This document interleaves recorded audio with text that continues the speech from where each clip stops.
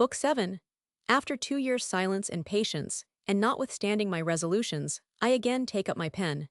Reader, suspend your judgment as to the reasons which force me to such a step. Of these you can be no judge until you shall have read my book. My peaceful youth has been seen to pass away calmly and agreeably, without any great disappointments or remarkable prosperity. This mediocrity was mostly owing to my ardent yet feeble nature, less prompt in undertaking than easy to discourage, quitting repose for violent agitations, but returning to it from lassitude and inclinations, and which, placing me in an idle and tranquil state for which alone I felt I was born, at a distance from the paths of great virtues, and still further from those of great vices, never permitted me to arrive at anything great, either good or bad. What a different account will I soon have to give of myself. Fate, which for 30 years forced my inclinations, for 30 others has seemed to oppose them, and this continued opposition between my situation and inclinations will appear to have been the source of enormous faults, unheard of misfortunes, and every virtue except that fortitude which alone can do honor to adversity. History of the first part of my life was written from memory, and is consequently full of errors. As I am obliged to write the second part from memory also, the errors in it will probably be still more numerous. The agreeable remembrance of the finest portion of my years, passed with so much tranquillity and innocence, has left in my heart 1,000 charming impressions, which I love incessantly to call to my recollection. It will soon appear how different from these those of the rest of my life have been. To recall them to my mind would be to renew their bitterness. Far from increasing that of my situation by these sorrowful reflections, I repel them as much as possible, and in this endeavor often succeed so well as to be unable to find them at will. This facility of forgetting my misfortunes is a consolation which heaven has reserved to me in the midst of those which fate has one day to accumulate upon my head. My memory, which presents to me no objects but such as are agreeable, is the happy counterpoise of my terrified imagination, by which I foresee nothing but a cruel futurity. All the papers I had collected to aid my recollection, and guide me in this undertaking, are no longer in my possession, nor can I ever again hope to regain them. I have but one faithful guide on which I can depend. This is the chain of the sentiments by which the succession of my existence has been marked, and by these the events which have been either the cause or the effect of the manner of it. I easily forget my misfortunes, but I cannot forget my faults, and still less my virtuous sentiments. The remembrance of these is too dear to me ever to suffer them to be effaced from my mind. I may omit facts, transpose events, and fall into some errors of dates, but I cannot be deceived in what I have felt, nor in that which from sentiment I have done, and to relate this is the chief end of my present work. The real object of my confessions is to communicate an exact knowledge of what I interiorly am and have been in every situation of my life. I have promised the history of my mind, and to write it faithfully I have no need of other memoirs. To enter into my own heart, as I have hitherto done, will alone be sufficient.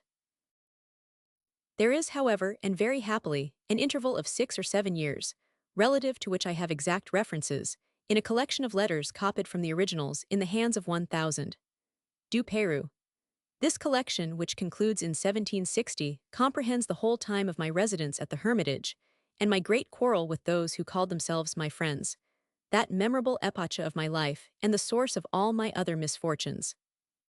With respect to more recent original letters which may remain in my possession, and are but few in number, instead of transcribing them at the end of this collection, too voluminous to enable me to deceive the vigilance of my arguses, I will copy them into the work whenever they appear to furnish any explanation, be this either for or against myself, for I am not under the least apprehension lest the reader should forget I make my confession, and be induced to believe I make my apology, but he cannot expect I shall conceal the truth when it testifies in my favor. The second part, it is likewise to be remembered, contains nothing in common with the first, except truth, nor has any other advantage over it but the importance of the facts. In everything else it is inferior to the former.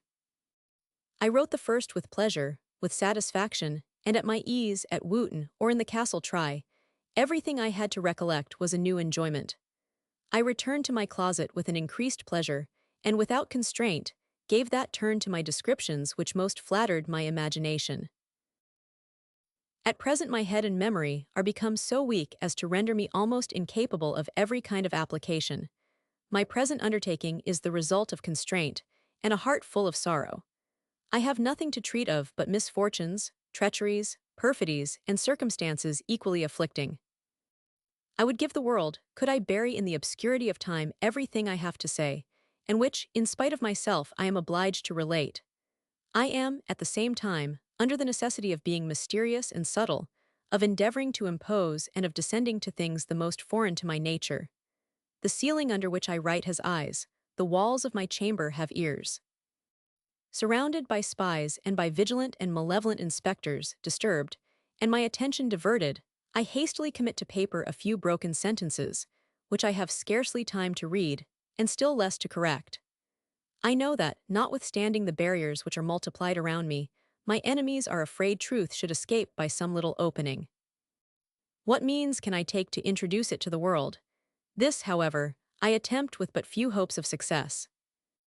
The reader will judge whether or not such a situation furnishes the means of agreeable descriptions, or of giving them a seductive coloring. I therefore inform such as may undertake to read this work, that nothing can secure them from weariness in the prosecution of their task, unless it be the desire of becoming more fully acquainted with a man whom they already know, and a sincere love of justice and truth. In my first part 1, brought down my narrative to my departure with infinite regret for Paris, leaving my heart at Charmettes, and there building my last castle in the air, intending some day to return to the feet of Mamma, restored to herself, with the treasures I should have acquired, and depending upon my system of music as upon a certain fortune. I made some stay at Lyon to visit my acquaintance, procure letters of recommendation to Paris, and to sell my books of geometry which I had brought with me. I was well received by all whom I knew. 1,000. And Madame de Malby seemed pleased to see me again, and several times invited me to dinner. At their house I became acquainted with the Abbé de Malby, as I had already done with the Abbé de Condillac, both of whom were on a visit to their brother. The Abbé de Malby gave me letters to Paris, among others, one to 1,000. De Pontenelle and another to the Comte de Caylus. These were very agreeable acquaintances, especially the first, to whose friendship for me his death only put a period, and from whom, in our private conversations, I received advice which I ought to have more exactly followed. I likewise saw 1,000 boards, with whom I had been long acquainted, and who had frequently obliged me with the greatest cordiality and the most real pleasure. He it was who enabled me to sell my books, and he also gave me from himself good recommendations to Paris. I again saw the intendant for whose acquaintance I was indebted to 1,000 boards and who introduced me to the Duc de Richelieu, who was then passing through Lyon. 1,000. Pullu presented me. The Duke received me well and invited me to come and see him at Paris.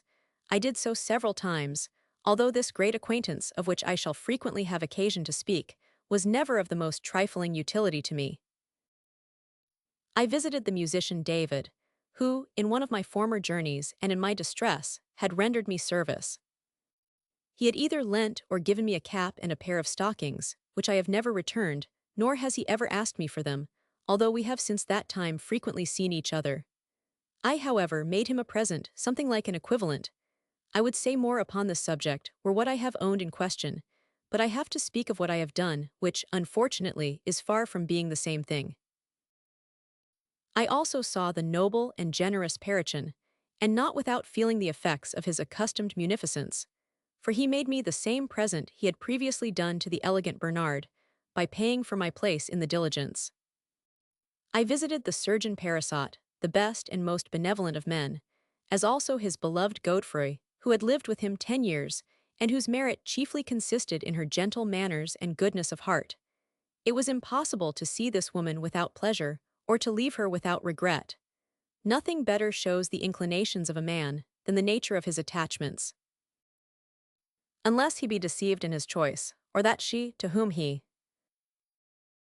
attaches himself, changes her character by an extraordinary concurrence of causes, which is not absolutely impossible, were this consequence to be admitted without modification, Socrates must be judged of by his wife Xantip, and Dion by his friend Calipus. Which would be the most false and iniquitous judgment ever made? However, let no injurious application be here made to my wife. She is weak and more easily deceived than I at first imagined, but by her pure and excellent character she is worthy of all my esteem. Those who had once seen the gentle Godfrey immediately knew the good and amiable Parasot. I was much obliged to all these good people, but I afterwards neglected them all, not from ingratitude, but from that invincible indolence which so often assumes its appearance. The remembrance of their services has never been effaced from my mind, nor the impression they made from my heart, but I could more easily have proved my gratitude than assiduously have shown them the exterior of that sentiment. Exactitude in correspondence is what I never could observe. The moment I began to relax, the shame and embarrassment of repairing my fault made me aggravate it, and I entirely desist from writing. I have therefore been silent, and appeared to forget them. Parasot and Parachin took not the least notice of my negligence, and I ever found them the same. But 20 years afterwards it will be seen, in 1000 boards, to what a degree the self-love of a wit can make him carry his vengeance when he feels himself neglected. Before I leave Lyon, I must not forget an amiable person, whom I again saw with more pleasure than ever, and who left in my heart the most tender remembrance. This was Mademoiselle Serre, of whom I have spoken in my first part. I renewed my acquaintance with her whilst I was at 1000 de Malby's. Being this time more at leisure, I saw her more frequently, and she made the most sensible impressions on my heart. I had some reason to believe her own was not unfavorable to my pretensions, but she honored me with her confidence so far as to remove from me all temptation to allure her partiality. She had no fortune, and in this respect exactly resembled myself. Our situations were too similar to permit us to become united, and with the views I then had, I was far from thinking of marriage. She gave me to understand that a young merchant won 1000 Geneva seemed to wish to obtain her hand. I saw him once or twice at her lodgings. He appeared to me to be an honest man, and this was his general character. Persuaded she would be happy with him, I was desirous he should marry her, which he afterwards did. And that I might not disturb their innocent love, I hastened my departure, offering up, for the happiness of that charming woman, prayers, which here below were not long heard. Alas, her time was very short, for I afterwards heard she died in the 2nd or 3rd year after her marriage. My mind, during the journey, was wholly absorbed in tender regret. I felt, and since that time when these circumstances have been present to my recollection, have frequently done the same, that although the sacrifices made to virtue and our duty may sometimes be painful, we are well rewarded by the agreeable remembrance they leave deeply engraven in our hearts. I this time saw Paris in as favorable a point of view as it had appeared to me in an unfavorable one at my first journey. Not that my ideas of its brilliancy arose from the splendor of my lodgings, for in consequence of an address given me by 1000 boards, I resided at the Hotel St.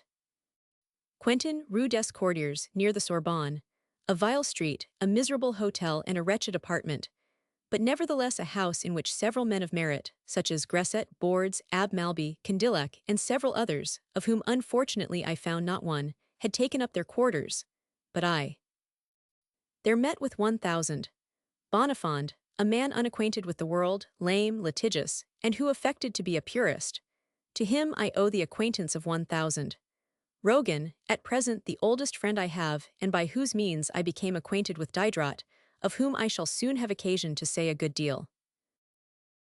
I arrived at Paris in the autumn of 1741, with 15 louis in my purse, and with my comedy of Narcissus and my musical project in my pocket. These composed my whole stock. Consequently, I had not much time to lose before I attempted to turn the latter to some advantage. I therefore immediately thought of making use of my recommendations. A young man who arrives at Paris, with a tolerable figure, and announces himself by his talents, is sure to be well received. This was my good fortune, which procured me some pleasure without leading to anything solid. Of all the persons to whom I was recommended, 3 only were useful to me. 1000 Dameson, a gentleman of Savoy at that time equerry, and I believe favorite of the Princess of Carignan, 1000. De Beau's, secretary of the Academy of Inscriptions and keeper of the medals of the King's Cabinet, and Father Castel, a Jesuit author of the Clavecin oculaire ocular harpsichord. All these recommendations, except that to 1000, Dameson, were given me by the Abbé de Malby. 1000. Dameson provided me with that which was most needful by means of two persons with whom he brought me acquainted. One was 1000. Gayce, President Amortier of the Parliament of Bordeaux, and who played very well upon the violin. The other, the Abbé de Leon, who then lodged in the Sorbonne, a young nobleman, extremely amiable, who died in the flower of his age, after having, for a few moments, made a figure in the world under the name of the Chevalier de Rohan. Both these gentlemen had an inclination to learn composition. In this I gave them lessons for a few months, by which means my decreasing purse received some little aid. The Abbé Leon conceived a friendship for me, and wished me to become his secretary, but he was far from being rich, and all the salary he could offer me was 800 livres, which, with infinite regret, I refused, since it was insufficient to defray the expenses of my lodging, food, and clothing. I was well received by 1000. De Beau's. He had a thirst for knowledge, of which he possessed not a little but was somewhat pedantic. Madame de Beau's much resembled him, she was lively and affected. I sometimes dined with them, and it is impossible to be more awkward than I was in her presence. Her easy manner intimidated me, and rendered mine more remarkable. When she presented me a plate, I modestly put forward my fork to take one of the least bits of what she offered me, which made her give the plate to her servant, turning her head aside that I might not see her laugh. She had not the least suspicion that in the head of the rustic with whom she was so diverted there was some small portion of wit. 1000. De Beau's presented me to 1000. De Riaumur, his friend, who came to dine with him every Friday, the day on which the Academy of Sciences met. He mentioned to him my project, and the desire I had of having it examined by the Academy. 1000. De Riaumur consented to make the proposal, and his offer was accepted. On the day appointed I was introduced and presented by 1000. De Riaumur, and on the same day, August 22d, 1742, I had the honor to read to the Academy the memoir I had prepared for that purpose. Although this illustrious assembly might certainly well be expected to inspire me with awe, I was less intimidated on this occasion than I had been in the presence of Madame de Beau's, and I got tolerably well through my reading, and the answers I was obliged to give. The memoir was well received, and acquired me some compliments by which I was equally surprised and flattered, imagining that before such an assembly, whoever was not a member of it could not have common sense. The persons appointed to examine my system were 1000. Marin, 1000. Helot and 1000. De Fauci, all three men of merit, but not one of them understood music, at least not enough of composition to enable them to judge of my project. During my conference with these gentlemen, I was convinced with no less certainty than surprise, that if men of learning have sometimes fewer prejudices than others, they more tenaciously retain those they have. However weak or false most of their objections were, and although I answered them with great timidity, and I confess, in bad terms, yet with decisive reasons, I never once made myself understood, or gave them any explanation in the least satisfactory. I was constantly surprised at the facility with which, by the aid of a few sonorous phrases, they refuted, without having comprehended me. They had learned, I know not where, that a monk of the name of Sauhady had formerly invented a mode of noting the gamut by ciphers, a sufficient proof that my system was not new. This might perhaps be the case, for although I had never heard of Father Sauhady, and notwithstanding his manner of writing the 7 notes without attending to the octaves, was not, under any point of view, worthy of entering into competition with my simple and commodious invention for easily noting by ciphers every possible kind of music, keys, rests, octaves, measure, time, and length of note, things on which Sauhady had never thought. It was nevertheless true that with respect to the elementary expression of the 7 notes, he was the first inventor. But besides their giving to this primitive invention more importance than was due to it, they went still further, and whenever they spoke of the fundamental principles of the system, talked nonsense. The greatest advantage of my scheme was to supersede transpositions and keys, so that the same piece of music was noted and transposed, at will, by means of the change of a single initial letter at the head of the air.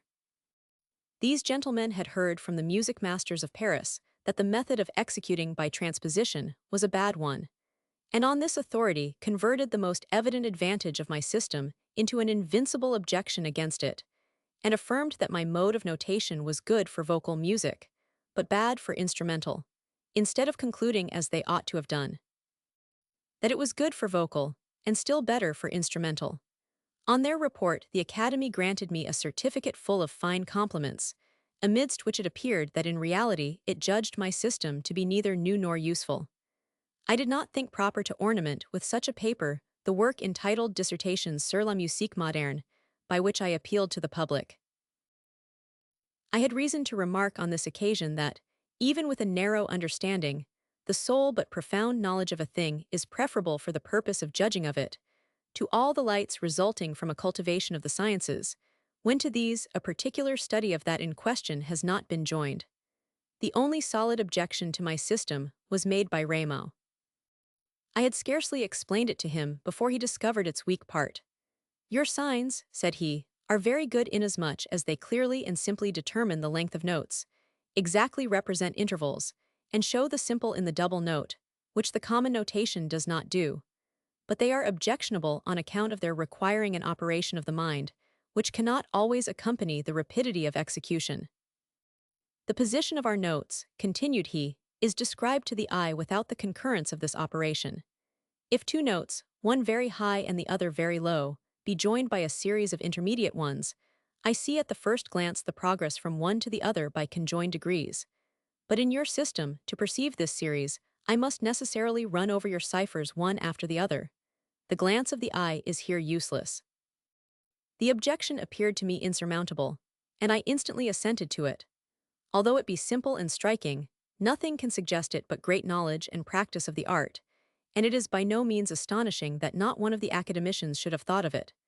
But what creates much surprise is, that these men of great learning, and who are supposed to possess so much knowledge, should so little know that each ought to confine his judgment to that which relates to the study with which he has been conversant.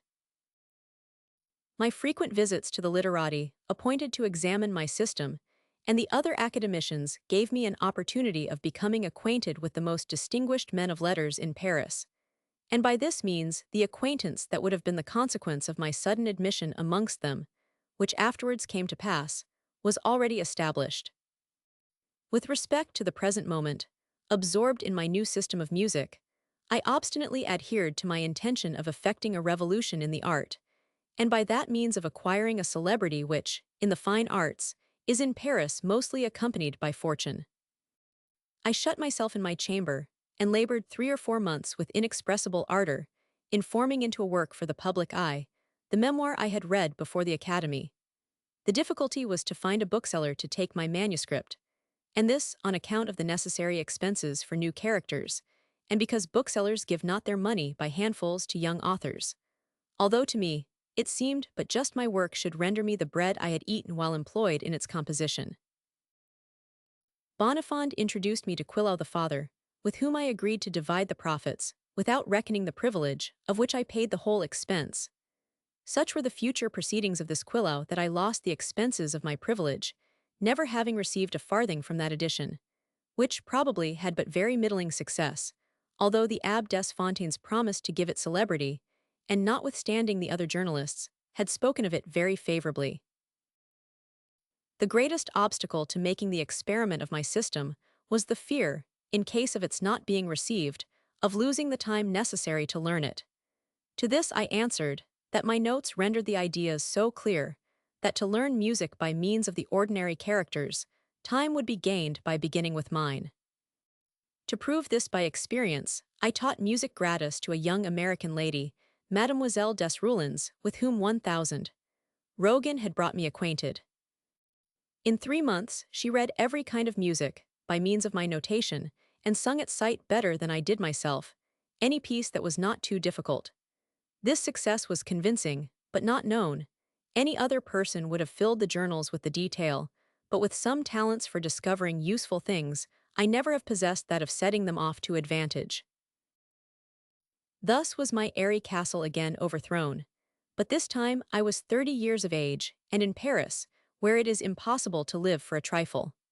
The resolution I took upon this occasion will astonish none but those by whom the first part of these memoirs has not been read with attention. I had just made great and fruitless efforts, and was in need of relaxation. Instead of sinking with despair, I gave myself up quietly to my indolence, and to the care of Providence.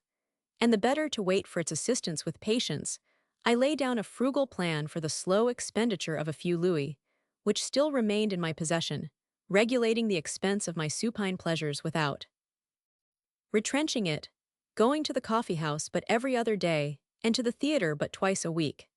With respect to the expenses of girls of easy virtue, I had no retrenchment to make, never having in the whole course of my life applied so much as a farthing to that use except once, of which I shall soon have occasion to speak. The security, voluptuousness, and confidence with which I gave myself up to this indolent and solitary life, which I had not the means of continuing for 3 months, is one of the singularities of my life, and the oddities of my disposition. The extreme desire I had the public should think of me was precisely what discouraged me from showing myself, and the necessity of paying visits rendered them to such a degree insupportable, that I ceased visiting the academicians and other men of letters, with whom I had cultivated an acquaintance.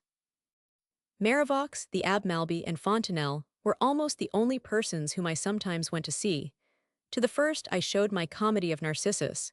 He was pleased with it, and had the goodness to make in it some improvements. Diderot, younger than these, was much about my own age. He was fond of music, and knew it theoretically. We conversed together, and he communicated to me some of his literary projects. This soon formed betwixt us a more intimate connection, which lasted 15 years, and which probably would still exist were not I, unfortunately, and by his own fault, of the same profession with himself. It would be impossible to imagine in what manner I employed this short and precious interval, which still remained to me, before circumstances forced me to beg my bread, in learning by memory passages from the poets which I had learned and forgotten 100 times. Every morning at 10 o'clock, I went to walk in the Luxembourg with a Virgil and a Rousseau in my pocket, and there, until the hour of dinner, I passed away the time in restoring to my memory a sacred ode or a bucolic, without being discouraged by forgetting, by the study of the morning, what I had learned the evening before. I recollected that, after the defeat of Nicias at Syracuse, the captive Athenians obtained a livelihood by reciting the poems of Homer. The use I made of this erudition to ward off misery was to exercise my happy memory by learning all the poets by rote. I had another expedient, not less solid, in the game of chess to which I regularly dedicated, at Mogues, the evenings on which I did not go to the theatre. I became acquainted with 1,000. De Legal 1,000. Husson, Philidor, and all the great chess players of the day, without making the least improvement in the game. However, I had no doubt but in the end I should become superior to them all, and this, in my own opinion, was a sufficient resource. The same manner of reasoning served me in every folly to which I felt myself inclined. I said to myself, whoever excels in anything is sure to acquire a distinguished reception in society. Let us therefore excel, no matter in what, I shall certainly be sought after. Opportunities will present themselves, and my own merit will do the rest. This childishness was not the sophism of my reason. It was that of my indolence. Dismayed at the great and rapid efforts which would have been necessary to call forth my endeavors, I strove to flatter my idleness, and by arguments suitable to the purpose, veiled from my own eyes the shame of such a state. I thus calmly waited for the moment when I was to be without money, and had not Father Castle, whom I sometimes went to see in my way to the coffee-house, roused me from my lethargy, I believe I should have seen myself reduced to my last farthing without the least emotion. Father Castle was a madman, but a good man upon the whole. He was sorry to see me thus impoverish myself to no purpose. Since musicians and the learned, said he, do not sing by your scale, change the string, and apply to the women. You will perhaps succeed better with them. I have spoken of you to Madame de Buzenval. Go to her from me. She is a good woman who will be glad to see the countrymen of her son and husband. You will find at her house Madame de Broglie, her daughter, who is a woman of wit. Madame Dupin is another to whom I also have mentioned you. carry her your work. She is desirous of seeing you and will receive you well. No thing is done in Paris without the women. They are the curves, of which the Y's are the asymptotes. They incessantly approach each other but never touch. After having from day to day delayed these very disagreeable steps, I at length took courage and called upon Madame de Buzenval. She received me with kindness, and Madame de Broglio entering the chamber, she said to her, "Daughter, this is 1,000. Rousseau, of whom Father Castel has spoken to us." Madame de Broglie complimented me upon my work, and going to her harpsichord proved to me she had already given it some attention. Perceiving it to be about 1 o'clock, I prepared to take my leave. Madame de Buzenval said to me, "You are at a great distance from the quarter of the town in which you reside. Stay and dine here." I did not want asking a second time. A quarter of an hour afterwards, I understood by a word that the dinner to which she had invited me was that of her servants' hall.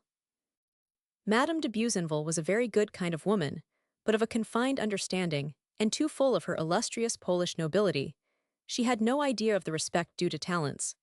On this occasion likewise, she judged me by my manner rather than by my dress, which, although very plain, was very neat, and by no means announced a man to dine with servants. I had too long forgotten the way to the place where they eat to be inclined to take it again. Without suffering my anger to appear, I told Madame de Buzenval that I had an affair of a trifling nature which I had just recollected obliged me to return home, and I immediately prepared to depart. Madame de Broglie approached her mother, and whispered in her ear a few words which had their effect. Madame de Buzenval rose to prevent me from going, and said, "I expect that you will do us the honor to dine with us." In this case I thought to show pride would be a mark of folly, and I determined to stay. The goodness of Madame de Broglie had besides made an impression upon me and rendered her interesting in my eyes. I was very glad to dine with her, and hoped that when she knew me better she would not regret having procured me that honor. The President de Lammignon, very intimate in the family, dined there also. He, as well as Madame de Broglie, was a master of all the modish and fashionable small-talk jargon of Paris.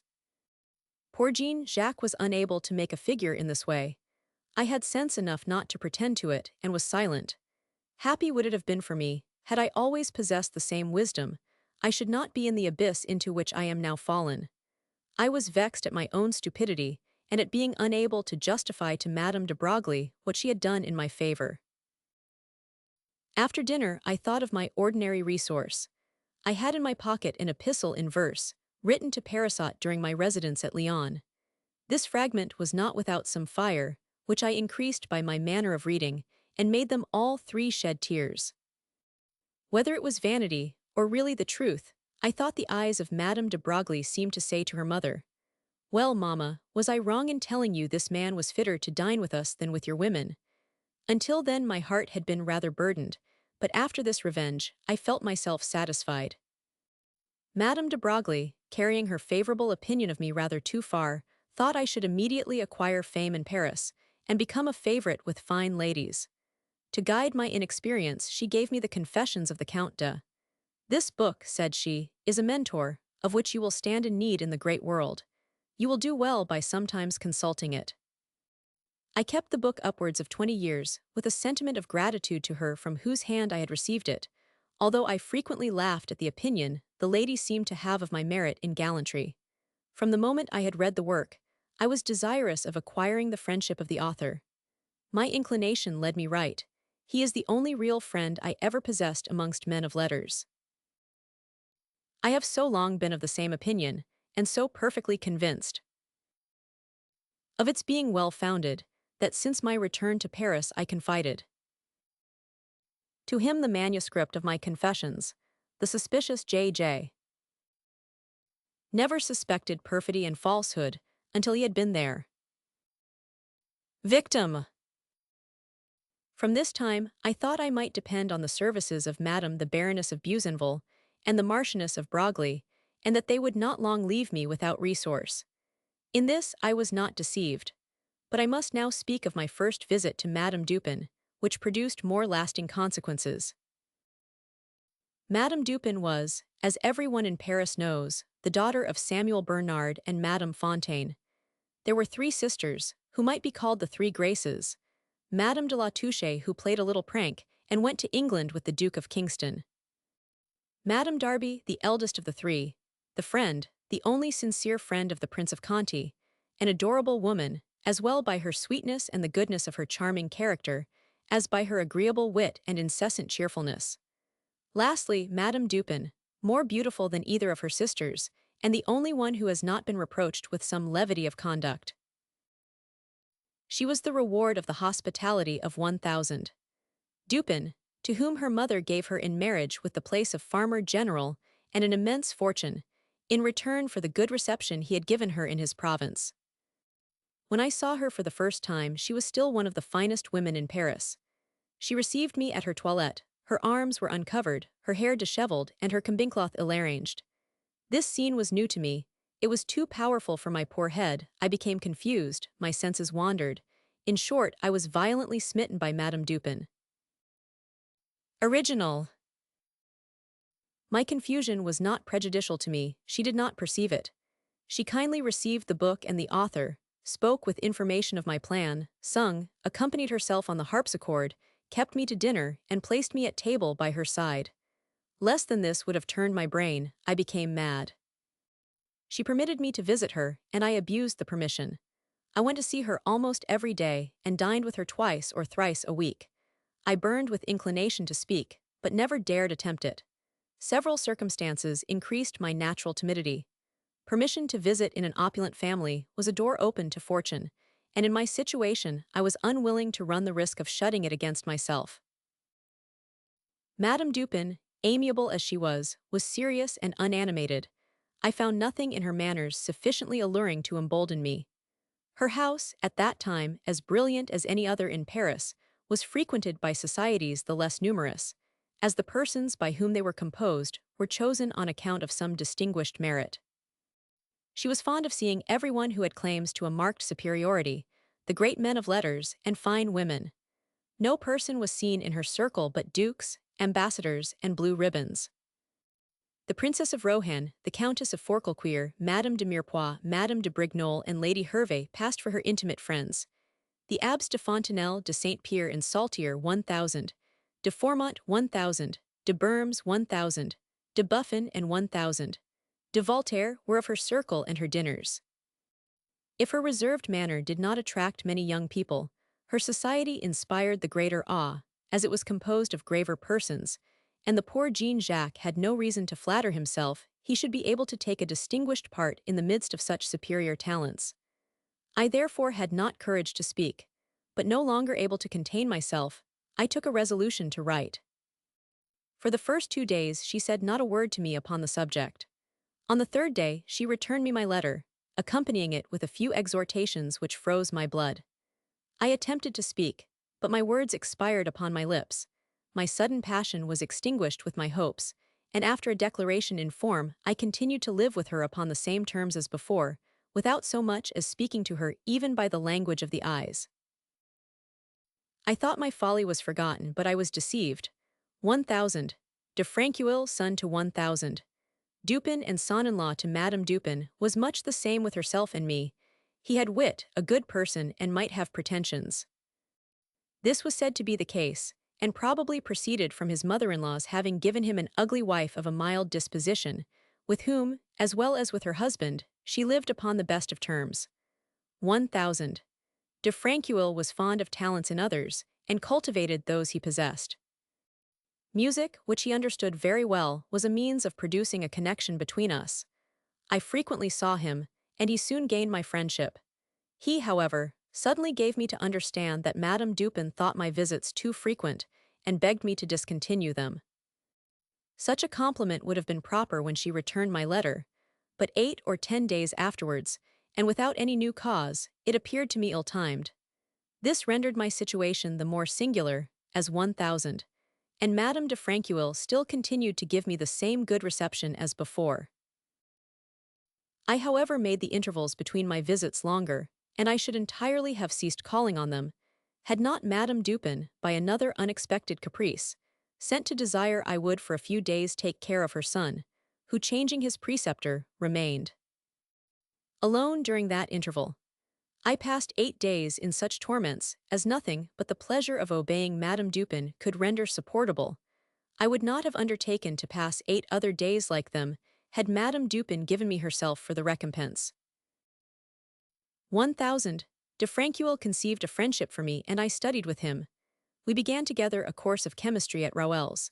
That I might be nearer at hand, I left my hotel at Quentin and went to lodge at the tennis court, Rue Verdelet, which leads into the Rue Platière where 1000. Dupin lived. There, in consequence of a cold neglected, I contracted an inflammation of the lungs that had like to have carried me off. In my younger days, I frequently suffered from inflammatory disorders, pleurisy, and especially quinsys, to which I was very subject, and which frequently brought me near enough to death to familiarize me to its image. During my convalescence, I had leisure to reflect upon my situation, and to lament my timidity, weakness, and indolence.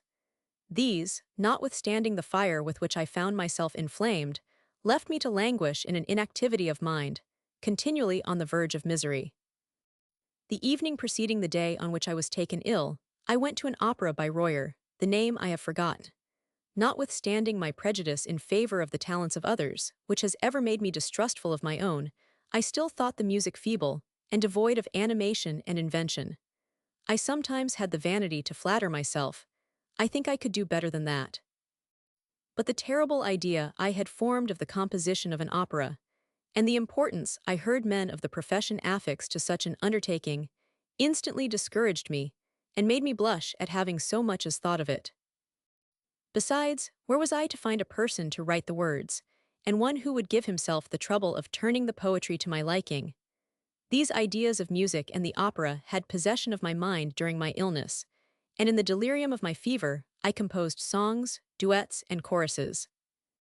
I am certain I composed 2 or 3 little pieces, de prima infanzione, perhaps worthy of the admiration of masters, could they have heard them executed. Oh, could an account be taken of the dreams of a man in a fever, what great and sublime things would sometimes proceed from his delirium. These subjects of music and opera still engaged my attention during my convalescence, but my ideas were less energetic. Long and frequent meditations, and which were often involuntary, and made such an impression upon my mind that I resolved to attempt both words and music. This was not the first time I had undertaken so difficult a task.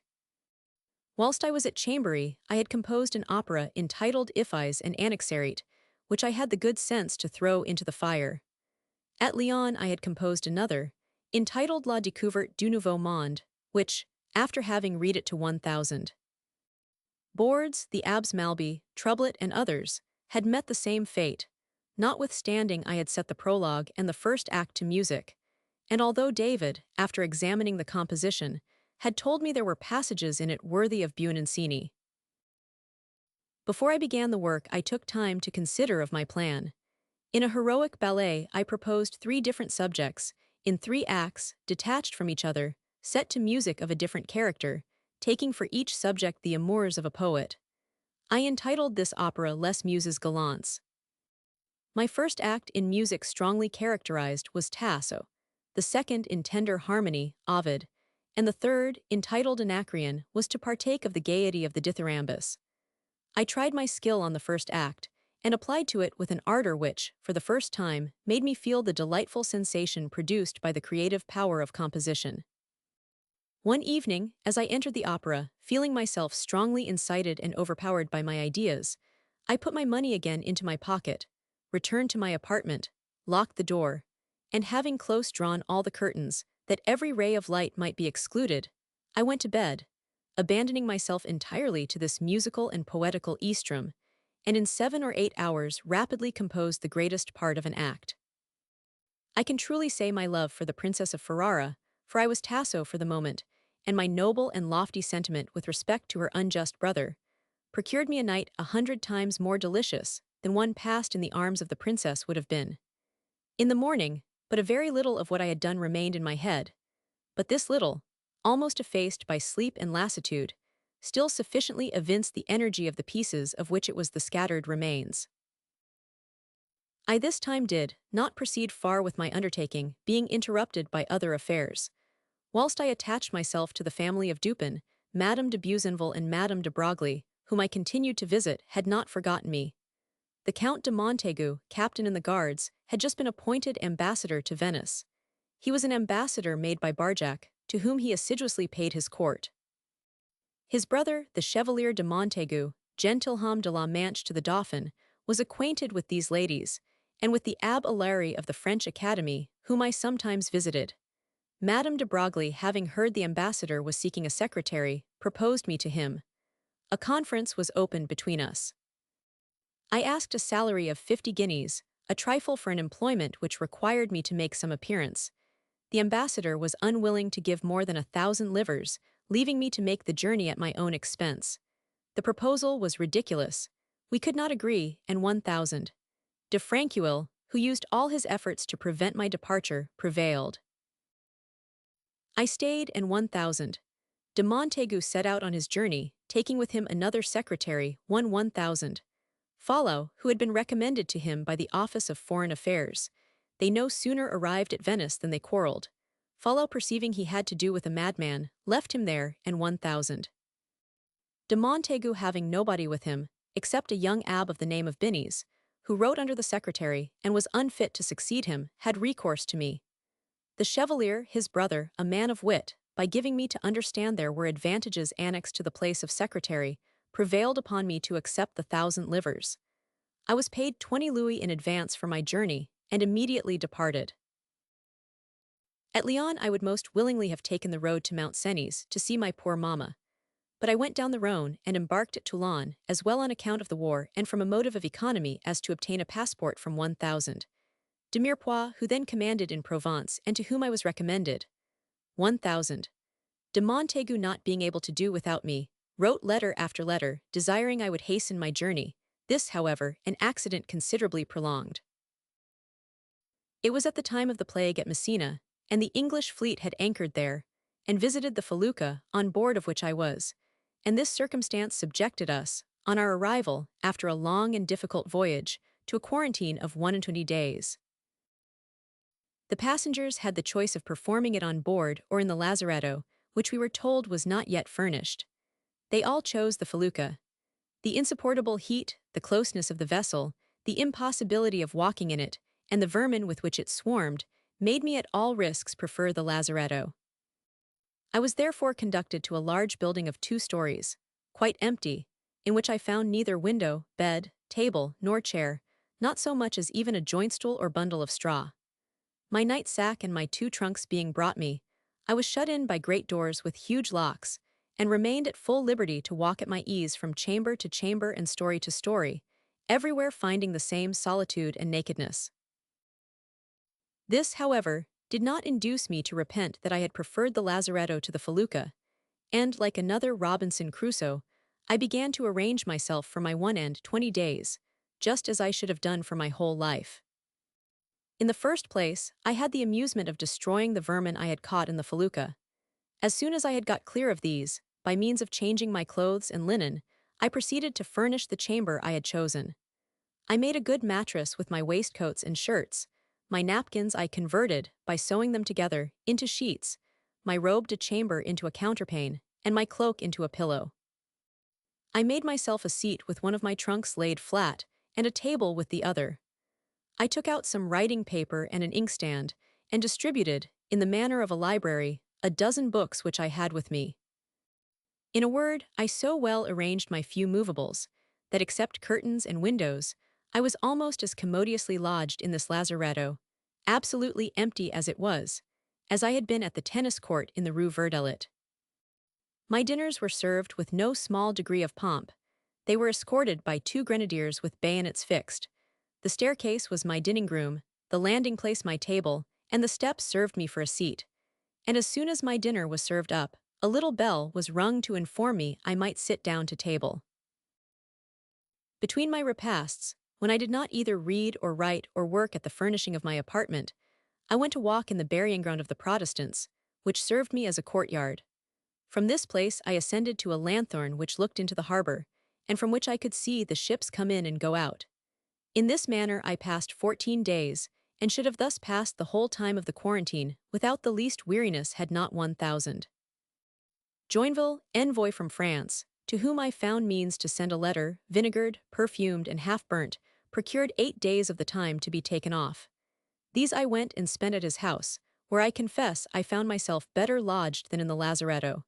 He was extremely civil to me. Dupont, his secretary, was a good creature. He introduced me, as well at Genoa as in the country, to several families, the company of which I found very entertaining and agreeable, and I formed with him an acquaintance and a correspondence which we kept up for a considerable length of time. I continued my journey very agreeably through Lombardy. I saw Milan, Verona, Bresci, and Padua, and at length arrived at Venice, where I was impatiently expected by the ambassador. I found there piles of dispatches, from the court and from other ambassadors, the ciphered part of which he had not been able to read, although he had all the ciphers necessary for that purpose, never having been employed in any office, nor even seen the cipher of a minister. I was at first apprehensive of meeting with some embarrassment, but I found nothing could be more easy, and in less than a week I had deciphered the whole, which certainly was not worth the trouble. For not to mention the little activity required in the embassy of Venice, it was not to such a man as 1,000. De Montaigu that government would confide a negotiation of even the most trifling importance. Until my arrival he had been much embarrassed, neither knowing how to dictate nor to write legibly. I was very useful to him, of which he was sensible, and he treated me well. To this he was also induced by another motive. Since the time of 1,000, de Frulet, his predecessor, whose head became deranged, the consul from France, 1,000, Leblond had been charged with the affairs of the embassy, and after the arrival of 1,000, de Montaigu continued to manage them until he had put him into the track. 1,000. De Montaigu, hurt at this discharge of his duty by another, although he himself was incapable of it, became disgusted with the consul, and as soon as I arrived, deprived him of the functions of secretary to the embassy to give them to me. They were inseparable from the title, and he told me to take it. As long as I remained with him, he never sent any person except myself under this title to the Senate, or to conference, and upon the whole it was natural enough he should prefer having for secretary to the embassy a man attached to him, to a consul or a clerk of office named by the court. This rendered my situation very agreeable, and prevented his gentlemen, who were Italians, as well as his pages, and most of his suite from disputing precedence with me in his house. I made an advantageous use of the authority annexed to the title he had conferred upon me, by maintaining his right of protection, that is, the freedom of his neighborhood, against the attempts, several times made to infringe it, a privilege which his Venetian officers took no care to defend. But I never permitted banditti to take refuge there, although this would have produced me advantages of which His Excellency would not have disdained to partake. He thought proper, however, to claim a part of those of the secretaryship, which is called the chancery. It was in time of war, and there were many passports issued. For each of these passports, a sequin was paid to the secretary who made it out and countersigned it. All my predecessors had been paid this sequin by Frenchmen and others without distinction. I thought this unjust, and although I was not a Frenchman, I abolished it in favor of the French. But I so rigorously demanded my right from persons of every other nation, that the Marquis de Scotti, brother to the favorite of the Queen of Spain, having asked for a passport without taking notice of the sequin, I sent to demand it, a boldness which the vindictive Italian did not forget. As soon as the new regulation I had made, relative to passports, was known, none but pretended Frenchmen, who in a gibberish the most mispronounced, called themselves Provençals, Picards, or Burgundians, came to demand them. My ear being very fine, I was not thus made a dupe, and I am almost persuaded that not a single Italian ever cheated me of my sequin, and that not one Frenchman ever paid it. I was foolish enough to tell 1,000. De Montaigu, who was ignorant of everything that passed, what I had done. The word sequin made him open his ears, and without giving me his opinion of the abolition of that tax upon the French, he pretended I ought to account with him for the others, promising me at the same time equivalent advantages. More filled with indignation at this meanness than concern for my own interest, I rejected his proposal. He insisted, and I grew warm. "No, sir," said I, with some heat, "Your Excellency may keep what belongs to you, but do not take from me that which is mine. I will not suffer you to touch a penny of the perquisites arising from passports. Perceiving he could gain nothing by these means, he had recourse to others, and blushed not to tell me that since I had appropriated to myself the profits of the chancery, it was but just I should pay the expenses. I was unwilling to dispute upon this subject, and from that time I furnished at my own expense ink, paper, wax candle, tape, and even a new seal, for which he never reimbursed me to the amount of a farthing. This, however, did not prevent my giving a small part of the produce of the passports to the Abbé de Binis, a good creature, and who was far from pretending to have the least right to any such thing. If he was obliging to me, my politeness to him was an equivalent, and we always lived together on the best of terms. On the first trial I made of his talents in my official functions, I found him less troublesome than I expected he would have been, considering he was a man without experience, in the service of an ambassador who possessed no more than himself, and whose ignorance and obstinacy constantly counteracted everything with which common sense and some information inspired me for his service, and that of the king. The next thing the ambassador did was to connect himself with the Marquis Mari, ambassador from Spain, an ingenious and artful man, who, had he wished so to do, might have led him by the nose. Yet on account of the union of the interests of the two crowns, he generally gave him good advice, which might have been of essential service, had not the other, by joining his own opinion, counteracted it in the execution. The only business they had to conduct in concert with each other was to engage the Venetians to maintain their neutrality. These did not neglect to give the strongest assurances of their fidelity to their engagement, at the same time that they publicly furnished ammunition to the Austrian troops, and even recruits under pretense of desertion. 1000.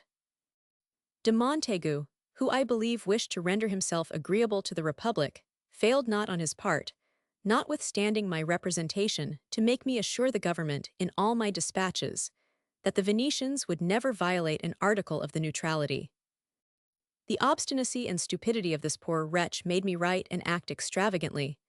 I was obliged to be the agent of his folly, because he would have it so, but he sometimes rendered my employment insupportable, and the functions of it almost impracticable.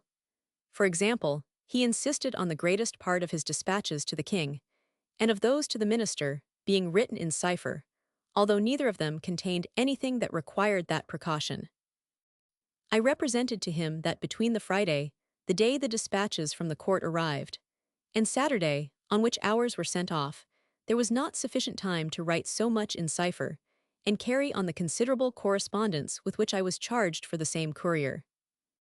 He found an admirable expedient, which was to prepare on Thursday the answer to the dispatches we were expected to receive on the next day. This appeared to him so happily imagined, that notwithstanding all I could say on the impossibility of the thing, and the absurdity of attempting its execution, I was obliged to comply during the whole time I afterwards remained with him, after having made notes of the few loose words he spoke to me in the course of the week, and of some trivial circumstances which I collected by hurrying from place to place. Provided with these materials, I never once failed carrying to him on the Thursday morning a rough draft of the dispatches, which were to be sent off on Saturday. Excepting the few additions and corrections, I hastily made an answer to the letters which arrived on the Friday, and to which ours served for answer. He had another custom, diverting enough and which made his correspondence ridiculous beyond imagination. He sent back all information to its respective source, instead of making it follow its course. To 1000. Amilat he transmitted the news of the court to 1000. Maurepas that of Paris to 1000. De Havrincourt the news from Sweden to 1000. De Cheddardy that from Petersburg, and sometimes to each of those the news they had respectively sent to him, and which I was employed to dress up in terms different from those in which it was conveyed to us. As he read nothing of what I laid before him, except the dispatches for the court, and signed those to other ambassadors without reading them, this left me more at liberty to give what turn I thought proper to the latter, and in these therefore I made the articles of information cross each other. But it was impossible for me to do the same by dispatches of importance, and I thought myself happy when 1000. De Montaigu did not take it into his head to cram into them an impromptu of a few lines after his manner.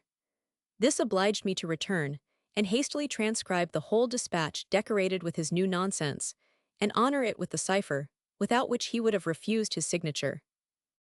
I was frequently almost tempted, for the sake of his reputation, to cipher something different from what he had written, but feeling that nothing could authorize such a deception, I left him to answer for his own folly, satisfying myself with having spoken to him with freedom, and discharged at my own peril the duties of my station. This is what I always did with an uprightness, a zeal and courage, which merited on his part a very different recompense from that which in the end I received from him. It was time I should once be what heaven, which had endowed me with a happy disposition, what the education that had been given me by the best of women, and that I had given myself, had prepared me for, and I became so. Left to my own reflections, without a friend or advice, without experience, and in a foreign country, in the service of a foreign nation, surrounded by a crowd of knaves, who, for their own interest, and to avoid the scandal of good example, endeavored to prevail upon me to imitate them. Far from yielding to their solicitations, I served France well, to which I owed nothing, and the ambassador still better, as it was right and just I should. Due to the utmost of my power, irreproachable in a post, sufficiently exposed to censure, I merited and obtained the esteem of the Republic, that of all the ambassadors with whom we were in correspondence, and the affection of the French who resided at Venice, not even excepting the consul, whom with regret I supplanted in the functions which I knew belonged to him, and which occasioned me more embarrassment than they afforded me satisfaction. 1000. De Montaigu, confiding without reserve to the Marquis Mary, who did not thoroughly understand his duty, neglected it to such a degree that without me the French who were at Venice would not have perceived that an ambassador from their nation resided there. Always put off without being heard when they stood in need of his protection, they became disgusted, and no longer appeared in his company or at his table, to which indeed he never invited them. I frequently did for myself what it was his duty to have done. I rendered to the French, who applied to me, all the services in my power. In any other country I should have done more, but on account of my employment not being able to see persons in place, I was often obliged to apply to the consul, and the consul, who was settled in the country with his family, had many persons to oblige, which prevented him from acting as he otherwise would have done. However, perceiving him unwilling and afraid to speak, I ventured hazardous measures, which sometimes succeeded. I recollect one which still makes me laugh. No person would suspect it was to me the lovers of the theatre at Paris, Coraline and her sister Camille. Nothing, however, can be more true. Veronese, their father, had engaged himself with his children in the Italian company, and after having received 2,000 livres for the expenses of his journey, instead of setting out for France, quietly continued at Venice, and accepted an engagement in the theatre of St. Luc, to which Coraline, a child as she still was, drew great numbers of people. The Duc de Greaves, as first gentleman of the chamber, wrote to the ambassador to claim the father and the daughter 1,000. De Montaigu, when he gave me the letter, confined his instructions to saying, Voyez cela, examine and pay attention to this. I went to 1,000. Blonde to beg he would speak to the patrician, to whom the theatre belonged, and who, I believe, was named Justinian, that he might discharge Veronese, who had engaged in the name of the king. Blonde, to whom the commission was not very agreeable, executed it badly. Justinian answered vaguely, and Veronese was not discharged. I was piqued at this. It was during the carnival, and having taken the bahut and a mask, I set out for the Palace Justinian. Those who saw my gondola arrive with the livery of the ambassador were lost in astonishment. Venice had never seen such a thing. I entered, and caused myself to be announced by the name of Unisiora Mashera. As soon as I was introduced, I took off my mask and told my name. The senator turned pale and appeared stupefied with surprise. Sir, said I to him in Venetian, it is with much regret I importune your excellency with this visit. But you have in your theatre of St. Luc a man of the name of Veronese, who is engaged in the service of the king, and whom you have been requested, but in vain, to give up. I come to claim him in the name of his majesty. My short harangue was effectual. I had no sooner left the palace than Justinian ran to communicate the adventure to the state inquisitors, by whom he was severely reprehended. Veronese was discharged the same day. I sent him word that if he did not set off within a week, I would have him arrested. He did not wait for my giving him this intimation a second time. On another occasion, I relieved from difficulty solely by my own means, and almost without the assistance of any other person, the captain of a merchant ship. This was one Captain Olivet, from Marseille, the name of the vessel I have forgot. His men had quarreled with the Sclavonians in the service of the Republic, some violence had been committed, and the vessel was under so severe an embargo that nobody, except the master, was suffered to go on board or leave it without permission. He applied to the ambassador, who would hear nothing he had to say. He afterwards went to the consul, who told him it was not an affair of commerce, and that he could not interfere in it. Not knowing what further steps to take, he applied to me. I told 1,000. De Montaigu he ought to permit me to lay before the Senate a memoir on the subject.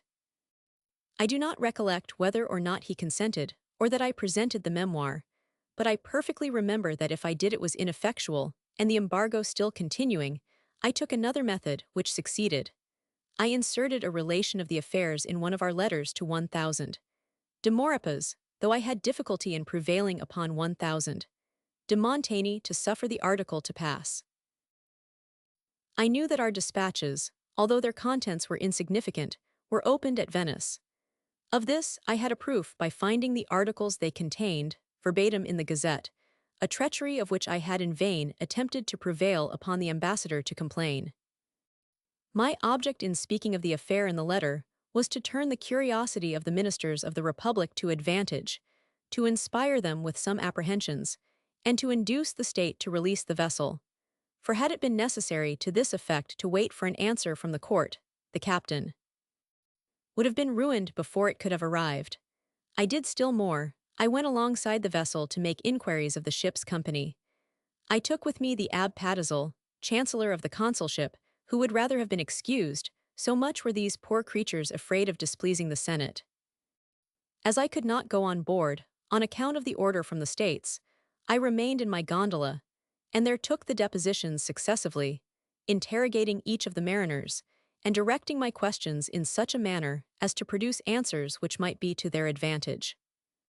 I wished to prevail upon Patazel to put the questions and take depositions himself, which in fact was more his business than mine. But to this he would not consent. He never once opened his mouth and refused to sign the depositions after me. This step, somewhat bold, was however successful, and the vessel was released long before an answer came from the minister.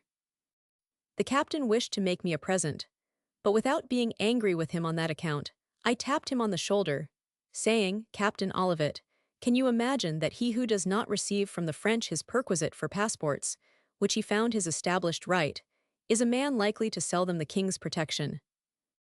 He, however, insisted on giving me a dinner on board his vessel, which I accepted, and took with me the secretary to the Spanish embassy, 1,000. Carriot, a man of wit and amiable manners, to partake of it. He has since been secretary to the Spanish embassy at Paris and charge des affairs. I had formed an intimate connection with him after the example of our ambassadors. Happy should I have been, if, when in the most disinterested manner I did all the service I could, I had known how to introduce sufficient order into all these little details, that I might not have served others at my own expense. But in employments similar to that I held, in which the most trifling faults are of consequence, my whole attention was engaged in avoiding all such mistakes as might be detrimental to my service. I conducted, till the last moment, everything relative to my immediate duty, with the greatest order and exactness. Excepting a few errors, which a forced precipitation made me commit in ciphering, and of which the clerks of 1,000. Amilot once complained, neither the ambassador nor any other person had ever the least reason to reproach me with negligence in any one of my functions. This is remarkable in a man so negligent as I am. But my memory sometimes failed me, and I was not sufficiently careful in the private affairs with which I was charged. However, a love of justice always made me take the loss on myself, and this voluntarily, before anybody thought of complaining. I will mention but one circumstance of this nature. It relates to my departure from Venice, and I afterwards felt the effects of it in Paris. Our cook, whose name was Rousselot, had brought from France an old note for 200 livres, which a hairdresser, a friend of his, had received from a noble Venetian of the name of Zanetto Nanni, who had had wigs of him to that amount. Rousselot brought me the note, begging I would endeavor to obtain payment of some part of it, by way of accommodation. I knew, and he knew it also, that the constant custom of noble Venetians was, when once returned to their country, never to pay the debts they had contracted abroad. When means are taken to force them to payment, the wretched creditor finds so many delays, and incurs such enormous expenses, that he becomes disgusted and concludes by giving up his debtor accepting the most trifling composition. I begged 1,000. Leblond to speak to Zanetto. The Venetian acknowledged the note, but did not agree to payment. After a long dispute, he at length promised 3 sequins, but when Leblond carried him the note, even these were not ready, and it was necessary to wait. In this interval happened my quarrel with the ambassador, and I quitted his service. I had left the papers of the embassy in the greatest order, but the note of Rousselot was not to be found. 1,000. Leblond assured me he had given it me back. I knew him to be too honest a man to have the least doubt of the matter, but it was impossible for me to recollect what I had done with it. As Zanetto had acknowledged the debt, I desired 1,000. Leblond to endeavor to obtain from him the 3 sequins on giving him a receipt for the amount, or to prevail upon him to renew the note by way of duplicate. Zanetto, knowing the note to be lost, would not agree to either. I offered Rousselot the 3 sequins from my own purse, as a discharge of the debt. He refused them, and said I might settle the matter with the creditor at Paris, of whom he gave me the address. The hairdresser, having been informed of what had passed, would either have his note or the whole sum for which it was given. What, in my indignation, would I have given to have found this vexatious paper? I paid the 200 livres, and that in my greatest distress. In this manner the loss of the note produced to the creditor the payment of the whole sum, whereas had it, unfortunately for him, been found, he would have had some difficulty in recovering even the 10 crowns, which His Excellency, Zanetto Nanni, had promised to pay. The talents I thought I felt in myself for my employment made me discharge the functions of it with satisfaction, and accept the society of my friend Decario, that of the virtuous Altuna, of whom I shall soon have an occasion to speak, the innocent recreations of the place St. Mark, of the theatre, and of a few visits which we, for the most part, made together my only. Pleasure was in the duties of my station. Although these were not considerable, especially with the aid of the Abbé de Binis, yet as the correspondence was very extensive and there was a war, I was a good deal employed. I applied to business the greatest part of every morning, and on the days previous to the departure of the courier, in the evenings, and sometimes till midnight. The rest of my time I gave to the study of the political professions I had entered upon, and in which I hoped, from my successful beginning, to be advantageously employed. In fact, I was in favor with everyone. The ambassador himself spoke highly of my services, and never complained of anything I did for him. His dissatisfaction proceeded from my having insisted on quitting him, in consequence of the useless complaints I had frequently made on several occasions. The ambassadors and ministers of the king with whom we were in correspondence complimented him on the merit of his secretary, in a manner by which he ought to have been flattered, but which in his poor head produced quite a contrary effect. He received one in particular relative to an affair of importance, for which he never pardoned me. He was so incapable of bearing the least constraint, that on the Saturday, the day of the dispatches for most of the courts, he could not contain himself, and wait till the business was done before he went out, and incessantly pressing me to hasten the dispatches to the king and ministers. He signed them with precipitation, and immediately went I know not where, leaving most of the other letters without signing. This obliged me, when these contained nothing but news, to convert them into journals. But when affairs which related to the king were in question, it was necessary somebody should sign, and I did it. This once happened relative to some important advice we had just received from 1,000. Vincent, charge des affairs from the king, at Vienna. The Prince Lobkowitz was then marching to Naples, and Count Gages had just made the most memorable retreat, the finest military maneuver of the whole century, of which Europe has not sufficiently spoken. The dispatch informed us that a man, whose person 1,000 Vincent described, had set out from Vienna, and was to pass by Venice, in his way into Abruzzo, where he was secretly to stir up the people at the approach of the Austrians. In the absence of 1,000, Le Comte de Montaigu, who did not give himself the least concern about anything, I forwarded this advice to the Marquis de El Hospital, so apropos, that it is perhaps to the poor Jean-Jacques, so abused and laughed at, that the House of Bourbon owes the preservation of the Kingdom of Naples. The Marquis de l'Hôpital, when he thanked his colleague, as it was proper he should do, spoke to him of his secretary, and mentioned the service he had just rendered to the common cause.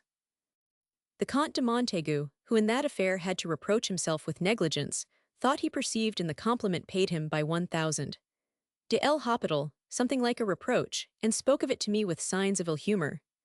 I found it necessary to act in the same manner with the Count de Castellane, ambassador at Constantinople, as I had done with the Marquis de l'Hôpital, although in things of less importance. As there was no other conveyance to Constantinople than by couriers, sent from time to time by the Senate to its bailey, advice of their departure was given to the ambassador of France, that he might write by them to his colleague, if he thought proper so to do. This advice was commonly sent a day or two beforehand, but 1,000 de Montaigu was held in so little respect that merely for the sake of form he was sent to, a couple of hours before the couriers set off. This frequently obliged me to write the dispatch in his absence. 1,000 de Castellane in his answer made honorable mention of me. 1,000 de Jonville at Genoa did the same, and these instances of their regard and esteem became new grievances. I acknowledge I did not neglect any opportunity of making myself known, but I never sought one improperly, and in serving well I thought I had a right to aspire to the natural return for essential services, the esteem of those capable of judging of, and rewarding them.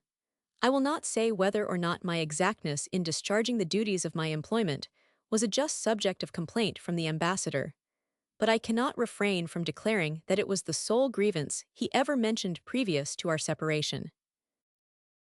His house, which he had never put on a good footing, was constantly filled with rabble.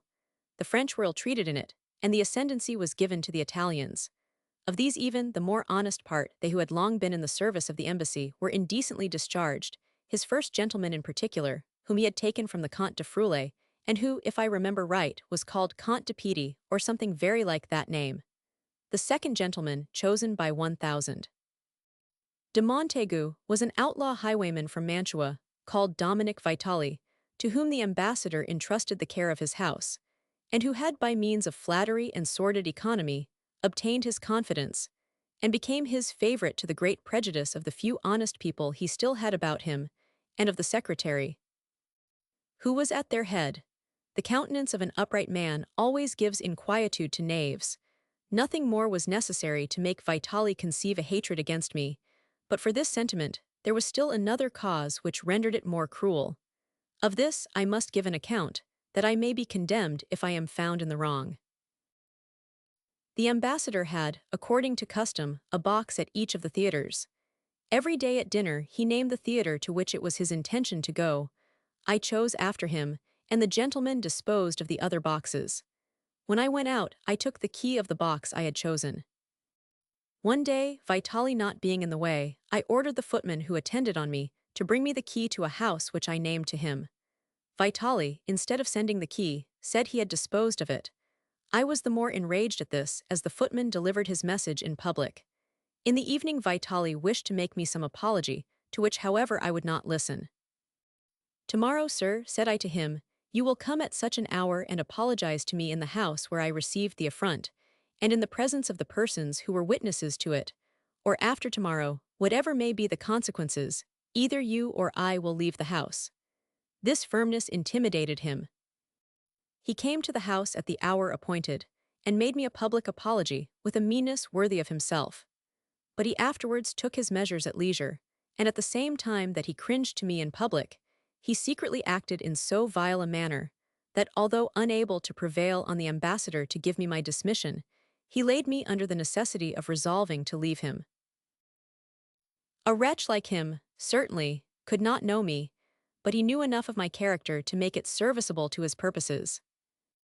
He knew I was mild to an excess, and patient in bearing involuntary wrongs, but haughty and impatient when insulted with premeditated offenses, loving decency and dignity in things in which these were requisite, and not more exact in requiring the respect due to myself, than attentive in rendering that which I owed to others.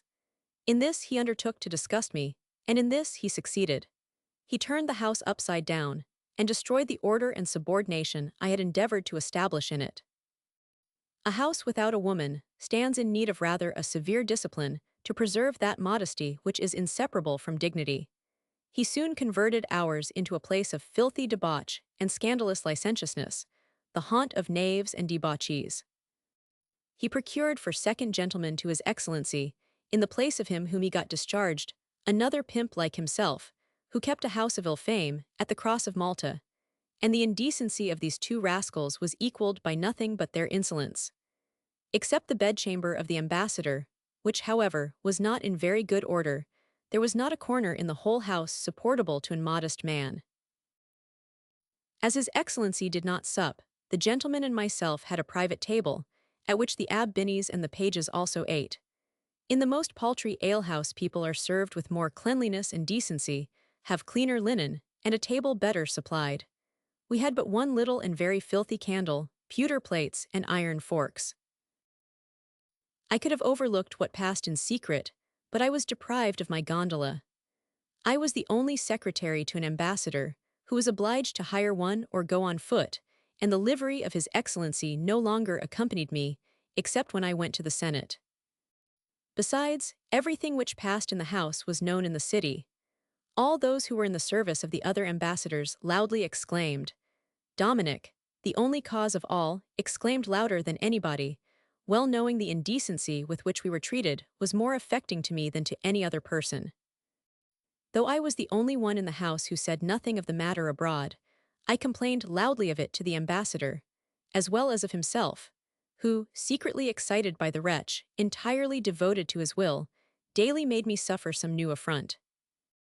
Obliged to spend a good deal to keep up a footing with those in the same situation with myself, and to make our appearance proper to my employment, I could not touch a farthing of my salary, and when I asked him for money, he spoke of his esteem for me, and his confidence, as if either of these could have filled my purse, and provided for everything.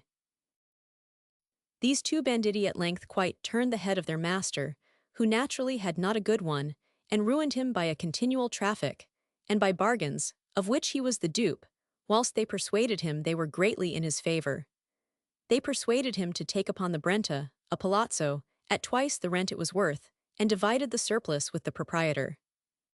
The apartments were inlaid with mosaic, and ornamented with columns and pilasters, in the taste of the country. 1,000. De Montaigu had all these superbly masked by fur wainscoting, for no other reason than because at Paris apartments were thus fitted up. It was for a similar reason that he only, of all the ambassadors who were at Venice, took from his pages their swords, and from his footmen their canes. Such was the man, who, perhaps from the same motive took a dislike to me on account of my serving him faithfully. I patiently endured his disdain, his brutality, and ill-treatment, as long as, perceiving them accompanied by ill-humor, I thought they had in them no portion of hatred. But the moment I saw the design formed of depriving me of the honor I merited by my faithful services, I resolved to resign my employment. The first mark I received of his ill will was relative to a dinner he was to give to the Duke of Modena and his family, who were at Venice, and at which he signified to me I should not be present. I answered, piqued but not angry, that having the honor daily to dine at his table, if the Duke of Modena, when he came, required I should not appear at it, my duty as well as the dignity of His Excellency would not suffer me to consent to such a request. How, said he passionately, my secretary, who is not a gentleman, pretends to dine with a sovereign when my gentlemen do not? Yes, sir, replied I, the post with which your Excellency has honored me, as long as I discharge the functions of it, so far ennobles me that my rank is superior to that of your gentlemen, or of the persons calling themselves such, and I am admitted where they cannot appear. You cannot but know that on the day on which you shall make your public entry, I am called to the ceremony by etiquette, and by an immemorial custom, to follow you in a dress of ceremony, and afterwards to dine with you at the Palace of St. Mark, and I know not why a man who has a right and is to eat in public with the Doge, and the Senate of Venice should not eat in private with the Duke of Modena. Though this argument was unanswerable, it did not convince the ambassador, but we had no occasion to renew the dispute, as the Duke of Modena did not come to dine with him.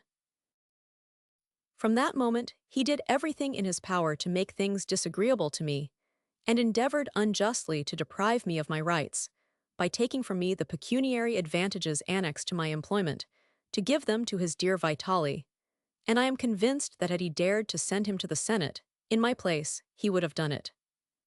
He commonly employed the Abb Binnies in his closet to write his private letters. He made use of him to write to 1,000.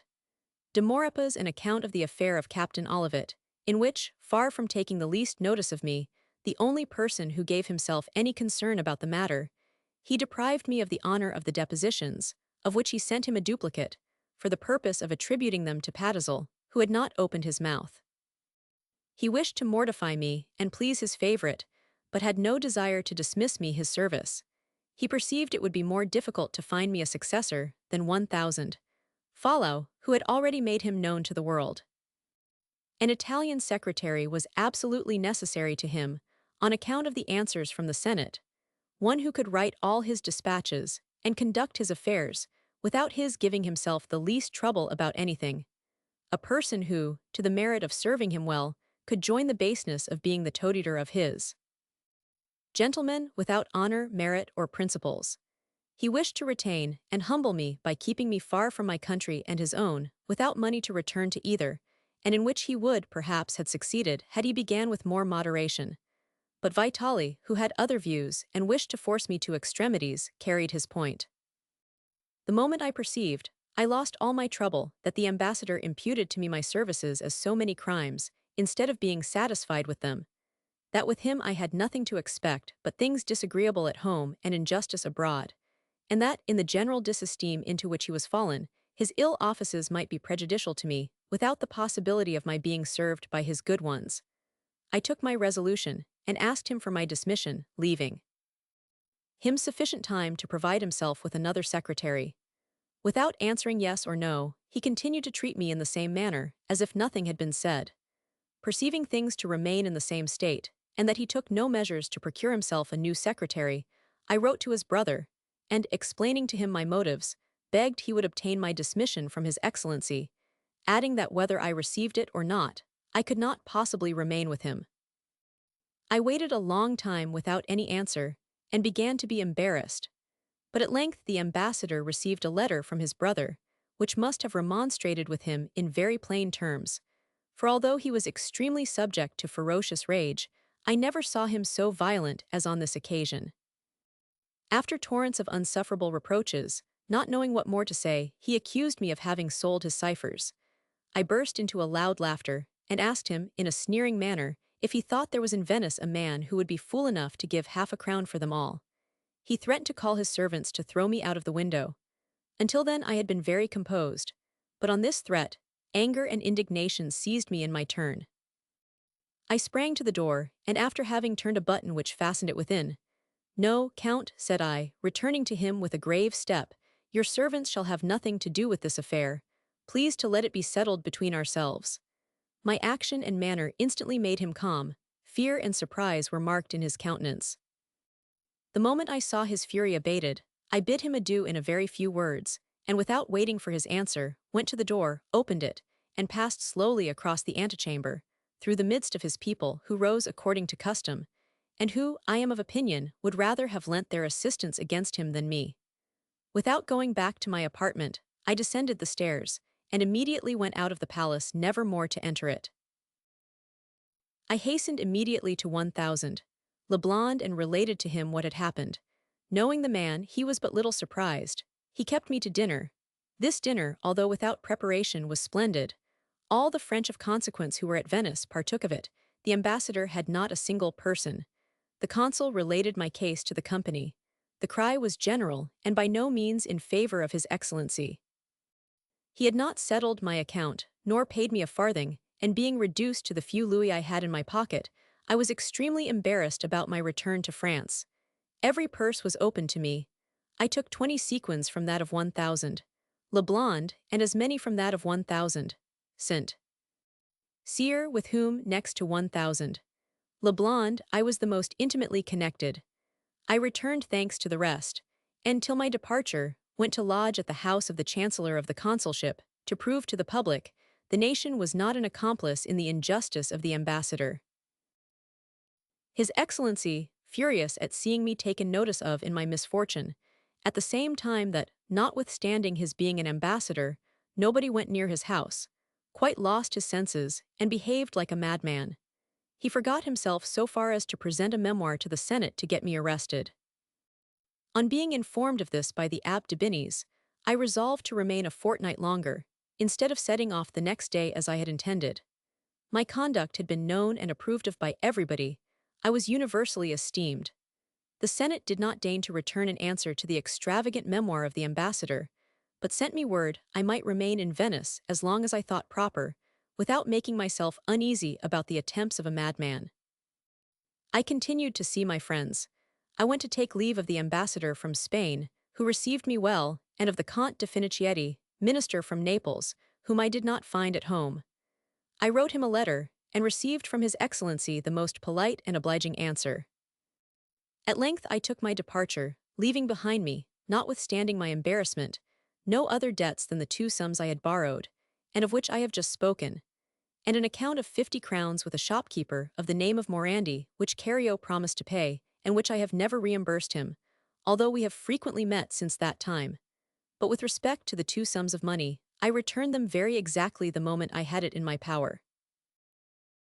I cannot take leave of Venice without saying something of the celebrated amusements of that city, or at least of the little part of them of which I partook during my residence there. It has been seen how little in my youth I ran after the pleasures of that age, or those that are so called. My inclinations did not change at Venice, but my occupations, which moreover would have prevented this, rendered more agreeable to me the simple recreations I permitted myself. The first and most pleasing of all was the society of men of merit. 1000. Le Blond de Saint Cyr Cario Altuna, and a Forlinian gentleman, whose name I am very sorry to have forgot, and whom I never call to my recollection without emotion. He was the man of all I ever knew whose heart most resembled my own. We were connected with 2 or 3 Englishmen of great wit and information, and like ourselves, passionately fond of music. All these gentlemen had their wives, female friends, or mistresses. The latter were most of them women of talents, at whose apartments there were balls and concerts. There was but little play.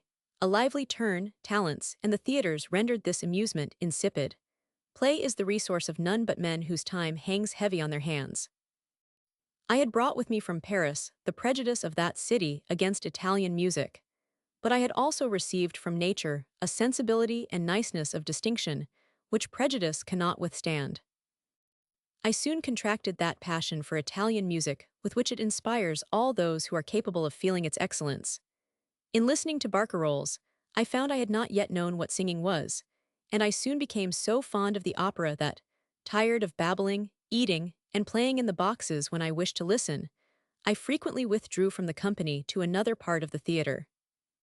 There, quite alone, shut up in my box, I abandoned myself, notwithstanding the length of the representation, to the pleasure of enjoying it at ease unto the conclusion. One evening at the theatre of St. Chrysostom, I fell into a more profound sleep than I should have done in my bed. The loud and brilliant airs did not disturb my repose. But who can explain the delicious sensations given me by the soft harmony of the angelic music, by which I was charmed from sleep? What an awaking! What ravishment! What ecstasy, when at the same instant I opened my ears and eyes.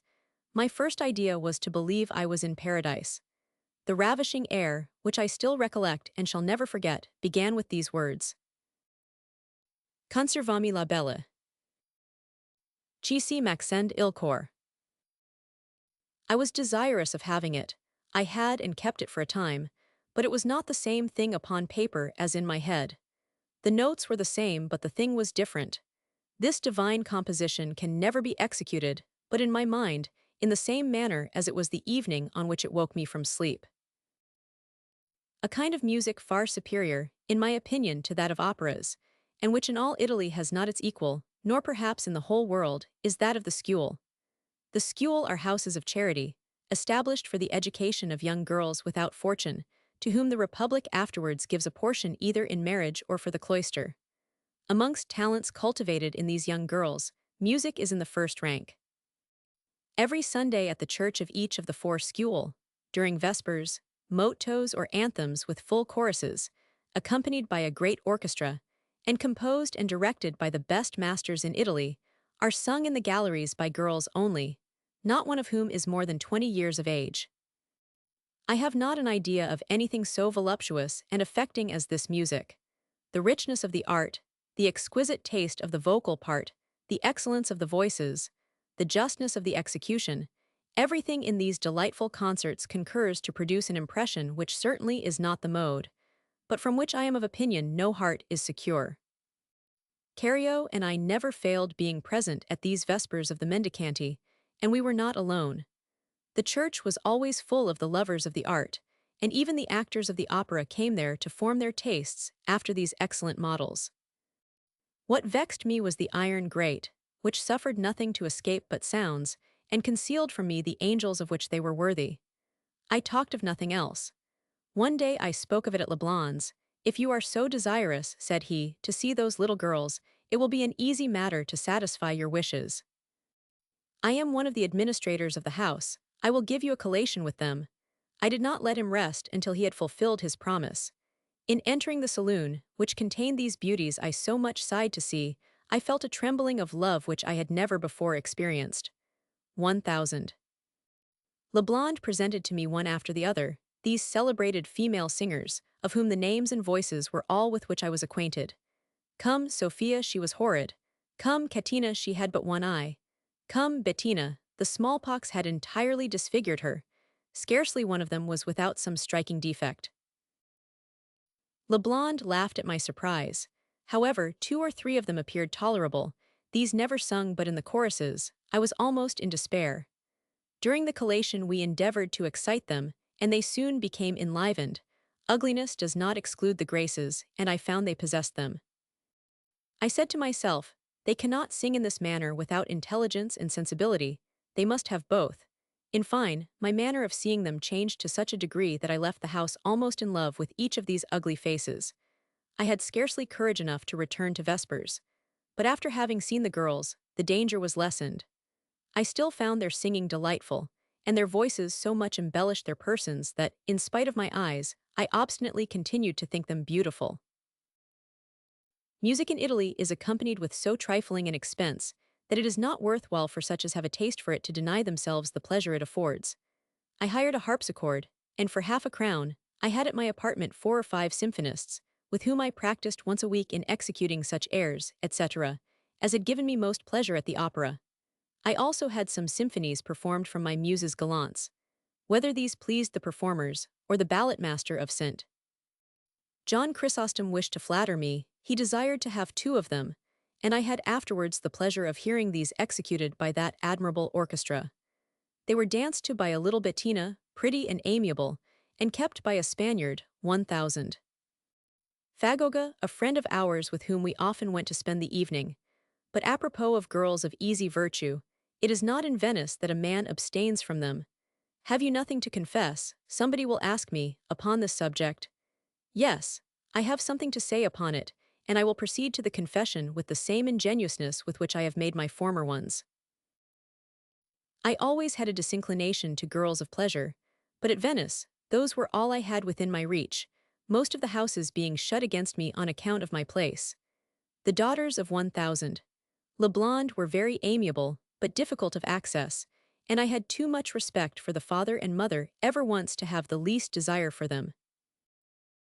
I should have had a much stronger inclination to a young lady named Mademoiselle de Catigno, daughter to the agent from the King of Prussia, but Cario was in love with her. There was even between them some question of marriage. He was in easy circumstances, and I had no fortune.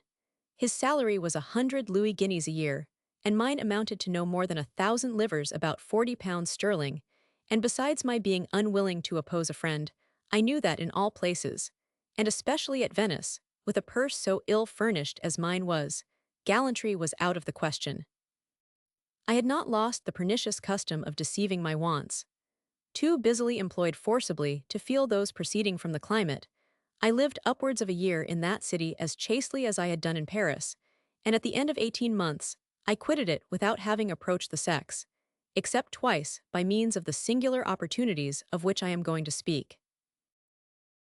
The first was procured me by that honest gentleman, Vitali. Some time after the formal apology I obliged him to make me. The conversation at the table turned on the amusements of Venice. These gentlemen reproached me with my indifference with regard to the most delightful of them all, at the same time extolling the gracefulness and elegant manners of the women of easy virtue of Venice, and adding that they were superior to all others of the same description in any other part of the world. Dominic said, I must make the acquaintance of the most amiable of them all, and he offered to take me to her apartments, and assured me I should be pleased with her. I laughed at this obliging offer, and Count Piety, a man in years and venerable, observed to me, with more candor than I should have expected from an Italian, that he thought me too prudent to suffer myself to be taken to such a place by my enemy. In fact, I had no inclination to do it, but notwithstanding this, by an incoherence I cannot myself comprehend, I at length was prevailed upon to go, contrary to my inclination, the sentiment of my heart, my reason, and even my will, solely from weakness and being ashamed to show an appearance to the least mistrust. And besides, as the expression of the country is, per non parer troppo cogliono, not to appear too great a blockhead. The Padana whom we went to visit was pretty, she was even handsome, but her beauty was not of that kind that pleased me. Dominic left me with her, I sent for Sorbetti, and asked her to sing. In about half an hour I wished to take my leave, after having put a ducat on the table, but this by a singular scruple she refused until she had deserved it, and I from as singular a folly consented to remove her doubts. I returned to the palace, so fully persuaded that I should feel the consequences of this step, that the first thing I did was to send for the king's surgeon to ask him for tisons. Nothing can equal the uneasiness of mind I suffered for 3 weeks, without its being justified by any real inconvenience or apparent sign.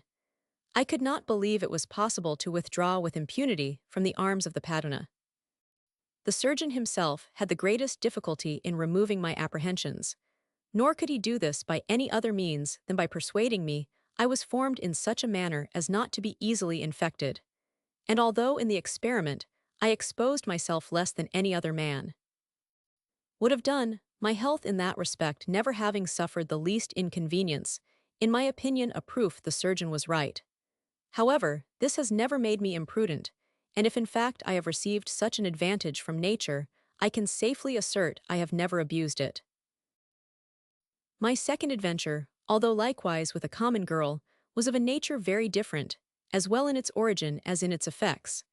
I have already said that Captain Olivet gave me a dinner on board his vessel, and that I took with me the secretary of the Spanish embassy.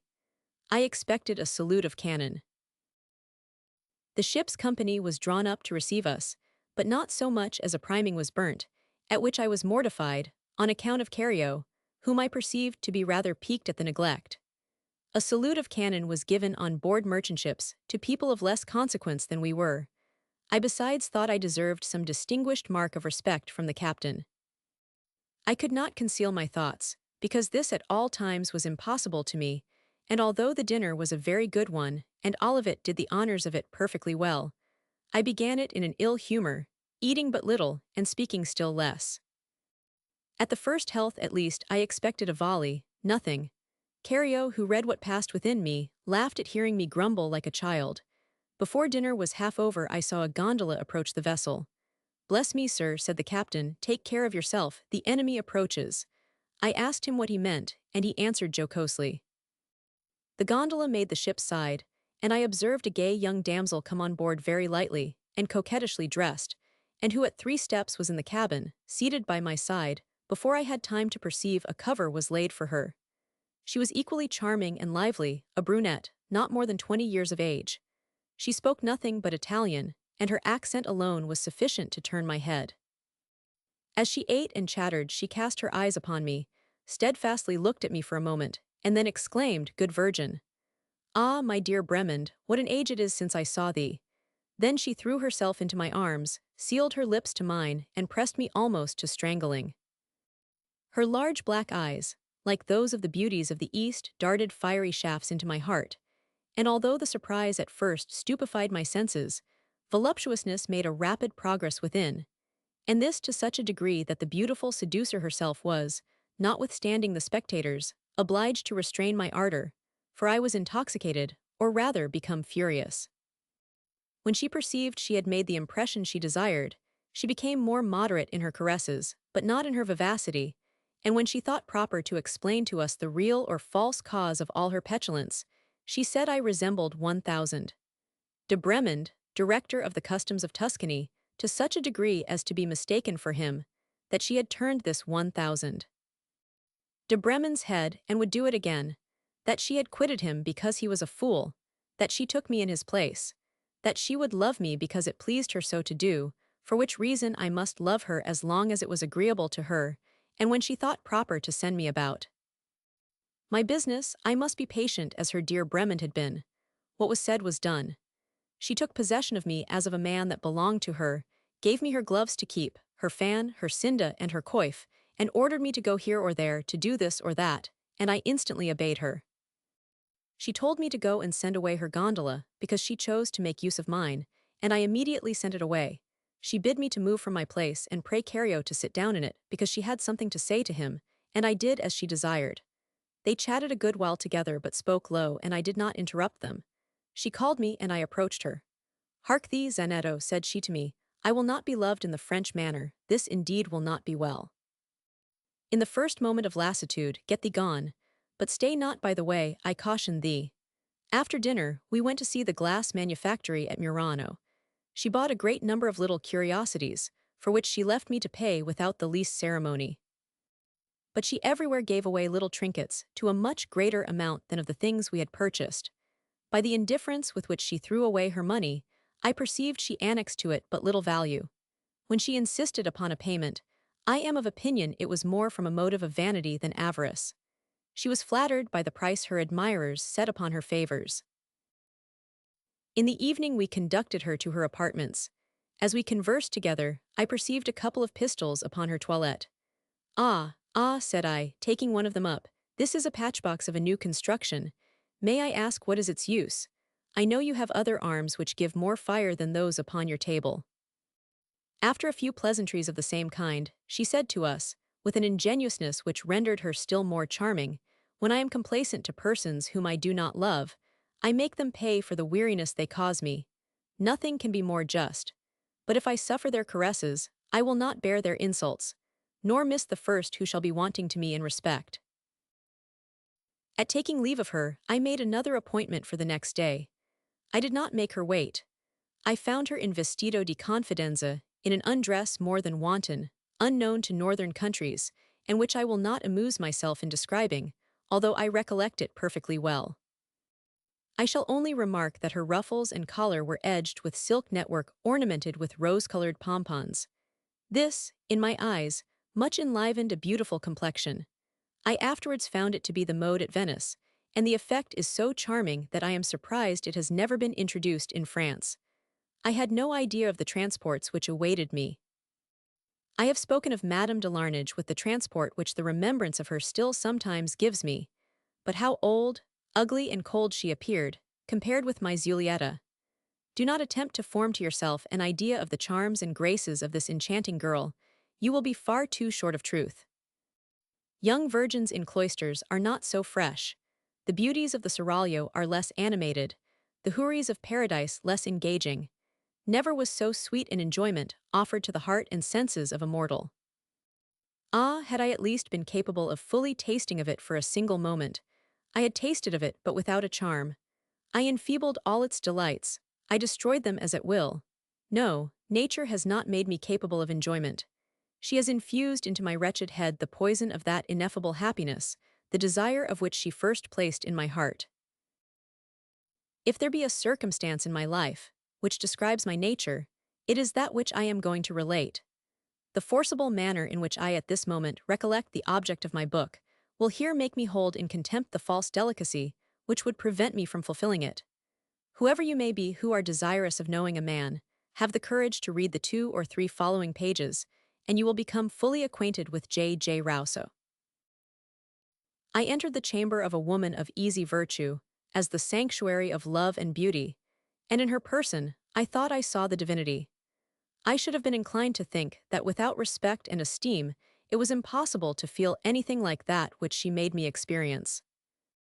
Scarcely had I, in her first familiarities, discovered the force of her charms and caresses, before I wished, for fear of losing the fruit of them, to gather it beforehand.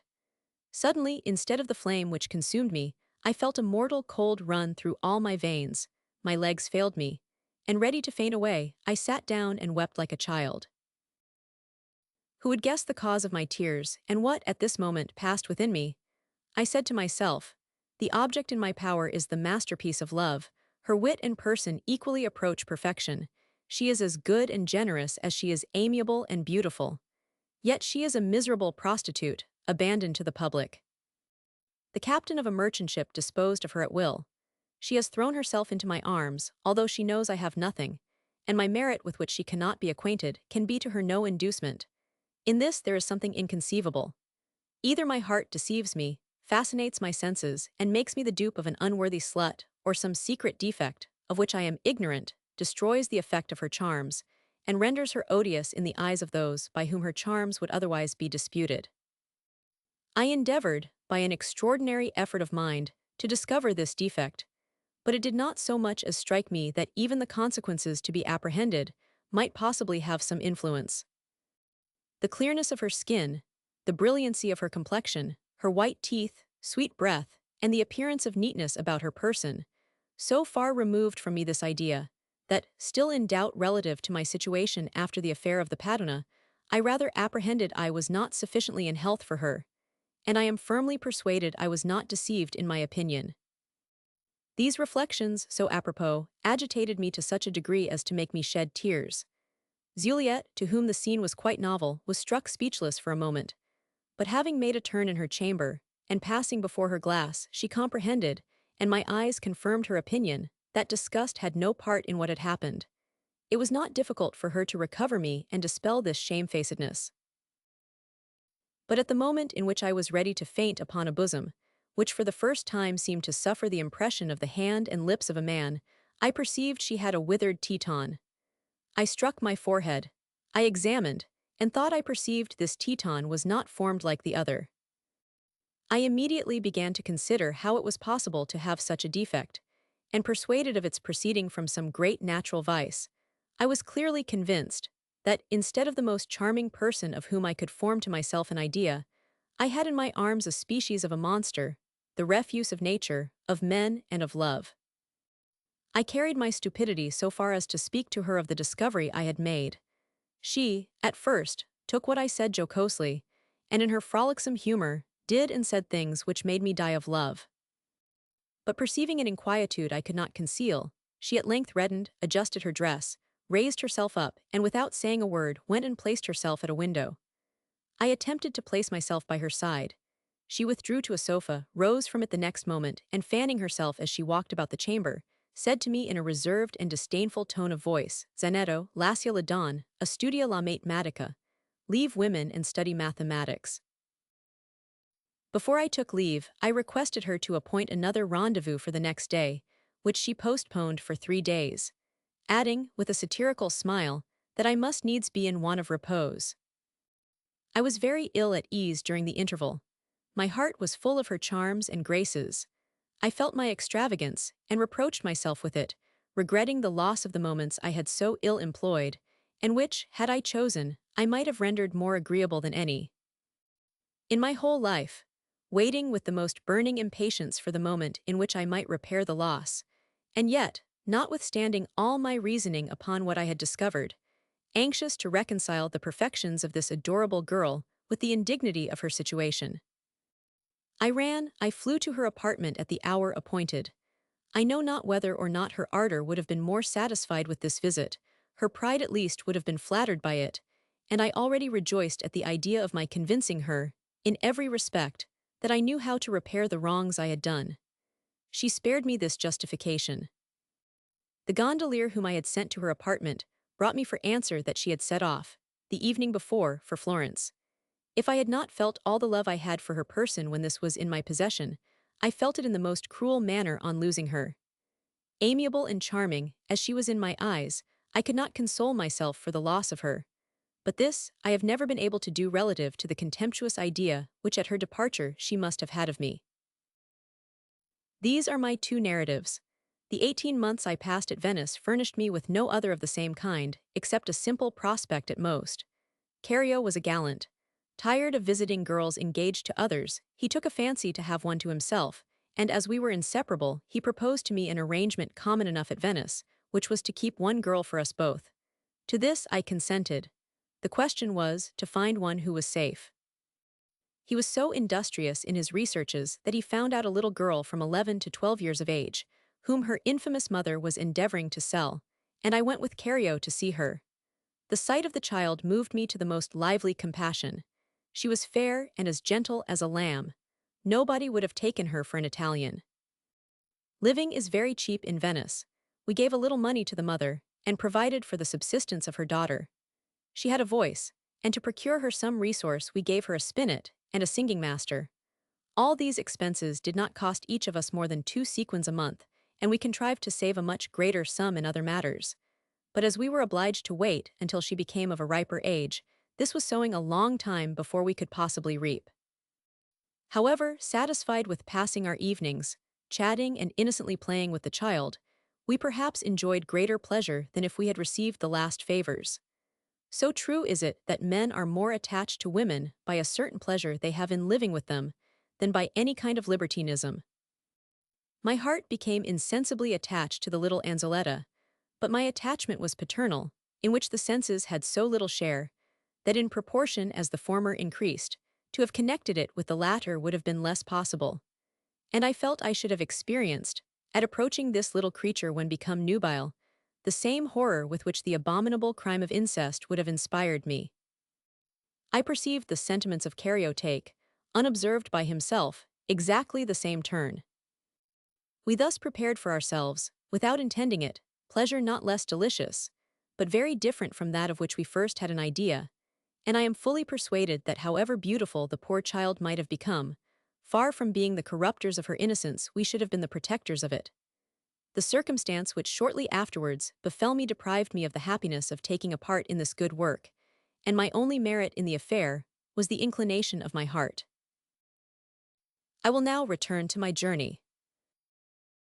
My first intentions after leaving 1000 de Montaigu was to retire to Geneva, until time and more favorable circumstances should have removed the obstacles which prevented my union with my poor mamma, but the quarrel between me and 1000 de Montaigu being become public, and he having had the folly to write about it to the court, I resolved to go there to give an account of my conduct and complain of that of a madman.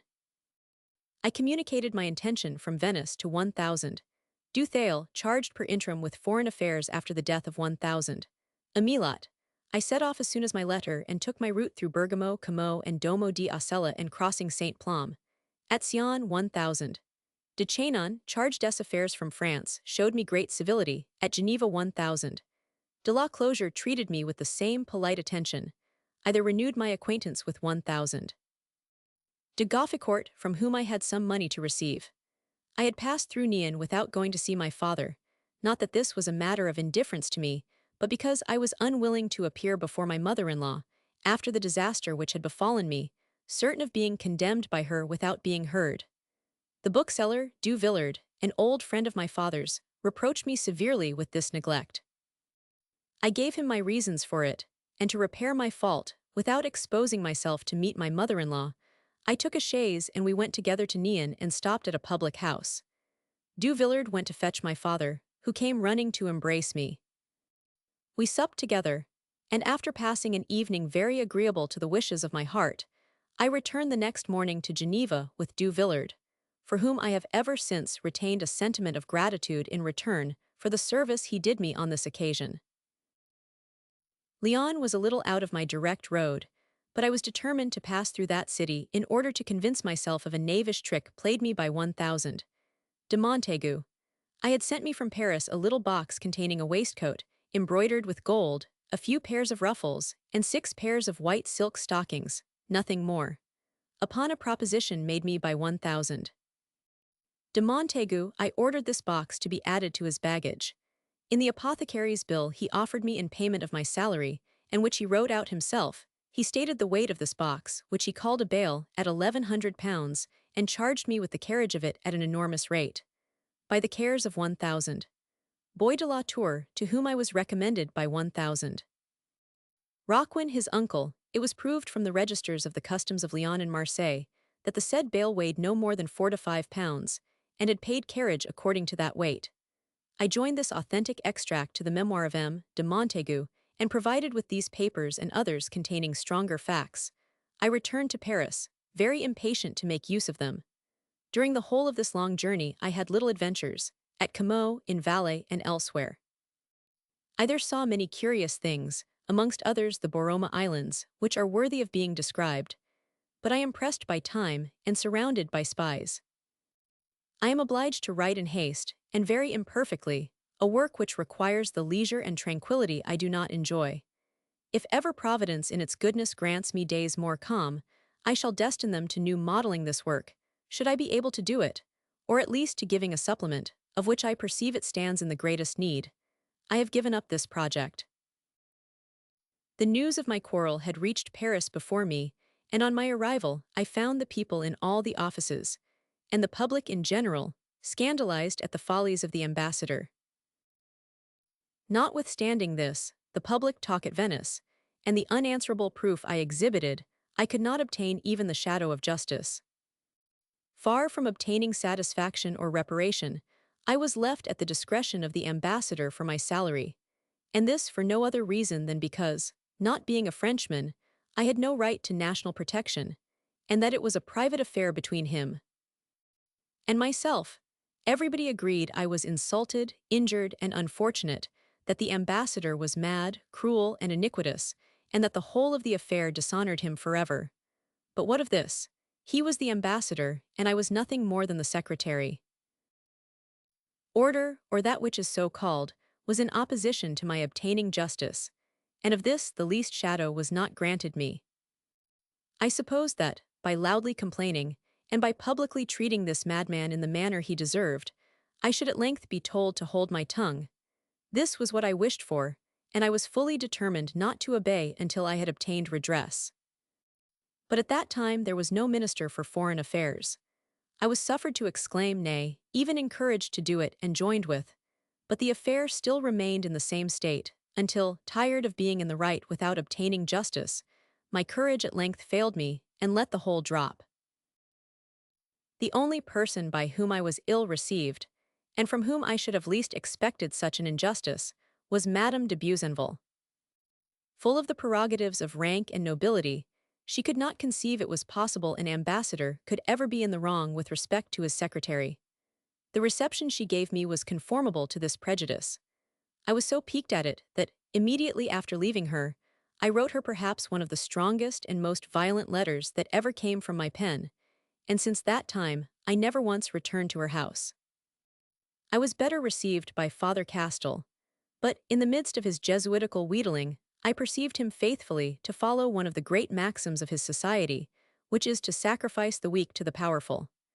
The strong conviction I felt of the justice of my cause, and my natural greatness of mind, did not suffer me patiently to endure this partiality.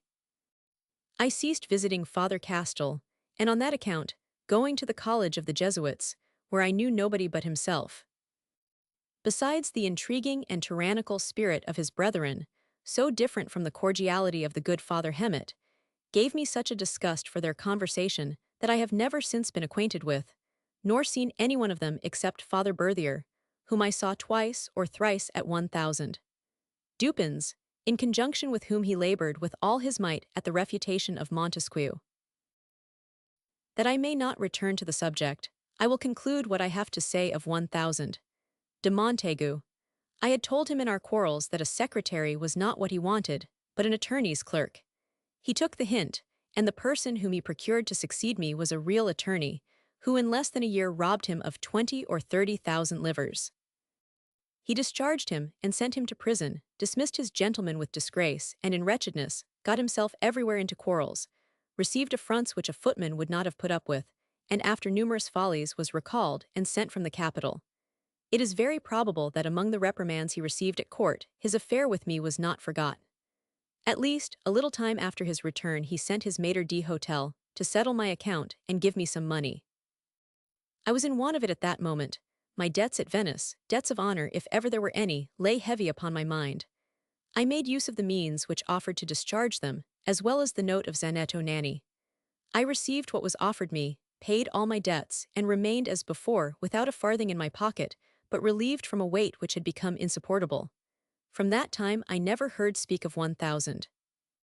De Montaigu until his death, with which I became acquainted by means of the Gazette.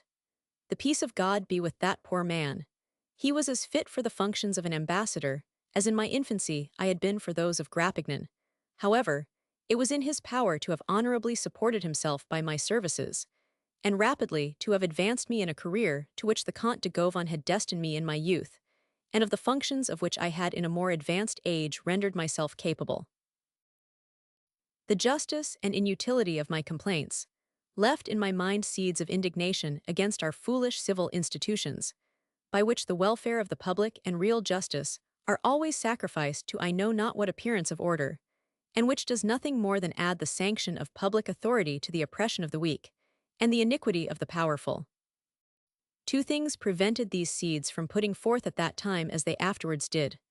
One was, myself being in question in the affair, and private interest, whence nothing great or noble ever proceeded, could not draw from my heart the divine soarings, which the most pure love only of that which is just and sublime can produce. The other was the charm of friendship which tempered and calmed my wrath by the ascendancy of a more pleasing sentiment.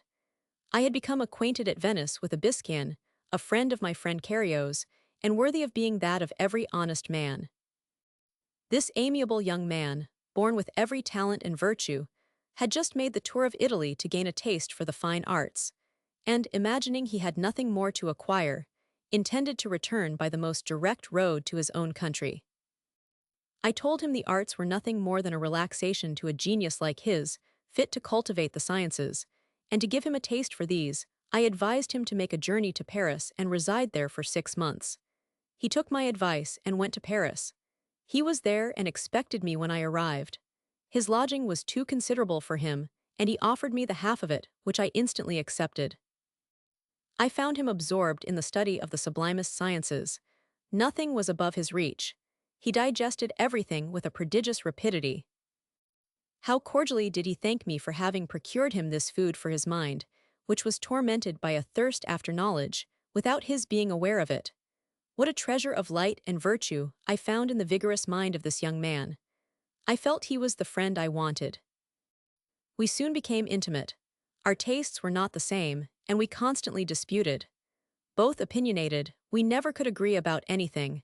Nevertheless, we could not separate, and notwithstanding our reciprocal and incessant contradiction, we neither of us wished the other to be different from what he was.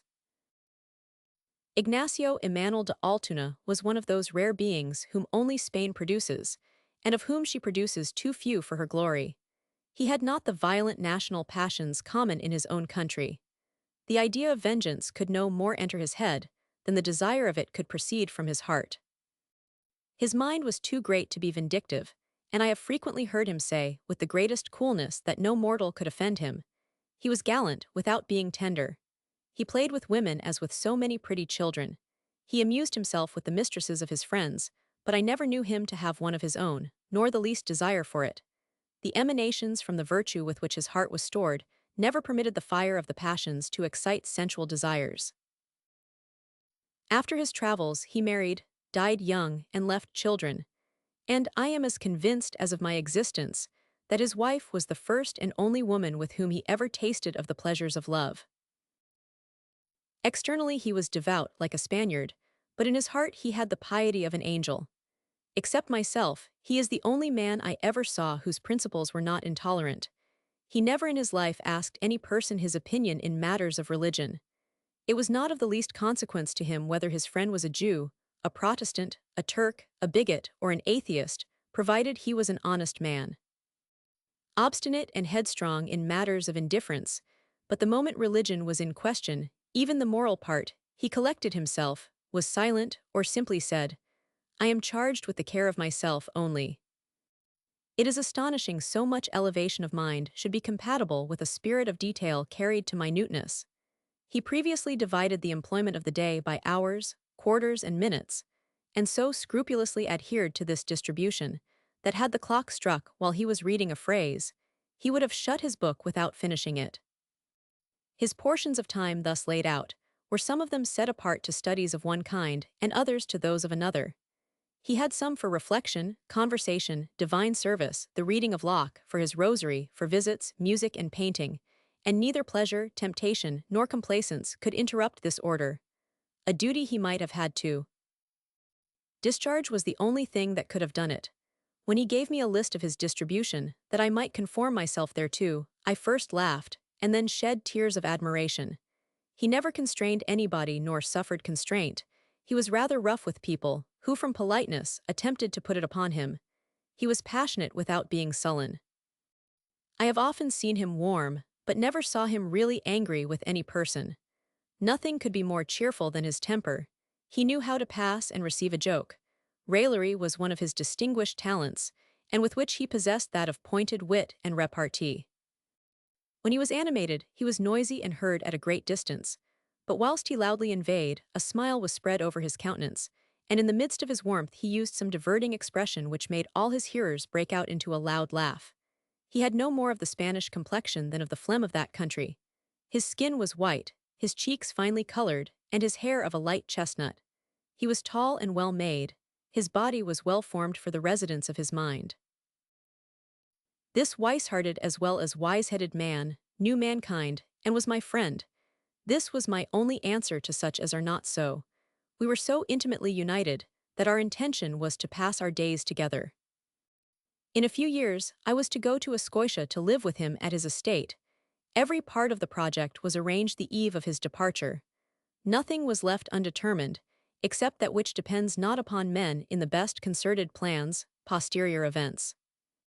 My disasters, his marriage, and finally, his death, separated us forever. Some men would be tempted to say that nothing succeeds except the dark conspiracies of the wicked, and that the innocent intentions of the good are seldom or never accomplished. I had felt the inconvenience of dependence, and took a resolution never again to expose myself to it. Having seen the projects of ambition, which circumstances had induced me to form, overturned in their birth. Discouraged in the career I had so well begun, from which, however, I had just been expelled, I resolved never more to attach myself to any person, but to remain in an independent state, turning my talents to the best advantage. Of these I at length began to feel the extent, and that I had hitherto had too modest an opinion of them. I again took up my opera, which I had laid aside to go to Venice, and that I might be less interrupted after the departure of Altuna, I returned to my old Hotel St. Quentin, which, in a solitary part of the town, and not far from the Luxembourg, was more proper for my purpose than noisy Rue Saint Honor. There the only consolation which heaven suffered me to taste in my misery, and the only one which rendered it supportable, awaited me. This was not a transient acquaintance. I must enter into some detail relative to the manner in which it was made. We had a new landlady from Orleans. She took for a needlewoman a girl from her own country, of between 22 and 23 years of age, and who, as well as the hostess, ate at our table. This girl, named Theresa Levasseur, was of a good family. Her father was an officer in the Mint of Orleans, and her mother a shopkeeper. They had many children. The function of the Mint of Orleans being suppressed, the father found himself without employment, and the mother, having suffered losses, was reduced to narrow circumstances. She quitted her business and came to Paris with her husband and daughter, who, by her industry, maintained all the three. The first time I saw this girl at table, I was struck with her modesty, and still more so with her lively yet charming look, which, with respect to the impression it made upon me, was never equaled. Beside 1,000 de Bonifond, the company was composed of several Irish priests, Gascons and others of much the same description. Our hostess herself had not made the best possible use of her time, and I was the only person at the table who spoke and behaved with decency. Allurements were thrown out to the young girl. I took her part, and the joke was then turned against me. Had I had no natural inclination to the poor girl, compassion and contradiction would have produced it in me. I was always a great friend to decency in manners and conversation, especially in the fair sex. I openly declared myself her champion, and perceived she was not insensible of my attention. Her looks, animated by the gratitude she dared not express by words, were for this reason still more penetrating. She was very timid, and I was as much so as herself. The connection which this disposition common to both seemed to remove to a distance was however rapidly formed. Our landlady, perceiving its progress, became furious, and her brutality forwarded my affair with the young girl, who, having no person in the house except myself to give her the least support, was sorry to see me go from home, and sighed for the return of her protector. The affinity our hearts bore to each other, and the similarity of our dispositions, had soon their ordinary effect. She thought she saw in me an honest man, and in this she was not deceived.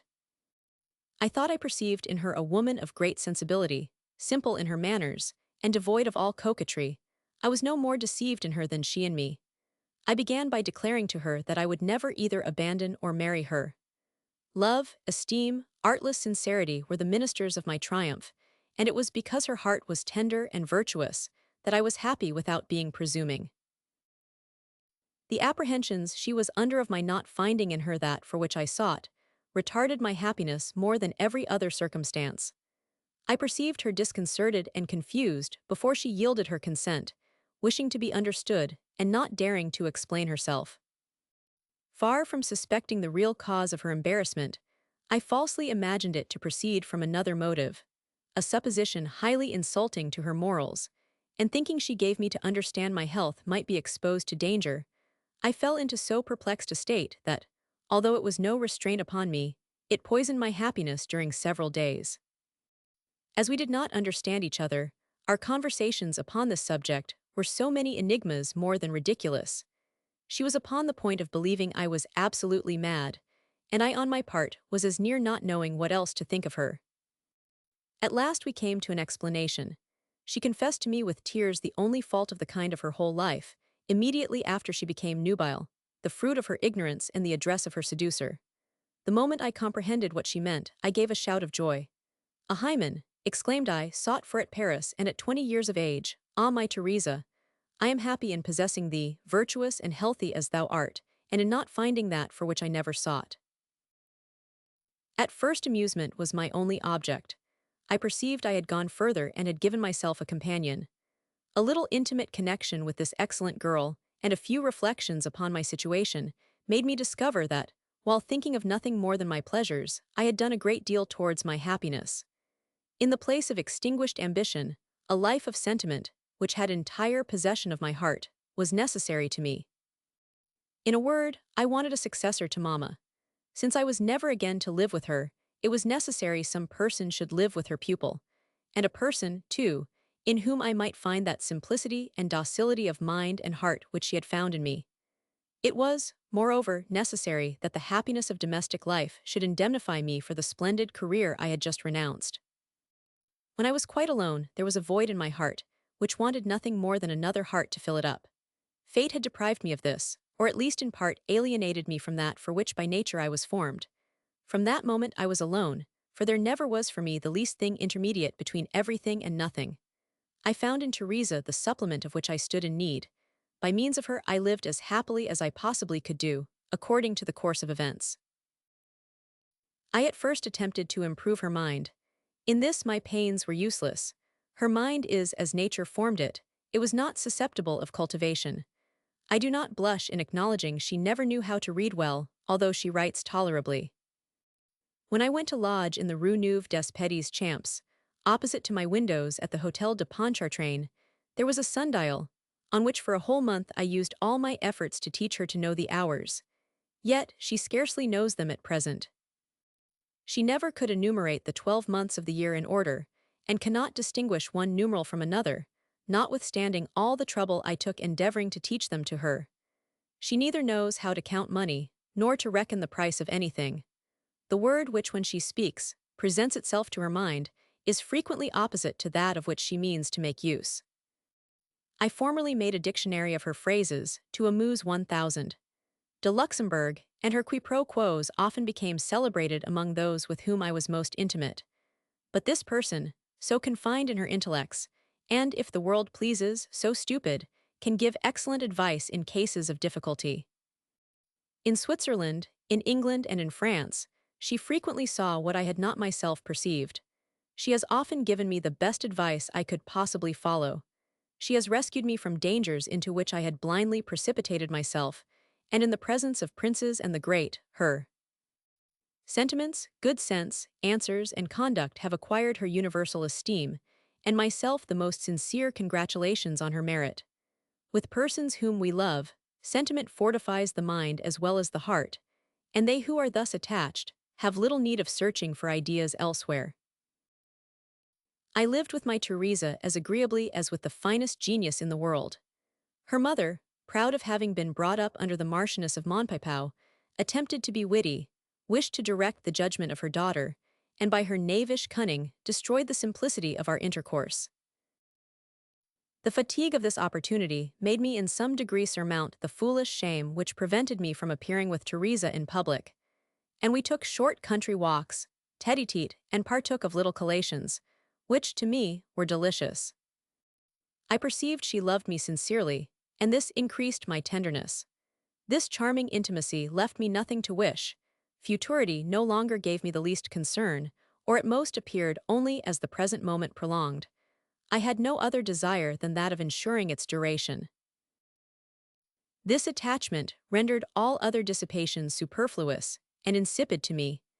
As I only went out for the purpose of going to the apartment of Teresa, her place of residence almost became my own. My retirement was so favorable to the work I had undertaken that, in less than 3 months, my opera was entirely finished, both words and music, except a few accompaniments, and fillings up which still remained to be added. This maneuvering business was very fatiguing to me. I proposed it to Philidor, offering him at the same time a part of the profits. He came twice, and did something to the middle parts in the act of Ovid, but he could not confine himself to an assiduous application by the allurement of advantages which were distant and uncertain. He did not come a third time, and I finished the work myself. My opera completed, the next thing was to make something of it. This was by much the more difficult task of the two. A man living in solitude in Paris will never succeed in anything. I was on the point of making my way by means of 1,000. De la Popelinière, to whom Gofficourt, at my return to Geneva, had introduced me. 1,000. De la Popelinière was the Mécanis of Rameau, Madame de la Popelinière his very humble scholar. Rameau was said to govern in that house. Judging that he would with pleasure protect the work of one of his disciples, I wished to show him what I had done. He refused to examine it, saying he could not read score, it was too fatiguing to him. 1,000. De la Popelinière, to obviate this difficulty, said he might hear it, and offered me to send for musicians to execute certain detached pieces. I wished for nothing better. Rameau consented with an ill grace, incessantly repeating that the composition of a man not regularly bred to the science, and who had learned music without a master, must certainly be very fine. I hastened to copy into parts 5 or 6 select passages. 10 symphonies were procured, and Albert, Berard, and Mademoiselle Bourbonnais undertook the vocal part. Rameau, the moment he heard the overture, was purposely extravagant in his eulogium, by which he intended it should be understood it could not be my composition. He showed signs of impatience at every passage, but after a counter-tenor song, the air of which was noble and harmonious, with a brilliant accompaniment, he could no longer contain himself. He apostrophized me with a brutality at which everybody was shocked, maintaining that a part of what he had heard was by a man experienced in the art, and the rest by some ignorant person who did not so much as understand music. It is true my composition, unequal and without rule, was sometimes sublime, and at others insipid, as that of a person who forms himself in an art by the soarings of his own genius, unsupported by science, must necessarily be. Rameau pretended to see nothing in me but a contemptible pilferer, without talents or taste. The rest of the company, among whom I must distinguish the master of the house, were of a different opinion. 1,000. De Richelieu, who at that time frequently visited 1,000, and Madame de la Popelinière heard them speak of my work and wished to hear the whole of it, with an intention, if it pleased him, to have it performed at court. The opera was executed with full choruses, and by a great orchestra at the expense of the king at 1,000. De Bonneval's intendant of the menus, Francoeur directed the band. The effect was surprising, the Duke never ceased to exclaim and applaud, and at the end of one of the choruses in the act of Tasso, he arose and came to me and pressing my hand said, 1000. Rousseau, this is transporting harmony. I never heard anything finer. I will get this performed at Versailles. Madame de la Polinière, who was present, said not a word. Raymond, although invited, refused to come. The next day, Madame de la Polinière received me at her toilette very ungraciously, affected to undervalue my piece, and told me that although a little false glitter had at first dazzled 1000. De Richelieu, he had recovered from his error, and she advised me not to place the least dependence upon my opera. The Duke arrived soon after and spoke to me in quite a different language. He said very flattering things of my talents, and seemed as much disposed as ever to have my composition performed before the king. There is nothing, said he, but the act of Tasso which cannot pass at court. You must write another. Upon this single word I shut myself up in my apartment, and in 3 weeks produced, in the place of Tasso, another act, the subject of which was Hesiod inspired by the Muses. In this, I found the secret of introducing a part of the history of my talents, and of the jealousy with which Rameau had been pleased to honor me. There was in the new act an elevation less gigantic and better supported than in the act of Tasso. The music was as noble and the composition better, and had the other 2 acts been equal to this, the whole piece would have supported a representation to advantage. But whilst I was endeavoring to give it the last finishing, another undertaking suspended the completion of that I had in my hand. In the winter which succeeded the Battle of Fontenoy, there were many galas at Versailles, and several operas performed at the theatre of the Little Stables. Among the number of the latter was the dramatic piece of Voltaire, entitled La Princesse de Navarre, the music by Rameau, the name of which has just been changed to that of Fêtes de Ramire. This new subject required several changes to be made in the divertissements, as well in the poetry as in the music. A person capable of both was now sought after. Voltaire was in Lorraine, and Rameau also, both of whom were employed on the opera of the Temple of Glory, and could not give their attention to this. 1000. De Richelieu thought of me, and sent to desire I would undertake the alterations, and that I might the better examine what there was to do, he gave me separately the poem and the music. In the first place, I would not touch the words without the consent of the author, to whom I wrote upon the subject a very polite and respectful letter, such a one as was proper, and received from him the following answer. Sir, in you 2 talents, which hitherto have always been separated, are united. These are 2 good reasons for me to esteem and to endeavor to love you. I am sorry, on your account, you should employ these talents in a work which is so little worthy of them. A few months ago the Duc de Richelieu commanded me to make, absolutely in the twinkling of an eye, a little and bad sketch of a few insipid and imperfect scenes to be adapted to divertissements, which are not of a nature to be joined with them. I obeyed with the greatest exactness. I wrote very fast and very 99. I sent this wretched production to 1000. De Richelieu, imagining he would make no use of it, or that I should have it again to make the necessary corrections. Happily it is in your hands, and you are at full liberty to do with it whatever you please. I have entirely lost sight of the thing. I doubt not but you will have corrected all the faults which cannot but abound in so hasty a composition of such a very simple sketch, and am persuaded you will have supplied whatever was wanting. I remember that, among other stupid inattentions, no account is given in the scenes which connect the divertissements of the manner in which the Princess Grenadine immediately passes from a prison to a garden or palace.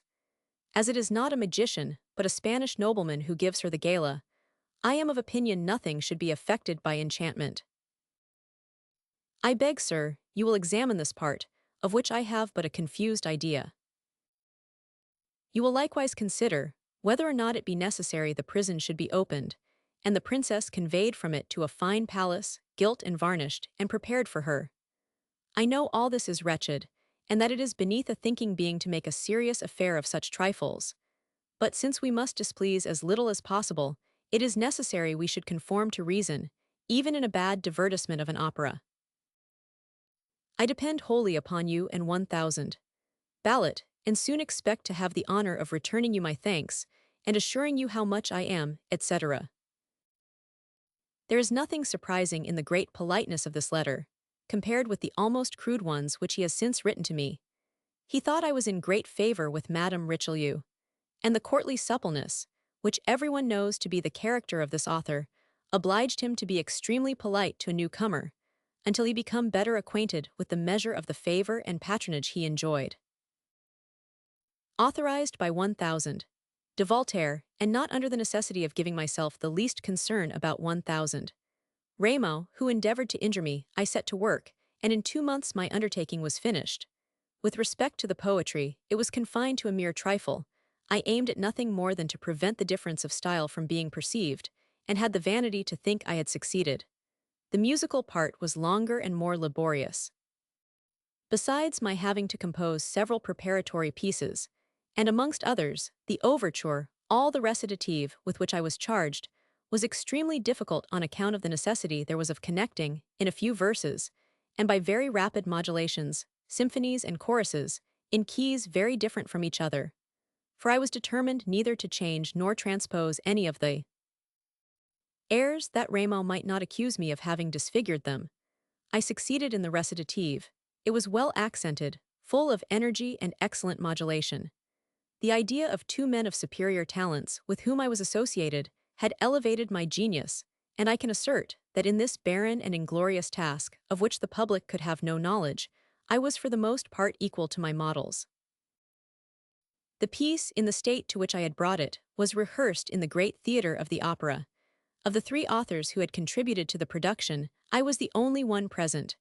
Voltaire was not in Paris, and Rameau either did not come or concealed himself. The words of the first monologue were very mournful. They began with, O mort, viens terminer les malheurs de ma vie. O death, hasten to terminate the misfortunes of my life. To these, suitable music was necessary. It was, however, upon this that Madame de la Popelinière founded her censure, accusing me, with much bitterness, of having composed a funeral anthem. 1000. De Richelieu very judiciously began by informing himself who was the author of the poetry of this monologue. I presented him the manuscript he had sent me, which proved it was by Voltaire. In that case, said the Duke, Voltaire alone is to blame. During the rehearsal, everything I had done was disapproved by Madame de la Popelinière, and approved of by 1000. De Richelieu, but I had afterwards to do with too powerful an adversary. It was signified to me that several parts of my composition wanted revising, and that on this it was necessary I should consult 1000. Rameau, my heart was wounded by such a conclusion instead of the eulogium I expected, and which certainly I merited, and I returned to my apartment overwhelmed with grief, exhausted with fatigue, and consumed by chagrin. I was immediately taken ill, and confined to my chamber for upwards of 6 weeks. Rameau, who was charged with the alterations indicated by Madame de la Popelinière, sent to ask me for the overture of my great opera, to substitute it to that I had just composed. Happily I perceived the trick he intended to play me, and refused him the overture. As the performance was to be in 5 or 6 days, he had not time to make one, and was obliged to leave that I had prepared. It was in the Italian taste, and in a style at that time quite new in France. It gave satisfaction, and I learned from 1000. De Valmolet, maître d'hôtel to the king, and son-in-law to 1000. Mussard, my relation and friend, that the connoisseurs were highly satisfied with my work, and that the public had not distinguished it from that of Rameau. However, he and Madame de la Popelinière took measures to prevent any person from knowing I had any concern in the matter. In the books distributed to the audience, and in which the authors are always named, Voltaire was the only person mentioned, and Rameau preferred the suppression of his own name to seeing it associated with mine. As soon as I was in a situation to leave my room, I wished to wait upon 1000. De Richelieu, but it was too late. He had just set off for Dunkirk, where he was to command the expedition destined to Scotland.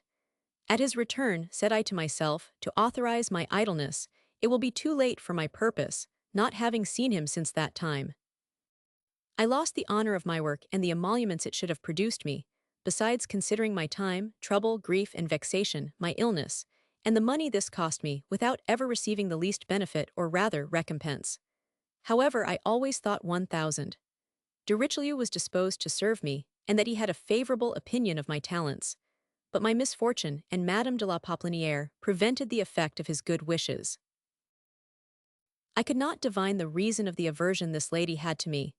I had always endeavored to make myself agreeable to her and regularly paid her my court. Gofficourt explained to me the causes of her dislike. The first, said he, is her friendship for Rameau, of whom she is the declared panegyrist, and who will not suffer a competitor.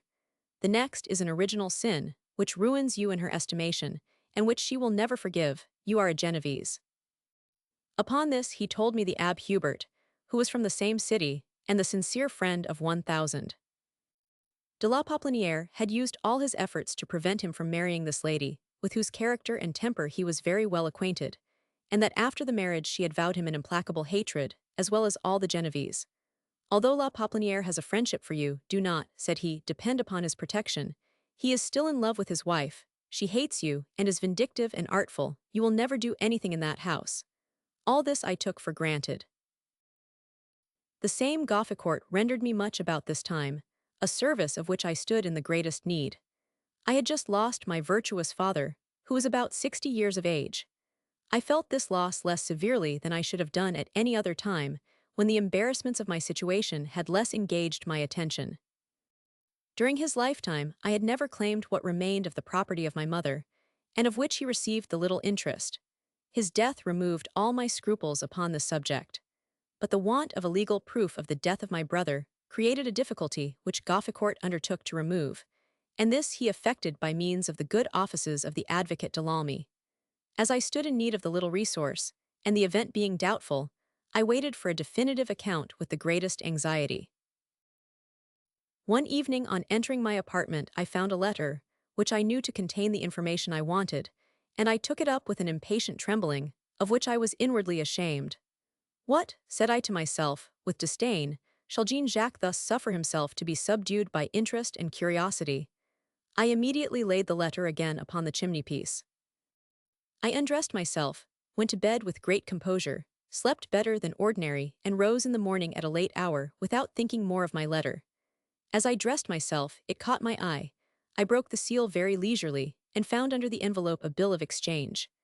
I felt a variety of pleasing sensations at the same time, but I can assert, upon my honor, that the most lively of them all was that proceeding from having known how to be master of myself.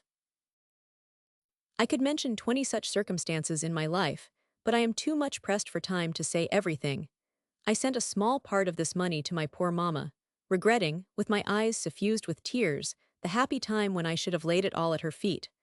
All her letters contained evident marks of her distress. She sent me piles of recipes and numerous secrets, with which she pretended I might make my fortune and her own.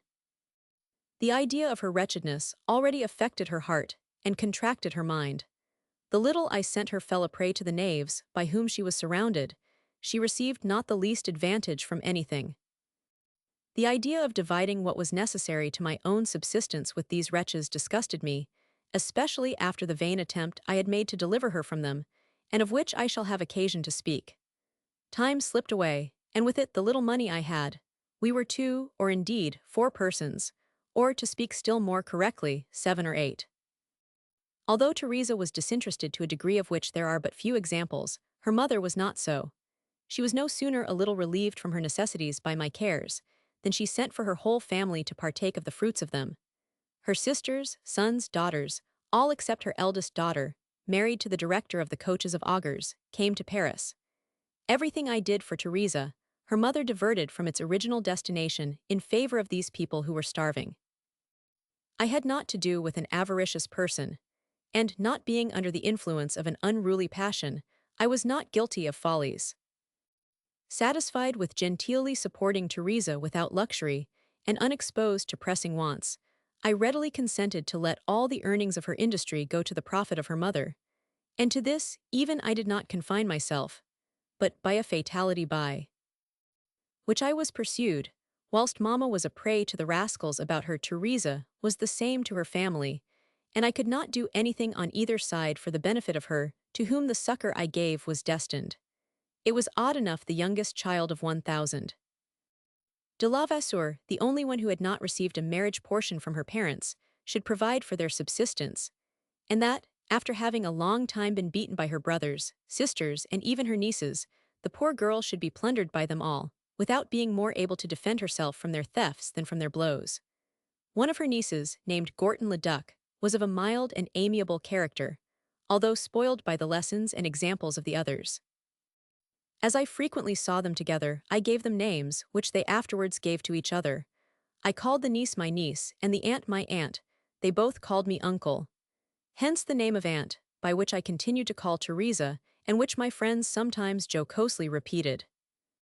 It will be judged that in such a situation I had not a moment to lose, before I attempted to extricate myself. Imagining 1000. De Richelieu had forgotten me, and having no more hopes from the court, I made some attempts to get my opera brought out at Paris, but I met with difficulties which could not immediately be removed, and my situation became daily more painful. I presented my little comedy of Narcissus to the Italians. It was received, and I had the freedom of the theatre, which gave much pleasure. But this was all. I could never get my piece performed, and tired of paying my court to players, I gave myself no more trouble about them.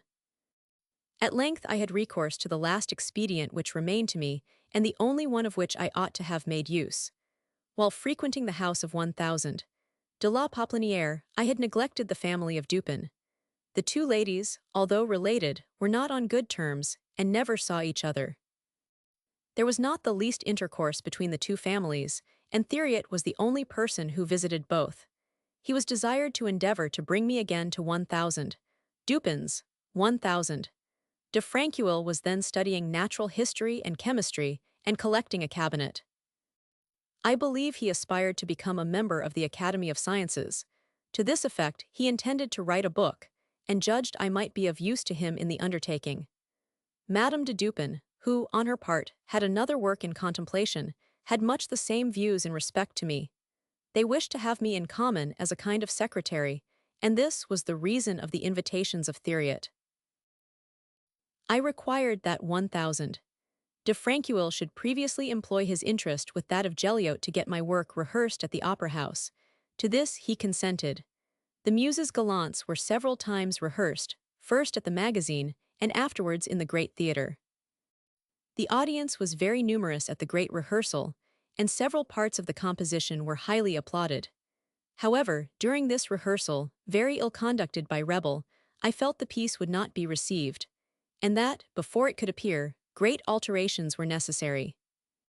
I therefore withdrew it without saying a word or exposing myself to a refusal, but I plainly perceived, by several indications, that the work, had it been perfect, could not have succeeded. 1000. De Franqueuil had promised me to get it rehearsed, but not that it should be received. He exactly kept his word. I thought I perceived on this occasion, as well as many others, that neither Madame Dupin nor himself were willing I should acquire a certain reputation in the world, lest, after the publication of their books, it should be supposed they had grafted their talents upon mine. Yet as Madame Dupin always supposed those I had to be very moderate, and never employed me except it was to write what she dictated, or in researches of pure erudition, the reproach, with respect to her, would have been unjust. This last failure of success completed my discouragement. I abandoned every prospect of fame and advancement, and without further troubling my head about real or imaginary talents, with which I had so little success, I dedicated my whole time and cares to procure myself and Teresa a subsistence in the manner most pleasing to those to whom it should be agreeable to provide for it. I therefore entirely attached myself to Madame Dupin and 1000. De Franqueuil. This did not place me in a very opulent situation, for with 800 or 900 livres, which I had the first 2 years, I had scarcely enough to provide for my primary wants. Being obliged to live in their neighborhood, a dear part of the town, in a furnished lodging, and having to pay for another lodging at the extremity of Paris, at the very top of the Rue Saint-Jacques, to which, let the weather be as it would, I went almost every evening to supper. I soon got into the track of my new occupations, and conceived a taste for them. I attached myself to the study of chemistry, and attended several courses of it with 1000. De Franqueuil at 1000. Rawels, and we began to scribble over paper upon that science, of which we scarcely possessed the elements. In 1717, we went to pass the autumn in Touraine at the castle of Chenonceau, a royal mansion upon the Cher, built by Henry the Roman II, for Diana of Poitiers, of whom the ciphers are still seen, and which is now in the possession of 1000. Dupin, a farmer general. We amused ourselves very agreeably in this beautiful place and lived very well.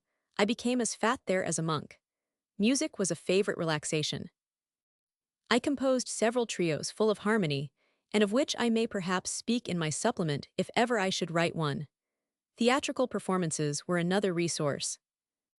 I wrote a comedy in 15 days, entitled L'Engagement Téméraire, the rash engagement which will be found amongst my papers. It has no other merit than that of being lively. I composed several other little things, amongst others a poem entitled L'Allée de Sylvie, from the name of an alley in the park upon the bank of the Cher, and this without discontinuing my chemical studies or interrupting what I had to do for Madame Dupin. Whilst I was increasing my corpulency at Chenonceau, that of my poor Teresa was augmented at Paris in another manner, and at my return I found the work I had put upon the frame in greater forwardness than I had expected. This, on account of my situation, would have thrown me into the greatest embarrassment, had not one of my messmates furnished me with the only resource which could relieve me from it. This is one of those essential narratives which I cannot give with too much simplicity, because, in making an improper use of their names, I should either excuse or inculpate myself, both of which in this place are entirely out of the question. During the residence of Altuna at Paris, instead of going to eat at a traiteur's, he and I commonly ate in the neighborhood, almost opposite the cul-de-sac of the opera, at the house of a Madame Lasselle, the wife of a tailor, who gave but very ordinary dinners, but whose table was much frequented on account of the safe company which generally resorted to it.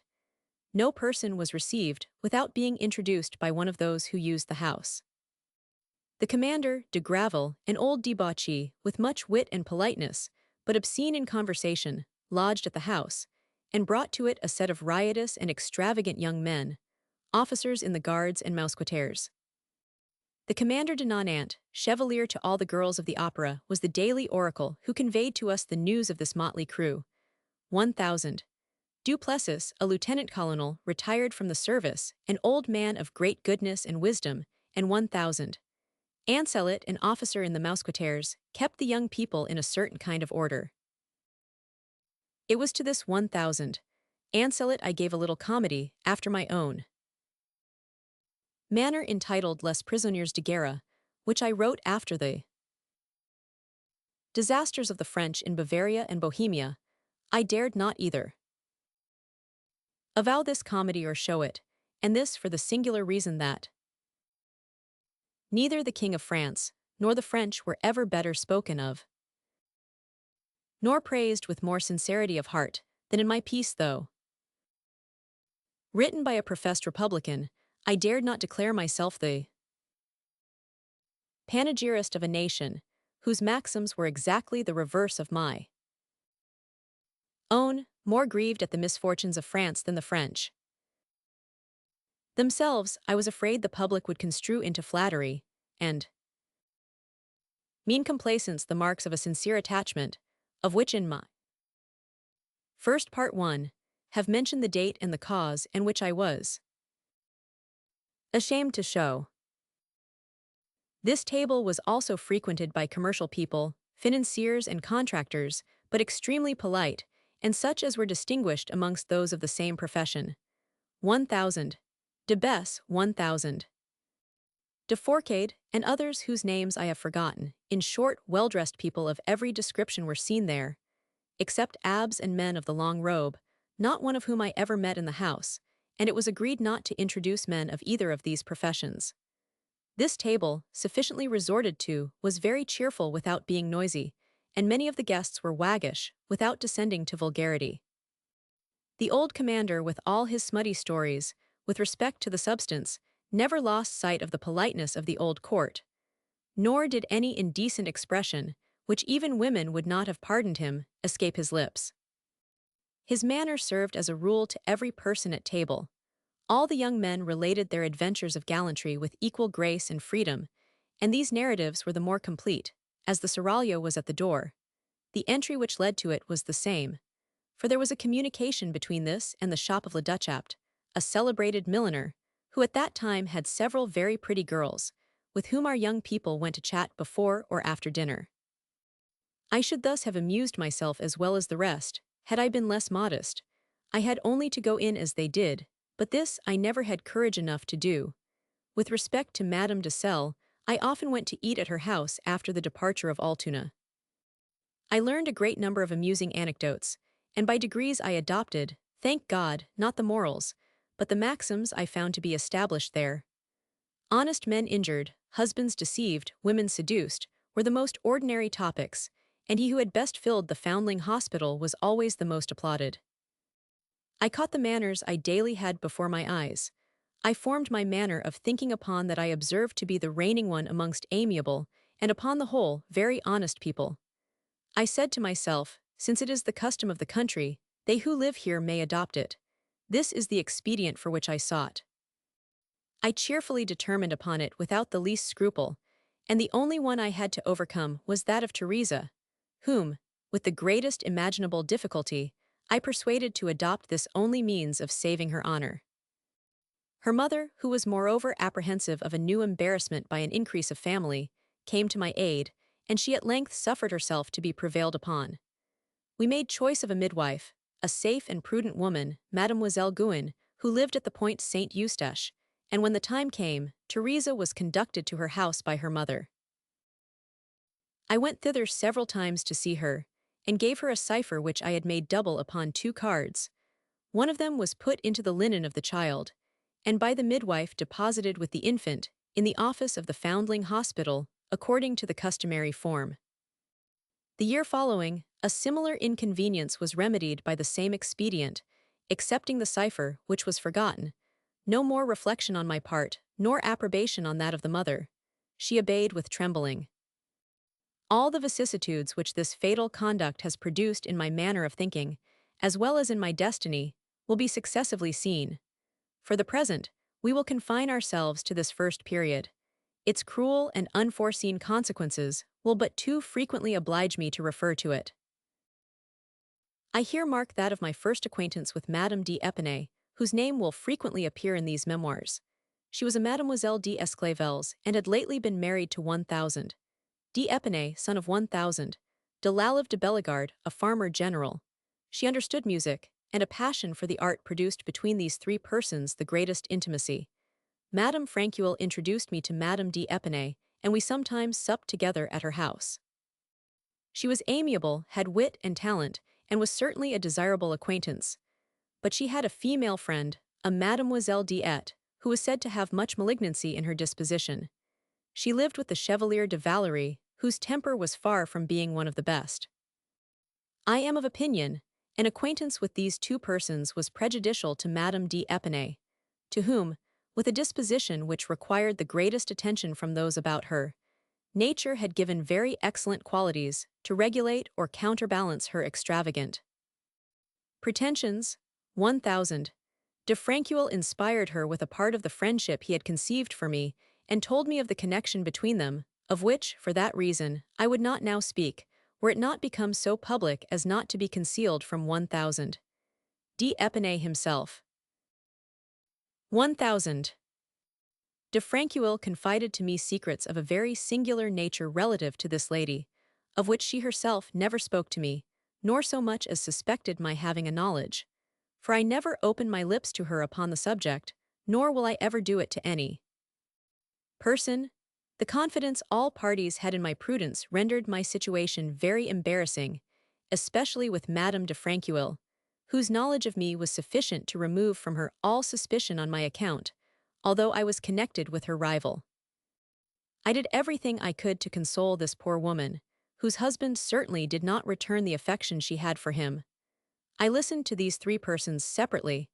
I kept all their secrets so faithfully that not one of the 3 ever drew from me those of the 2 others, and this, without concealing from either of the women my attachment to each of them. Madame de Francuel, who frequently wished to make me an agent, received refusals in form, and Madame d'Épinay, once desiring me to charge myself with a letter to 1000. De Francuel received the same mortification, accompanied by a very express declaration, that if ever she wished to drive me forever from the house, she had only a second time to make me a like proposition. In justice to Madame d'Épinay, I must say, that far from being offended with me, she spoke of my conduct to 1000. de Franqueuil in terms of the highest approbation, and continued to receive me as well, and as politely as ever.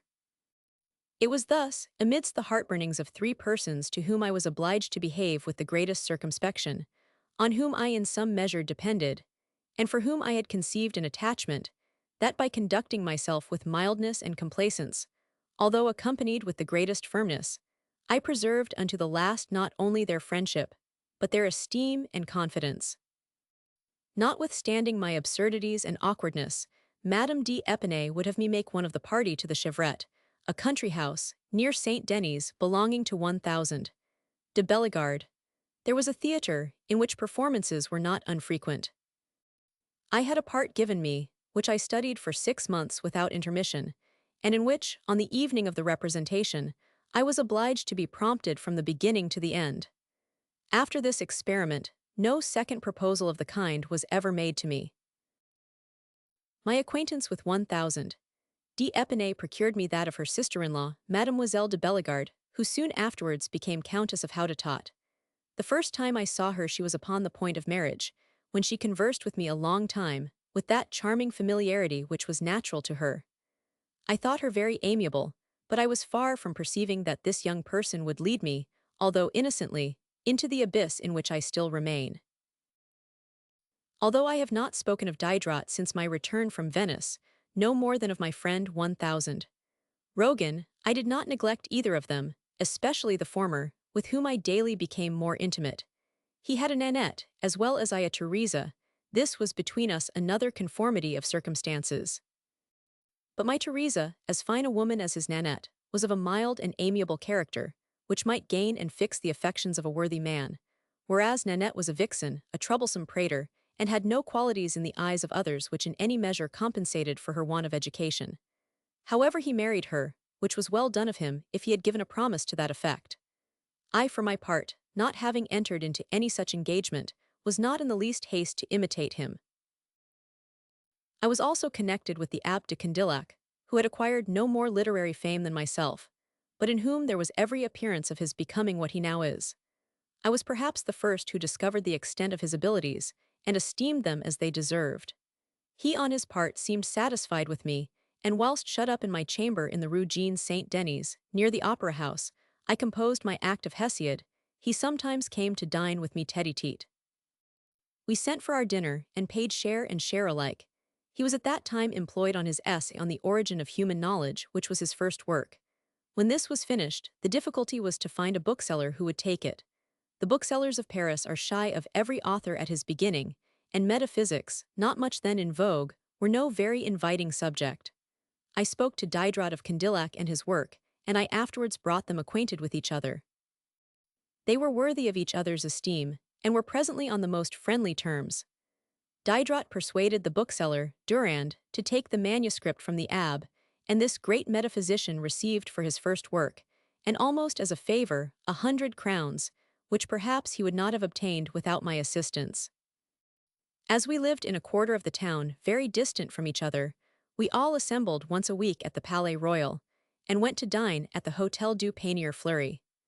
These little weekly dinners must have been extremely pleasing to Diderot, for he who failed in almost all his appointments never missed one of these.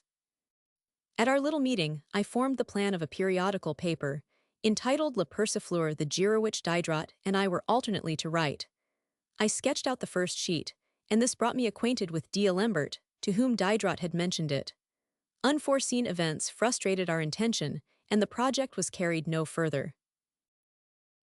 These two authors had just undertaken the Dictionnaire Encyclopédique, which at first was intended to be nothing more than a kind of translation of Chambers, something like that of the Medical Dictionary of James, which Diderot had just finished.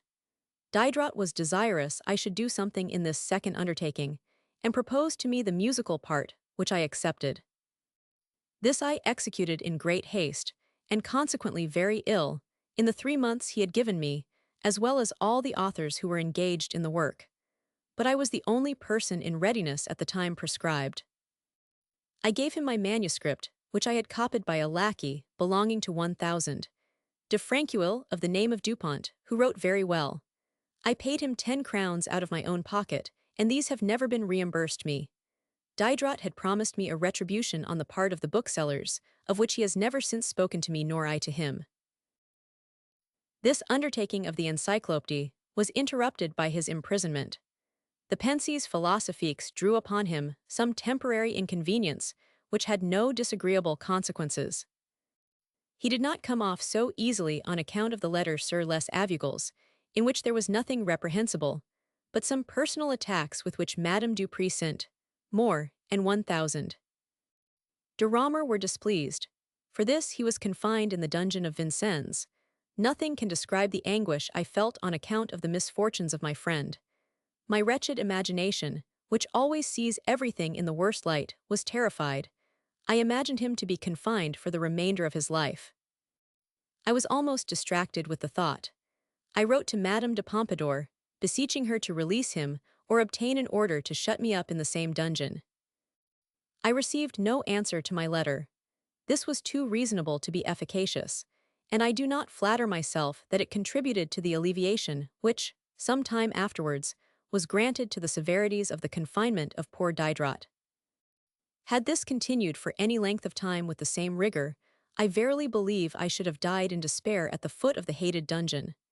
However, if my letter produced but little effect, I did not on account of it attribute to myself much merit, for I mentioned it but to very few people, and never to Diderot himself.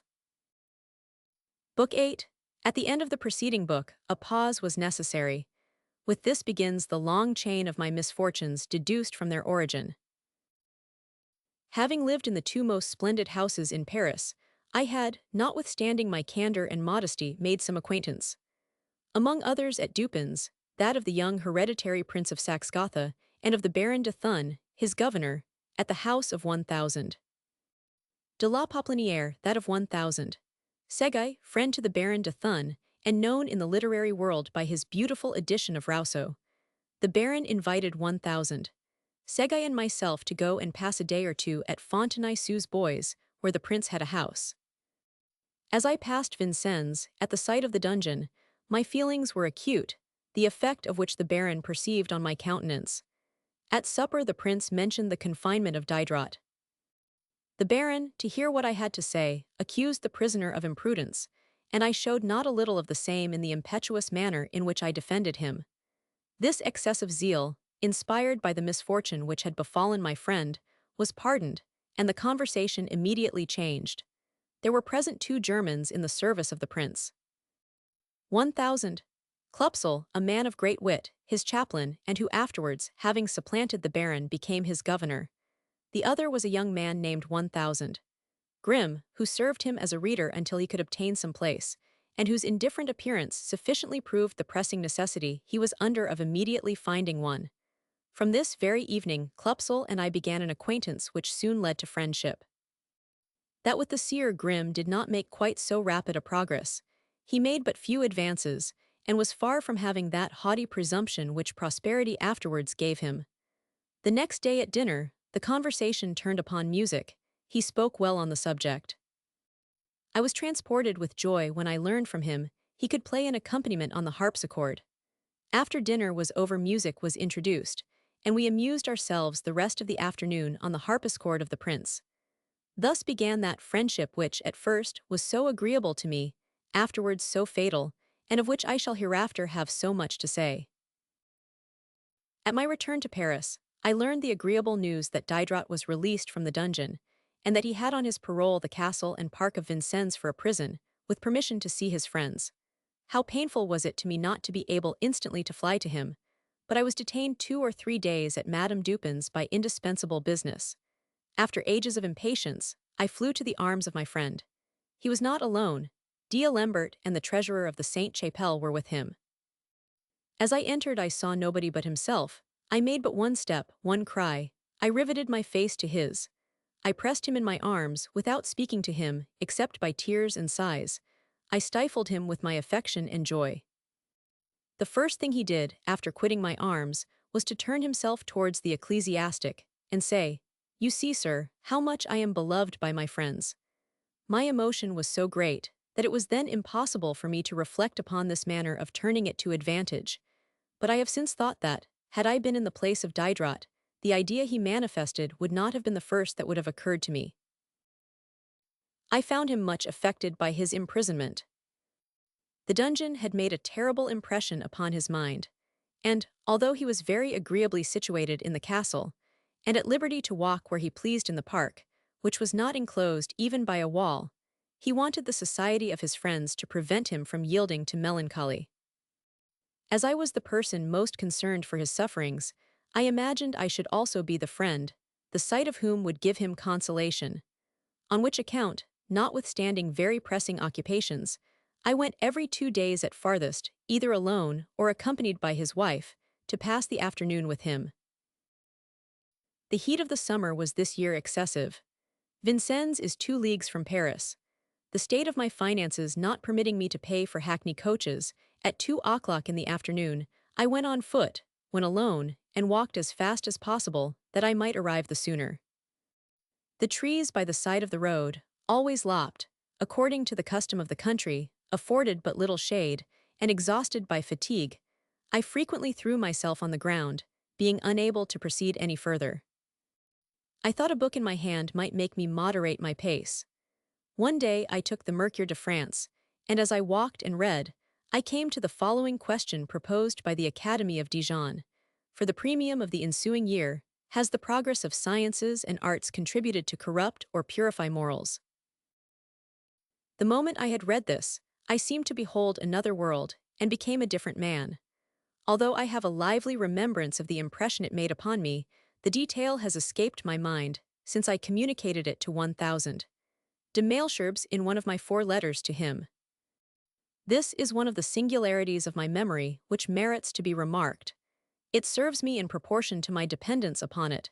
The moment I have committed to paper that with which it was charged, it forsakes me, and I have no sooner written a thing than I had forgotten it entirely. This singularity is the same with respect to music. Before I learned the use of notes, I knew a great number of songs. The moment I had made a sufficient progress to sing an air set to music, I could not recollect any one of them, and, at present, I much doubt whether I should be able entirely to go through one of those of which I was the most fond. All I distinctly recollect upon this occasion is, that on my arrival at Vincennes, I was in an agitation which approached a delirium. Diderot perceived it. I told him the cause, and read to him the Prosopopoeia of Fabricius, written with a pencil under a tree. He encouraged me to pursue my ideas, and to become a competitor for the premium.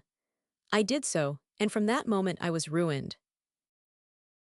All the rest of my misfortunes during my life were the inevitable effect of this moment of error. My sentiments became elevated with the most inconceivable rapidity to the level of my ideas.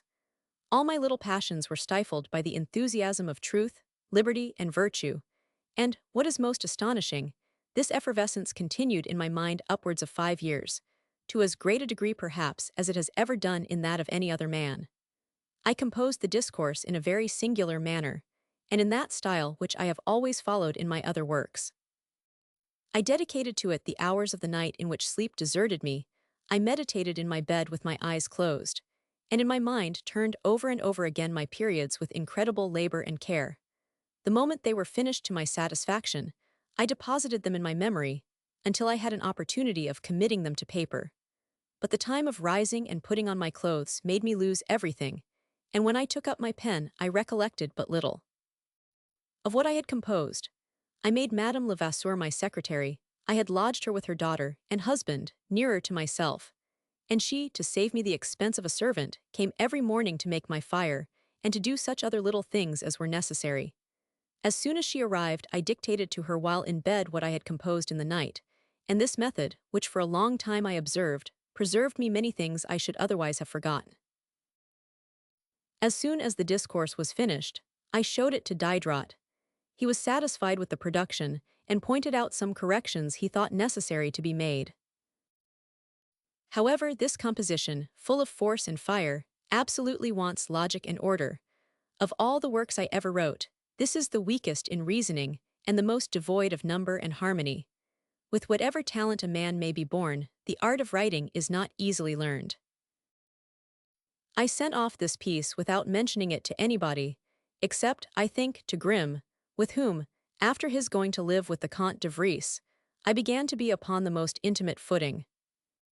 His harpsichord served as a rendezvous, and I passed with him at it all the moments I had to spare, in singing Italian airs and barcarolles, sometimes without intermission, from morning till night, or rather from night until morning. And when I was not to be found at Madame Dupin's, everybody concluded I was with Grimm at his apartment, the public walk or theatre. I left off going to the Comédie Italienne, of which I was free to go with him, and pay to the Comédie Française, of which he was passionately fond. In short, so powerful an attraction connected me with this young man, and I became so inseparable from him that the poor aunt herself was rather neglected. That is, I saw her less frequently, for in no moment of my life has my attachment to her been diminished. This impossibility of dividing, in favor of my inclinations, the little time I had to myself, renewed more strongly than ever the desire I had long entertained of having but one home for Teresa and myself, but the embarrassment of her numerous family, and especially the want of money to purchase furniture, had hitherto withheld me from accomplishing it. An opportunity to endeavor at it presented itself, and of this I took advantage. 1000. De Franqueuil and Madame Dupin, clearly perceiving that 800 or 900 livres a year were unequal to my wants, increased, of their own accord, my salary to 50 guineas, and Madame Dupin, having heard I wished to furnish myself lodgings, assisted me with some articles for that purpose. With this furniture and that Teresa already had, we made one common stock, and having an apartment in the Hôtel de Languedoc, Rue de Grenelle Saint-Honor, kept by very honest people, we arranged ourselves in the best manner we could, and lived there peaceably and agreeably during 7 years, at the end of which I removed to go and live at the Hermitage. Teresa's father was a good old man, very mild in his disposition, and much afraid of his wife. For this reason he had given her the surname of Lieutenant Criminal, which Grimm, jocosely, afterwards transferred to the daughter. Madame Levasseur did not want sense, that is address, and pretended to the politeness and airs of the first circles.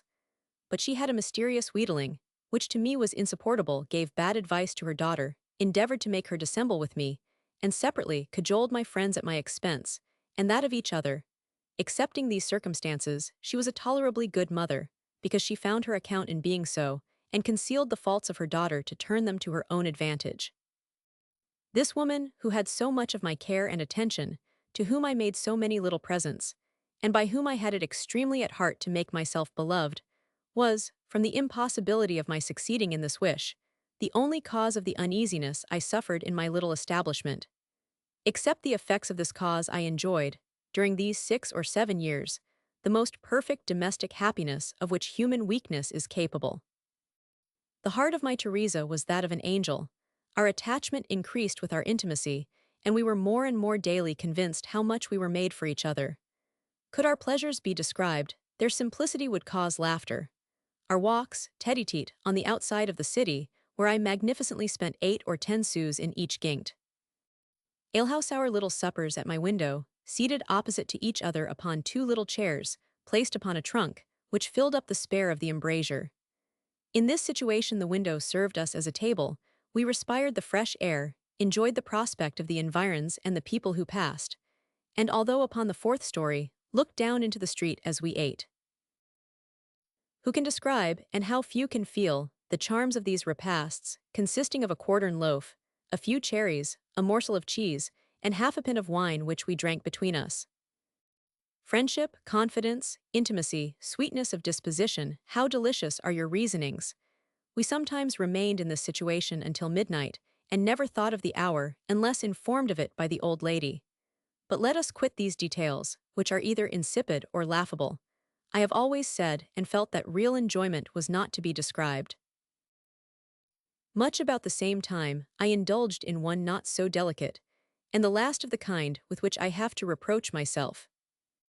I have observed that the minister Klupsel was an amiable man. My connections with him were almost as intimate as those I had with Grimm, and in the end became as familiar. Grimm and he sometimes ate at my apartment. These repasts, a little more than simple, were enlivened by the witty and extravagant wantonness of expression of Klupsel, and the diverting Germanicisms of Grimm, who was not yet become a purist. Sensuality did not preside at our little orgies, but joy, which was preferable, reigned in them all, and we enjoyed ourselves so well together that we knew not how to separate. Klupsel had furnished a lodging for a little girl, who, notwithstanding this, was at the service of anybody because he could not support her entirely himself. One evening, as we were going into the coffee house, we met him coming out to go and sup with her. We rallied him. He revenged himself gallantly by inviting us to the same supper and there rallying us in our turn. The poor young creature appeared to be of a good disposition, mild and little fitted to the way of life to which an old hag she had with her prepared her in the best manner she could. Wine and conversation enlivened us to such a degree that we forgot ourselves. The amiable Klupsel was unwilling to do the honors of his table by halves, and we all three successively took a view of the next chamber, in company with his little friend, who knew not whether she should laugh or cry. Grimm has always maintained that he never touched her. It was therefore to amuse himself with our impatience that he remained so long in the other chamber, and if he abstained, there is not much probability of his having done so from scruple, because previous to his going to live with the Comte de Frise, he lodged with girls of the town in the same quarter of St. Roch. I left the Rue des Moineaux, where this girl lodged, as much ashamed as Saint Priya left the house in which he had become intoxicated, and when I wrote his story I well remembered my own. Teresa perceived by some sign, and especially by my confusion, I had something with which I reproached myself. I relieved my mind by my free and immediate confession. I did well, for the next day Grimm came in triumph to relate to her my crime with aggravation, and since that time he has never failed maliciously to recall it to her recollection. In this he was the more culpable, since I had freely and voluntarily given him my confidence, and had a right to expect he would not make me repent of it. I never had a more convincing proof than on this occasion, of the goodness of my Teresa's heart. She was more shocked at the behavior of Grimm than at my infidelity, and I received nothing from her but tender reproaches, in which there was not the least appearance of anger. The simplicity of mind of this excellent girl was equal to her goodness of heart, and this is saying everything, but one instance of it, which is present to my recollection, is worthy of being related. I had told her Klupsel was a minister, and chaplain to the Prince of Saxe-Gotha. A minister was to her so singular a man, that oddly confounding the most dissimilar ideas, she took it into her head to take Klupsel for the Pope. I thought her mad the first time she told me when I came in, that the Pope had called to see me. I made her explain herself, and lost not a moment in going to relate the story to Grimm and Klupsel, who amongst ourselves never lost the name of Pope. We gave to the girl in the Rue des Moineaux the name of Pope Joan.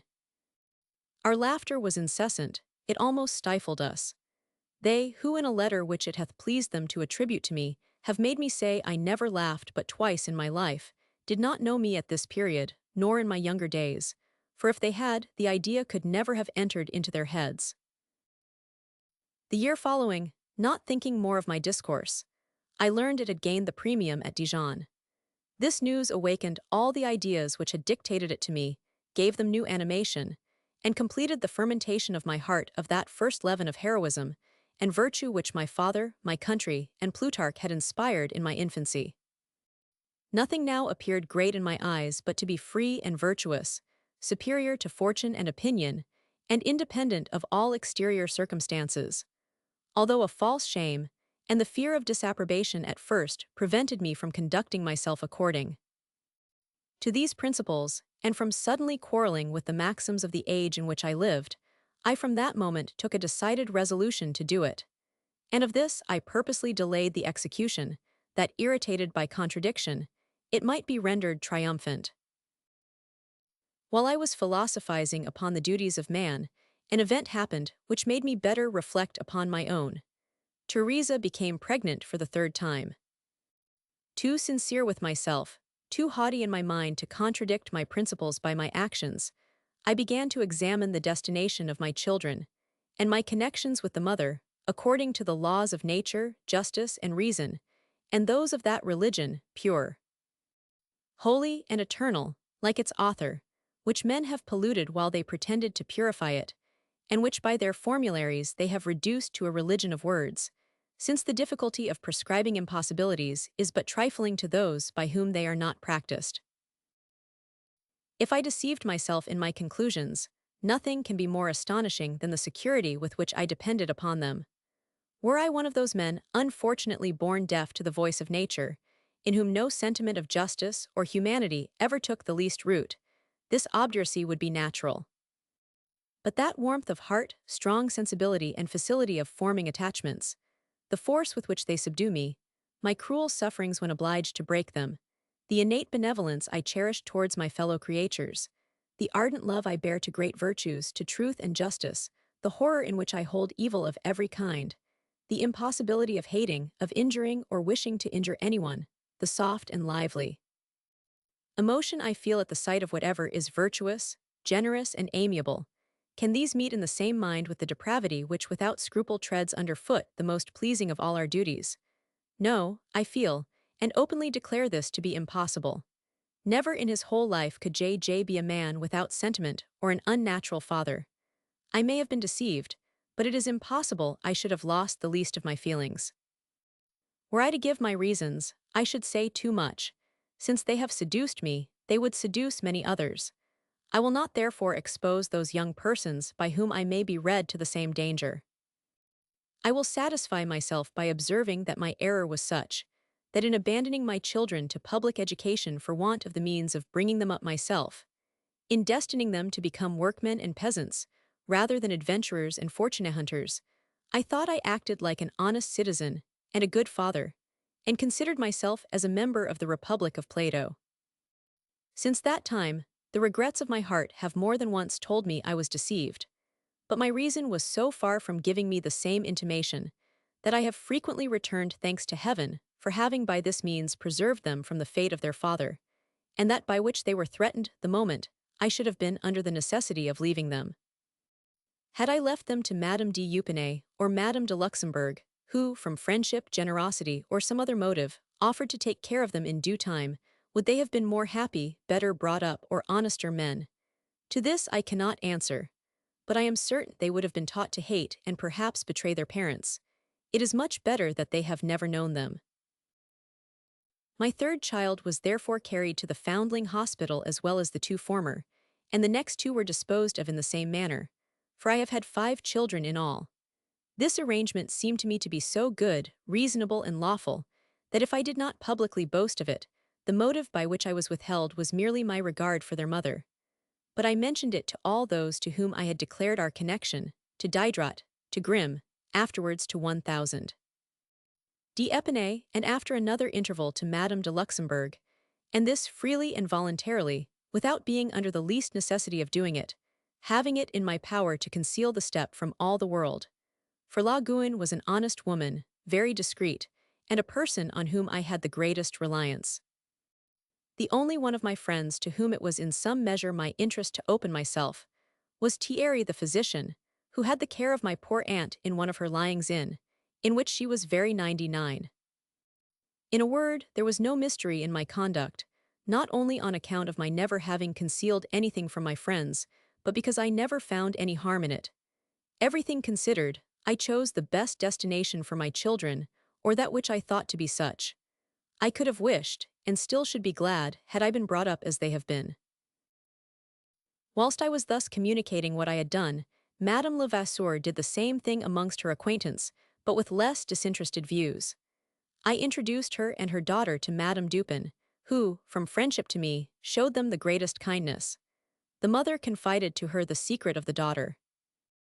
Madame Dupin, who is generous and kind, and to whom she never told how attentive I was to her, notwithstanding my moderate resources, in providing for everything, provided on her part for what was necessary, with a liberality which, by order of her mother, the daughter concealed from me during my residence in Paris, nor ever mentioned it until we were at the Hermitage, when she informed me of it, after having disclosed to me several other secrets of her heart. I did not know Madame Dupin, who never took the least notice to me of the matter, was so well informed. I know not yet whether Madame de Chenonceau, her daughter-in-law, was as much in the secret, but Madame de Brancuil knew the whole and could not refrain from prattling. She spoke of it to me the following year, after I had left her house. This induced me to write her a letter upon the subject, which will be found in my collections, and wherein I gave such of my reasons as I could make public, without exposing Madame Levasseur and her family, The most determinative of them came from that quarter, and these I kept profoundly secret. I can rely upon the discretion of Madame Dupin, and the friendship of Madame de Chenonceau. I had the same dependence upon that of Madame de Franqueuil, who, however, was long dead before my secret made its way into the world. This it could never have done except by means of the persons to whom I entrusted it, nor did it until after my rupture with them. By this single fact they are judged. Without exculpating myself from the blame I deserve, I prefer it to that resulting from their malignity. My fault is great, but it was an error. I have neglected my duty, but the desire of doing an injury never entered my heart, and the feelings of a father were never more eloquent in favor of children whom he never saw. But betraying the confidence of friendship, violating the most sacred of all engagements, publishing secrets confided to us, and wantonly dishonoring the friend we have deceived, and who in detaching himself from our society still respects us, are not faults, but baseness of mind and the last degree of heinousness. I have promised my confession and not my justification, on which account I shall stop here. It is my duty faithfully to relate the truth, that of the reader to be just. More than this I never shall require of him. The marriage of 1000. De Chenonceau rendered his mother's house still more agreeable to me by the wit and merit of the new bride, a very amiable young person, who seemed to distinguish me amongst the scribes of 1000. Dupin. She was the only daughter of the Viscountess de Rochechouart, a great friend of the Comte de Frise, and consequently of Grimm's, who was very attentive to her. However, it was I who introduced him to her daughter. But their characters not suiting each other, this connection was not of long duration. And Grimm, who from that time aimed at what was solid, preferred the mother, a woman of the world, to the daughter who wished for steady friends, such as were agreeable to her, without troubling her head about the least intrigue or making any interest amongst the great. Madame Dupin, no longer finding in Madame de Chenonceau all the docility she expected, made her house very disagreeable to her, and Madame de Chenonceau, having a great opinion of her own merit, and perhaps of her birth, chose rather to give up the pleasures of society, and remain almost alone in her apartment, than to submit to a yoke she was not disposed to bear. This species of exile increased my attachment to her, by that natural inclination which excites me to approach the wretched. I found her mind metaphysical and reflective, although at times a little sophistical. Her conversation, which was by no means that of a young woman coming from a convent, had for me the greatest attractions, yet she was not 20 years of age. Her complexion was seducingly fair, her figure would have been majestic had she held herself more upright. Her hair, which was fair, bordering upon ash color, and uncommonly beautiful, called to my recollection that of my poor mamma in the flower of her age, and strongly agitated my heart. But the severe principles I had just laid down for myself, by which at all events I was determined to be guided, secured me from the danger of her and her charms. During the whole summer I passed 3 or 4 hours a day in a tete-a-tete conversation with her, teaching her arithmetic, and fatiguing her with my innumerable ciphers, without uttering a single word of gallantry, or even once glancing my eyes upon her. 5 or 6 years later I should not have had so much wisdom or folly, but it was decreed I was never to love but once in my life, and that another person was to have the first and last sighs of my heart. Since I had lived in the house of Madame Dupin, I had always been satisfied with my situation, without showing the least sign of a desire to improve it. The addition which, in conjunction with 1000 de Franqueuil she had made to my salary was entirely of their own accord. This year 1000 de Franqueuil, whose friendship for me daily increased, had it in his thoughts to place me more at ease and in a less precarious situation. He was receiver general of finance. 1000 Duger, his cashkeeper, was old and rich and wished to retire. 1000 de Franqueuil offered me his place, and to prepare myself for it, I went during a few weeks to Dudier to take the necessary instructions. But whether my talents were ill-suited to the employment, or that 1000 Duger, who I thought wished to procure his place for another, was not in earnest in the instructions he gave me, I acquired by slow degrees, and very imperfectly, the knowledge I was in want of, and could never understand the nature of accounts, rendered intricate, perhaps designedly. However, without having possessed myself of the whole scope of the business, I learned enough of the method to pursue it without the least difficulty. I even entered on my new office. I kept the cash book and the cash. I paid and received money, took and gave receipts. And although this business was so ill suited to my inclinations as to my abilities, maturity of years beginning to render me sedate, I was determined to conquer my disgust and entirely devote myself to my new employment. Unfortunately for me, I had no sooner begun to proceed without difficulty than 1000. De Franqueuil took a little journey, during which I remained entrusted with the cash, which at that time did not amount to more than 25 to 30,000 livres. The anxiety of mind this sum of money occasioned me made me perceive I was very unfit to be a cashkeeper, and I have no doubt but my uneasy situation, during his absence, contributed to the illness with which I was seized after his return. I have observed in my first part that I was born in a dying state. A defect in the bladder caused me, during my early years, to suffer an almost continual retention of urine, and my Aunt Susan, to whose care I was entrusted, had inconceivable difficulty in preserving me. However, she succeeded, and my robust constitution at length got the better of all my weakness, and my health became so well established that except the illness from languor, of which I have given an account, and frequent heats in the bladder which the least heating of the blood rendered troublesome, I arrived at the age of 30 almost without feeling my original infirmity. The first time this happened was upon my arrival at Venice. The fatigue of the voyage, and the extreme heat I had suffered, renewed the burnings, and gave me a pain in the loins, which continued until the beginning of winter. After having seen Padua, I thought myself near the end of my career, but I suffered not the least inconvenience. After exhausting my imagination more than my body for my Giulietta, I enjoyed better health than ever. It was not until after the imprisonment of Diderot that the heat of blood, brought on by my journeys to Vincennes during the terrible heat of that summer, gave me a violent nephritic colic, since which I have never recovered my primitive good state of health.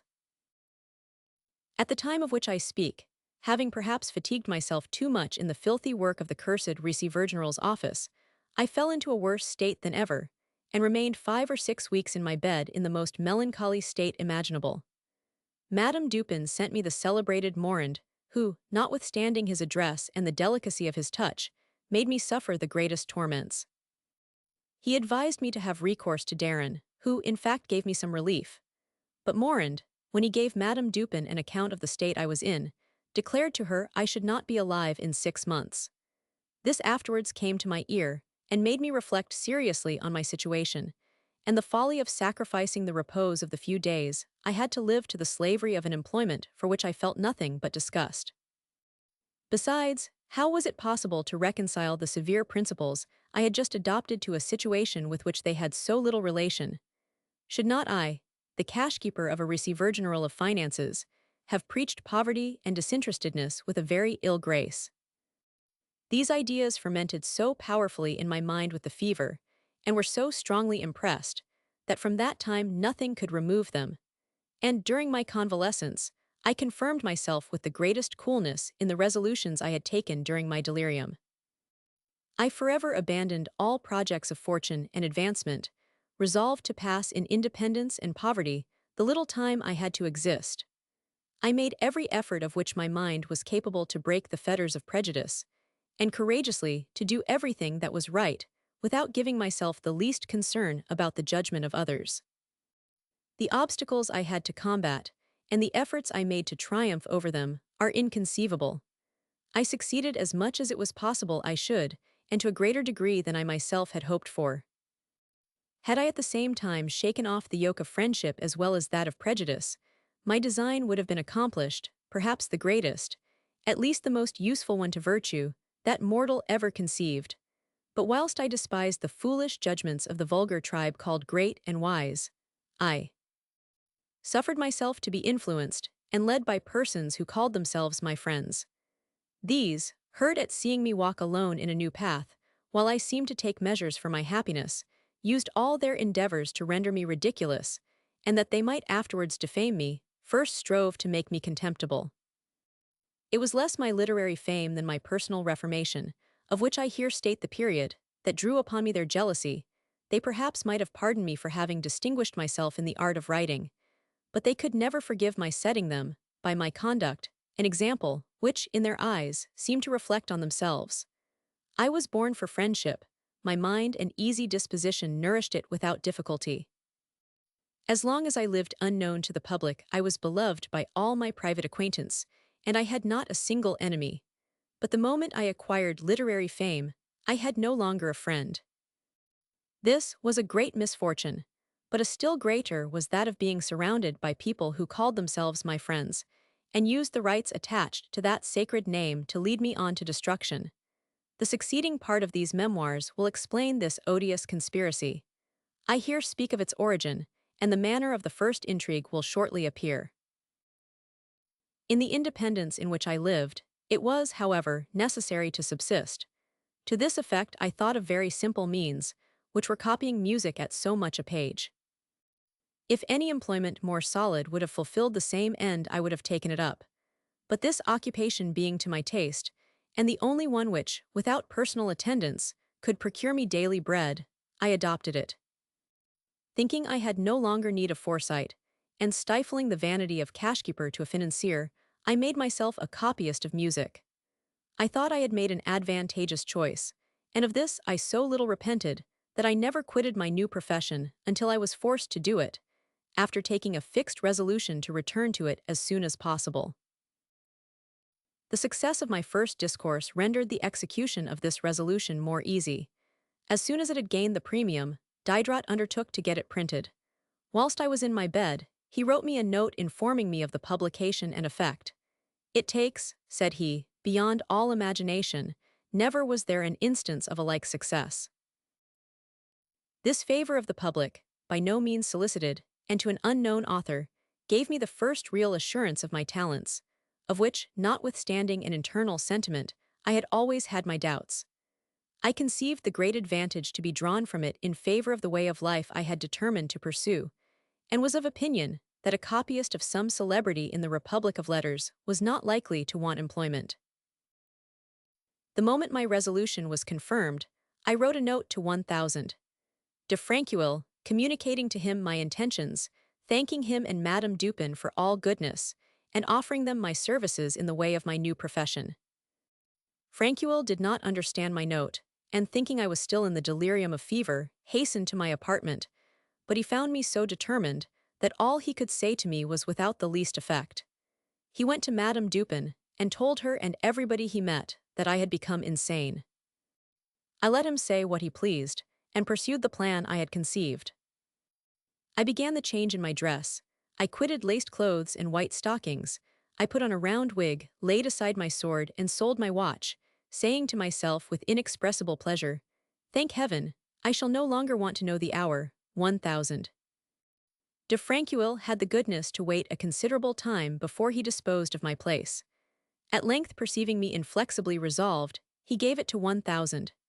D. Alibard, formerly tutor to the young Chenonceau, and known as a botanist by his Flora Parisiensis. I doubt not but these circumstances are now differently related by 1000, Franqueuil and his consorts, but I appeal to what he said of them. At the time and long afterwards, to everybody he knew, until the forming of the conspiracy, and of which men of common sense and honor must have preserved a remembrance. However austere my sumptuary reform might be, I did not at first extend it to my linen, which was fine and in great quantity, the remainder of my stock when at Venice, and to which I was particularly attached. I had made it so much an object of cleanliness that it became one of luxury, which was rather expensive. Some persons, however, did me the favor to deliver me from this servitude.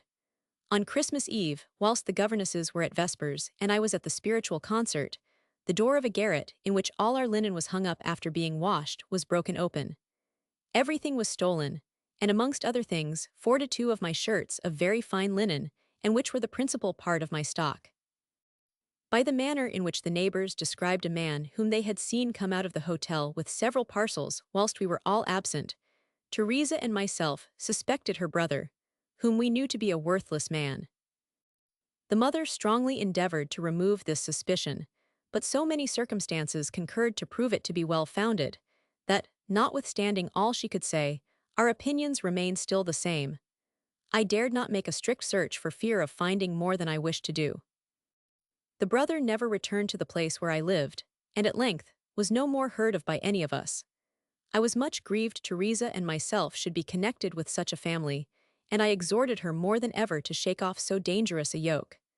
This adventure cured me of my inclination for fine linen, and since that time, all I have had has been very common, and more suitable to the rest of my dress. Having thus completed the change of that which related to my person, all my cares tended to render it solid and lasting, by striving to root out from my heart everything susceptible of receiving an impression from the judgment of men, or which, from the fear of blame, might turn me aside from anything good and reasonable in itself. In consequence of the success of my work, my resolution made some noise in the world also, and procured me employment, so that I began my new profession with great appearance of success. However, several causes prevented me from succeeding in it to the same degree I should under any other circumstances have done. In the first place, my ill state of health. The attack I had just had brought on consequences which prevented my ever being so well as I was before, and I am of opinion the physicians, to whose care I entrusted myself, did me as much harm as my illness. I was successively under the hands of Morand, Darren, Helvetius, Malouin, and Thierry, men able in their profession, and all of them my friends, who treated me each according to his own manner, without giving me the least relief, and weakened me considerably. The more I submitted to their direction, the yellower, thinner, and weaker I became. My imagination, which they terrified, judging of my situation by the effect of their drugs, presented to me, on this side of the tomb, nothing but continued sufferings from the gravel, stone, and retention of urine. Everything which gave relief to others, tisons, baths, and bleeding, increased my tortures. Perceiving the bougies of Darren, the only ones that had any favorable effect, and without which I thought I could no longer exist, to give me a momentary relief, I procured a prodigious number of them, that in case of Darren's death I might never be at a loss. During the 8 or 10 years in which I made such frequent use of these, they must, with what I had left, have cost me 50 louis. It will easily be judged that such expensive and painful means did not permit me to work without interruption, and that a dying man is not ardently industrious in the business by which he gains his daily bread. Literary occupations caused another interruption not less prejudicial to my daily employment. My discourse had no sooner appeared than the defenders of letters fell upon me as if they had agreed with each to do it. My indignation was so raised at seeing so many blockheads, who did not understand the question, attempt to decide upon it imperiously, that in my answer I gave some of them the worst of it. 1,000. Gaudier of Nancy, the first who fell under the lash of my pen, was very roughly treated in a letter to 1,000. Grimm. The second was King Stanislaus himself, who did not disdain to enter the lists with me.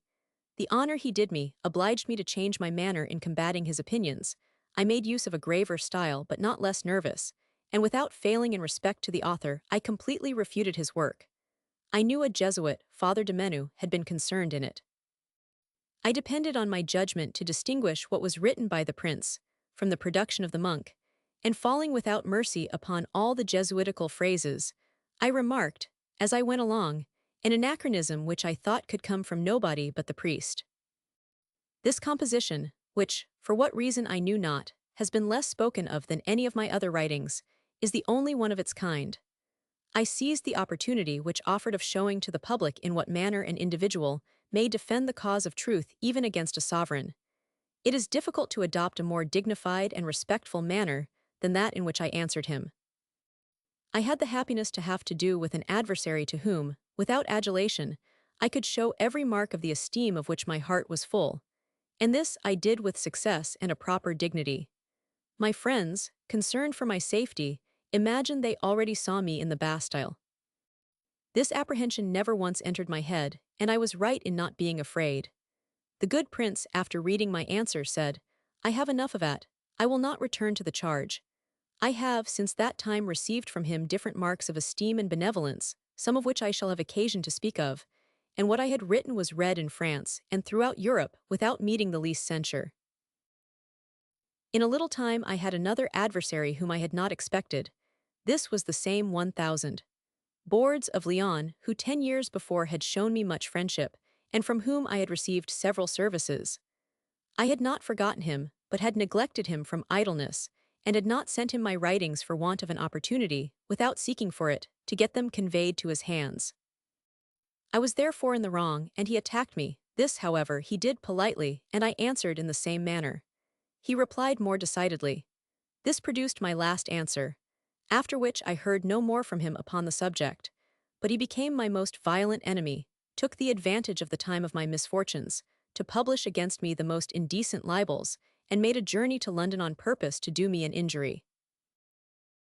All this controversy employed me a good deal, and caused me a great loss of my time in my copying, without much contributing to the progress of truth or the good of my purse. Pissot, at that time my bookseller, gave me but little for my pamphlets, frequently nothing at all, and I never received a farthing for my first discourse. Diderot gave it him.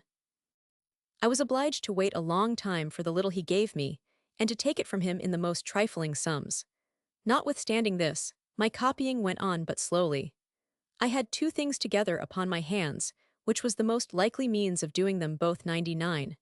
They were very opposite to each other in their effects by the different manners of living to which they rendered me subject.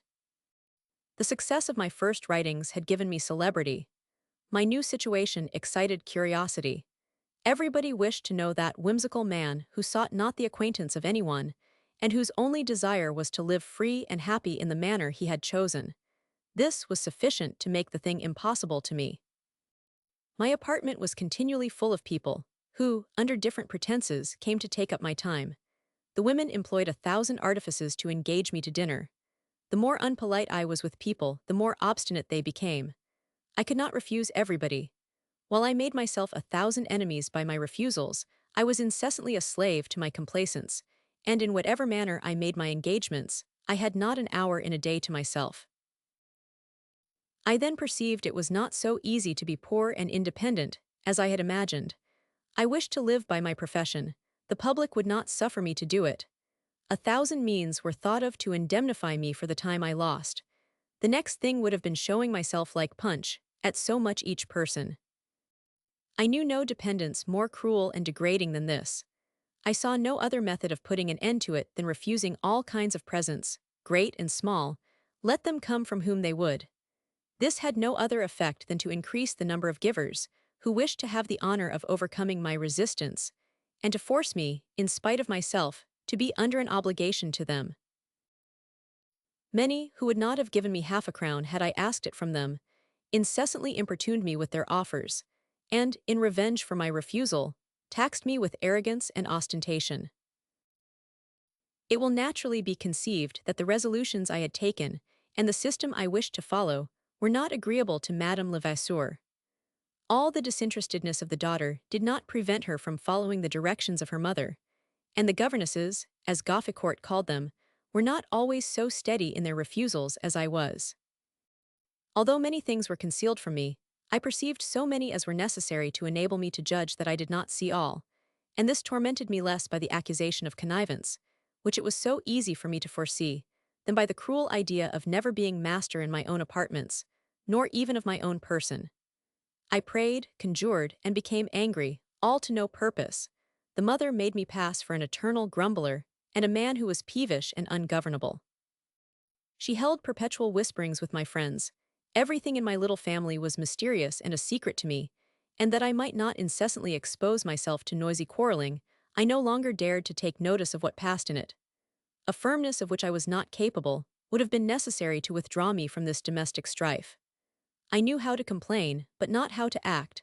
They suffered me to say what I pleased, and continued to act as they thought proper. This constant teasing, and the daily importunities to which I was subject, rendered the house, and my residence at Paris, disagreeable to me. When my indisposition permitted me to go out, and I did not suffer myself to be led by my acquaintance first to one place and then to another, I took a walk, alone, and reflected on my grand system, something of which I committed to paper, bound up between two covers, which, with a pencil, I always had in my pocket. In this manner, the unforeseen disagreeableness of a situation I had chosen entirely led me back to literature, to which unsuspectedly I had recourse as a means of relieving my mind, and thus, in the first works I wrote, I introduced the peevishness and ill humor which were the cause of my undertaking them. There was another circumstance which contributed not a little to this. Thrown into the world despite of myself, without having the manners of it, or being in a situation to adopt and conform myself to them, I took it into my head to adopt others of my own, to enable me to dispense with those of society. My foolish timidity, which I could not conquer, having for principle the fear of being wanting in the common forms, I took, by way of encouraging myself, a resolution to tread them under foot. I became sour and cynic from shame, and affected to despise the politeness which I knew not how to practice. This austerity, conformable to my new principles, I must confess, seemed to ennoble itself in my mind.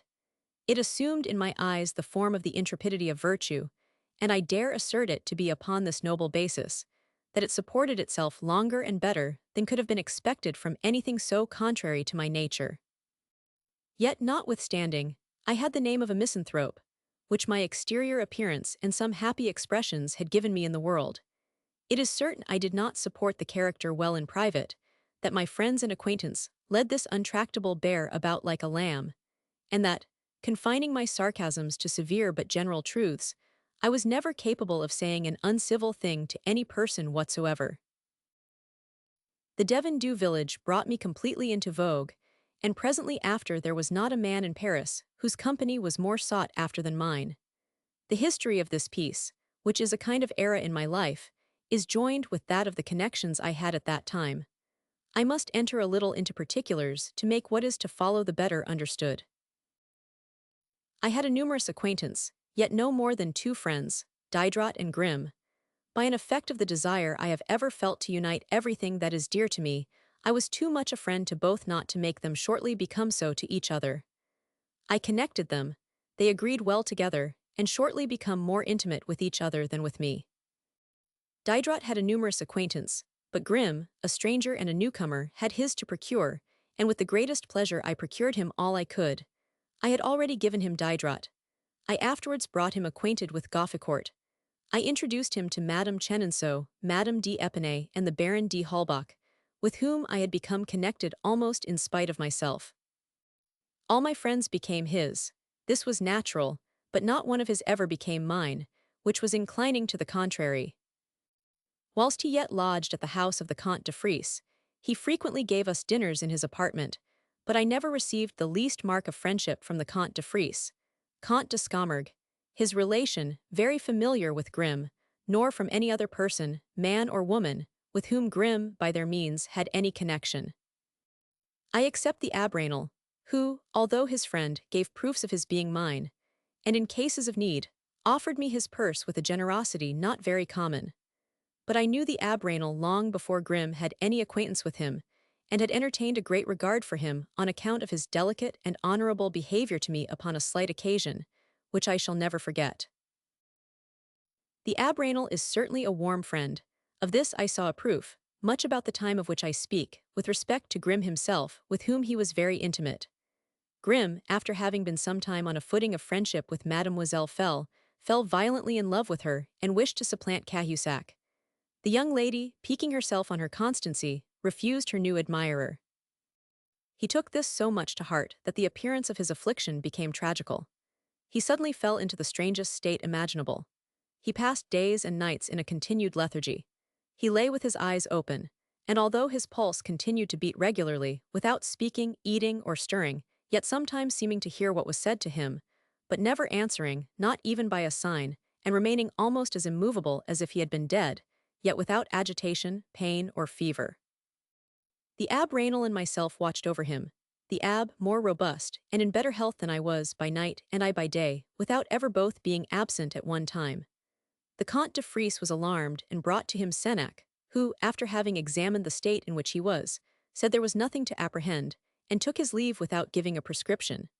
My fears for my friend made me carefully observe the countenance of the physician, and I perceived him smile as he went away. However, the patient remained several days almost motionless, without taking anything except a few preserved cherries, which from time to time I put upon his tongue, and which he swallowed without difficulty. At length he, one morning, rose, dressed himself, and returned to his usual way of life, without either at that time or afterwards speaking to me or the Abbé Raynal, at least that I know of, or to any other person, of this singular lethargy, or the care we had taken of him during the time it lasted. The affair made a noise, and it would really have been a wonderful circumstance had the cruelty of an opera girl made a man die of despair. This strong passion brought Grimm into vogue. He was soon considered as a prodigy in love, friendship, and attachments of every kind.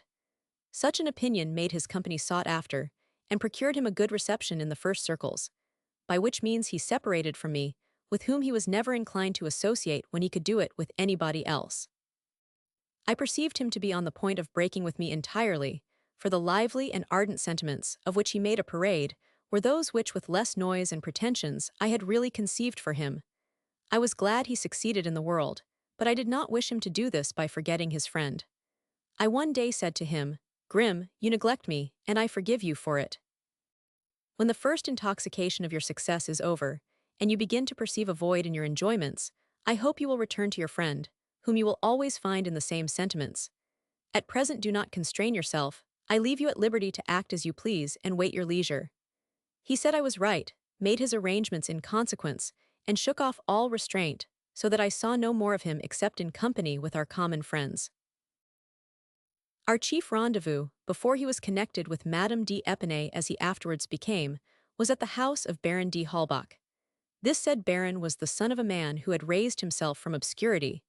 His fortune was considerable, and he used it nobly, receiving at his house men of letters and merit, and, by the knowledge he himself had acquired, was very worthy of holding a place amongst them. Having been long attached to Diderot, he endeavored to become acquainted with me by his means, even before my name was known to the world. A natural repugnancy prevented me a long time from answering his advances. One day, when he asked me the reason of my unwillingness, I told him he was too rich. He was, however, resolved to carry his point, and at length succeeded. My greatest misfortune proceeded from my being unable to resist the force of marked attention. I have ever had reason to repent of having yielded to it. Another acquaintance which, as soon as I had any pretensions to it, was converted into friendship was that of 1000. Duclos. I had several years before seen him, for the first time at the chevrette at the house of Madame d'Épinay, with whom he was upon very good terms.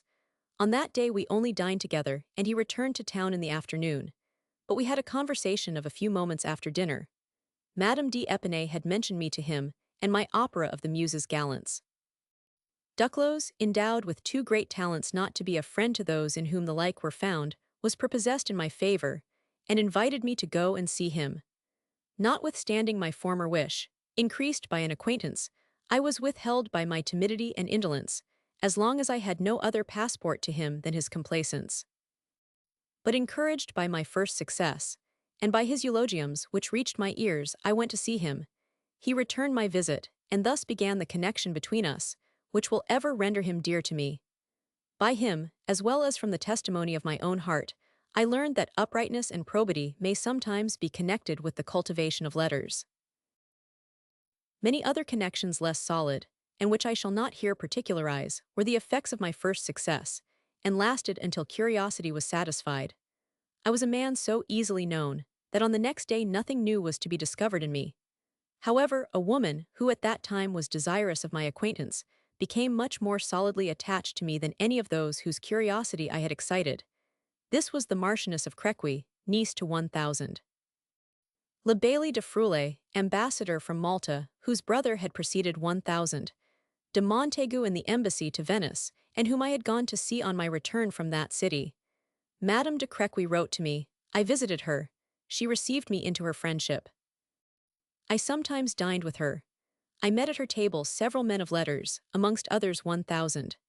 Sorin, the author of Spartacus, Barnevelt, etc., since become my implacable enemy, for no other reason, at least that I can imagine, than my bearing the name of a man whom his father has cruelly persecuted. It will appear that for a copyist, who ought to be employed in his business from morning till night, I had many interruptions, which rendered my days not very lucrative, and prevented me from being sufficiently attentive to what I did to do it well. For which reason, half the time I had to myself was lost in erasing errors or beginning my sheet. Anew, this daily importunity rendered Paris more unsupportable, and made me ardently wish to be in the country. I several times went to pass a few days at Mercousis, the vicar of which was known to Madame Levasseur, and with whom we all arranged ourselves in such a manner as not to make things disagreeable to him. Grimm once went thither with us. Since I have neglected to relate here a trifling, but memorable, adventure I had with the said Grimm one day, on which we were to dine at the fountain of St. Vandrel, I will let it pass, but when I thought of it afterwards, I concluded that he was brooding in his heart the conspiracy he has, with so much success, since carried into execution. The vicar had a tolerable voice, sung well, and although he did not read music, learned his part with great facility and precision. We passed our time in singing the trios I had composed at Chenonceau. To these I added 2 or 3 new ones, to the words Grimm and the vicar wrote, well or 99. I cannot refrain from regretting these trios composed and sung in moments of pure joy, and which I left at Wooton with all my music. Mademoiselle Davenport has perhaps curled her hair with them, but they are worthy of being preserved, and are, for the most part, of very good counterpoint.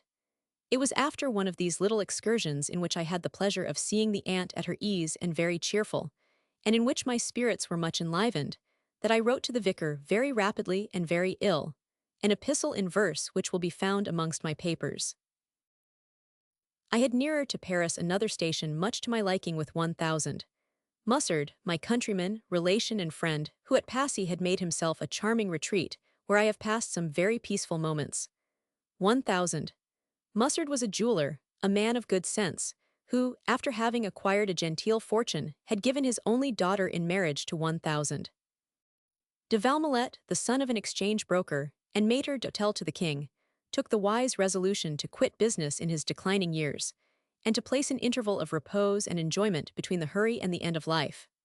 The good man Mussard, a real philosopher in practice, lived without care, in a very pleasant house which he himself had built in a very pretty garden, laid out with his own hands. In digging the terraces of this garden, he found fossil shells, and in such great quantities that his lively imagination saw nothing but shells in nature. He really thought the universe was composed of shells and the remains of shells, and that the whole earth was only the sand of these in different strati.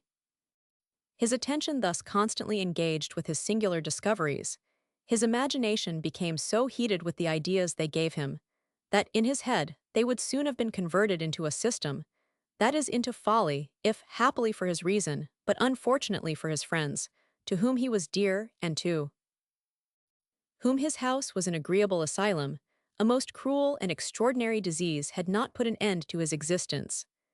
A constantly increasing tumor in his stomach prevented him from eating long before the cause of it was discovered, and after several years of suffering, absolutely occasioned him to die of hunger.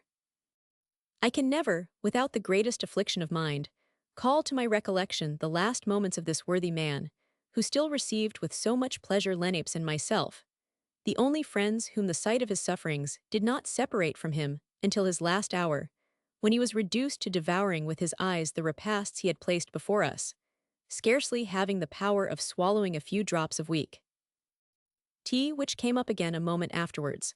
But before these days of sorrow, how many have I passed at his house, with the chosen friends he had made himself?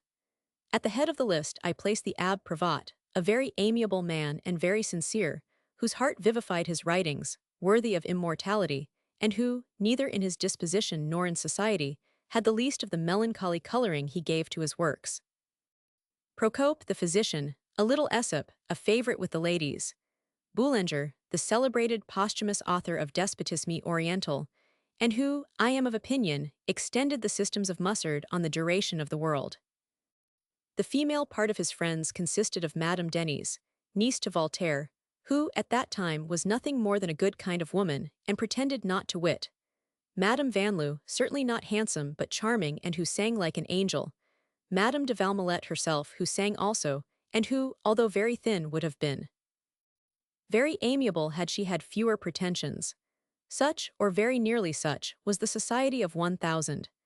Mussard, with which I should have been much pleased, had not his conciliomania more engaged my attention, and I can say, with great truth, that for upwards of 6 months I worked with him in his cabinet with as much pleasure as he felt himself.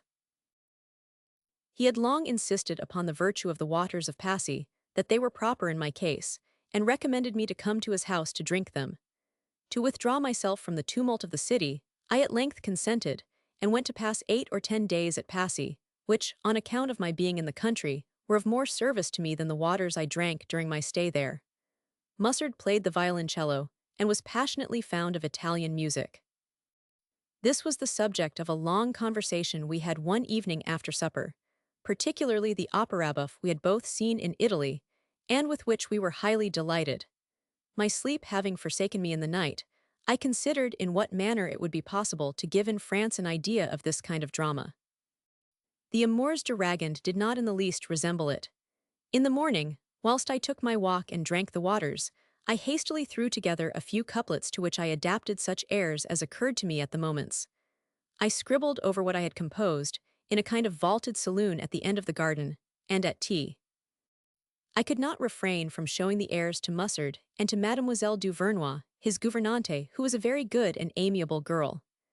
3 pieces of composition I had sketched out were the first monologue, J'aille perdu mon serviteur, the air of the Devon, L'Amour croit s'il s'inquiète, and the last duo, a Jamise, Colin, G. Tengage, etc. I was so far from thinking it worthwhile to continue what I had begun, that, had it not been for the applause and encouragement I received from both Mussard and Mademoiselle, I should have thrown my papers into the fire and thought no more of their contents, as I had frequently done by things of much the same merit. But I was so animated by the encomiums I received, that in 6 days, my drama, excepting a few couplets, was written. The music also was so far sketched out, that all I had further to do to it after my return from Paris was to compose a little of the recitative, and to add the middle parts, the whole of which I finished with so much rapidity, that in 3 weeks my work was ready for representation. The only thing now wanting was the divertissement, which was not composed until a long time afterwards. My imagination was so warmed by the composition of this work that I had the strongest desire to hear it performed, and would have given anything to have seen and heard the whole in the manner I should have chosen, which would have been that of Lully, who is said to have had Armide performed for himself only. As it was not possible I should hear the performance unaccompanied by the public, I could not see the effect of my piece without getting it received at the opera. Unfortunately, it was quite a new species of composition, to which the ears of the public were not accustomed, and besides the ill success of the Muses' Gallants gave too much reason to fear for the Devon, if I presented it in my own name. Duclos relieved me from this difficulty, and engaged to get the piece rehearsed without mentioning the author. That I might not discover myself, I did not go to the rehearsal, and the Petits violons, by whom it was directed, knew not who the author was until after a general plaudit had borne the testimony of the work. Rebel and Franeur, who, when they were very young, went together from house to house playing on the violin, were so called. Everybody present was so delighted with it, that on the next day nothing else was spoken of in the different companies. 1000. De Curry, intendant des menus, who was present at the rehearsal, demanded the piece to have it performed at court. Duclos, who knew my intentions and thought I should be less master of my work at the court than at Paris, refused to give it. Curry claimed it authoritatively. Duclos persisted in his refusal, and the dispute between them was carried to such a length that one day they would have gone out from the opera house together had they not been separated. 1000. De Curry applied to me, and I referred him to Duclos. This made it necessary to return to the latter. The Duc d'Aumont interfered, and at length Duclos thought proper to yield to authority, and the piece was given to be played at Fontainebleau. Part to which I had been most attentive, and in which I had kept at the greatest distance from the common track, was the recitative. Mine was accented in a manner entirely new, and accompanied the utterance of the word.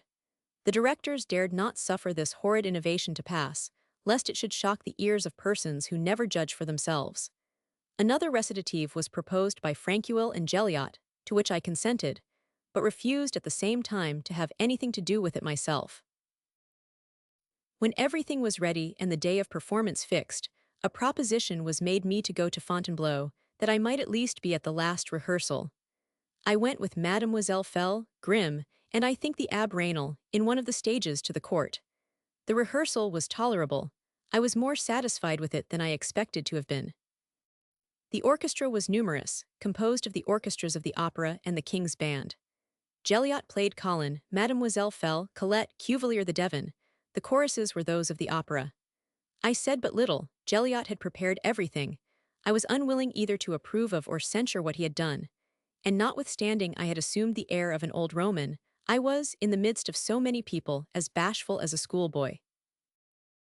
The next morning, the day of performance, I went to breakfast at the coffee-house du Grand Commune, where I found a great number of people. The rehearsal of the preceding evening and the difficulty of getting into the theater were the subjects of conversation. An officer present said he entered with the greatest ease, gave a long account of what had passed, described the author, and related what he had said and done. But what astonished me most in this long narrative, given with as much assurance as simplicity, was that it did not contain a syllable of truth. It was clear to me that he who spoke so positively of the rehearsal had not been at it, because, without knowing him, he had before his eyes that author whom he said he had seen and examined so minutely. However, what was more singular still in this scene was its effect upon me. The officer was a man rather in years. He had nothing of the appearance of a coxcomb. His features appeared to announce a man of merit, and his cross of St. Louis an officer of long standing. He interested me, notwithstanding his impudence. Whilst he uttered his lies, I blushed, looked down, and was upon thorns. I for some time endeavored within myself to find the means of believing him to be in an involuntary error. At length, trembling lest some person should know me, and by this means confound him, I hastily drank my chocolate without saying a word, and holding down my head, I passed before him, got out of the coffee-house as soon as possible, whilst the company were making their remarks upon the relation that had been given. I was no sooner in the street than I was in a perspiration, and had anybody known and named me before I left the room, I am certain all the shame and embarrassment of a guilty person would have appeared in my countenance, proceeding from what I felt the poor man would have had to have suffered had his lie been discovered. I come to one of the critical moments of my life, in which it is difficult to do anything more than to relate, because it is almost impossible that even narrative should not carry with it the marks of censure or apology. I will, however, endeavor to relate how and upon what motives I acted, without adding either approbation or censure. I was on that day in the same careless undress as usual, with a long beard and wig badly combed.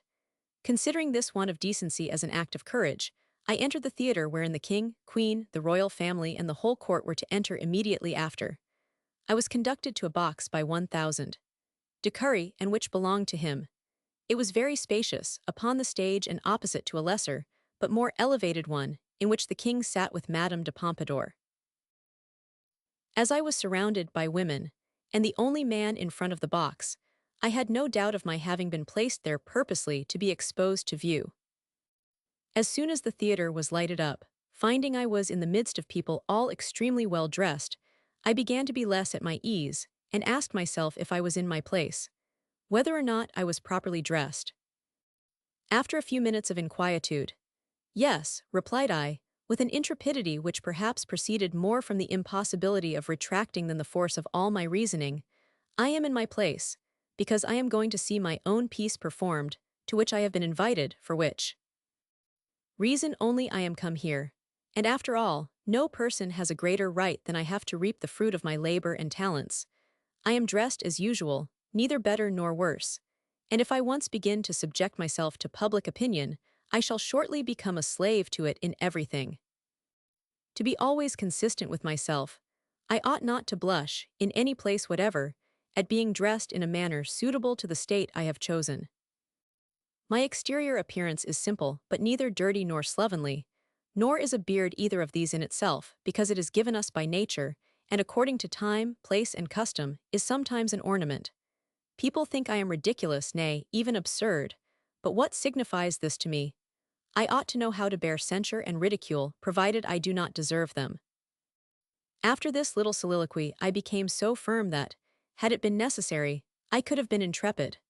But whether it was the effect of the presence of His Majesty, or the natural disposition of those about me, I perceived nothing but what was civil and obliging in the curiosity of which I was the object.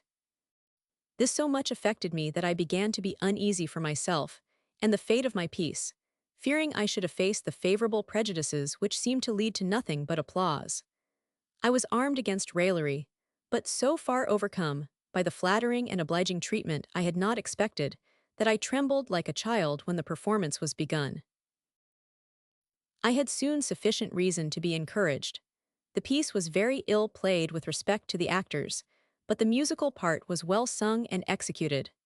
During the first scene, which was really of a delightful simplicity, I heard in the boxes a murmur of surprise and applause, which, relative to pieces of the same kind, had never yet happened. The fermentation was soon increased to such a degree as to be perceptible through the whole audience, and of which, to speak after the manner of Montesquieu, the effect was augmented by itself. In the scene between the two good little folks, this effect was complete. There is no clapping of hands before the king, therefore everything was heard, which was advantageous to the author and the piece.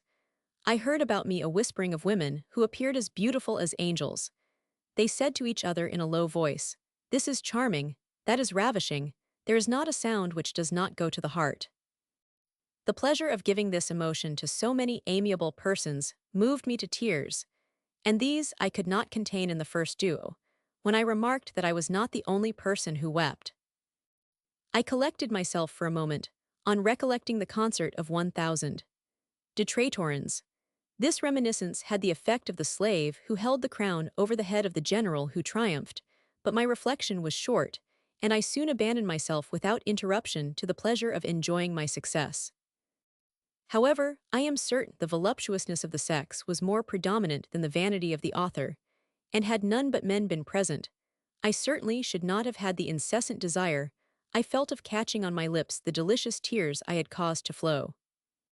I have known pieces excite more lively admiration, but I never saw so complete, delightful, and affecting an intoxication of the senses reign, during a whole representation, especially at court, and at a first performance.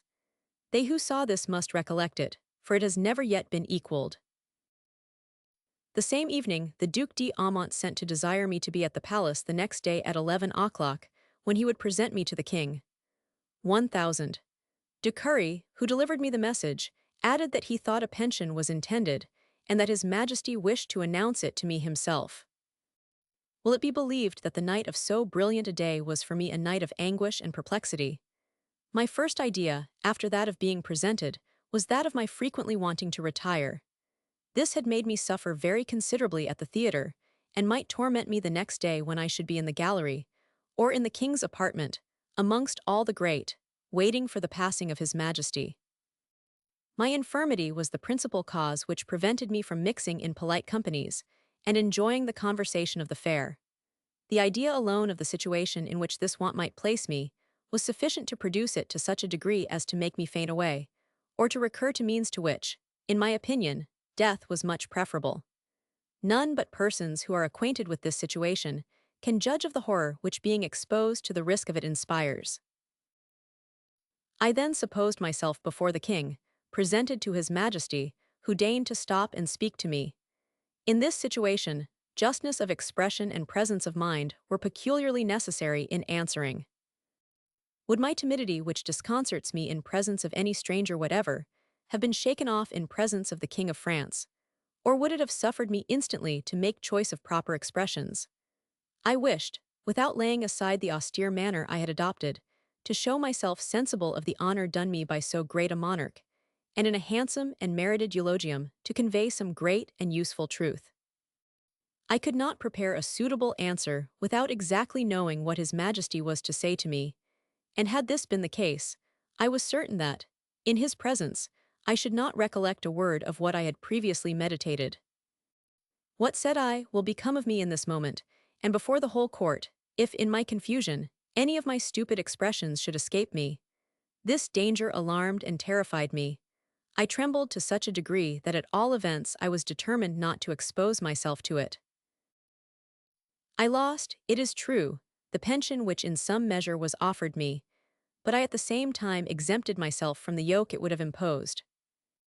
Adieu, truth, liberty, and courage. How should I afterwards have dared to speak of disinterestedness and independence? Had I received the pension, I must either have become a flatterer or remained silent, and moreover, who would have ensured to me the payment of it? What steps should I have been under the necessity of taking? How many people must I have solicited?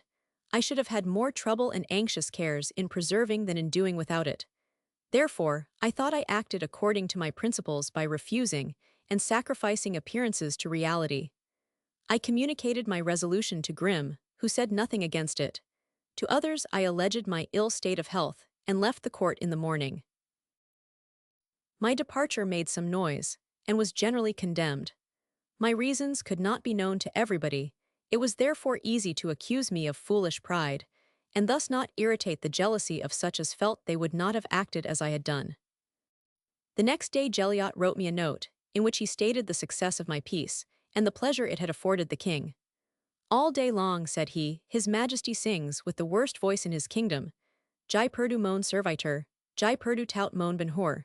He likewise added that in a fortnight the Devon was to be performed a second time, which confirmed in the eyes of the public the complete success of the first.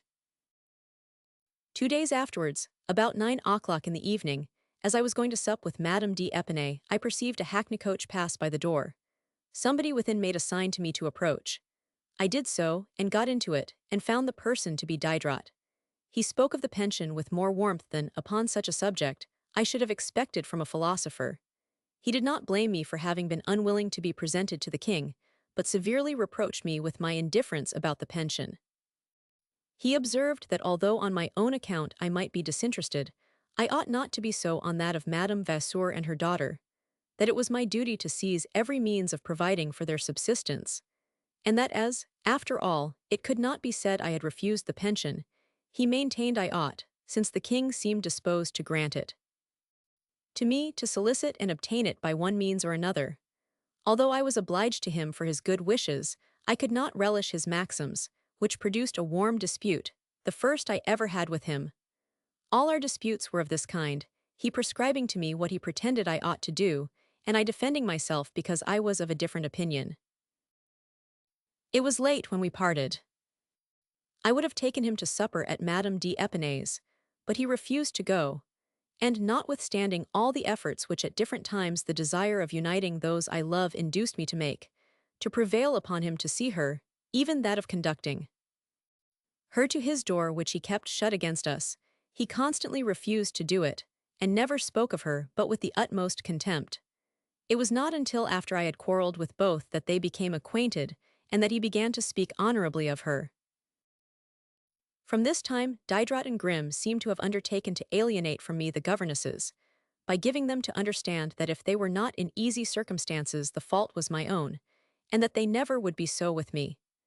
They endeavored to prevail on them to leave me, promising them the privilege for retailing salt, a snuff shop, and I know not what other advantages, by means of the influence of Madame d'Épinay.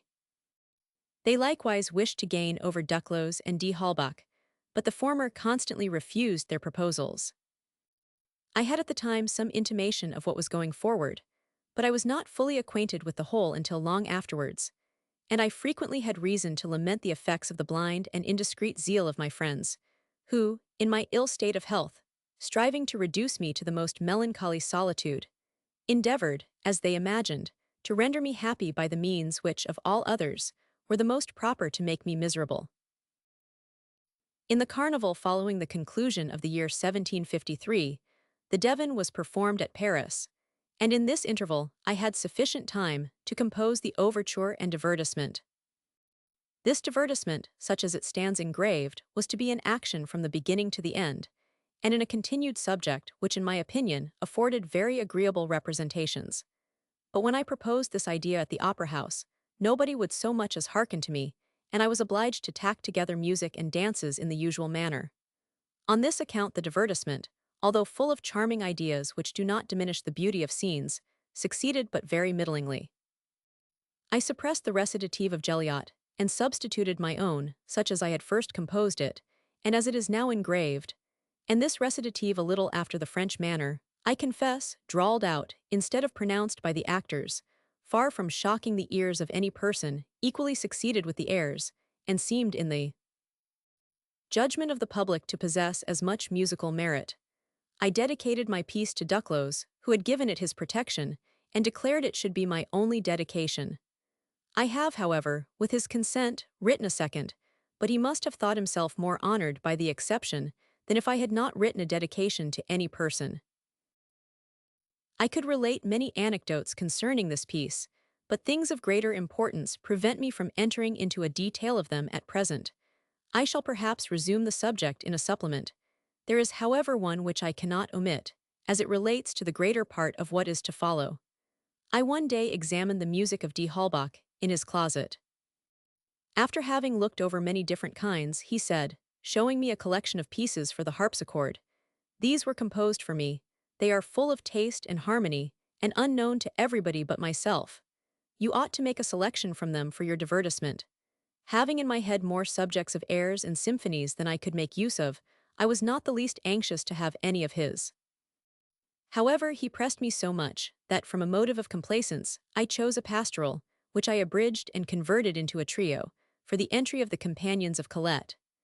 Some months afterwards, and whilst the Devon still continued to be performed, going into Grimm's, I found several people about his harpsichord, whence he hastily rose on my arrival.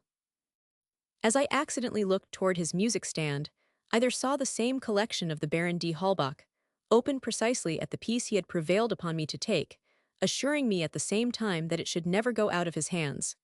Some time afterwards, I again saw the collection open on the harpsichord of 1000. D. Papinet, one day when he gave a little concert. Neither Grimm, nor anybody else, ever spoke to me of the air, and my reason for mentioning it here is that some time afterwards, a rumor was spread that I was not the author of Devon. As I never made a great progress in the practical part, I am persuaded that had it not been for my dictionary of music, it would in the end have been said I did not understand composition. Some time before the Devon du Village was performed, a company of Italian bouffons had arrived at Paris, and were ordered to perform at the Opera House, without the effect they would produce there being foreseen. Although they were detestable, and the orchestra, at that time very ignorant, mutilated at will the pieces they gave, they did the French opera an injury that will never be repaired. The comparison of these two kinds of music, heard the same evening in the same theatre, opened the ears of the French. Nobody could endure their languid music after the marked and lively accents of Italian composition, and the moment the bouffons had done, everybody went away. The managers were obliged to change the order of representation and let the performance of the bouffons be the last. Aigle, Pygmalion, and La Sylph were successively given. Nothing could bear the comparison. The Devon du Village was the only piece that did it, and this was still relished after La Serva Padrona. When I composed my interlude, my head was filled with these pieces, and they gave me the first idea of it. I was, however, far from imagining they would one day be passed in review by the side of my composition. Had I been a plagiarist, how many pilferings would have been manifest, and what care would have been taken to point them out to the public? But I had done nothing of the kind. All attempts to discover any such thing were fruitless.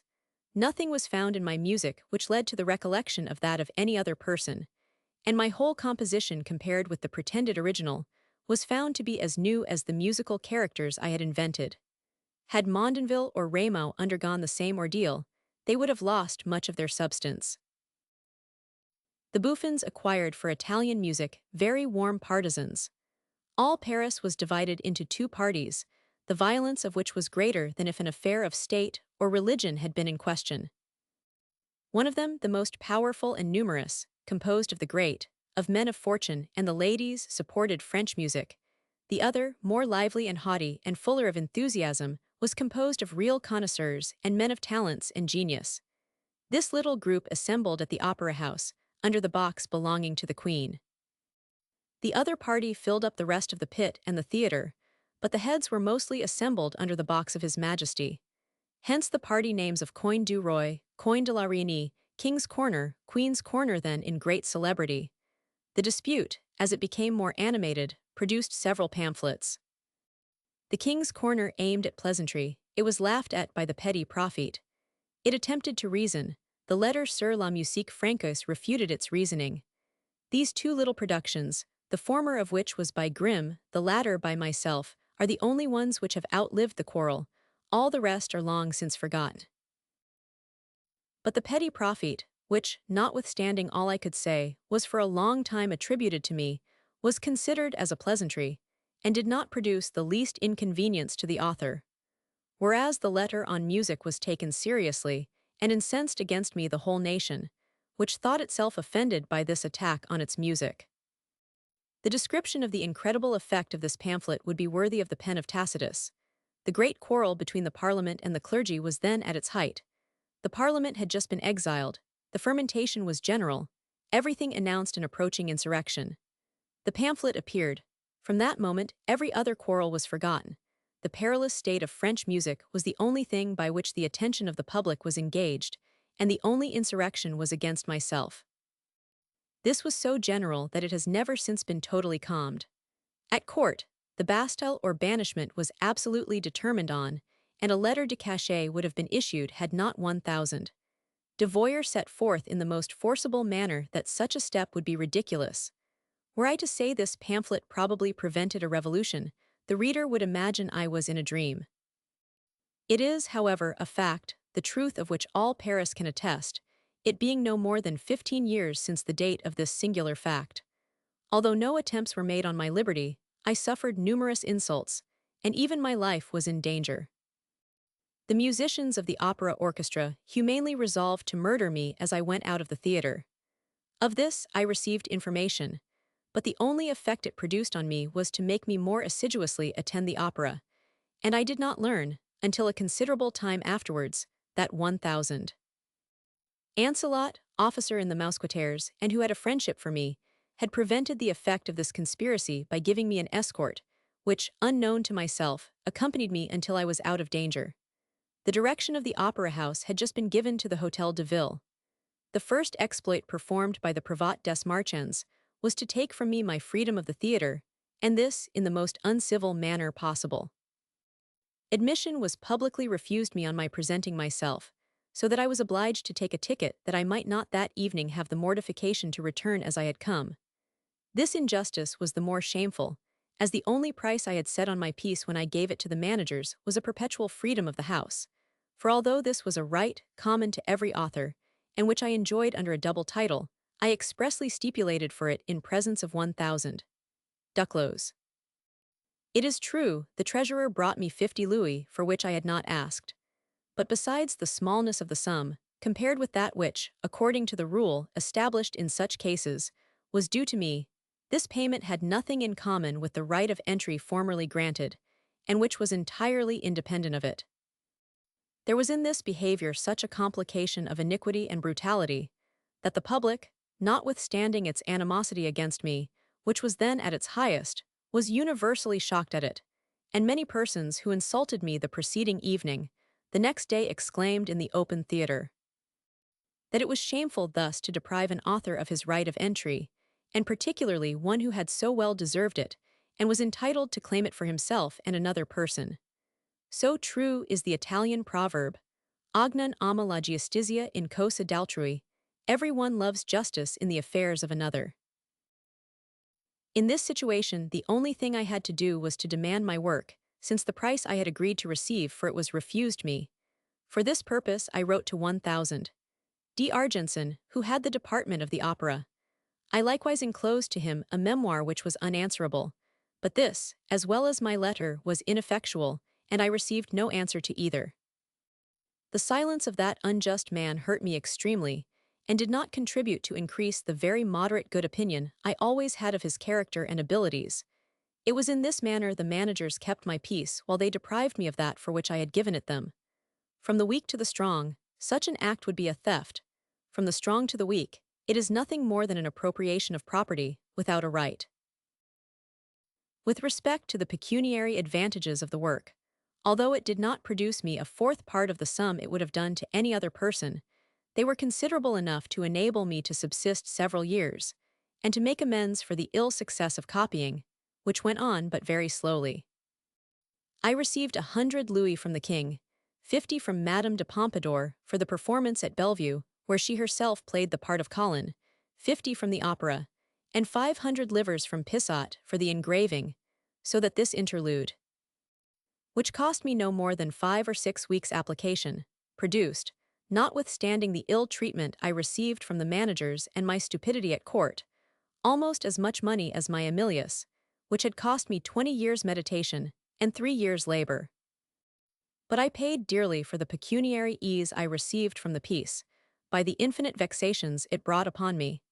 It was the germ of the secret jealousies which did not appear until a long time afterwards.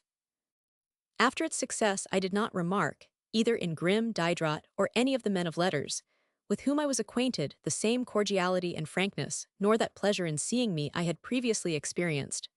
The moment I appeared at the Baron's, the conversation was no longer general. The company divided into small parties, whispered into each other's ears, and I remained alone without knowing to whom to address myself. I endured for a long time this mortifying neglect, and perceiving that Madame de Holbach, who was mild and amiable, still received me well, I bore with the vulgarity of her husband as long as it was possible. But he one day attacked me without reason or pretense, and with such brutality, in presence of Diderot, who said not a word, and Margency, who since that time has often told me how much he admired the moderation and mildness of my answers, that at length driven from his house, by this unworthy treatment, I took leave with a resolution never to enter it again.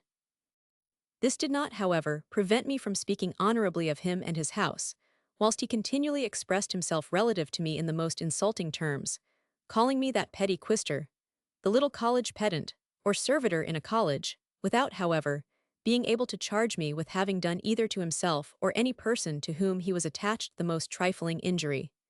In this manner, he verified my fears and predictions. I am of opinion my pretended friends would have pardoned me for having written books, and even excellent ones, because this merit was not foreign to themselves, but that they could not forgive my writing an opera, nor the brilliant success it had, because there was not one amongst them capable of the same, nor in a situation to aspire to like honors. Duclos, the only person superior to jealousy, seemed to become more attached to me. He introduced me to Mademoiselle Quinault, in whose house I received polite attention and civility to as great an extreme as I had found a want of it in that of 1000. D. Halbach.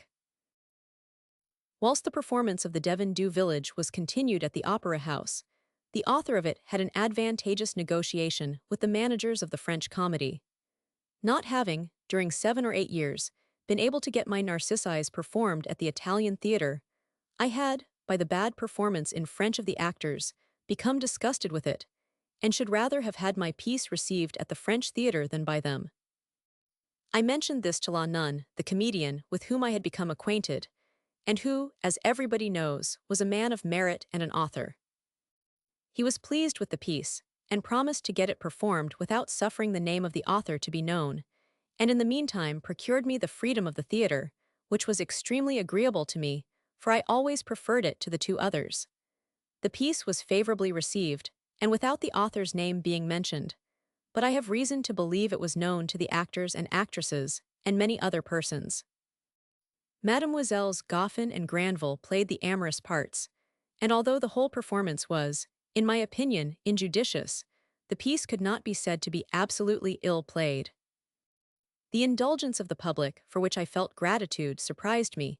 The audience had the patience to listen to it from the beginning to the end, and to permit a second representation without showing the least sign of disapprobation.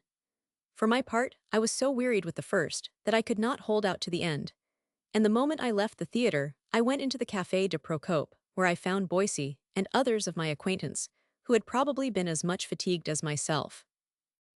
Either humbly or haughtily avowed myself the author of the piece, judging it as everybody else had done.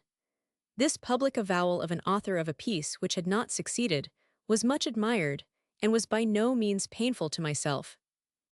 My self-love was flattered by the courage with which I made it, and I am of opinion that, on this occasion, there was more pride in speaking than there would have been foolish shame in being silent. However, as it was certain the piece, although insipid in the performance, would bear to be read, I had it printed, and in the preface, which is one of the best things I ever wrote, I began to make my principles more public than I had before done. I soon had an opportunity to explain them entirely in a work of the greatest importance, for it was, I think, this year, 1753, that the programme of the Academy of Dijon upon the origin of the inequality of mankind made its appearance. Struck with this great question, I was surprised the Academy had dared to propose it. but since it had shown sufficient courage to do it, I thought I might venture to treat it, and immediately undertook the discussion. That I might consider this grand subject more at my ease, I went to St. Germain for 7 or 8 days with Teresa, our hostess, who was a good kind of woman and one of her friends. I consider this walk as one of the most agreeable ones I ever took. The weather was very fine. These good women took upon themselves all the care and expense. Teresa amused herself with them, and I, free from all domestic concerns, diverted myself, without restraint, at the hours of dinner and supper. All the rest of the day wandering in the forest, I sought for, and found there the image of the primitive ages of which I boldly traced the history. I confounded the pitiful lies of men.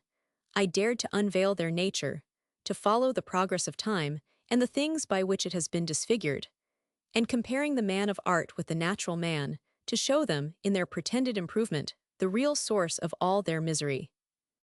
My mind, elevated by these contemplations, ascended to the divinity, and thence, seeing my fellow creatures follow in the blind track of their prejudices that of their errors and misfortunes, I cried out to them in a feeble voice which they could not hear, "Madmen, know that all your evils proceed from yourselves."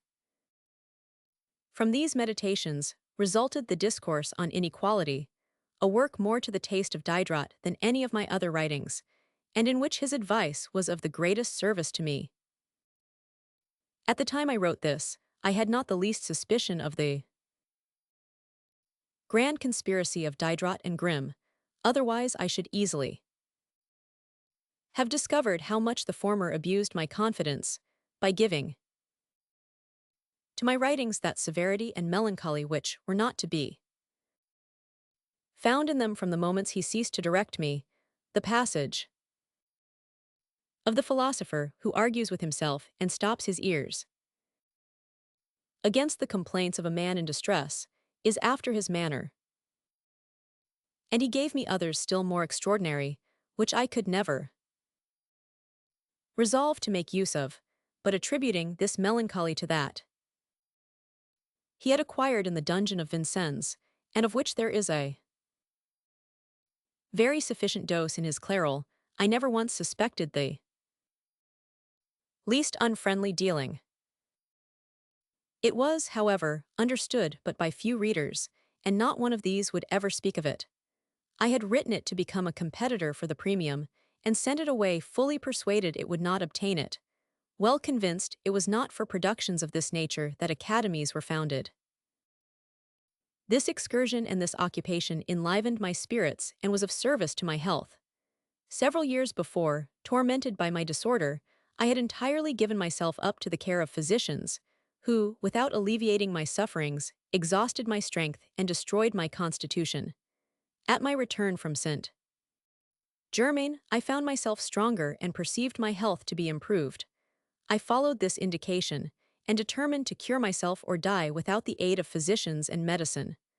I bade them forever adieu, and lived from day to day, keeping close when I found myself indisposed, and going abroad the moment I had sufficient strength to do it.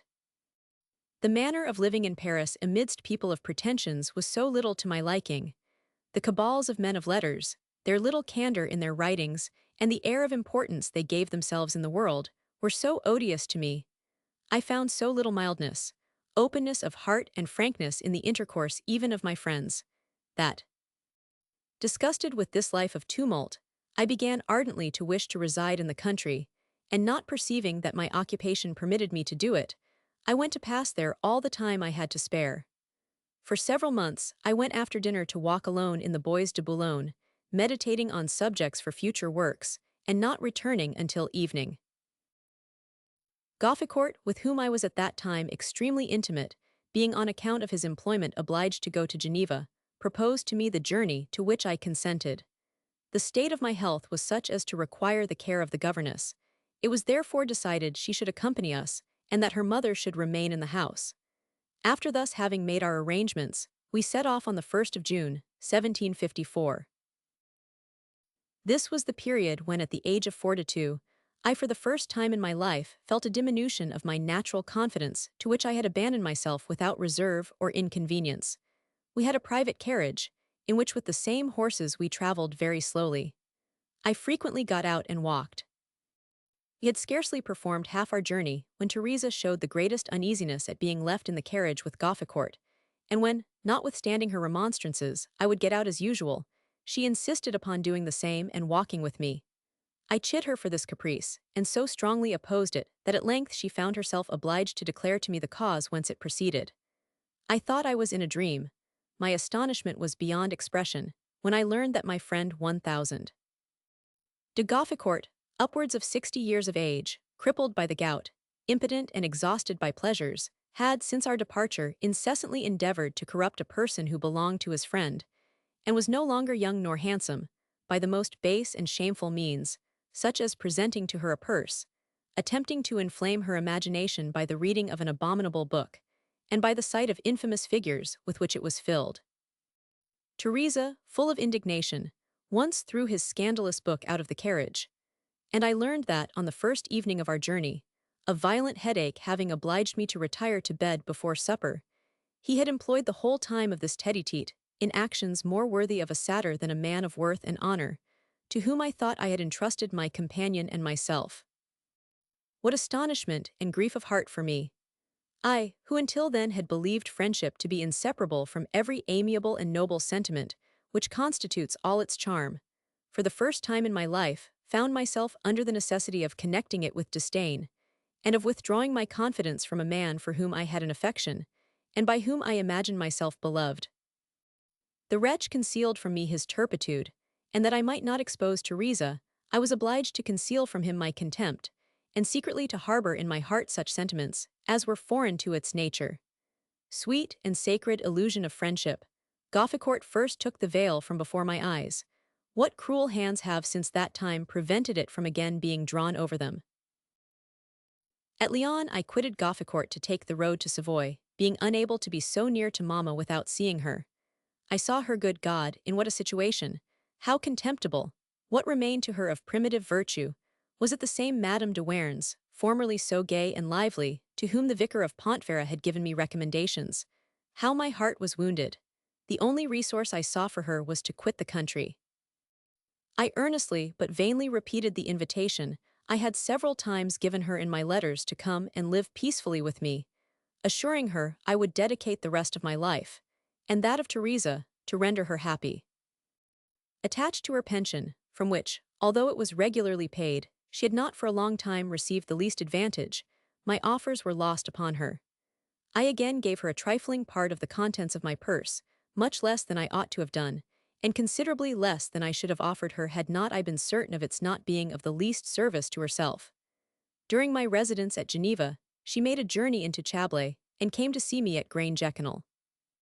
She was in want of money to continue her journey. What I had in my pocket was insufficient to this purpose, but an hour afterwards I sent it her by Teresa. Poor Mamma, I must relate this proof of the goodness of her heart. A little diamond ring was the last jewel she had left. She took it from her finger to put it upon that of Teresa, who instantly replaced it upon that whence it had been taken, kissing the generous hand which she bathed with her tears. Ah, this was the proper moment to discharge my debt. I should have abandoned everything to follow her and share her fate, let it be what it would. I did nothing of the kind. My attention was engaged by another attachment, and I perceived the attachment I had to her was abated by the slender hopes there were of rendering it useful to either of us. I sighed after her, my heart was grieved at her situation, but I did not follow her. Of all the remorse I felt, this was the strongest and most lasting. I merited the terrible chastisement with which I have since that time incessantly been overwhelmed. May this have expiated my ingratitude. Of this I appear guilty in my conduct, but my heart has been too much distressed by what I did ever to have been that of an ungrateful man. Before my departure from Paris, I had sketched out the dedication of my discourse on the inequality of mankind. I finished it at Chambéry, and dated it from that place, thinking that, to avoid all chicane, it was better not to date it either from France or Geneva. The moment I arrived in that city, I abandoned myself to the republican enthusiasm which had brought me to it. This was augmented by the reception I there met with. Kindly treated by persons of every description, I entirely gave myself up to a patriotic zeal, and mortified at being excluded from the rights of a citizen by the possession of a religion different from that of my forefathers, I resolved openly to return to the latter. I thought the gospel being the same for every Christian, and the only difference in religious opinions the result of the explanations given by men to that which they did not understand.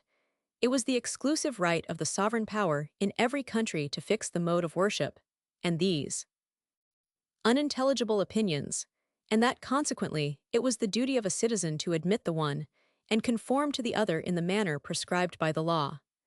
The conversation of the encyclopedists, far from staggering my faith, gave it new strength by my natural aversion to disputes and party.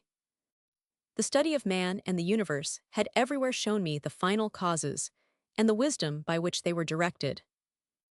The reading of the Bible, and especially that of the New Testament, to which I had for several years past applied myself, had given me a sovereign contempt for the base and stupid interpretations given to the words of Jesus Christ by persons the least worthy of understanding his divine doctrine.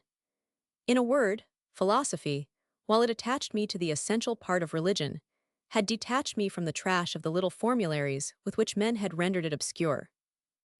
Judging that for a reasonable man there were not two ways of being a Christian, I was also of opinion that in each country everything relative to form and discipline was within the jurisdiction of the laws.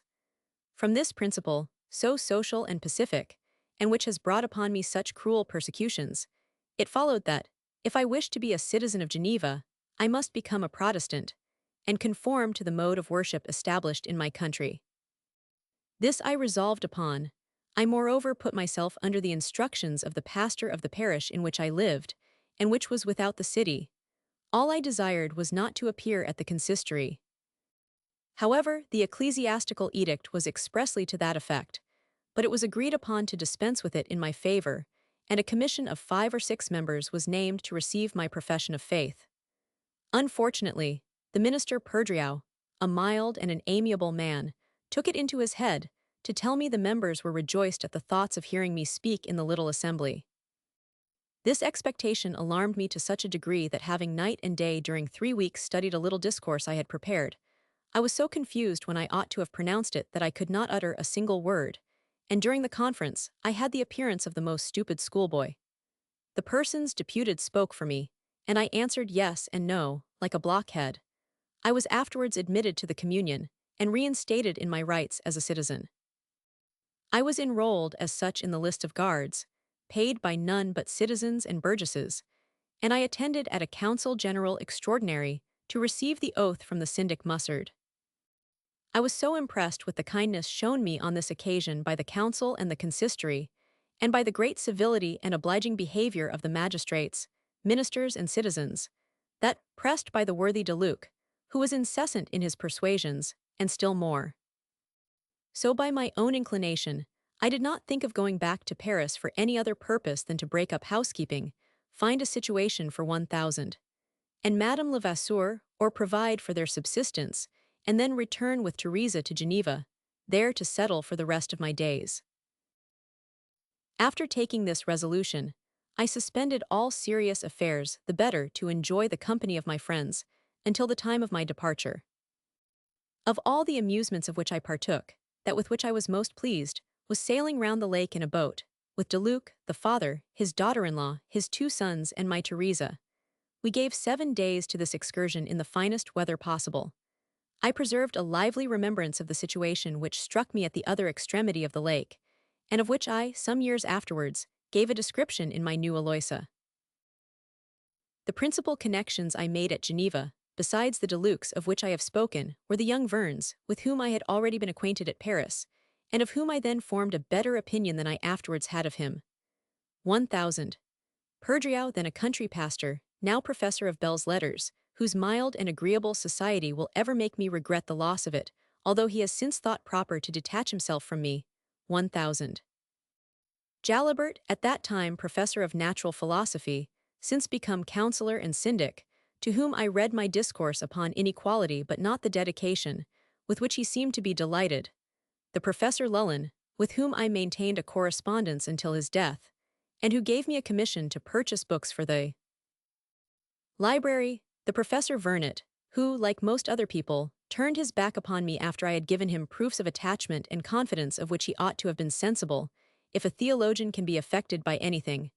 Chapin's clerk and successor to Gofficourt, whom he wished to supplant, and who, soon afterwards, was himself supplanted. Marcet de Mézières, an old friend of my father's and who had also shown himself to be mine. After having well deserved of his country, he became a dramatic author, and pretending to be of the Council of 200, changed his principles, and before he died became ridiculous. But he from whom I expected most was 1000. Moltu, a very promising young man by his talents and his brilliant imagination, whom I have always loved, although his conduct with respect to me was frequently equivocal, and notwithstanding his being connected with my most cruel enemies, whom I cannot but look upon as destined to become the defender of my memory and the avenger of his friend. In the midst of these dissipations, I neither lost the taste for my solitary excursions nor the habit of them. I frequently made long ones upon the banks of the lake, during which my mind, accustomed to reflection, did not remain idle. I digested the plan already formed of my political institutions, of which I shall shortly have to speak. I meditated a history of the Valais, the plan of a tragedy in prose, the subject of which, nothing less than Lucretia, did not deprive me of the hope of succeeding, although I had dared again to exhibit that unfortunate heroine, when she could no longer be suffered upon any French stage. I at that time tried my abilities with Tacitus, and translated the first books of his history, which will be found amongst my papers. After a residence of 4 months at Geneva, I returned in the month of October to Paris, and avoided passing through Lyon, that I might not again have to travel with Gofficourt. As the arrangement I had made did not require my being at Geneva until the spring following, I returned, during the winter, to my habits and occupations. The principal of the latter was examining the proof sheets of my discourse on the inequality of mankind, which I had procured to be printed in Holland, by the bookseller Ray, with whom I had just become acquainted at Geneva. This work was dedicated to the Republic, but as the publication might be unpleasing to the Council, I wished to wait until it had taken its effect at Geneva before I returned thither. This effect was not favorable to me, and the dedication, which the most pure patriotism had dictated, created me enemies in the Council, and inspired even many of the burgesses with jealousy. 1000. Chouet, at that time first syndic, wrote me a polite but very cold letter, which will be found amongst my papers. I received from private persons, amongst others from Duluc and de Jalabert, a few compliments, and these were all. I did not perceive that a single Genevese was pleased with the hearty zeal found in the work. This indifference shocked all those by whom it was remarked. I remember that dining one day at Clichy, at Madame Dupin's, with Crommelin, resident from the Republic, and 1000. De Marin, the latter openly declared the Council owed me a present and public honors for the work, and that it would dishonor itself if it failed in either. Crommelin, who was a black and mischievous little man, dared not reply in my presence, but he made a frightful grimace, which however forced a smile from Madame Dupin. The only advantage this work procured me, besides that resulting from the satisfaction of my own heart, was the title of citizen given me by my friends, afterwards by the public after their example, and which I afterwards lost by having too well merited. This ill success would not, however, have prevented my retiring to Geneva, had not more powerful motives tended to the same effect. 1000. D'Épinay, wishing to add a wing which was wanting to the chateau of the Chevrette, was at an immense expense in completing it. Going one day with Madame D'Épinay to see the building, we continued our walk a quarter of a league further to the reservoir of the waters of the park which joined the forest of Montmorency, and where there was a handsome kitchen garden, with a little lodge, much out of repair, called the Hermitage. This solitary and very agreeable place had struck me when I saw it for the first time before my journey to Geneva. I had exclaimed in my transport, "Ah, madam, what a delightful habitation! This asylum was purposely prepared for me." Madame D'Épinay did not pay much attention to what I said, but at this second journey I was quite surprised to find, instead of the old decayed building, a little house almost entirely new, well laid out, and very habitable for a little family of 3 persons. Madame D'Épinay had caused this to be done in silence, and at a very small expense, by detaching a few materials and some of the workmen from the castle. She now said to me, on remarking my surprise, "My dear, here behold your asylum. It is you who have chosen it. Friendship offers it to you. I hope this will remove from you the cruel idea of separating from me. I do not think I was ever in my life more strongly or more deliciously affected. I bathed with tears the beneficent hand of my friend, and if I were not conquered from that very instant even, I was extremely staggered. Madame d'Épinay, who would not be denied, became so pressing, employed so many means, so many people to circumvent me, proceeding even so far as to gain over Madame Levasseur and her daughter, that at length she triumphed over all my resolutions. Renouncing the idea of residing in my own country, I resolved, I promised, to inhabit the hermitage, and whilst the building was drying, Madame d'Épinay took care to prepare furniture, so that everything was ready the following spring. Frontispiece. Original. One thing which greatly aided me in determining was the residence Voltaire had chosen near Geneva.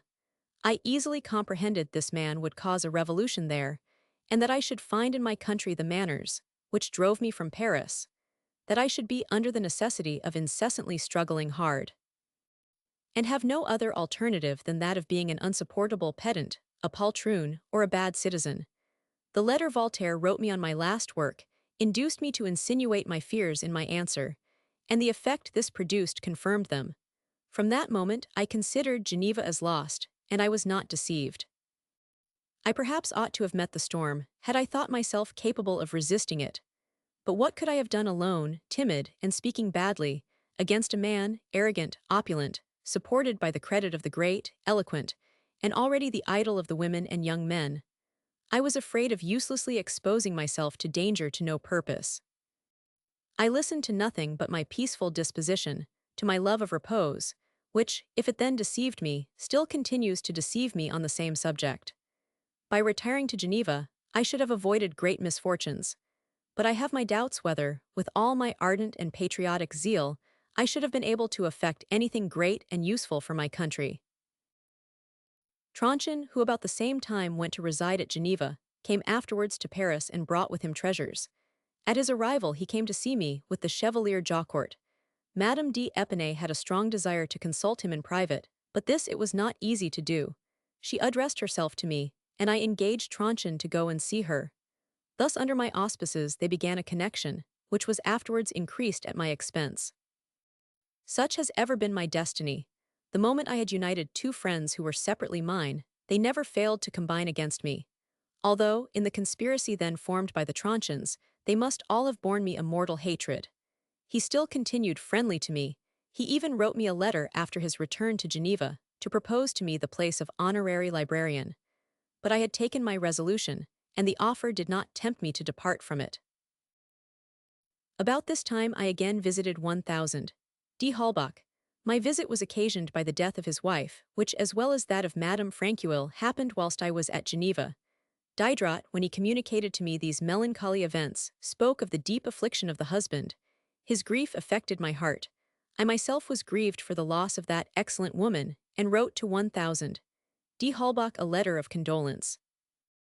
I forgot all the wrongs he had done me, and at my return from Geneva, and after he had made the tour of France with Grimm and other friends to alleviate his affliction, I went to see him, and continued my visits until my departure for the Hermitage. As soon as it was known in his circle that Madame d'Épinay was preparing me a habitation there, innumerable sarcasms, founded upon the want I must feel of the flattery and amusement of the city, and the supposition of my not being able to support the solitude for a fortnight, were uttered against me. Feeling within myself how I stood affected, I left him and his friends to say what they pleased, and pursued my intention. 1000. D. Holbach rendered me some services in finding a place for the old Levasseur, who was 80 years of age and a burden to his wife, from which she begged me to relieve her. This is an instance of the treachery of my memory.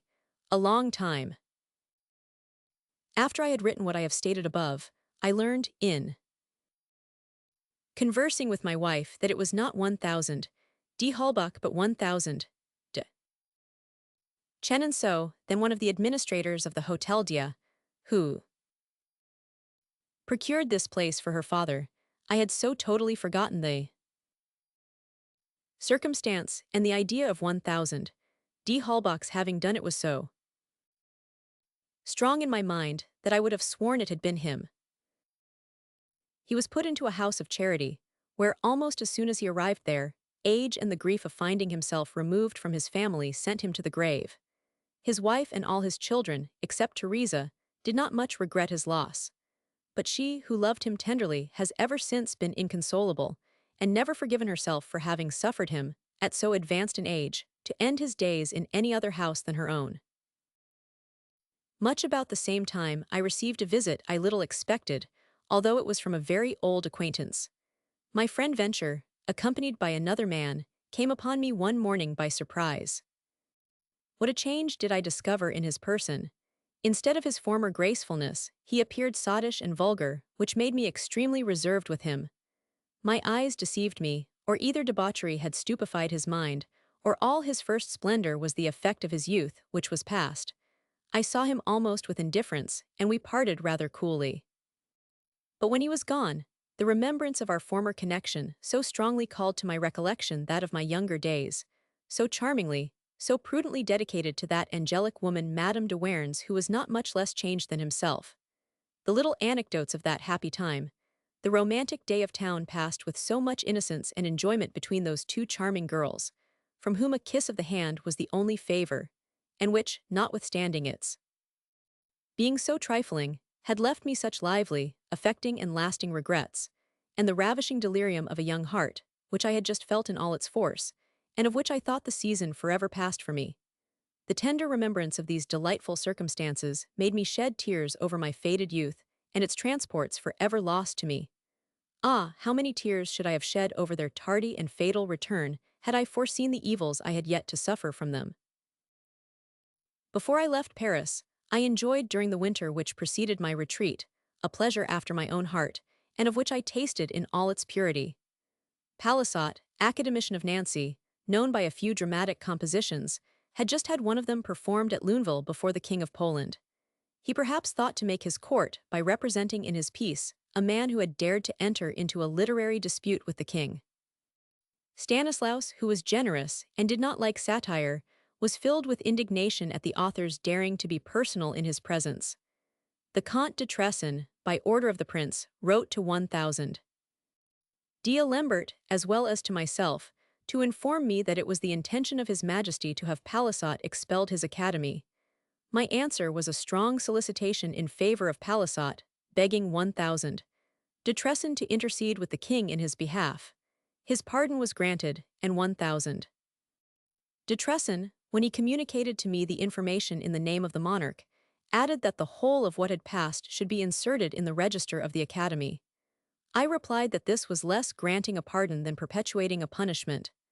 At length, after repeated solicitations, I obtained a promise that nothing relative to the affair should be inserted in the register, and that no public trace should remain of it. The promise was accompanied, as well on the part of the king as on that of 1000. De Tresson, with assurance of esteem and respect, with which I was extremely flattered, and I felt on this occasion that the esteem of men who are themselves worthy of it produced in the mind a sentiment infinitely more noble and pleasing than that of vanity. I have transcribed into my collection the letters of 1000. De Tresson, with my answers to them, and the original of the former will be found amongst my other papers. I am perfectly aware that if ever these memoirs become public, I here perpetuate the remembrance of a fact of which I would wish to efface every trace, but I transmit many others as much against my inclination. The grand object of my undertaking, constantly before my eyes, and the indispensable duty of fulfilling it to its utmost extent, will not permit me to be turned aside by trifling considerations, which would lead me from my purpose. In my strange and unparalleled situation, I owe too much to truth to be further than this indebted to any person whatever. They who wish to know me well must be acquainted with me in every point of view, in every relative situation, both good and bad. My confessions are necessarily connected with those of many other people. I write both with the same frankness in everything that relates to that which has befallen me, and am not obliged to spare any person more than myself, although it is my wish to do it. I am determined always to be just and true, to say of others all the good I can, never speaking of evil except when it relates to my own conduct, and there is a necessity for my so doing. Who, in the situation in which the world has placed me, has a right to require more at my hands? My confessions are not intended to appear during my lifetime, nor that of those they may disagreeably affect. Were I master of my own destiny, and that of the book one, am now writing, it should never be made public until after my death and theirs. But the efforts which the dread of truth obliges my powerful enemies to make to destroy every trace of it, render it necessary for me to do everything, which the strictest right, and the most severe justice, will permit, to preserve what I have written. Were the remembrance of me to be lost at my dissolution, rather than expose any person alive, I would without a murmur suffer an unjust and momentary reproach.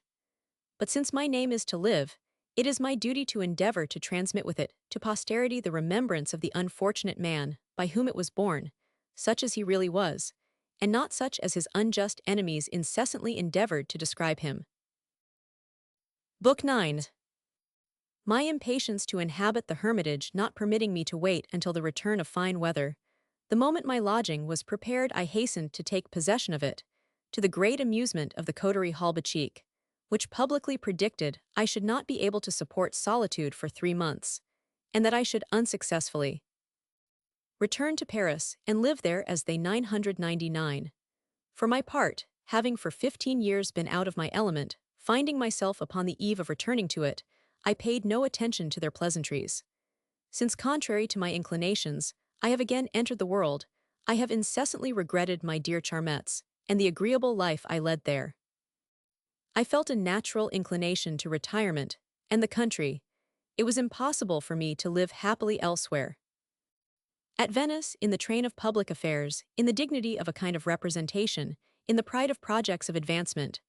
At Paris, in the vortex of the great world, in the luxury of suppers, in the brilliancy of spectacles, in the rays of splendor.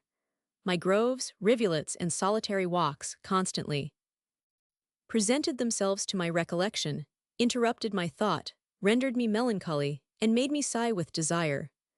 All the labor to which I had subjected myself, every project of ambition which by fits had animated my ardor, all had for object this happy country retirement, which I now thought near at hand. Without having acquired a genteel independence, which I had judged to be the only means of accomplishing my views, I imagined myself, in my particular situation, to be able to do without it, and that I could obtain the same end by a means quite opposite. I had no regular income, but I possessed some talents, and had acquired a name. My wants were few, and I had freed myself from all those which were most expensive, and which merely depended on prejudice and opinion. Besides this, although naturally indolent, I was laborious when I chose to be so, and my idleness was less that of an indolent man than that of an independent one who applies to business when it pleases him. My profession of a copyist of music was neither splendid nor lucrative, but it was certain. The world gave me credit for the courage I had shown in making choice of it. I might depend upon having sufficient employment to enable me to live. 2,000 livres which remained of the produce of the Devon Dew village, and my other writings, were a sum which kept me from being straitened, and several works I had upon the stocks promised me, without extorting money from the booksellers, supplies sufficient to enable me to work at my ease without exhausting myself, even by turning to advantage the leisure of my walks. My little family, consisting of 3 persons, all of whom were usefully employed, was not expensive to support. Finally, from my resources, proportioned to my wants and desires, I might reasonably expect a happy and permanent existence, in that manner of life which my inclination had induced me to adopt.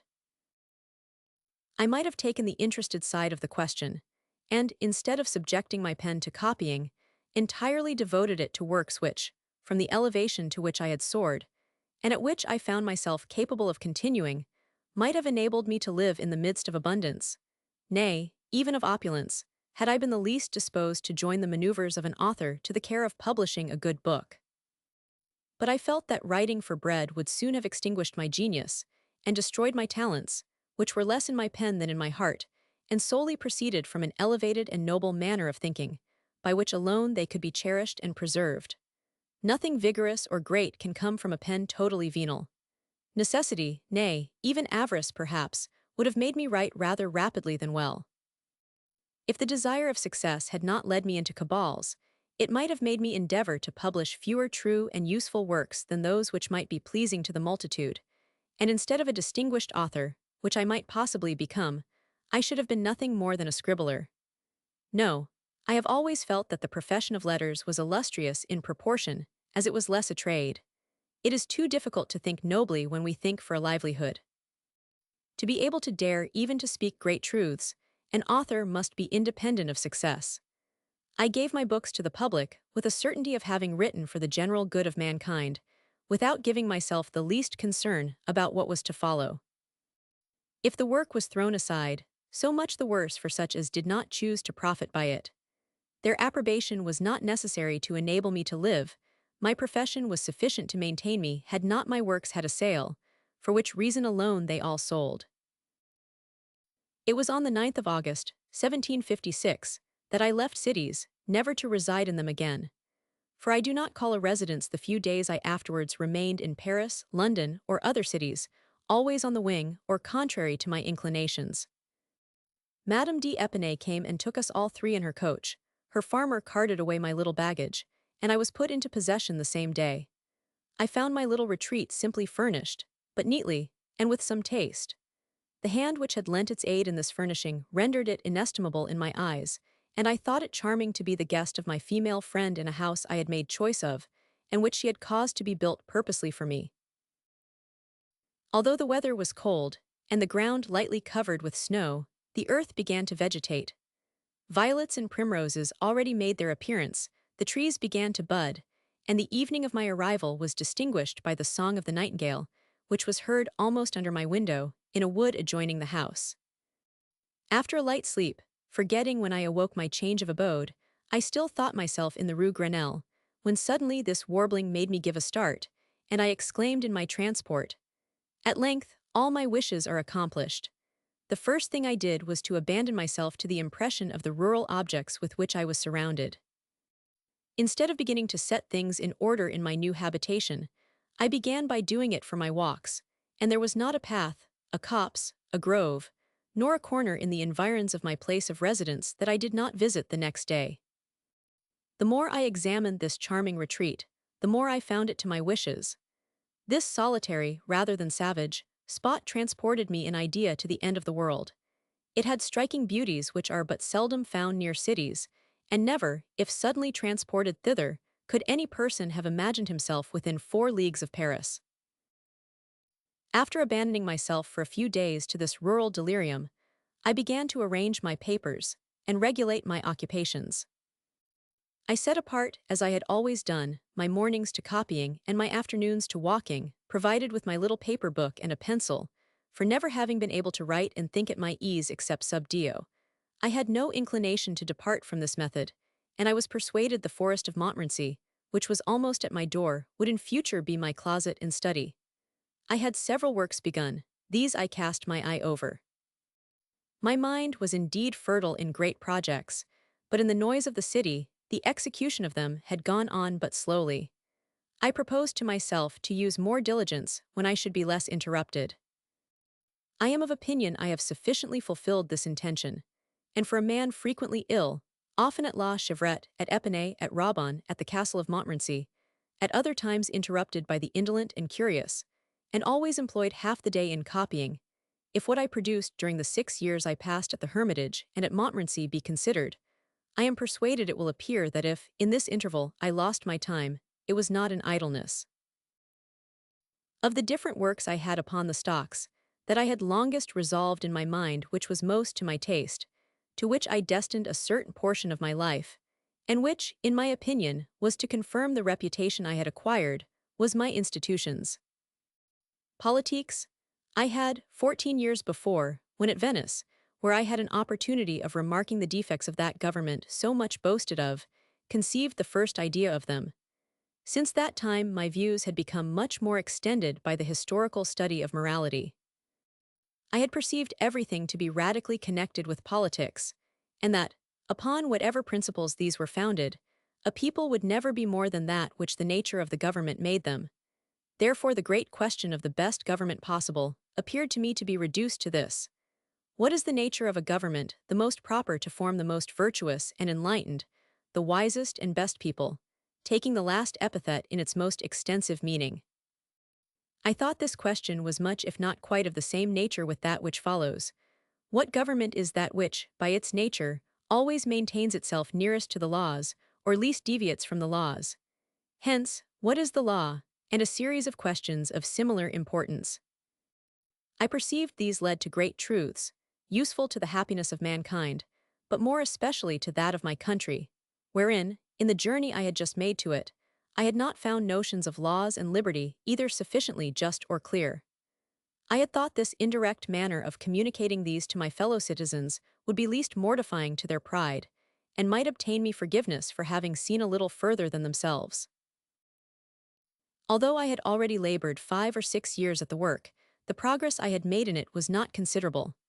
Writings of this kind require meditation, leisure, and tranquility. I had besides written the institutions politiques, as the expression is, en bonne fortune, and had not communicated my project to any person, not even to Diderot. I was afraid it would be thought too daring for the age and country in which I wrote, and that the fears of my friends would restrain me from carrying it into execution.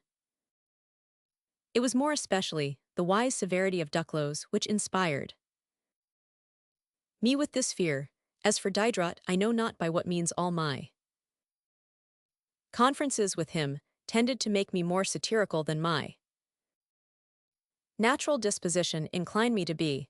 This prevented me from consulting him upon an undertaking in which I wished to introduce nothing but the force of reasoning, without the least appearance of ill humor or partiality.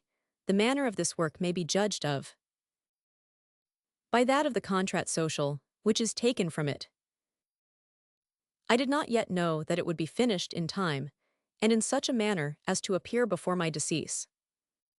I wished fearlessly to give to my subject everything it required, fully persuaded that not being of a satirical turn, and never wishing to be personal, I should in equity always be judged irreprehensible. I undoubtedly wished fully to enjoy the right of thinking which I had by birth, but still respecting the government under which I lived, without ever disobeying its laws, and very attentive not to violate the rights of persons, I would not from fear renounce its advantages. I confess, even that, as a stranger, and living in France, I found my situation very favorable in daring to speak the truth, well knowing that continuing, as I was determined to do, not to print anything in the kingdom without permission, I was not obliged to give to any person in it an account of my maxims nor of their publication elsewhere. I should have been less independent even at Geneva, where, in whatever place my books might have been printed, the magistrate had a right to criticize their contents. This consideration had greatly contributed to make me yield to the solicitations of Madame d'Épinay, and abandon the project of fixing my residence at Geneva. I felt, as I have remarked in my Emilius, that unless an author be a man of intrigue, when he wishes to render his works really useful to any country whatsoever, he must compose them in some other. What made me find my situation still more happy was my being persuaded that the government of France would, perhaps, without looking upon me with a very favorable eye, make it a point to protect me, or at least not to disturb my tranquillity. It appeared to me a stroke of simple yet dexterous policy to make a merit of tolerating that which there was no means of preventing, since, had I been driven from France, which was all government had the right to do, my work would still have been written, and perhaps with less reserve, whereas if I were left undisturbed, the author remained to answer for what he wrote, and a prejudice, general throughout all Europe, would be destroyed by acquiring the reputation of observing a proper respect for the rights of persons. They who, by the event, shall judge I was deceived, may perhaps be deceived in their turn. In the storm which has since broken over my head, my book served as a pretense, but it was against my person that every shaft was directed. My persecutors gave themselves but little concern about the author, but they wished to ruin Jean-Jacques, and the greatest evil they found in my writings was the honor they might possibly do me. Let us not encroach upon the future. I do not know that this mystery, which is still one to me, will hereafter be cleared up to my readers. But had my avowed principles been of a nature to bring upon me the treatment I received, I should sooner have become their victim, since the work in which these principles are manifested with most courage, not to call it audacity, seemed to have had its effect previous to my retreat to the hermitage, without I will not only say my having received the least censure, but without any steps having been taken to prevent the publication of it in France, where it was sold.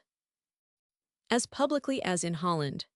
The new Aloysia afterwards appeared with the same facility, I dare add, with the same applause, and what seems incredible, the profession of faith of this Aloysia at the point of death is exactly similar to that of the Savoyard vicar.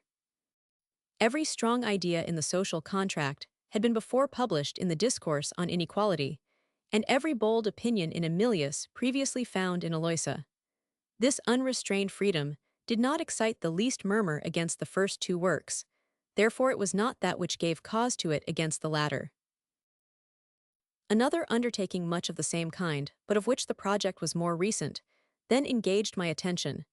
This was the extract of the works of the Abbé de Saint-Pierre, of which, having been led away by the thread of my narrative, I have not hitherto been able to speak.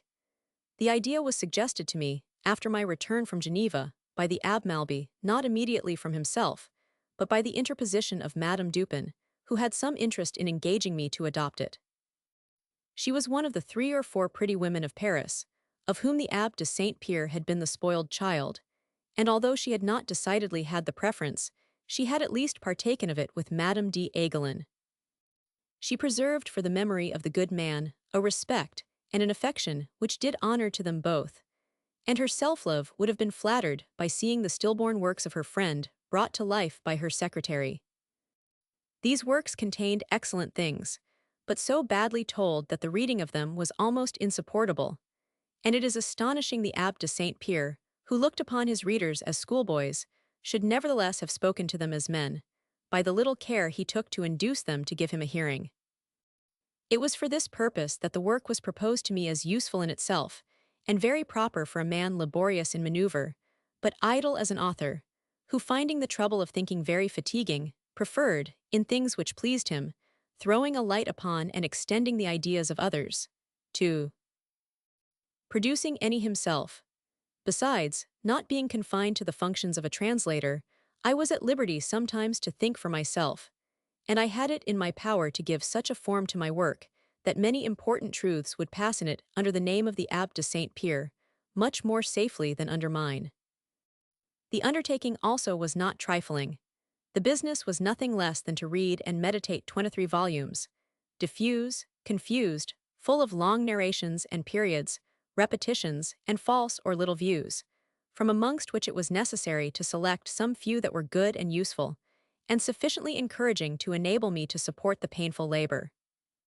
I frequently wished to have given it up, and should have done so, could I have got it off my hands with a great grace. But when I received the manuscripts of the Abbé, which were given to me by his nephew, the Comte de Saint-Pierre, I had, by the solicitation of St.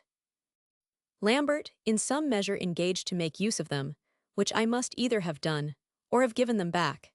It was with the former intention I had taken the manuscripts to the Hermitage, and this was the first work to which I proposed to dedicate my leisure hours. I had likewise in my own mind projected a third, the idea of which I owed to the observations I had made upon myself, and I felt the more disposed to undertake this work, as I had reason to hope I could make it a truly useful one, and perhaps, the most so of any that could be offered to the world, were the execution equal to the plan I had laid down. It has been remarked that most men are in the course of their lives frequently unlike themselves, and seem to be transformed into others very different from what they were. It was not to establish a thing so generally known that I wished to write a book. I had a newer and more important object. This was to search for the causes of these variations, and, by confining my observations to those which depend on ourselves, to demonstrate in what manner it might be possible to direct them, in order to render us better and more certain of our dispositions. For it is undoubtedly more painful to an honest man to resist desires already formed, and which it is his duty to subdue, than to prevent, change, or modify the same desires in their source, were he capable of tracing them to it. A man under temptation resists once because he has strength of mind, he yields another time because this is overcome. Had it been the same as before, he would again have triumphed. By examining within myself, and searching in others what could be the cause of these different manners of being, I discovered that, in a great measure, they depended on the anterior impressions of external objects, and that, continually modified by our senses and organs, we, without knowing it, bore in our ideas, sentiments, and even actions, the effect of these modifications. The striking and numerous observations I had collected were beyond all manner of dispute, and by their natural principle seemed proper to furnish an exterior regimen, which varied according to circumstances, might place and support the mind in the state most favorable to virtue. From how many mistakes would reason be preserved, how many vices would be stifled in their birth, were it possible to force animal economy to favor moral order, which it so frequently disturbs.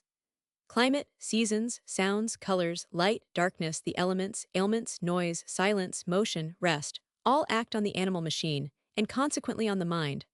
All offer 1,000 means, almost certain of directing in their origin the sentiments by which we suffer ourselves to be governed. Such was the fundamental idea of which I had already made a sketch upon paper, and whence I hoped for an effect the more certain, in favor of persons well disposed, who, sincerely loving virtue, were afraid of their own weakness, as it appeared to me easy to make of it a book as agreeable to read as it was to compose. I have, however, applied myself but very little to this work, the title of which was to have been Morale Sensitive o la Materialisme du Sage. Interruptions, the cause of which will soon appear, prevented me from continuing it, and the fate of the sketch, which is more connected with my own than it may appear to be, will hereafter be seen.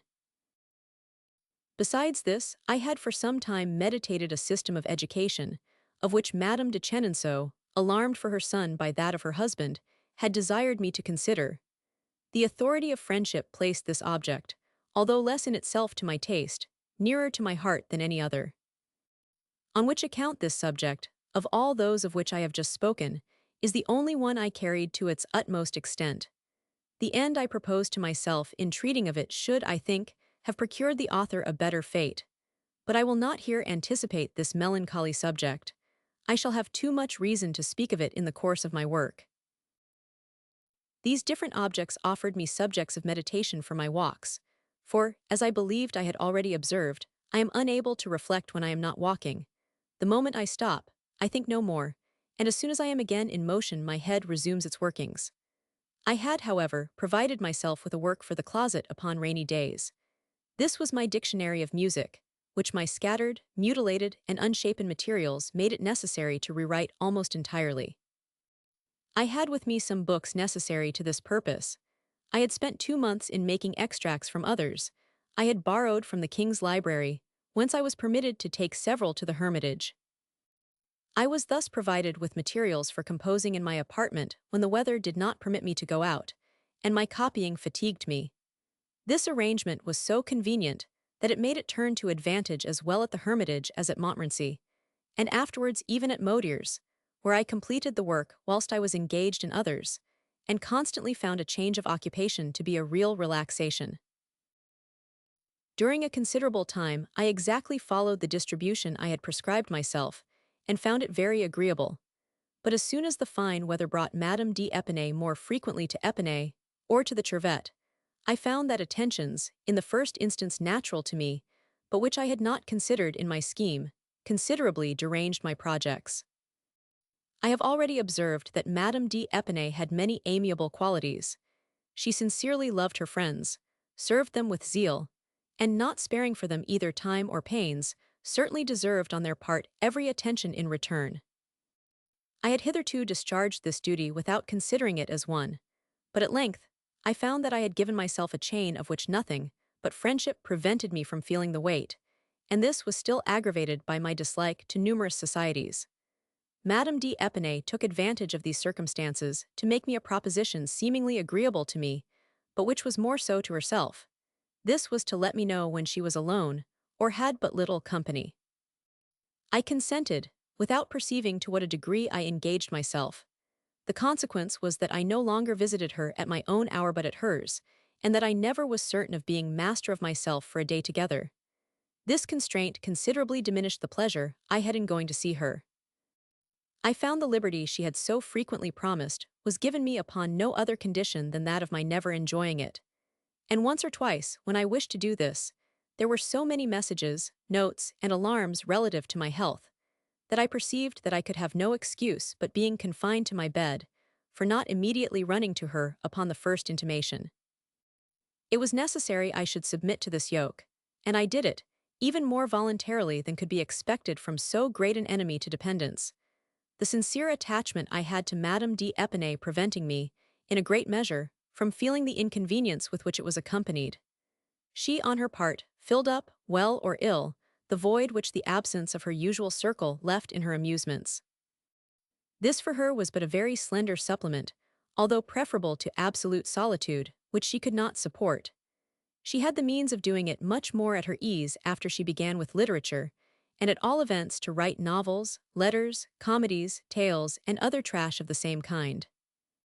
But she was not so much amused in writing these as in reading them, and she never scribbled over 2 or 3 pages at one sitting without being previously assured of having, at least, 2 or 3 benevolent auditors at the end of so much labor.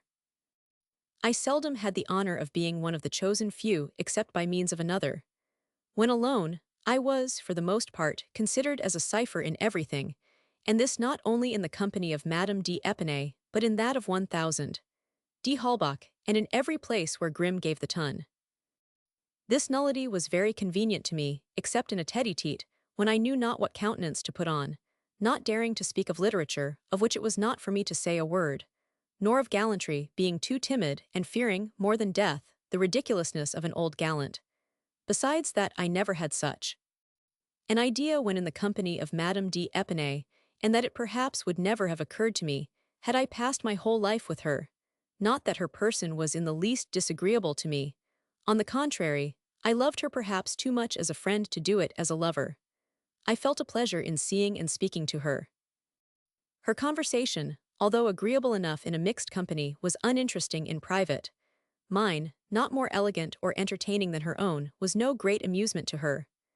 Ashamed of being long silent, I endeavored to enliven our tete-a-tete, and although this frequently fatigued me, I was never disgusted with it.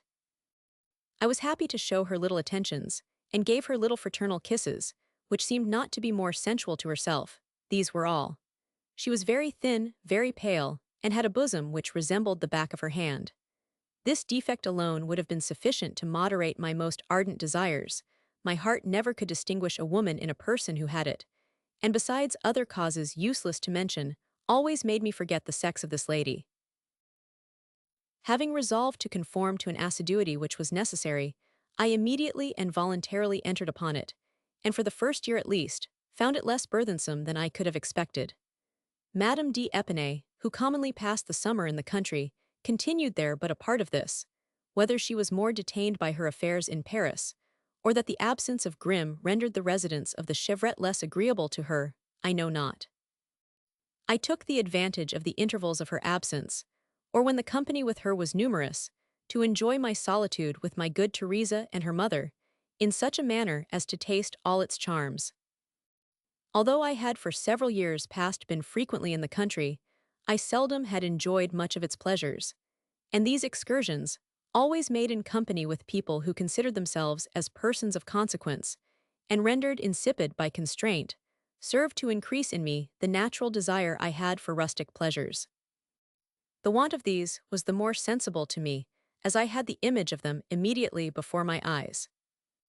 I was so tired of saloons, jets d'eau, groves, parterres, and of more fatiguing persons by whom they were shown, so exhausted with pamphlets, harpsichords, trios, unravellings of plots, stupid bon mots, insipid affections, pitiful storytellers, and great suppers, that when I gave a side glance at a poor simple hawthorn bush, a hedge, a barn, or a meadow, when in passing through a hamlet, I scented a good chervil omelette, and heard at a distance the burden of a rustic song of the Biscuiers, I wished all rouge, furbelows, and ambergris at the devil, and envying the dinner of the good housewife, and the wine of her own vineyard, I heartily wished to give a slap on the chaps to Monsieur le Chef and Monsieur le Maître, who made me dine at the hour of supper, and sup when I should have been asleep, but especially to Messieurs the lackeys, who devoured with their eyes the morsel I put into my mouth, and upon pain of my dying with thirst, sold me the adulterated wine of their master. 10 times dearer than that of a better quality would have cost me at a public house. At length I was settled in an agreeable and solitary asylum, at liberty to pass there the remainder of my days, in that peaceful, equal, and independent life for which I felt myself born. Before I relate the effects this situation, so new to me, had upon my heart, it is proper I should recapitulate its secret affections, that the reader may better follow in their causes the progress of these new modifications. I have always considered the day on which I was united to Teresa as that which fixed my moral existence. An attachment was necessary for me, since that which should have been sufficient to my heart had been so cruelly broken. The thirst after happiness is never extinguished in the heart of man. Mamma was advancing into years and dishonored herself. I had proofs that she could never more be happy here below. It therefore remained to me to seek my own happiness, having lost all hopes of partaking of hers. I was sometimes irresolute, and fluctuated from one idea to another, and from project to project. My journey to Venice would have thrown me into public life, had the man with whom, almost against my inclination, I was connected there had common sense. I was easily discouraged, especially in undertakings of length and difficulty. The ill success of this disgusted me with every other, and, according to my old maxims, considering distant objects as deceitful allurements, I resolved in future to provide for immediate wants, seeing nothing in life which could tempt me to make extraordinary efforts. It was precisely at this time we became acquainted. The mild character of the good Teresa seemed so fitted to my own, that I united myself to her with an attachment which neither time nor injuries have been able to impair, and which has constantly been increased by everything by which it might have been expected to be diminished. The force of this sentiment will hereafter appear when I come to speak of the wounds she has given my heart in the height of my misery, without my ever having, until this moment, once uttered a word of complaint to any person whatever. When it shall be known that after having done everything, braved everything, not to separate from her, that after passing with her 20 years in despite of fate and men, I have in my old age made her my wife, without the least expectation or solicitation on her part, or promise or engagement on mine. The world will think that love bordering upon madness, having from the first moment turned my head, led me by degrees to the last act of extravagance. And this will no longer appear doubtful, when the strong and particular reasons which should forever have prevented me from taking such a step are made known. What therefore will the reader think when I shall have told him, with all the truth he has ever found in me, that, from the first moment in which I saw her, until that wherein I write, I have never felt the least love for her, that I never desired to possess her more than I did to possess Madame de Warens, and that the physical wants which were satisfied with her person were, to me, solely those of the sex, and by no means proceeding from the individual. He will think that, being of a constitution different from that of other men, I was incapable of love, since this was not one of the sentiments which attached me to women the most dear to my heart. Patience, O my dear reader. The fatal moment approaches in which you will be but too much undeceived. I fall into repetitions, I know it, and these are necessary. The first of my wants, the greatest, strongest, and most insatiable, was wholly in my heart, the want of an intimate connection, and as intimate as it could possibly be. For this reason especially, a woman was more necessary to me than a man, a female. Rather than a male friend. This singular want was such that the closest corporal union was not sufficient. Two souls would have been necessary to me in the same body, without which I always felt a void. I thought I was upon the point of filling it up forever. This young person, amiable by 1,000 excellent qualities, and at that time by her form, without the shadow of art or coquetry, would have confined within herself my whole existence, could hers, as I had hoped it would, have been totally confined to me. I had nothing to fear from men. I am certain of being the only man she ever really loved, and her moderate passions seldom wanted another, not even after I ceased in this respect to be one to her. I had no family, she had one, and this family was composed of individuals whose dispositions were so different from mine that I could never make it my own. This was the first cause of my unhappiness. What would I not have given to be the child of her mother? I did everything in my power to become so, but could never succeed. I in vain attempted to unite all our interests. This was impossible.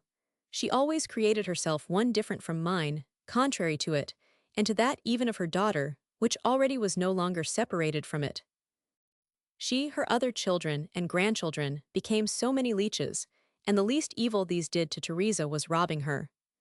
The poor girl, accustomed to submit, even to her nieces, suffered herself to be pilfered and governed without saying a word, and I perceived with grief that by exhausting my purse, and giving her advice, I did nothing that could be of any real advantage to her. I endeavored to detach her from her mother, but she constantly resisted such a proposal.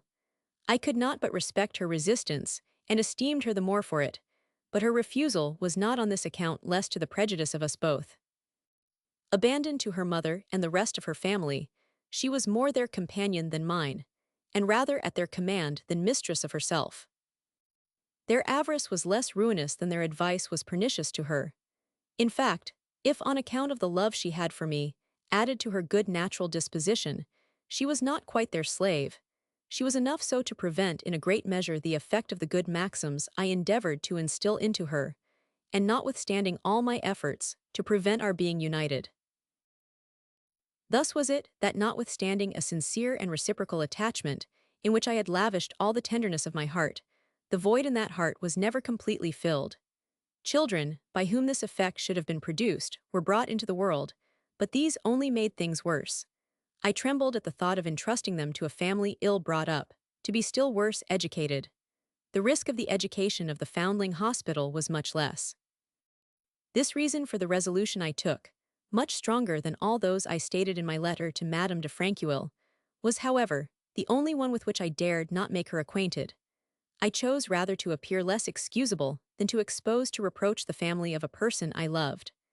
But by the conduct of her wretched brother, notwithstanding all that can be said in his defense, it will be judged whether or not I ought to have exposed my children to an education similar to his. Not having it in my power to taste in all its plenitude the charms of that intimate connection of which I felt the want, I sought for substitutes which did not fill up the void, yet they made it less sensible. Not having a friend entirely devoted to me, I wanted others, whose impulse should overcome my indolence. For this reason, I cultivated and strengthened my connection with Diderot and the Abbé de Candillac, formed with Grimm a new one still more intimate, till at length by the unfortunate discourse, of which I have related some particulars, I unexpectedly found myself thrown back into a literary circle which I thought I had quitted forever. My first steps conducted me by a new path to another intellectual world, the simple and noble economy of which I cannot contemplate without enthusiasm. I reflected so much on the subject that I soon saw nothing but error and folly in the doctrine of our sages, and oppression and misery in our social order. In the illusion of my foolish pride, I thought myself capable of destroying all imposture, and thinking that, to make myself listened to, it was necessary my conduct should agree with my principles, I adopted the singular manner of life which I have not been permitted to continue, the example of which my pretended friends have never forgiven me, which at first made me ridiculous, and would at length have rendered me respectable, had it been possible for me to persevere.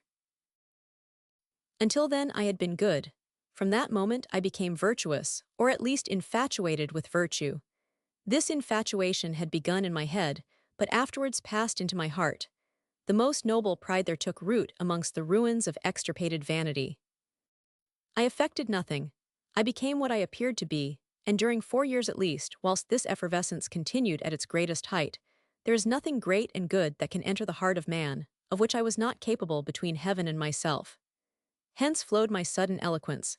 Hence, in my first writings, that fire really celestial, which consumed me, and whence during 40 years not a single spark had escaped, because it was not yet lighted up. I was really transformed. My friends and acquaintance scarcely knew me.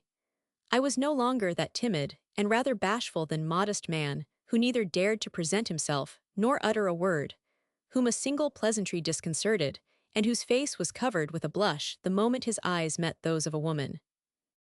I became bold, haughty, intrepid, with a confidence the more firm as it was simple, and resided in my soul rather than in my manner. The contempt with which my profound meditations had inspired me for the manners, maxims, and prejudices of the age in which I lived, rendered me proof against the raillery of those by whom they were possessed, and I crushed their little pleasantries with a sentence, as I would have crushed an insect with my fingers. What a change! All Paris repeated the severe and acute sarcasms of the same man who, 2 years before and 10 years afterwards, knew not how to find what he had to say, nor the word he ought to employ. Let the situation in the world the most contrary to my natural disposition be sought after, and this will be found. Let one of the short moments of my life in which I became another man, and ceased to be myself, be recollected. This also will be found in the time of which I speak. But instead of continuing only 6 days or 6 weeks, it lasted almost 6 years, and would perhaps still continue, but for the particular circumstances which caused it to cease, and restored me to nature, above which I had wished to soar. The beginning of this change took place as soon as I had quitted Paris, and the sight of the vices of that city no longer kept up the indignation with which it had inspired me. I no sooner had lost sight of men than I ceased to despise them, and once removed from those who designed me evil, my hatred against them no longer existed. My heart, little fitted for hatred, pitied their misery and even their wickedness. This situation, more pleasing but less sublime, soon allayed the ardent enthusiasm by which I had so long been transported, and I insensibly, almost to myself even, again became fearful, complacent, and timid, in a word, the same Jean-Jacques I before had been. Had this resolution gone no further than restoring me to myself, all would have been well, but unfortunately it rapidly carried me away to the other extreme. From that moment my mind in agitation passed the line of repose, and its oscillations, continually renewed, have never permitted it to remain here. I must enter into some detail of this second revolution, terrible and fatal era, of a fate unparalleled amongst mortals. We were but 3 persons in our retirement. It was therefore natural our intimacy should be increased by leisure and solitude. This was the case between Teresa and myself. We passed in conversations in the shade the most charming and delightful hours, more so than any I had hitherto enjoyed. She seemed to taste of this sweet intercourse more than I had until then observed her to do. She opened her heart, and communicated to me, relative to her mother and family, things she had had resolution enough to conceal for a great length of time. Both had received from Madame Dupin numerous presents, made them on my account and mostly for me, but which the cunning old woman, to prevent my being angry, had appropriated to her own use and that of her other children, without suffering Teresa to have the least share, strongly forbidding her to say a word to me of the matter, an order the poor girl had obeyed with an incredible exactness. But another thing which surprised me more than this had done was the discovery that besides the private conversations Diderot and Grimm had frequently had with both to endeavor to detach them from me, in which, by means of the resistance of Teresa, they had not been able to succeed, they had afterwards had frequent conferences with the mother, the subject of which was a secret to the daughter. However, she knew little presents had been made, and that there were mysterious goings backward and forward, the motive of which was entirely unknown to her. When we left Paris, Madame Levasseur had long been in the habit of going to see Grimm twice or thrice a month, and continuing with him for hours together, in conversations so secret that the servant was always sent out of the room. I judged this motive to be of the same nature with the project into which they had attempted to make the daughter enter, by promising to procure her and her mother, by means of Madame d'Épinay, a salt huckster's license, or snuff shop, in a word, by tempting her with the allurements of gain. They had been told that, as I was not in a situation to do anything for them, I could not, on their account, do anything for myself. As in all this I saw nothing but good intentions, I was not absolutely displeased with them for it. The mystery was the only thing which gave me pain, especially on the part of the old woman, who moreover daily became more parasitical and flattering towards me. This, however, did not prevent her from reproaching her daughter in private with telling me everything, and loving me too much, observing to her she was a fool, and would at length be made a dupe. This woman possessed, to a supreme degree, the art of multiplying the presents made her, by concealing from one what she received from another, and from me what she received from all. I could have pardoned her avarice, but it was impossible I should forgive her dissimulation. What could she have to conceal from me, whose happiness she knew principally consisted in that of herself and her daughter? What I had done for the daughter I had done for myself, but the services I rendered the mother merited on her part some acknowledgment. She ought, at least, to have thought herself obliged for them to her daughter, and to have loved me for the sake of her by whom I was already beloved. I had raised her from the lowest state of wretchedness. She received from my hands the means of subsistence, and was indebted to me for her acquaintance with the persons from whom she found means to reap considerable benefit. Teresa had long supported her by her industry, and now maintained her with my bread. She owed everything to this daughter, for whom she had done nothing, and her other children, to whom she had given marriage portions, and on whose account she had ruined herself, far from giving her the least aid, devoured her substance and mine. I thought that in such a situation she ought to consider me as her only friend and most sure protector, and that, far from making of my own affairs a secret to me, and conspiring against me in my house, it was her duty faithfully to acquaint me with everything in which I was interested, when this came to her knowledge before it did to mine. In what light, therefore, could I consider her false and mysterious conduct? What could I think of the sentiments with which she endeavored to inspire her daughter? What monstrous ingratitude was hers, to endeavor to instill it into her from whom I expected my greatest consolation? These reflections at length alienated my affections from this woman, and to such a degree that I could no longer look upon her but with contempt. I nevertheless continued to treat with respect the mother of the friend of my bosom, and in everything to show her almost the reverence of a son.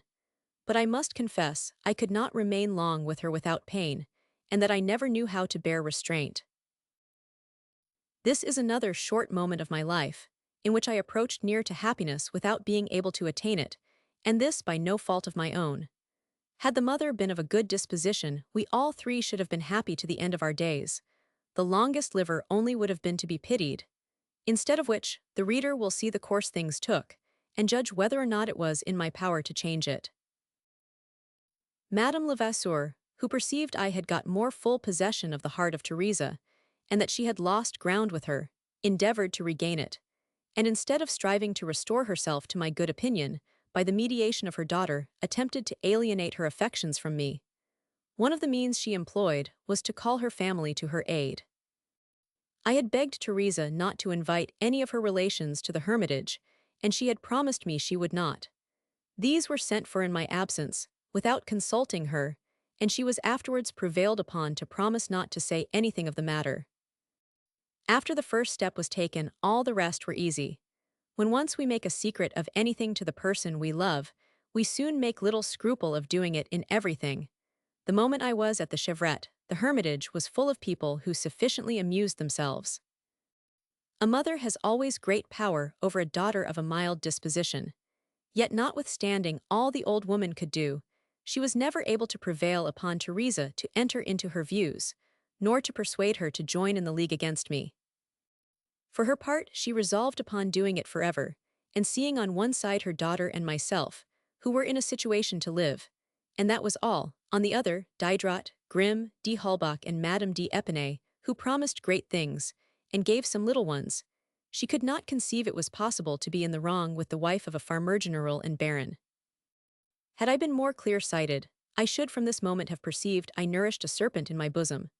But my blind confidence, which nothing had yet diminished, was such that I could not imagine she wished to injure the person she ought to love. Though I saw numerous conspiracies formed on every side, all I complain of was the tyranny of persons who called themselves my friends, and who, as it seemed, would force me to be happy in the manner they should point out, and not in that I had chosen for myself. Although Teresa refused to join in the confederacy with her mother, she afterwards kept her secret.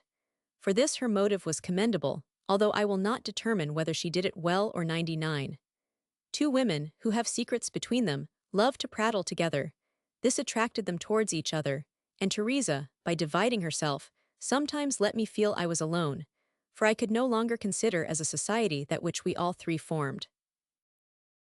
I now felt the neglect I had been guilty of during the first years of our connection, in not taking advantage of the docility with which her love inspired her, to improve her talents and give her knowledge, which, by more closely connecting us in our retirement, would agreeably have filled up her time and my own, without once suffering us to perceive the length of a private conversation. Not that this was ever exhausted between us, or that she seemed disgusted with our walks, but we had not a sufficient number of ideas common to both to make ourselves a great store, and we could not incessantly talk of our future projects, which were confined to those of enjoying the pleasures of life. The objects around us inspired me with reflections beyond the reach of her comprehension. An attachment of 12 years' standing had no longer need of words. We were too well acquainted with each other to have any new knowledge to acquire in that respect. The resource of puns, jests, gossiping, and scandal was all that remained.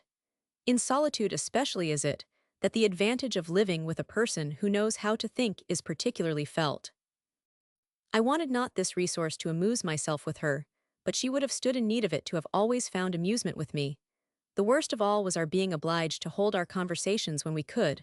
Her mother, who become importunate, obliged me to watch for opportunities to do it. I was under constraint in my own house. This is saying everything. The air of love was prejudicial to good friendship. We had an intimate intercourse without living in intimacy. The moment I thought I perceived that Teresa sometimes sought for a pretext to elude the walks I proposed to her, I ceased to invite her to accompany me, without being displeased with her for not finding in them so much amusement as I 999. Pleasure is not a thing which depends upon the will. I was sure of her heart, and the possession of this was all I desired. As long as my pleasures were hers, I tasted of them with her. When this ceased to be the case, I preferred her contentment to my own. In this manner it was that, half deceived in my expectation, leading a life after my own heart, in a residence I had chosen with a person who was dear to me, I at length found myself almost alone. What I still wanted prevented me from enjoying what I had. With respect to happiness and enjoyment, everything or nothing was what was necessary to me. The reason of these observations will hereafter appear. At present I return to the thread of my narrative. I imagined that I possessed treasures in the manuscripts given me by the Comte de Saint-Pierre. On examination, I found they were a little more than the collection of the printed works of his uncle, with notes and corrections by his own hand, and a few other trifling fragments which had not yet been published. I confirmed myself by these moral writings in the idea I had conceived from some of his letters, shown me by Madame de Crequy, that he had more sense and ingenuity than at first I had imagined. But after a careful examination of his political works, I discerned nothing but superficial notions, and projects that were useful but impracticable, in consequence of the idea from which the author never could depart, that men conducted themselves by their sagacity rather than by their passions. The high opinion he had of the knowledge of the moderns had made him adopt this false principle of improved reason, the basis of all the institutions he proposed, and the source of his political sophisms. This extraordinary man, an honor to the age in which he lived, and to the human species, and perhaps the only person since the creation of mankind, whose sole passion was that of reason, wandered in all his systems from error to error, by attempting to make men like himself, instead of taking them as they were, are, and will continue to be. He labored for imaginary beings, while he thought himself employed for the benefit of his contemporaries. All these things considered, I was rather embarrassed as to the form I should give to my work. To suffer the author's visions to pass was doing nothing useful. Fully to refute them would have been unpolite, as the care of revising and publishing his manuscripts, which I had accepted, and even requested, had been entrusted to me. This trust had imposed on me the obligation of treating the author honorably. I at length concluded upon that which to me appeared the most decent, judicious, and useful. This was to give separately my own ideas and those of the author, and for this purpose, to enter into his views, to set them in a new light, to amplify, extend them, and spare nothing which might contribute to present them in all their excellence. My work, therefore, was to be composed of two parts absolutely distinct. One, to explain, in the manner I have just mentioned, the different projects of the author. In the other, which was not to appear until the first had had its effect, I should have given my opinion upon these projects, which I confess might sometimes have exposed them to the fate of the sonnet of the misanthrope. At the head of the whole was to have been the life of the author. For this I had collected some good materials, and which I flattered myself I should not spoil in making use of them. I had been a little acquainted with the Abbé de Saint-Pierre in his old age, and the veneration I had for his memory warranted to me, upon the whole, that the Comte would not be dissatisfied with the manner in which I should have treated his relation. I made my first essay on the perpetual peace, the greatest and most elaborate of all the works which composed the collection, and before I abandoned myself to my reflections, I had the courage to read everything the abbé had written upon this fine subject, without once suffering myself to be disgusted either by his slowness or his repetitions. The public has seen the extract, on which account I have nothing to say upon the subject. My opinion of it has not been printed, nor do I know that it ever will be. However, it was written at the same time the extract was made. From this, I passed to the Polysynody, or Plurality of Councils, a work written under the regent to favor the administration he had chosen, and which caused the Abbé de Saint-Pierre to be expelled from the Academy, on account of some remarks unfavorable to the preceding administration, and with which the Duchess of Maine and the Cardinal de Polignac were displeased. I completed this work, as I did the former, with an extract and remarks, but I stopped here without intending to continue the undertaking which I ought never to have begun. The reflection which induced me to give it up naturally presents itself, and it was astonishing I had not made it sooner. Most of the writings of the Abbé de Saint-Pierre were either observations, or contained observations, on some parts of the government of France, and several of these were of so free a nature that it was happy for him he had made them with impunity. But in the offices of all the ministers of state, the Abbé de Saint-Pierre had ever been considered as a kind of preacher rather than a real politician, and he was suffered to say what he pleased, because it appeared that nobody listened to him. Had I procured him readers, the case would have been different. He was a Frenchman, and I was not one, and by repeating his censures, although in his own name, I exposed myself to be asked, rather rudely but without injustice, what it was with which I meddled. Happily, before I proceeded any further, I perceived the hold I was about to give the government against me, and I immediately withdrew. I knew that, living alone in the midst of men more powerful than myself, I never could by any means whatever be sheltered from the injury they chose to do me. There was but one thing which depended upon my own efforts. This was, to observe such a line of conduct that whenever they chose to make me feel the weight of authority, they could not do it without being unjust.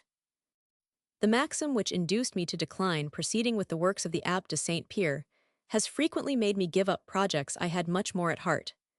People who are always ready to construe adversity into a crime would be much surprised, were they to know the pains I have taken, that during my misfortunes it might never with truth be said of me, "Thou hast deserved them." After having given up the manuscript, I remained some time without determining upon the work which should succeed it, and this interval of inactivity was destructive, by permitting me to turn my reflections on myself, for want of another object to engage my attention. I had no project for the future which could amuse my imagination. It was not even possible to form any, as my situation was precisely that in which all my desires were united. I had not another to conceive, and yet there was a void in my heart. This state was the more cruel, as I saw no other that was to be preferred to it. I had fixed my most tender affections upon a person who made me a return of her own. I lived with her without constraint, and so to speak, at discretion. Notwithstanding this, a secret grief of mind never quitted me for a moment, either when she was present or absent. In possessing Teresa, I still perceived she wanted something to her happiness, and the sole idea of my not being everything to her had such an effect upon my mind that she was next to nothing to me. I had friends of both sexes, to whom I was attached by the purest friendship and most perfect esteem. I depended upon a real return on their part, and a doubt of their sincerity never entered my mind. Yet this friendship was more tormenting than agreeable to me, by their obstinate perseverance and even by their affectation, in opposing my taste, inclinations and manner of living. And this to such a degree, that the moment I seemed to desire a thing which interested myself only, and depended not upon them, they immediately joined their efforts to oblige me to renounce it. This continued desire to control me in all my wishes, the more unjust, as I did not so much as make myself acquainted with theirs, became so cruelly oppressive, that I never received one of their letters without feeling a certain terror as I opened it, and which was but too well justified by the contents. I thought being treated like a child by persons younger than myself, and who, of themselves, stood in great need of the advice they so prodigally bestowed on me, was too much.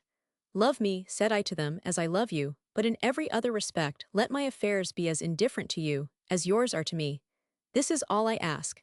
If they granted me one of these two requests, it was not the latter. I had a retired residence in a charming solitude, was master of my own house, and could live in it in the manner I thought proper, without being controlled by any person. This habitation imposed on me duties agreeable to discharge, but which were indispensable. My liberty was precarious. In a greater state of subjection than a person at the command of another, it was my duty to be so by inclination.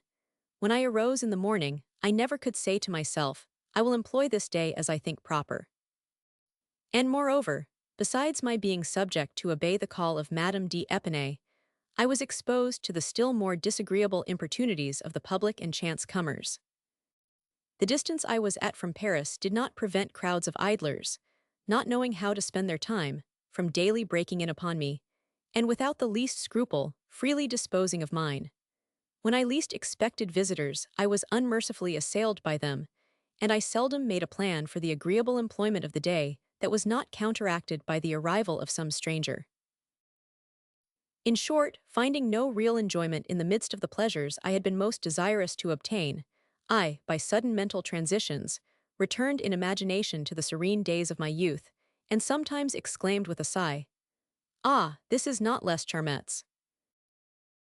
The recollection of the different periods of my life led me to reflect upon that at which I was arrived, and I found I was already on the decline, a prey to painful disorders, and imagined I was approaching the end of my days without having tasted, in all its plenitude, scarcely any one of the pleasures after which my heart had so much thirsted, or having given scope to the lively sentiments I felt it had in reserve.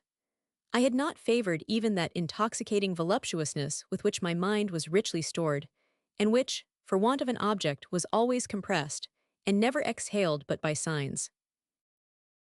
How was it possible that, with a mind naturally expansive, I with whom to live was to love, should not hitherto have found a friend entirely devoted to me, a real friend, I who felt myself so capable of being such a friend to another? How can it be accounted for that with such warm affections, such combustible senses, and a heart wholly made up of love, I had not once, at least, felt its flame for a determinate object? Tormented by the want of loving, without ever having been able to satisfy it, I perceived myself approaching the eve of old age, and hastening on to death without having lived. These melancholy but affecting recollections led me to others, which, although accompanied with regret, were not wholly unsatisfactory. I thought something I had not yet received was still due to me from destiny. To what end was I born with exquisite faculties?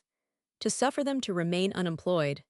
The sentiment of conscious merit, which made me consider myself as suffering injustice, was some kind of reparation, and caused me to shed tears which with pleasure I suffered to flow. These were my mediations during the finest season of the year, in the month of June, in cool shades, to the songs of the nightingale and the warbling of brooks. Everything concurred in plunging me into that too seducing state of indolence for which I was born, and from which my austere manner, proceeding from a long effervescence, should forever have delivered me. I unfortunately remembered the dinner of the Château de Town, and my meeting with the two charming girls in the same season, in places much resembling that in which I then was. The remembrance of these circumstances, which the innocence that accompanied them rendered to me still more dear, brought several others of the nature to my recollection. I presently saw myself surrounded by all the objects which, in my youth, had given me emotion. Mademoiselle Galley, Mademoiselle de Graffenried, Mademoiselle de Braille, Madame Basil, Madame de Larnage, my pretty scholars, and even the bewitching Zulietta, whom my heart could not forget. I found myself in the midst of a seraglio of houris of my old acquaintance, for whom the most lively inclination was not new to me. My blood became inflamed, my head turned, notwithstanding my hair was almost grey, and the grave citizen of Geneva, the austere Jean-Jacques at 4 to 5 years of age, again became the fond shepherd. The intoxication with which my mind was seized, although sudden and extravagant, was so strong and lasting that, to enable me to recover from it, nothing less than the unforeseen and terrible crisis it brought on was necessary.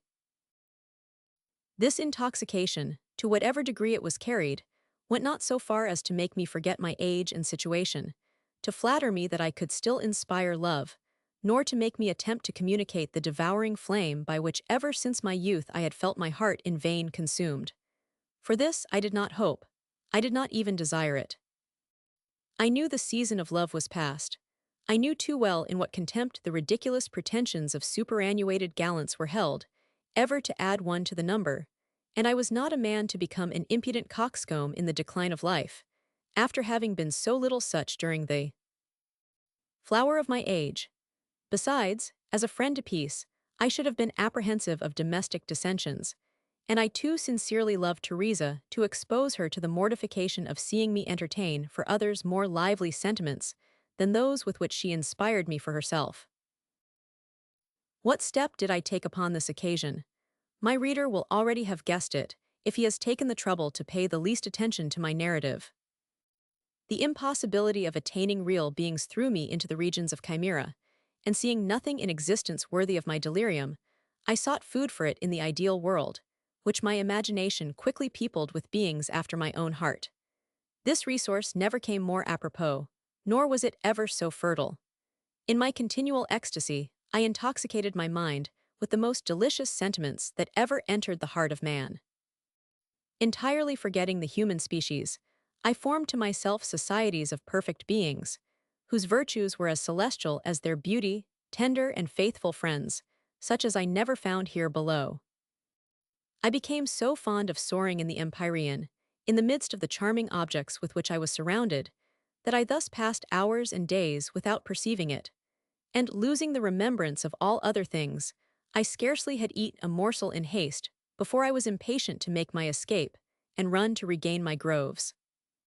When ready to depart for the enchanted world, I saw arrive wretched mortals who came to detain me upon earth. I could neither conceal nor moderate my vexation, and no longer master of myself, I gave them so uncivil a reception that it might justly be termed brutal. This tended to confirm my reputation as a misanthrope, from the very cause which, could the world have read my heart, should have acquired me one of a nature directly opposite. In the midst of my exultation, I was pulled down like a paper kite, and restored to my proper place by means of a smart attack of my disorder. I recurred to the only means that had before given me relief, and thus made a truce with my angelic amours, for besides that it seldom happens that a man is amorous when he suffers, my imagination, which is animated in the country and beneath the shade of trees, languishes and becomes extinguished in a chamber, and under the joists of a ceiling. I frequently regretted that there existed no dryads. It would certainly have been amongst these that I should have fixed my attachment. Other domestic broils came at the same time to increase my chagrin.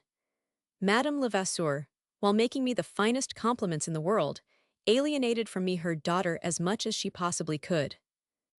I received letters from my late neighborhood, informing me that the good old lady had secretly contracted several debts in the name of Teresa, to whom these became known, but of which she had never mentioned to me a word. The debts to be paid hurt me much less than the secret that had been made of them. How could she, for whom I had never had a secret, have one from me? Is it possible to dissimulate with persons whom we love? The coterie Halbachik, who found I never made a journey to Paris, began seriously to be afraid I was happy and satisfied in the country, and madman enough to reside there. Hence the cabals by which attempts were made to recall me indirectly to the city. Diderot, who did not immediately wish to show himself, began by detaching from me Delayer, whom I had brought acquainted with him, and who received and transmitted to me the impressions Diderot chose to give without suspecting to what end they were directed. Everything seemed to concur in withdrawing me from my charming and mad reverie.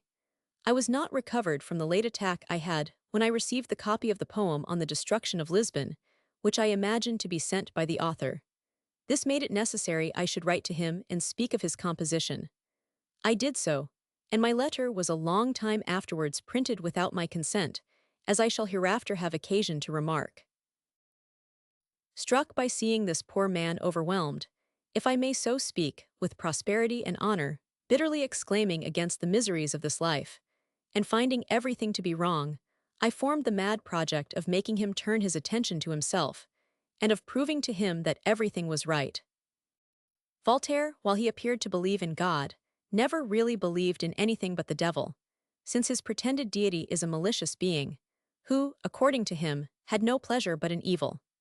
The glaring absurdity of this doctrine is particularly disgusting from a man enjoying the greatest prosperity, who, from the bosom of happiness, endeavors, by the frightful and cruel image of all the calamities from which he is exempt, to reduce his fellow creatures to despair. I, who had a better right than he to calculate and weigh all the evils of human life, impartially examined them, and proved to him that of all possible evils there was not one to be attributed to Providence, and which had not its source rather in the abusive use man made of his faculties than in nature. I treated him, in this letter, with the greatest respect and delicacy possible.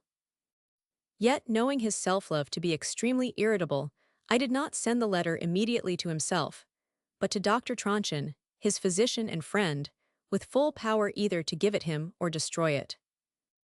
Voltaire informed me in a few lines that being ill, having likewise the care of a sick person, he postponed his answer until some future day, and said not a word on the subject.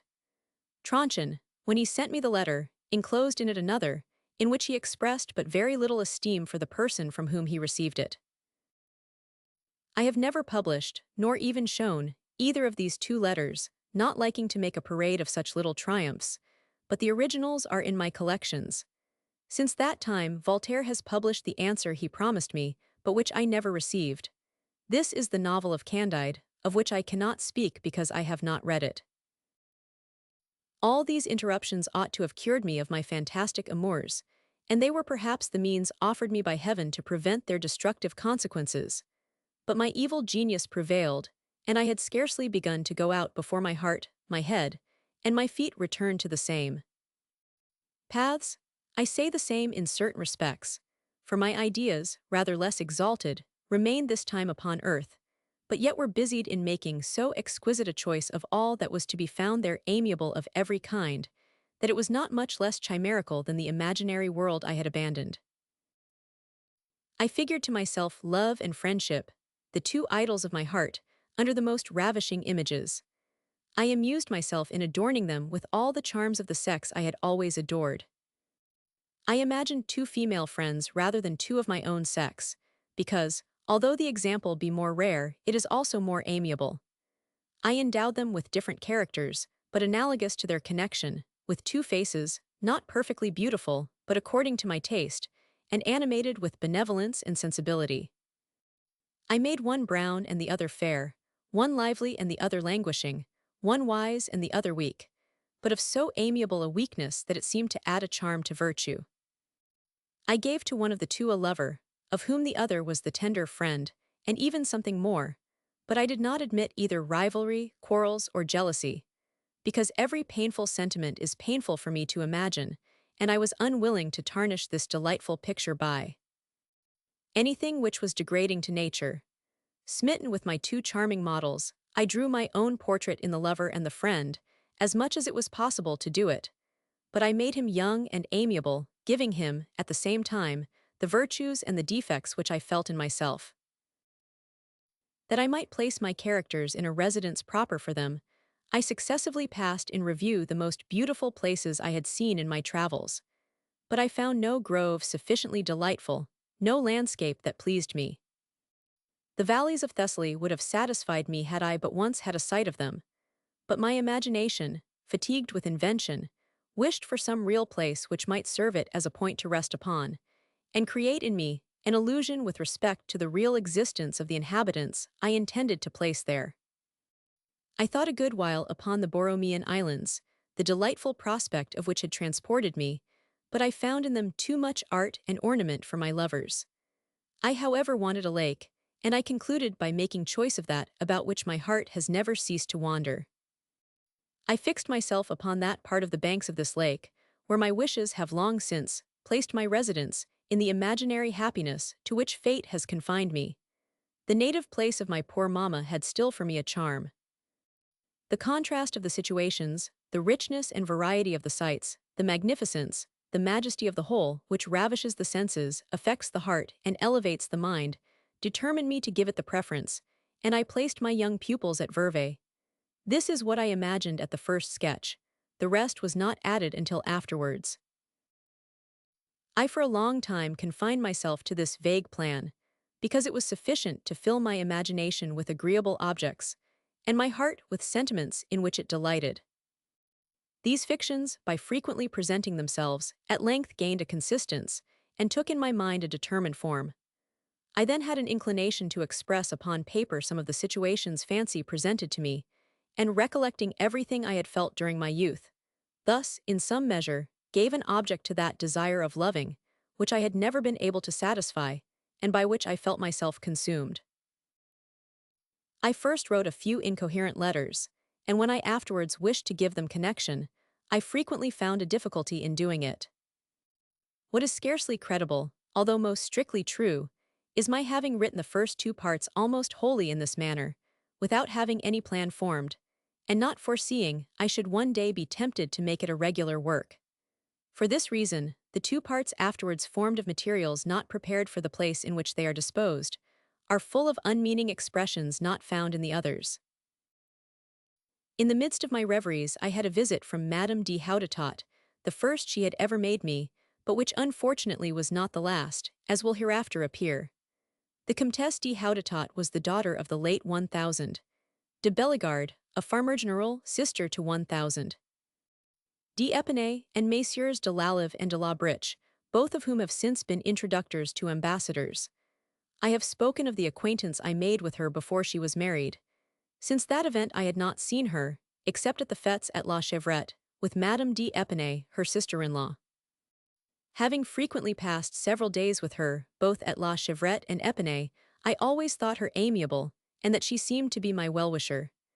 She was fond of walking with me, we were both good walkers, and the conversation between us was inexhaustible. However, I never went to see her in Paris, although she had several times requested and solicited me to do it.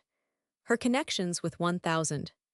De Saint-Lambert, with whom I began to be intimate, rendered her more interesting to me, and it was to bring me some account of that friend who was, I believe, then at Man, that she came to see me at the Hermitage. This visit had something of the appearance of the beginning of a romance. She lost her way. Her coachman, quitting the road, which turned to the right, attempted to cross straight over from the mill of Clairvaux to the Hermitage. Her carriage stuck in a quagmire in the bottom of the valley, and she got out and walked the rest of the road. Her delicate shoes were soon worn through. She sunk into the dirt, her servants had the greatest difficulty in extricating her, and she at length arrived at the Hermitage in boots, making the place resound with her laughter, in which I most heartily joined. She had to change everything. Teresa provided her with what was necessary, and I prevailed upon her to forget her dignity and partake of a rustic collation, with which she seemed highly satisfied. It was late, and her stay was short, but the interview was so mirthful that it pleased her, and she seemed disposed to return. She did not, however, put this project into execution until the next year, but alas, the delay was not favorable to me in anything. I passed the autumn in an employment no person would suspect me of undertaking. This was guarding the fruit of 1000. D'Épinay. The Hermitage was the reservoir of the waters of the park of the Chevrette. There was a garden walled round, and planted with espaliers and other trees, which produced 1000. D'Épinay more fruit than his kitchen garden at the Chevrette, although 3/4 of it were stolen from him. That I might not be a guest entirely useless, I took upon myself the direction of the garden, and the inspection of the conduct of the gardener. Everything went on well until the fruit season, but as this became ripe, I observed that it disappeared without knowing in what manner it was disposed of. The gardener assured me it was the dormice which eat it all. I destroyed a great number of these animals, notwithstanding which the fruit still diminished. I watched the gardener's motions so narrowly that I found he was the great dormouse. He lodged at Montmorency, whence he came in the night with his wife and children to take away the fruit he had concealed in the daytime, and which he sold in the market at Paris as publicly as if he had brought it from a garden of his own. The wretch whom I loaded with kindness, whose children were clothed by Teresa, and whose father, who was a beggar, I almost supported, robbed us with as much ease as effrontery, not one of the three being sufficiently vigilant to prevent him, and one night he emptied my cellar. Whilst he seemed to address himself to me only, I suffered everything, but being desirous of giving an account of the fruit, I was obliged to declare by whom a great part of it had been stolen. Madame d'Épinay desired me to pay and discharge him, and look out for another. I did so. As this rascal rambled about the hermitage in the night, armed with a thick club-staff with an iron ferrule, and accompanied by other villains like himself, to relieve the governesses from their fears, I made his successor sleep in the house with us. And this not being sufficient to remove their apprehensions, I sent to ask 1,000 d'Épinay for a musket, which I kept in the chamber of the gardener, with a charge not to make use of it except an attempt was made to break open the door or scale the walls of the garden, and to fire nothing but powder, meaning only to fright the thieves. This was certainly the least precaution a man indisposed could take for the common safety of himself and family, having to pass the winter in the midst of a wood, with 2 timid women. I also procured a little dog to serve as a sentinel. Delayer coming to see me about this time, I related to him my situation, and we laughed together at my military apparatus. At his return to Paris, he wished to amuse Diderot with the story, and by this means, the Coterie de Halbachik learned that I was seriously resolved to pass the winter at the Hermitage. This perseverance, of which they had not imagined me to be capable, disconcerted them, and until they could think of some other means of making my residence disagreeable to me, they sent back, by means of Diderot, the same Delayer, who, though at first he had thought my precautions quite natural, now pretended to discover that they were inconsistent with my principles, and styled them more than ridiculous in his letters, in which he overwhelmed me with pleasantries sufficiently bitter and satirical to offend me, had I been the least disposed to take offense. But at that time being full of tender and affectionate sentiments, and not susceptible of any other, I perceived in his biting sarcasms nothing more than a jest, and believed him only jocose when others would have thought him mad. By my care and vigilance I guarded the garden so well, that, although there had been but little fruit that year, the produce was triple that of the preceding years. It is true, I spared no pains to preserve it, and I went so far as to escort what I sent to the Chevrette and to Épinay, and to carry baskets of it myself. The aunt and I carried one of these, which was so heavy that we were obliged to rest at every dozen steps, and which we arrived with it we were quite wet with perspiration. As soon as the bad season began to confine me to the house, I wished to return to my indolent amusements, but this I found impossible. I had everywhere 2 charming female friends before my eyes, their friend, everything by which they were surrounded, the country they inhabited, and the objects created or embellished for them by my imagination. I was no longer myself for a moment, my delirium never left me. After many useless efforts to banish all fictions from my mind, they at length seduced me, and my future endeavors were confined to giving them order and coherence, for the purpose of converting them into a species of novel. What embarrassed me most was, that I had contradicted myself so openly and fully. After the severe principles I had just so publicly asserted, after the austere maxims I had so loudly preached, and my violent invectives against books which breathed nothing but effeminacy and love, could anything be less expected or more extraordinary than to see me, with my own hand, write my name in the list of authors of those books I had so severely censured? I felt this incoherence in all its extent. I reproached myself with it, I blushed at it and was vexed, but all this could not bring me back to reason. Completely overcome, I was at all risks obliged to submit, and to resolve to brave whatever the world might say of it, except only deliberating afterwards whether or not I should show my work, for I did not yet suppose I should ever determine to publish it. This resolution taken, I entirely abandoned myself to my reveries, and by frequently resolving these in my mind, formed with them the kind of plan of which the execution has been seen. This was certainly the greatest advantage that could be drawn from my follies. The love of good which has never once been effaced from my heart turned them towards useful objects, the moral of which might have produced its good effects. My voluptuous descriptions would have lost all their graces had they been devoid of the coloring of innocence. A weak girl is an object of pity, whom love may render interesting, and who frequently is not therefore the less amiable, but who can see without indignation the manners of the age, and what is more disgusting than the pride of an unchaste wife, who, openly treading under foot every duty, pretends that her husband ought to be grateful for her unwillingness to suffer herself to be taken in the fact. Perfect beings are not in nature, and their examples are not near enough to us. But whoever says that the description of a young person born with good dispositions, and a heart equally tender and virtuous, who suffers herself when a girl to be overcome by love, and when a woman has resolution enough to conquer in her turn, is upon the whole scandalous and useless, is a liar and a hypocrite. Hearken not to him. Besides this object of morality and conjugal chastity which is radically connected with all social order, I had in view one more secret in behalf of concord and public peace, a greater, and perhaps more important object in itself, at least for the moment for which it was created. The storm brought on by the encyclopédie, far from being appeased, was at the time at its height. Two parties exasperated against each other to the last degree of fury soon resembled enraged wolves, set on for their mutual destruction, rather than Christians and philosophers, who had a reciprocal wish to enlighten and convince each other, and lead their brethren to the way of truth. Perhaps nothing more was wanting to each party than a few turbulent chiefs, who possessed a little power, to make this quarrel terminate in a civil war. And God only knows what a civil war of religion founded on each side upon the most cruel intolerance would have produced. Naturally an enemy to all spirit of party, I had freely spoken severe truths to each, of which they had not listened. I thought of another expedient, which, in my simplicity, appeared to me admirable. This was to abate their reciprocal hatred by destroying their prejudices, and showing to each party the virtue and merit which in the other was worthy of public esteem and respect. This project, little remarkable for its wisdom, which supported sincerity in mankind, and whereby I fell into the error with which I reproached the Abbé de Saint-Pierre, had the success that was to be expected from it. It drew together and united the parties for no other purpose than that of crushing the author.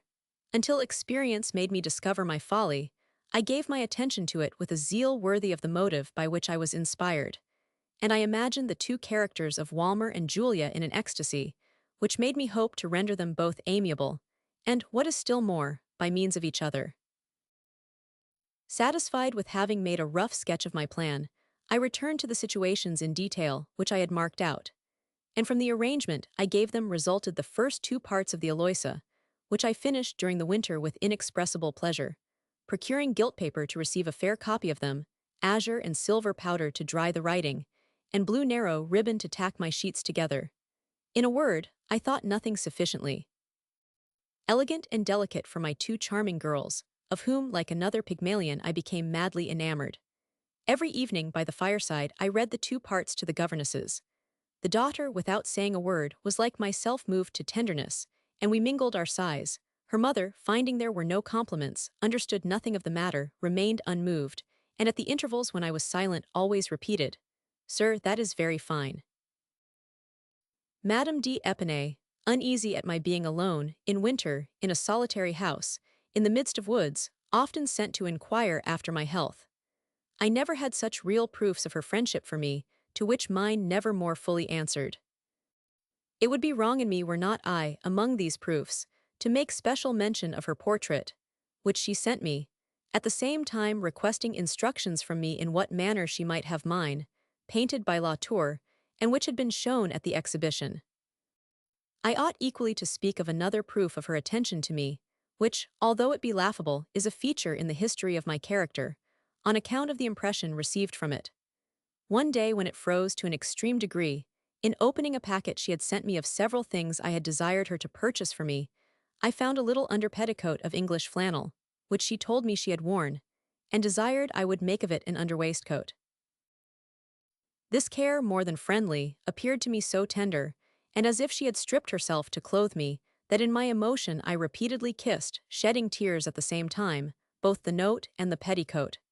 Teresa thought me mad. It is singular that of all the marks of friendship Madame d'Épinay ever showed me this touched me the most, and that ever since our rupture I have never recollected it, without being very sensibly affected.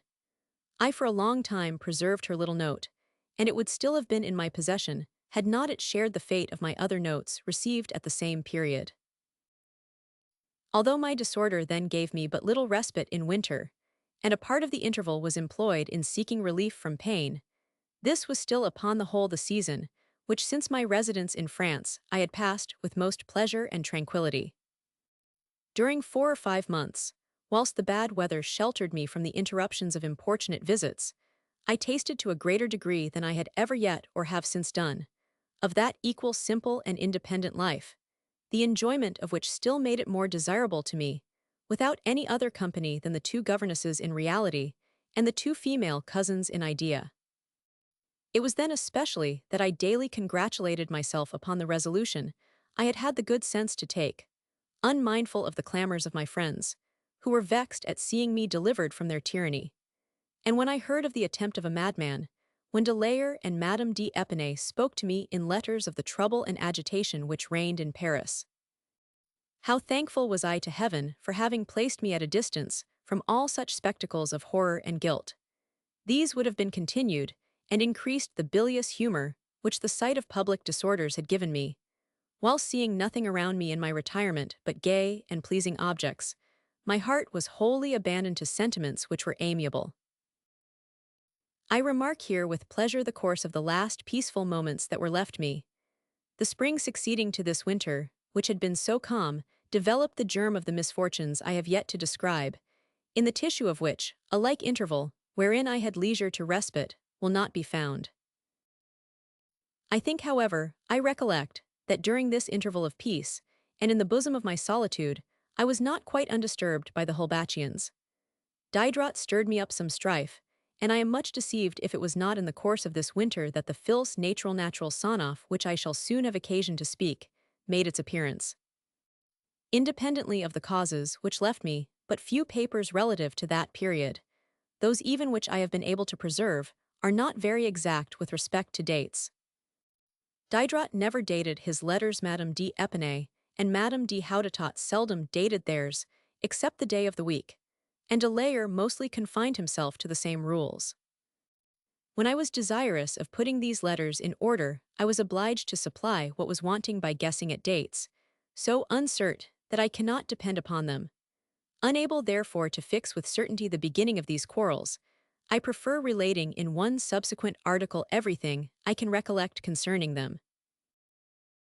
The return of spring had increased my amorous delirium, and in my melancholy, occasioned by the excess of my transports, I had composed for the last parts of Aloysius several letters, wherein evident marks of the rapture in which I wrote them are found. Amongst others I may quote those from the Elysium, and the excursion upon the lake, which, if my memory does not deceive me, are at the end of the fourth part.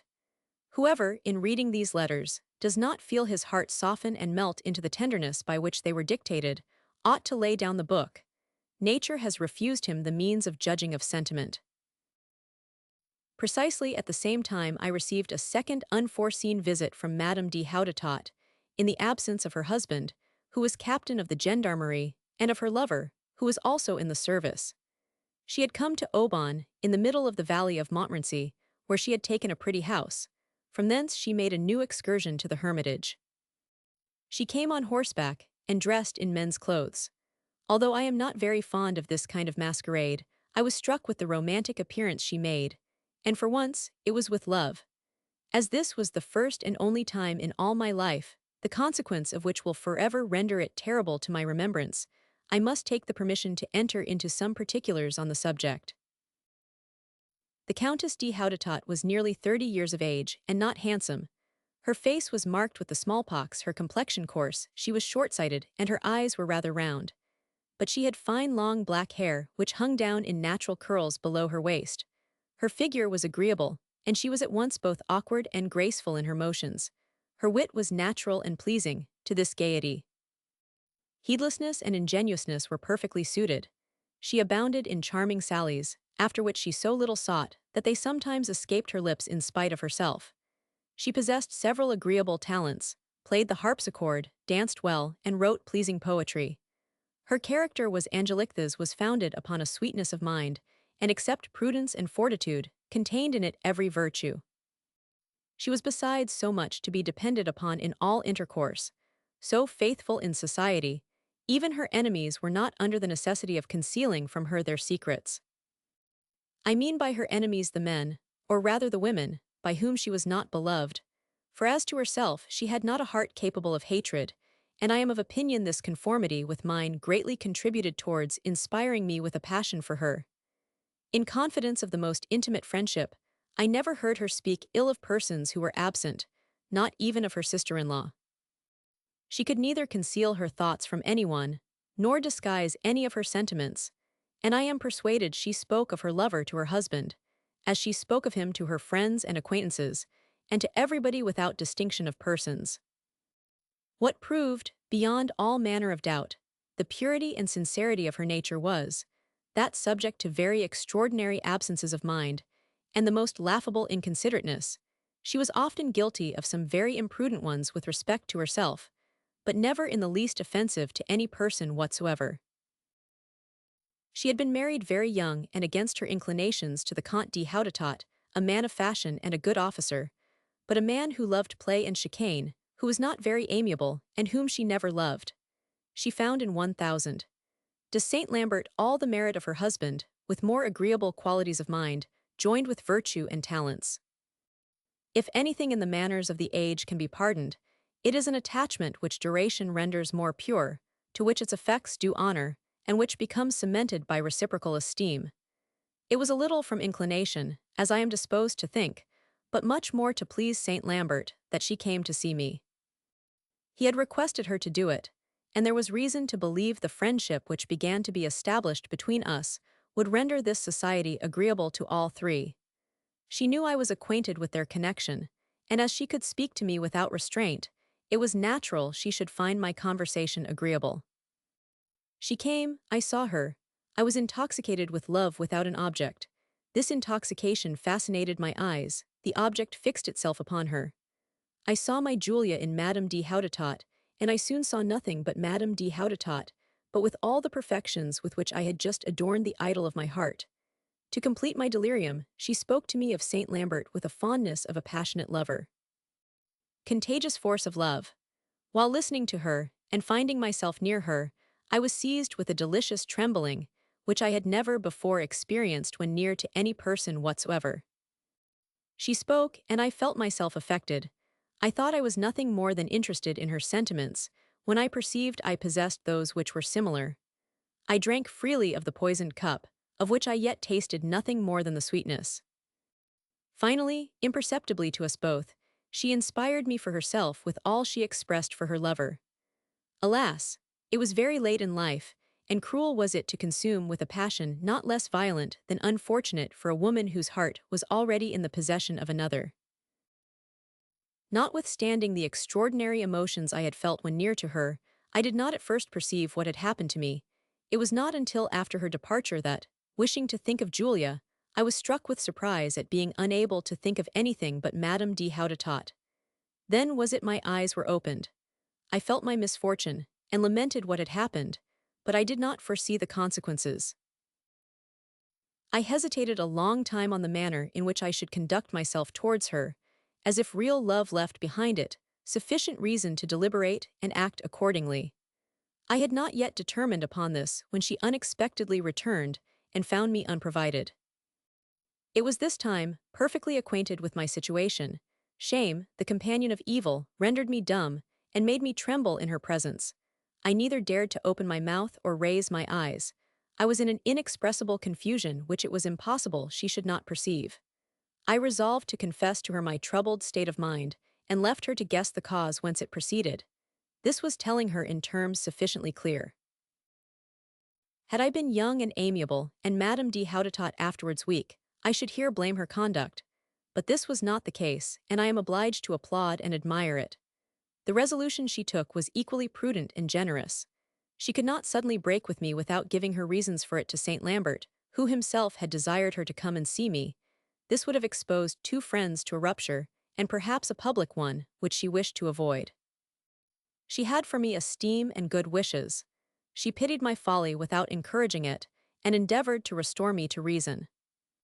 She was glad to preserve to her lover and herself a friend for whom she had some respect, and she spoke of nothing with more pleasure than the intimate and agreeable society we might form between us three the moment I should become reasonable.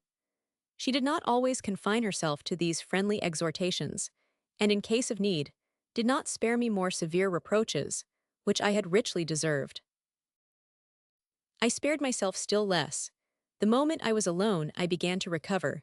I was more calm after my declaration love, known to the person by whom it is inspired, becomes more supportable.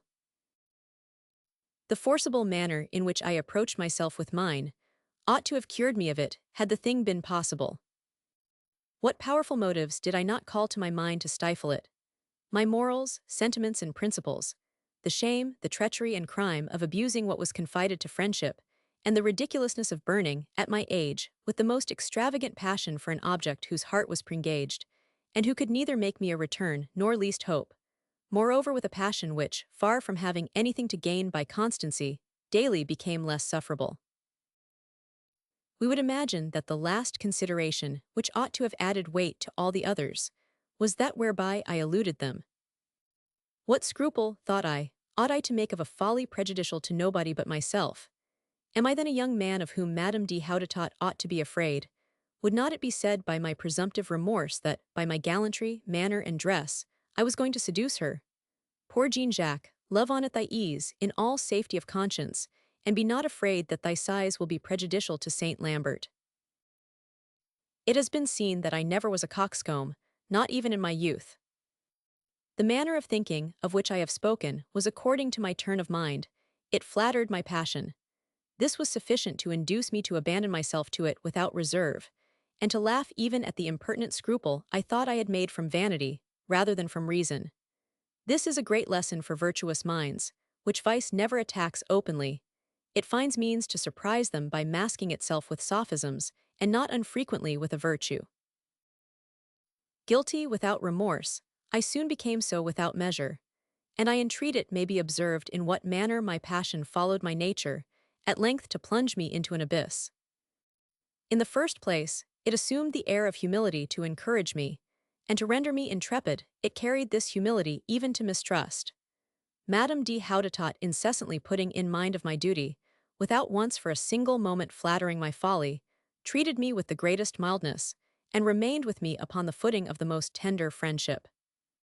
This friendship would, I protest, have satisfied my wishes had I thought it sincere, but finding it too strong to be real, I took it into my head that love, so ill-suited to my age and appearance, had rendered me contemptible in the eyes of Madame de Houdetot, that this young mad creature only wished to divert herself with me and my superannuated passion, that she had communicated this to Saint Lambert, and that the indignation caused by breach of friendship, having made her lover enter into her views, they were agreed to turn my head and then to laugh at me. This folly, which at 26 years of age, had made me guilty of some extravagant behavior to Madame de Larnage, whom I did not know, would have been pardonable in me at 4 to 5 with Madame de Houdetot, had not I known that she and her lover were persons of too much uprightness to indulge themselves in such a barbarous amusement. Madame de Houdetot continued her visits, which I delayed not to return. She, as well as myself, was fond of walking, and we took long walks in an enchanting country. Satisfied with loving and daring to say I loved, I should have been in the most agreeable situation had not my extravagance spoiled all the charm of it. She at first could not comprehend the foolish pettishness with which I received her attentions, but my heart, incapable of concealing what passed in it, did not long leave her ignorant of my suspicions. She endeavored to laugh at them, but this expedient did not succeed. Transports of rage would have been the consequence, and she changed her tone. Her compassionate gentleness was invincible. She made me reproaches which penetrated my heart. She expressed an inquietude at my unjust fears, of which I took advantage. I required proofs of her being in earnest. She perceived there was no other means of relieving me from my apprehensions. I became pressing. The step was delicate. It is astonishing, and perhaps without example, that a woman having suffered herself to be brought to hesitate should have got herself off so well. She refused me nothing the most tender friendship could grant, yet she granted me nothing that rendered her unfaithful, and I had the mortification to see that the disorder into which the most trifling favors had thrown all my senses had not the least effect upon hers.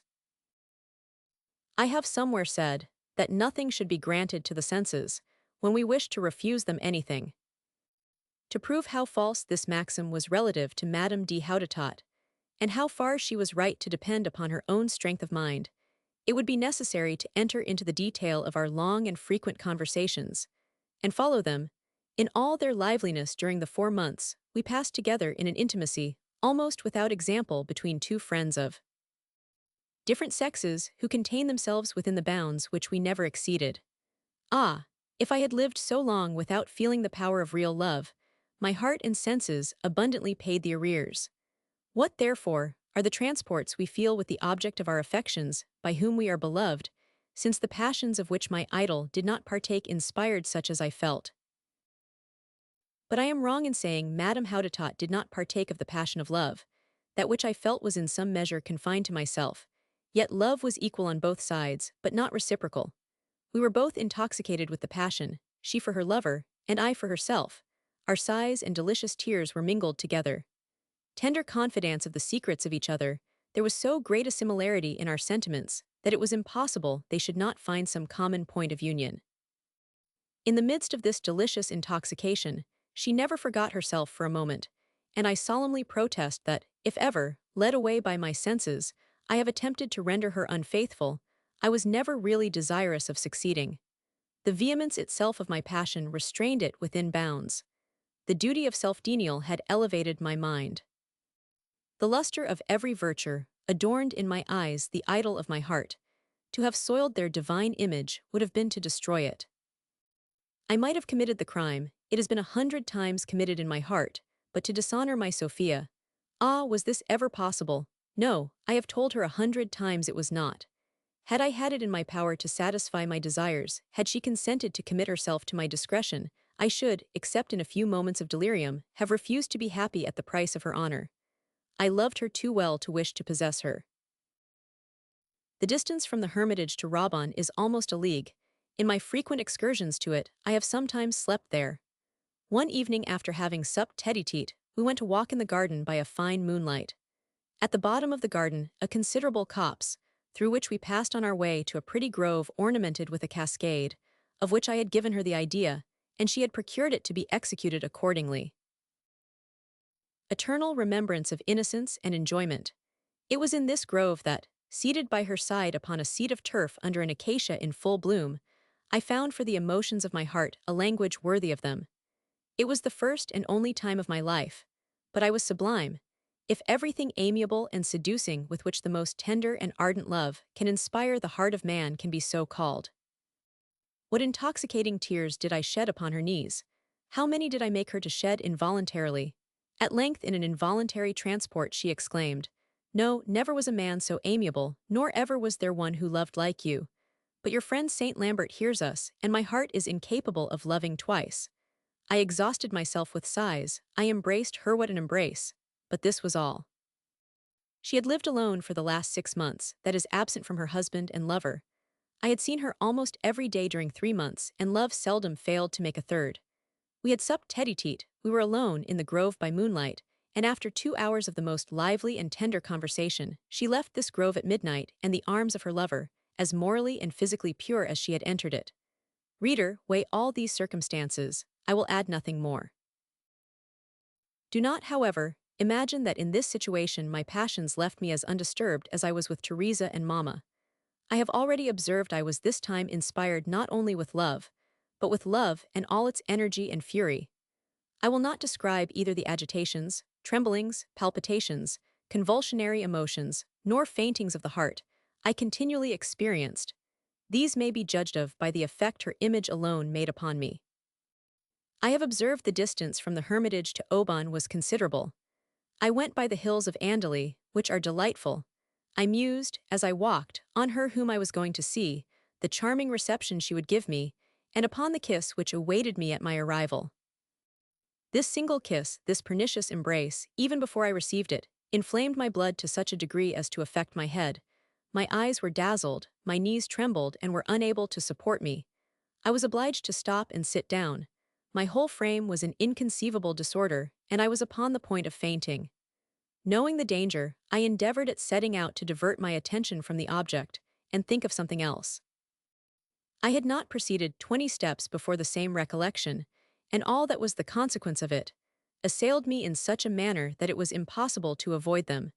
And in spite of all my efforts, I do not believe I ever made this little excursion alone with impunity.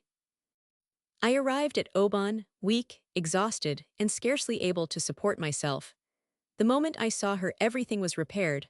All I felt in her presence was the importunity of an inexhaustible and useless ardor. Upon the road to Rabanne, there was a pleasant terrace called Mont Olympe, at which we sometimes met. I arrived first. It was proper I should wait for her. But how dear this waiting cost me! To divert my attention, I endeavored to write with my pencil billets, which I could have written with the purest drops of my blood. I never could finish one which was eligible. When she found a note in the niche upon which we had agreed, all she learned from the contents was the deplorable state in which I was when I wrote it. This state and its continuation, during 3 months of irritation and self-denial, so exhausted me that I was several years before I recovered from it, and at the end of these it left me an ailment which I shall carry with me, or which will carry me to the grave. Such was the sole enjoyment of a man of the most combustible constitution, but who was, at the same time, perhaps, one of the most timid mortals nature ever produced. Such were the last happy days I can reckon upon earth. At the end of these began the long train of evils, in which there will be found but little interruption. It has been seen that, during the whole course of my life, my heart, as transparent as crystal, has never been capable of concealing for the space of a moment any sentiment in the least lively which had taken refuge in it. It will therefore be judged whether or not it was possible for me long to conceal my affection for Madame de Hautetot. Our intimacy struck the eyes of everybody. We did not make of it either a secret or a mystery. It was not of a nature to require any such precaution, and as Madame de Hautetot had for me the most tender friendship with which she did not reproach herself, and I for her an esteem with the justice of which nobody was better acquainted than myself. She frank, absent, heedless. I true, awkward, haughty, impatient, and choleric. We exposed ourselves more in deceitful security than we should have done had we been culpable. We both went to the Chevrette. We sometimes met there by appointment. We lived there according to our accustomed manner, walking together every day, talking of our amours, our duties, our friend, and our innocent projects. All this in the park opposite the apartment of Madame d'Épinay, under her windows, whence incessantly examining us, and thinking herself braved, she by her eyes filled her heart with rage and indignation. Women have the art of concealing their anger, especially when it is great. Madame d'Épinay, violent but deliberate, possessed this art to an eminent degree. She feigned not to see or suspect anything, and at the same time that she doubled towards me her cares, attention, and allurements, she affected to load her sister-in-law with incivilities and marks of disdain, which she seemingly wished to communicate to me. It will easily be imagined she did not succeed, but I was on the rack. Torn by opposite passions, at the same time that I was sensible of her caresses, I could scarcely contain my anger when I saw her wanting in good manners to Madame de Hautetot. The angelic sweetness of this lady made her endure everything without complaint, or even without being offended. She was, in fact, so absent, and always so little attentive to these things, that half the time she did not perceive them.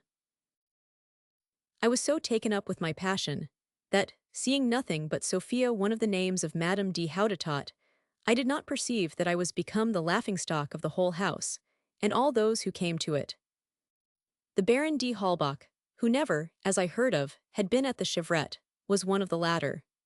Had I at that time been as mistrustful as I am since become, I should strongly have suspected Madame d'Épinay to have contrived this journey to give the Baron the amusing spectacle of an amorous citizen.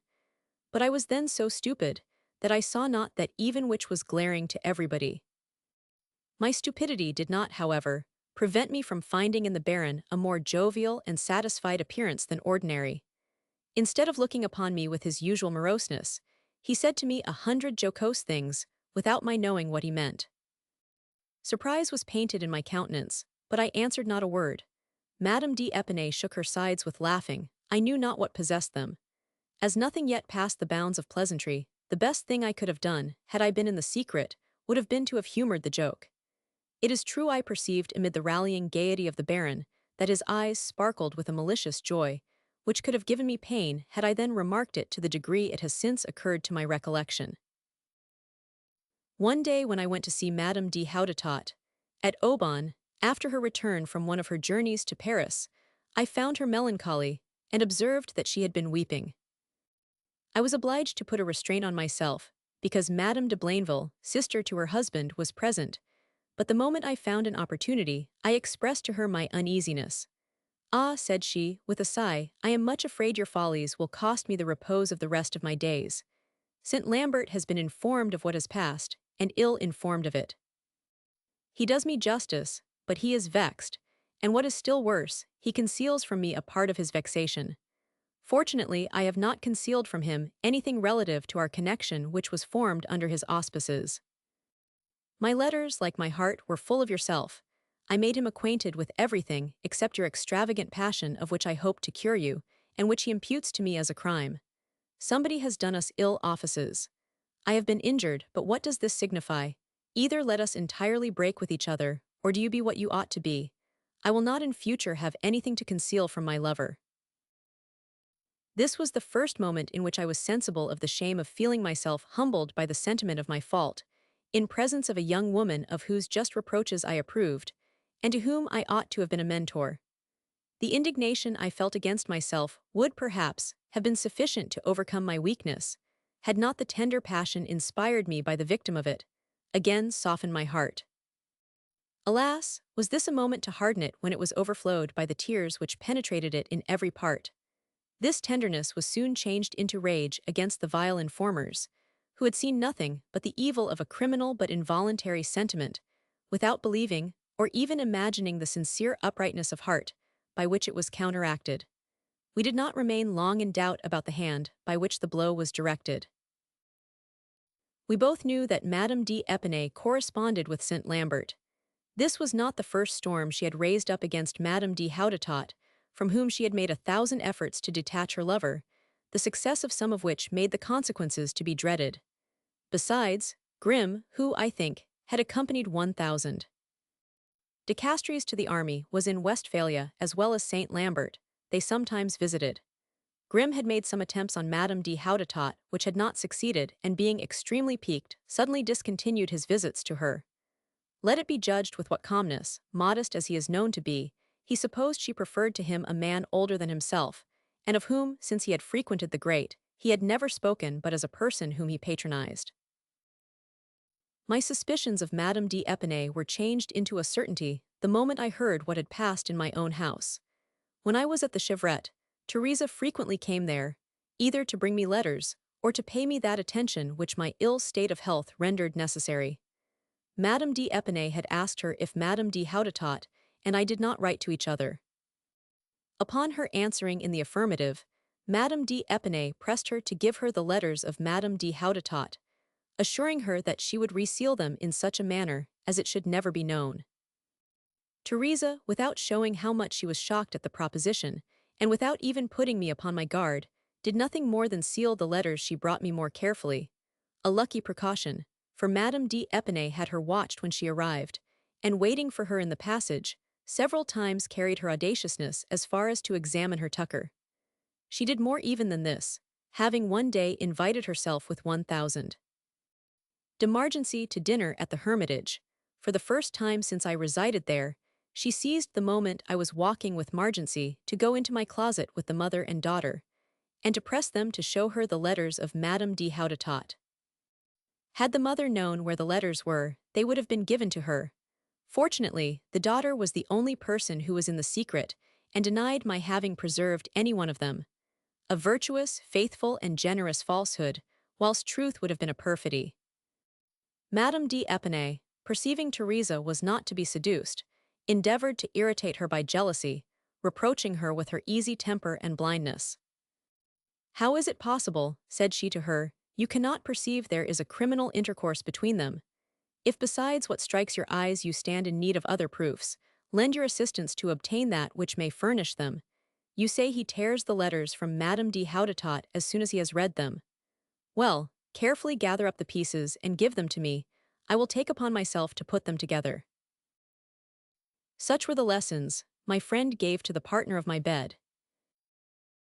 Teresa had the discretion to conceal from me, for a considerable time, all these attempts, but perceiving how much I was perplexed, she thought herself obliged to inform me of everything, to the end that knowing with whom I had to do, I might take my measures accordingly. My rage and indignation are not to be described. Instead of dissembling with Madame d'Épinay, according to her own example, and making use of counterplots, I abandoned myself without reserve to the natural impetuosity of my temper, and with my accustomed inconsiderateness came to an open rupture. My imprudence will be judged of by the following letters, which sufficiently show the manner of proceeding of both parties on this occasion. Note from Madame d'Épinay. Why, my dear friend, do I not see you? You make me uneasy. You have so often promised me to do nothing but go and come between this place and the hermitage. In this I have left you at liberty, and you have suffered a week to pass without coming. Had not I been told you were well, I should have imagined the contrary. I expected you either the day before yesterday or yesterday, but found myself disappointed. My God, what is the matter with you?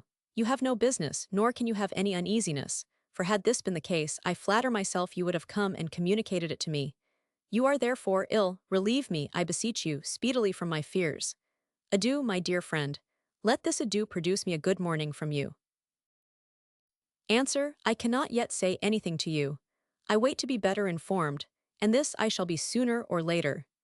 In the meantime, be persuaded that innocence will find a defender sufficiently powerful to cause some repentance in the slanderers, be they who they may. Second note from the same. Do you know that your letter frightens me? What does it mean? I have read it 20 times. In truth, I do not understand what it means. All I can perceive is that you are uneasy and tormented, and that you wait until you are no longer so before you speak to me upon the subject. Is this, my dear friend, what we agreed upon?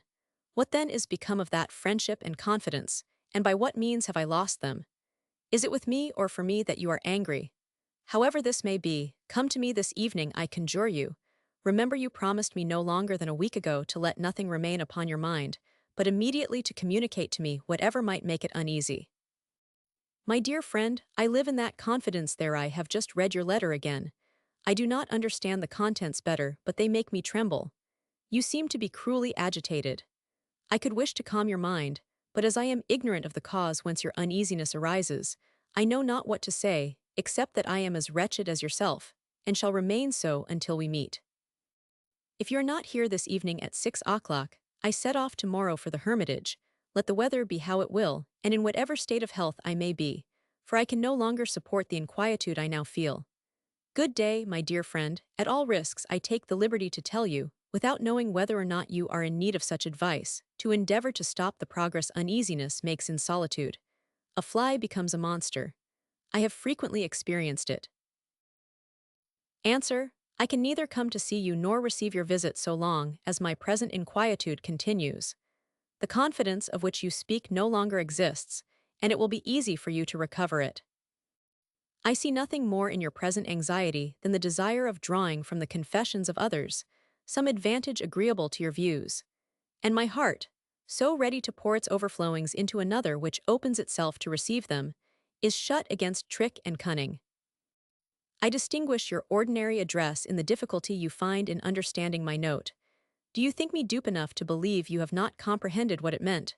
No, but I shall know how to overcome your subtleties by my frankness. I will explain myself more clearly, that you may understand me still less. Two lovers closely united and worthy of each other's love are dear to me. I expect you will not know who I mean unless I name them. I presume attempts have been made to disunite them, and that I have been made use of to inspire one of the two with jealousy. The choice was not judicious, but it appeared convenient to the purposes of malice, and of this malice it is you whom I suspect to be guilty. I hope this becomes more clear. Thus the woman whom I most esteem would, with my knowledge, have been loaded with the infamy of dividing her heart and person between two lovers, and I with that of being one of these wretches. If I knew that, for a single moment in your life, you ever had thought this, either of her or myself, I should hate you until my last hour. But it is with having said, and not with having thought it, that I charge you. In this case, I cannot comprehend which of the three you wish to injure, but, if you love peace of mind, tremble lest you should have succeeded. I have not concealed either from you or her all the ill I think of certain connections, but I wish these to end by a means as virtuous as their cause, and that an illegitimate love may be changed into an eternal friendship. Should I, who never do ill to any person, be the innocent means of doing it to my friends? No, I should never forgive you. I should become your irreconcilable enemy. Your secrets are all I should respect, for I will never be a man without honor. I do not apprehend my present perplexity will continue a long time. I shall soon know whether or not I am deceived. I shall then perhaps have great injuries to repair, which I will do with as much cheerfulness as that with which the most agreeable act of my life has been accompanied. But do you know in what manner I will make amends for my faults during the short space of time I have to remain near to you? By doing what nobody but myself would do, by telling you freely what the world thinks of you, and the breaches you have to repair in your reputation. Notwithstanding all the pretended friends by whom you are surrounded, the moment you see me depart you may bid adieu to truth. You will no longer find any person who will tell it to you. Third letter from the same. I did not understand your letter of this morning. This I told you because it was the case. I understand that of this evening. Do not imagine I shall ever return an answer to it. I am too anxious to forget what it contains, and although you excite my pity, I am not proof against the bitterness with which it has filled my mind. I descend to trick and cunning with you. I accused of the blackest of all infamies. Adieu, I regret your having the adieu. I know not what I say adieu.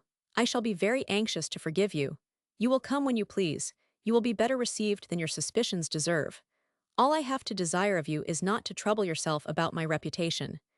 The opinion of the world concerning me is of but little importance in my esteem. My conduct is good, and this is sufficient for me. Besides, I am ignorant of what has happened to the two persons who are dear to me as they are to you. This last letter extricated me from a terrible embarrassment, and threw me into another of almost the same magnitude. Although these letters and answers were sent, and returned the same day with an extreme rapidity, the interval had been sufficient to place another between my rage and transport, and to give me time to reflect on the enormity of my imprudence. Madame de Houdetot had not recommended to me anything so much as to remain quiet, to leave her the care of extricating herself, and to avoid, especially at that moment, all noise and rupture. And I, by the most open and atrocious insults, took the properest means of carrying rage to its greatest height in the heart of a woman who was already but too well disposed to it. I now could naturally expect nothing from her but an answer so haughty, disdainful, and expressive of contempt, that I could not, without the utmost meanness, do otherwise than immediately quit her house. Happily she, more adroit than I was furious, avoided, by the manner of her answer, reducing me to that extremity. But it was necessary either to quit or immediately go and see her. The alternative was inevitable. I resolved on the latter, though I foresaw how much I must be embarrassed in the explanation. For how was I to get through it, without exposing either Madame de Houdetot or Teresa? And woe to her whom I should have named. There was nothing that the vengeance of an implacable and an intriguing woman did not make me fear for the person who should be the object of it. It was to prevent this misfortune that in my letter I had spoken of nothing but suspicions, that I might not be under the necessity of producing my proofs. This, it is true, rendered my transports less excusable, no simple suspicions being sufficient to authorize me to treat a woman, and especially a friend, in the manner I had treated Madame d'Épinay. But here begins the noble task I worthily fulfilled of expiating my faults and secret weaknesses by charging myself with such of the former as I was incapable of committing, and which I never did commit. I had not to bear the attack I had expected, and fear was the greatest evil I received from it.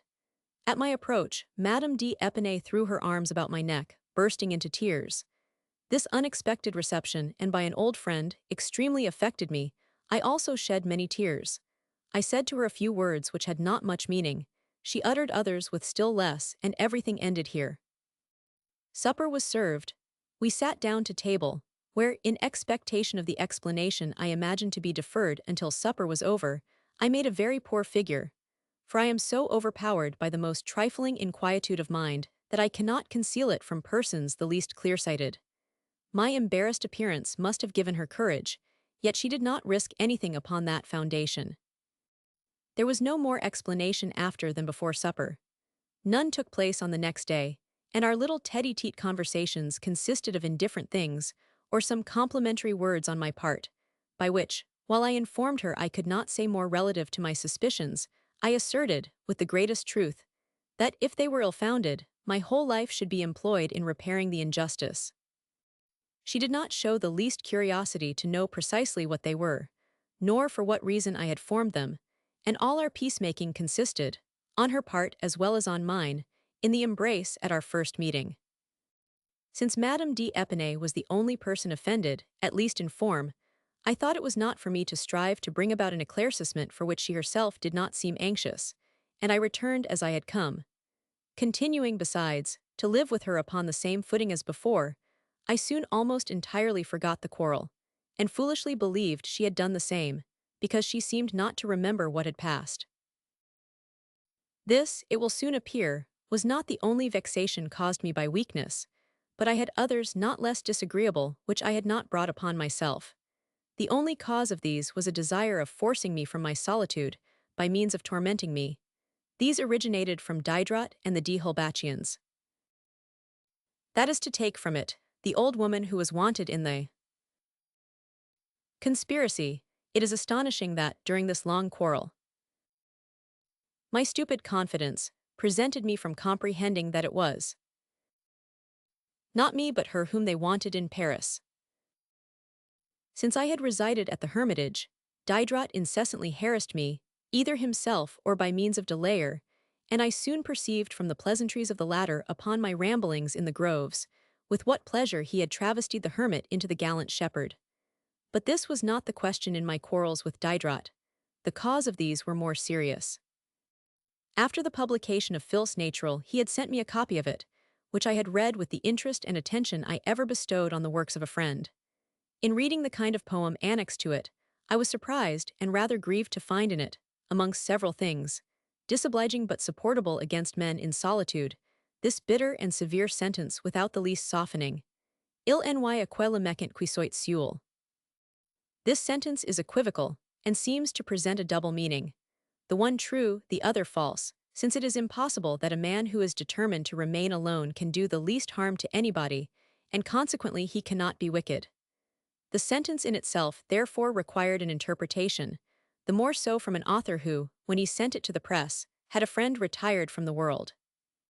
It appeared to me shocking and uncivil, either to have forgotten that solitary friend, or, in remembering him, not to have made from the general maxim the honorable and just exception which he owed, not only to his friend, but to so many respectable sages, who, in all ages, have sought for peace and tranquillity in retirement, and of whom, for the first time since the creation of the world, a writer took it into his head indiscriminately to make so many villains. I had a great affection and the most sincere esteem for Diderot, and fully depended upon his having the same sentiments for me. But tired with his indefatigable obstinacy in continually opposing my inclinations, taste, and manner of living, and everything which related to no person but myself, shocked at seeing a man younger than I was wish, at all events, to govern me like a child, disgusted with his facility in promising, and his negligence in performing, weary of so many appointments given by himself, and capriciously broken, while new ones were again given only to be again broken, displeased at uselessly waiting for him 3 or 4 times a month on the days he had assigned, and in dining alone at night, after having gone to St. Denis to meet him, and waited the whole day for his coming. My heart was already full of these multiplied injuries. This last appeared to me still more serious, and gave me infinite pain. I wrote to complain of it, but in so mild and tender a manner that I moistened my paper with my tears, and my letter was sufficiently affecting to have drawn others from himself. It would be impossible to guess his answer on this subject. It was literally as follows: I am glad my work has pleased and affected you. You are not of my opinion relative to hermits. Say as much good of them as you please, you will be the only one in the world of whom I shall think well. Even on this there would be much to say were it possible to speak to you without giving you offense. A woman 80 years of age, etc. A phrase of a letter from the son of Madame d'Épinay, which, if I know you well, must have given you much pain, has been mentioned to me. The last 2 expressions of this letter want explanation. Soon after I went to reside at the Hermitage, Madame Levasseur seemed dissatisfied with her situation, and to think the habitation too retired. Having heard she had expressed her dislike to the place, I offered to send her back to Paris, if that were more agreeable to her, to pay her lodging, and to have the same care taken of her as if she remained with me. She rejected my offer, assured me she was very well satisfied with the hermitage, and that the country air was of service to her. This was evident, for, if I may so speak, she seemed to become young again, and enjoyed better health than at Paris. Her daughter told me her mother would, on the whole, have been very sorry to quit the hermitage, which was really a very delightful abode, being fond of the little amusements of the garden, and the care of the fruit of which she had the handling, but that she had said, what she had been desired to say, to induce me to return to Paris. Failing in this attempt, they endeavored to obtain by a scruple the effect which complaisance had not produced, and construed into a crime my keeping the old woman at a distance from the succors of which, at her age, she might be in need. They did not recollect that she, and many other old people, whose lives were prolonged by the air of the country, might obtain these succors at Montmorency, near to which I lived, as if there were no old people except in Paris, and that it was impossible for them to live in any other place. Madame Levasseur, who ate a great deal, and with extreme voracity, was subject to overflowings of bile and to strong diarrheas, which lasted several days, and served her instead of clysters. At Paris she neither did nor took anything for them, but left nature to itself. She observed the same rule at the hermitage, knowing it was the best thing she could do. No matter, since there were not in the country either physicians or apothecaries, keeping her there must, no doubt, be with the desire of putting an end to her existence, although she was in perfect health. Diderot should have determined at what age, under pain of being punished for homicide, it is no longer permitted to let old people remain out of Paris. This was one of the atrocious accusations from which he did not accept me in his remark, that none but the wicked were alone, and the meaning of his pathetic exclamation with the etc., which he had benignantly added, a woman of 80 years of age, etc. I thought the best answer that could be given to this reproach would be from Madame Levasseur herself. I desired her to write freely and naturally her sentiments to Madame d'Épinay. To relieve her from all constraint, I would not see her letter. I showed her that which I am going to transcribe. I wrote it to Madame d'Épinay upon the subject of an answer I wished to return to a letter still more severe from Diderot, and which she had prevented me from sending. Thursday. My good friend, Madame Levasseur is to write to you. I have desired her to tell you sincerely what she thinks. To remove from her all constraint, I have intimated to her that I will not see what she writes, and I beg of you not to communicate to me any part of the contents of her letter. I will not send my letter because you do not choose I should, but feeling myself grievously offended, it would be baseness and falsehood, of either of which it is impossible for me to be guilty, to acknowledge myself in the wrong. Holy Writ commands him to whom a blow is given to turn the other cheek but not to ask pardon. Do you remember the man in comedy who exclaims, while he is giving another blows with his staff, "This is the part of a philosopher"? Do not flatter yourself that he will be prevented from coming by the bad weather we now have. His rage will give him the time and strength which friendship refuses him, and it will be the first time in his life he ever came upon the day he had appointed. He will neglect nothing to come and repeat to me verbally the injuries with which he loads me in his letters. I will endure them all with patience, will return to Paris to be ill again, and according to custom, I shall be a very hateful man. What is to be done? Endure it all. But do not you admire the wisdom of the man who would absolutely come to St. Denis in a hackney coach to dine there, bring me home in a hackney coach, and whose finances, 8 days afterwards, obliges him to come to the hermitage on foot? It is not possible, to speak his own language, that this should be the style of sincerity. But were this the case, strange changes of fortune must have happened in the course of a week.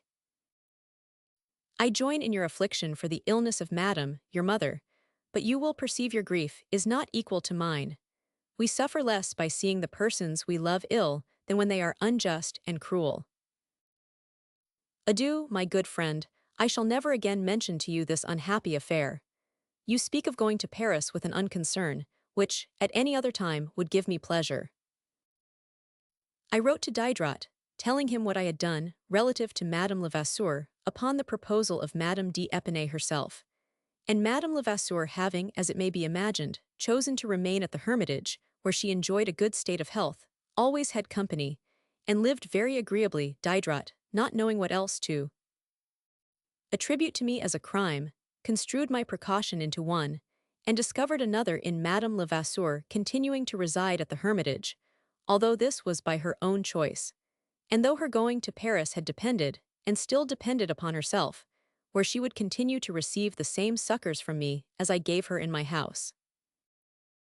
This is the explanation of the first reproach in the letter of Diderot. That of the second is in the letter which follows. The learned man, a name given in a joke by Grimm to the son of Madame d'Épinay, must have informed you there were upon the rampart 20 poor persons who were dying with cold and hunger, and waiting for the farthing you customarily gave them. This is a specimen of our little babbling, and, if you understand the rest, it will amuse you perhaps. My answer to this terrible argument, of which Diderot seemed so proud, was in the following words. I think I answered the learned man, that is, the farmer general, that I did not pity the poor whom he had seen upon the rampart, waiting for my farthing, that he had probably amply made it up to them, that I appointed him my substitute, that the poor of Paris would have no reason to complain of the change, and that I should not easily find so good a one for the poor of Montmorency, who were in much greater need of assistance. Here is a good and respectable old man, who, after having worked hard all his lifetime, no longer being able to continue his labors, is in his old days dying with hunger. My conscience is more satisfied with the 2 sous I give him every Monday than with the 100 farthings I should have distributed amongst all the beggars on the rampart. You are pleasant men, you philosophers, while you consider the inhabitants of the cities as the only persons whom you ought to befriend. It is in the country men learn how to love and serve humanity. All they learn in cities is to despise it. Such were the singular scruples on which a man of sense had the folly to attribute to me as a crime my retiring from Paris, and pretended to prove to me by my own example that it was not possible to live out of the capital without becoming a bad man. I cannot at present conceive how I could be guilty of the folly of answering him, and of suffering myself to be angry instead of laughing in his fare. However, the decisions of Madame d'Épinay and the clamors of the coterie Halbachik had so far operated in her favor that I was generally thought to be in the wrong, and the d'Hautetot herself, very partial to Diderot, insisted upon my going to see him at Paris, and making all the advances towards an accommodation which, full and sincere as it was on my part, was not of long duration. The victorious argument by which she subdued my heart was, that at that moment Diderot was in distress. Besides the storm excited against the encyclopédie, he had then another violent one to make head against, relative to his piece, which, notwithstanding the short history he had printed at the head of it, he was accused of having entirely taken from Goldoni. Diderot, more wounded by criticisms than Voltaire, was overwhelmed by them. Madame de Grassigny had been malicious enough to spread a report that I had broken with him on this account. I thought it would be just and generous publicly to prove the contrary, and I went to pass 2 days, not only with him, but at his lodgings. This, since I had taken up my abode at the Hermitage, was my second journey to Paris. I had made the first to run to poor Gofficourt, who had had a stroke of apoplexy, from which he has never perfectly recovered. I did not quit the side of his pillow until he was so far restored as to have no further need of my assistance. Diderot received me well. How many wrongs are effaced by the embraces of a friend! After these, what resentment can remain in the heart? We came to but little explanation. This is needless for reciprocal invectives. The only thing necessary is to know how to forget them. There had been no underhand proceedings, none at least that had come to my knowledge. The case was not the same with Madame d'Épinay. He showed me the plan of the Père de Famille. This, said I to him, is the best defense to the fils natural. Be silent, give your attention to this piece, and then throw it at the head of your enemies as the only answer you think proper to make them. He did so, and was satisfied with what he had done. I had 6 months before sent him the first 2 parts of my Eloisa to have his opinion upon them. He had not yet read the work over. We read a part of it together. He found this fuelet, that was his term, by which he meant loaded with words and redundancies. I myself had already perceived it, but it was the babbling of the fever. I have never been able to correct it. The last parts are not the same. The 4th especially and the 6th are masterpieces of diction. The day after my arrival, he would absolutely take me to sup with 1000. D. Halbach. We were far from agreeing on this point, for I wished even to get rid of the bargain for the manuscript on chemistry, for which I was enraged to be obliged to that man. Diderot carried all before him. He swore D. Halbach loved me with all his heart, said I must forgive him his manner, which was the same to everybody, and more disagreeable to his friends than to others. He observed to me that, refusing the produce of this manuscript, after having accepted it 2 years before, was an affront to the donor which he had not deserved, and that my refusal might be interpreted into a secret reproach, for having waited so long to conclude the bargain. I see, added he, D. Halbach every day, and know better than you do the nature of his disposition. Had you reason to be dissatisfied with him, do you think your friend capable of advising you to do a mean thing? In short, with my accustomed weakness, I suffered myself to be prevailed upon, and we went to sup with the Baron, who received me as he usually had done. But his wife received me coldly and almost uncivilly. I saw nothing in her which resembled the amiable Caroline, who, when a maid, expressed for me so many good wishes. I thought I had already perceived that since Grimm had frequented the house of Diane, I had not met there so friendly a reception. Whilst I was at Paris, Saint Lambert arrived there from the army. As I was not acquainted with his arrival, I did not see him until after my return to the country, first at the Chevrette, and afterwards at the Hermitage, to which he came with Madame de Houdetot, and invited himself to dinner with me. It may be judged whether or not I received him with pleasure, but I felt one still greater at seeing the good understanding between my guests. Satisfied with not having disturbed their happiness, I myself was happy in being a witness to it, and I can safely assert that, during the whole of my mad passion, and especially at the moment of which I speak, had it been in my power to take from him Madame de Houdetot, I would not have done it, nor should I have so much as been tempted to undertake it.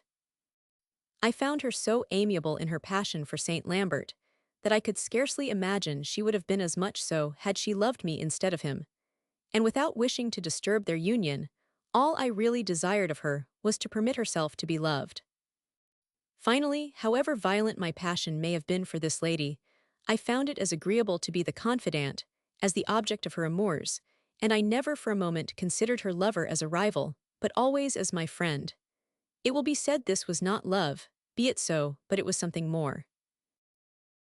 As for Saint Lambert, he behaved like an honest and judicious man. As I was the only person culpable, so was I the only one who was punished. This, however, was with the greatest indulgence. He treated me severely, but in a friendly manner, and I perceived I had lost something in his esteem, but not the least part of his friendship. For this I consoled myself, knowing it would be much more easy to me to recover the one than the other, and that he had too much sense to confound an involuntary weakness and a passion with a vice of character. If even I were in fault in all that had passed, I was but very little so.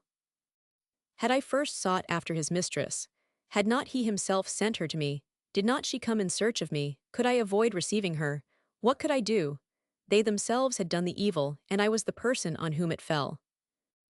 In my situation they would have done as much as I did, and perhaps more, for however estimable and faithful Madame de Houdetot might be, she was still a woman, her lover was absent, opportunities were frequent, temptations strong, and it would have been very difficult for her always to have defended herself with the same success against a more enterprising man. We certainly had done a great deal in our situation, in placing boundaries beyond which we never permitted ourselves to pass. Although at the bottom of my heart I found evidence sufficiently honorable in my favor, so many appearances were against me, that the invincible shame always predominant in me gave me in his presence the appearance of guilt, and of this he took advantage for the purpose of humbling me. A single circumstance will describe this reciprocal situation. I read to him, after dinner, the letter I had written the preceding year to Voltaire, and of which Saint Lambert had heard speak. Whilst I was reading he fell asleep, and I, lately so haughty, at present so foolish, dared not stop, and continued to read whilst he continued to snore. Such were my indignities and such his revenge, but his generosity never permitted him to exercise them, except between ourselves. After his return to the army, I found Madame de Houdetot greatly changed in her manner with me. At this, I was as much surprised as if it had not been what I ought to have expected. It affected me more than it ought to have done, and did me considerable harm. It seemed that everything from which I expected a cure still plunged deeper into my heart the dart, which I at length broke in rather than draw out. I was quite determined to conquer myself, and leave no means untried to change my foolish passion into a pure and lasting friendship. For this purpose, I had formed the finest projects in the world, for the execution of which the concurrence of Madame de Houdetot was necessary. When I wished to speak to her, I found her absent and embarrassed. I perceived I was no longer agreeable to her, and that something had passed which she would not communicate to me, and which I have never yet known. This change, and the impossibility of knowing the reason of it, grieved me to the heart. She asked me for her letters. These I returned her with a fidelity of which she did me the insult to doubt for a moment. This doubt was another wound given to my heart, with which she must have been so well acquainted. She did me justice, but not immediately. I understood that an examination of the packet I had sent her made her perceive her error. I saw she reproached herself with it, by which I was a gainer of something. She could not take back her letters without returning me mine. She told me she had burnt them. Of this I dared to doubt in my turn, and I confess I doubt of it at this moment. No, such letters as mine to her are never thrown into the fire. Those of Aloysia have been found ardent. Heavens, what would have been said of these? No, no, she who can inspire a like passion will never have the courage to burn the proofs of it. But I am not afraid of her having made a bad use of them. Of this I do not think her capable, and besides I had taken proper measures to prevent it. The foolish but strong apprehension of raillery had made me begin this correspondence in a manner to secure my letters from all communication. I carried the familiarity I permitted myself with her in my intoxication so far as to speak to her in the singular number. But what theeing and thouing? She certainly could not be offended with it. Yet she several times complained, but this was always useless. Her complaints had no other effect than that of awakening my fears, and I besides could not suffer myself to lose ground. If these letters be not yet destroyed, and should they ever be made public, the world will see in what manner I have loved. The grief caused me by the coldness of Madame de Houdetot, and the certainty of not having merited it, made me take the singular resolution to complain of it to Saint Lambert himself. While waiting the effect of the letter I wrote to him, I sought dissipations to which I ought sooner to have had recourse. Fêtes were given at the chevrette for which I composed music. The pleasure of honoring myself in the eyes of Madame de Houdetot by a talent she loved warmed my imagination, and another object still contributed to give it animation. This was the desire the author of the Devon Du Village had of showing he understood music. For I had perceived some persons had, for a considerable time past, endeavored to render this doubtful, at least with respect to composition. My beginning at Paris, the ordeal through which I had several times passed there, both at the house of 1000 Dupin and that of 1000 de la Poplinière, the quantity of music I had composed during 14 years in the midst of the most celebrated masters and before their eyes, finally, the opera of the Muses Gallants, and that even of the Devon, a motet I had composed for Mademoiselle Fell and which she had sung at the spiritual concert, the frequent conferences I had had upon this fine art with the first composers, all seemed to prevent or dissipate a doubt of such a nature. This, however, existed even at the chevrette, and in the mind of 1000 D'Épinay himself. Without appearing to observe it, I undertook to compose him a motet for the dedication of the chapel of the chevrette, and I begged him to make choice of the words. He directed Delinant, the tutor to his son, to furnish me with these. Delinant gave me words proper to the subject, and in a week after I had received them the motet was finished. This time spite was my Apollo, and never did better music come from my hand. The words began with exceeds hic tonantes. I have since learned these were by Santuil, and that 1000 Delinant had without scruple appropriated them to himself. The grandeur of the opening is suitable to the words, and the rest of the motet is so elegantly harmonious that everyone was struck with it. I had composed it for a great orchestra. D'Épinay procured the best performers. Madame Bruna, an Italian singer, sung the motet and was well accompanied. The composition succeeded so well that it was afterwards performed at the spiritual concert, where, in spite of secret cabals, and notwithstanding it was badly executed, it was twice generally applauded. I gave for the birthday of 1000 D'Épinay the idea of a kind of piece half dramatic and half pantomimical, of which I also composed the music. Grimm, on his arrival, heard speak of my musical success. An hour afterwards not a word more was said on the subject, but there no longer remained a doubt, not at least that I know of my knowledge of composition. Grimm was scarcely arrived at the chevrette, where I already did not much amuse myself, before he made it insupportable to me by airs I never before saw in any person, and of which I had no idea. The evening before he came, I was dislodged from the chamber of favor, contiguous to that of Madame d'Épinay. It was prepared for Grimm, and instead of it I was put into another further off. In this manner, said I laughingly to Madame d'Épinay, newcomers displace those which are established. She seemed embarrassed. I was better acquainted the same evening with the reason for the change, in learning that between her chamber and that I had quitted there was a private door which she had thought needless to show me. Her intercourse with Grimm was not a secret either in her own house or to the public, not even to her husband. Yet, far from confessing it to me, the confidant of secrets more important to her, and which was sure would be faithfully kept, she constantly denied it in the strongest manner. I comprehended this reserve proceeded from Grimm, who, though entrusted with all my secrets, did not choose I should be with any of his. However prejudiced I was in favor of this man by former sentiments, which were not extinguished, and by the real merit he had, all was not proof against the cares he took to destroy it. He received me like the Comte de Tuffier. He scarcely deigned to return my salute. He never once spoke to me, and prevented my speaking to him by not making me any answer. He everywhere passed first, and took the first place without ever paying me the least attention. All this would have been supportable had he not accompanied it with a shocking affectation, which may be judged of by one example taken from 100. One evening Madame d'Épinay, finding herself a little indisposed, ordered something for her supper to be carried into her chamber, and went upstairs to sup by the side of the fire. She asked me to go with her, which I 999. Grimm came afterwards. The little table was already placed, and there were but 2 covers. Supper was served. Madame d'Épinay took her place on one side of the fire, Grimm took an armed chair, seated himself at the other, drew the little table between them, opened his napkin, and prepared himself for eating without speaking to me a single word. Madame d'Épinay blushed at his behavior, and to induce him to repair his rudeness, offered me her place.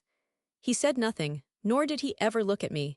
Not being able to approach the fire, I walked about the chamber until a cover was brought. Indisposed as I was, older than himself, longer acquainted in the house than he had been, the person who had introduced him there, and to whom as a favorite of the lady he ought to have done the honors of it, he suffered me to sup at the end of the table, at a distance from the fire, without showing me the least civility. His whole behavior to me corresponded with this example of it. He did not treat me precisely as his inferior, but he looked upon me as a cipher. I could scarcely recognize the same Grimm, who, at the house of the Prince de Saxe-Gotha, thought himself honored when I cast my eyes upon him. I had still more difficulty in reconciling this profound silence and insulting haughtiness with the tender friendship he professed for me to those whom he knew to be real friends. It is true the only proofs he gave of it was pitying my wretched fortune, of which I did not complain, compassionating my sad fate, with which I was satisfied, and lamenting to see me obstinately refuse the benevolent services, he said, he wished to render me.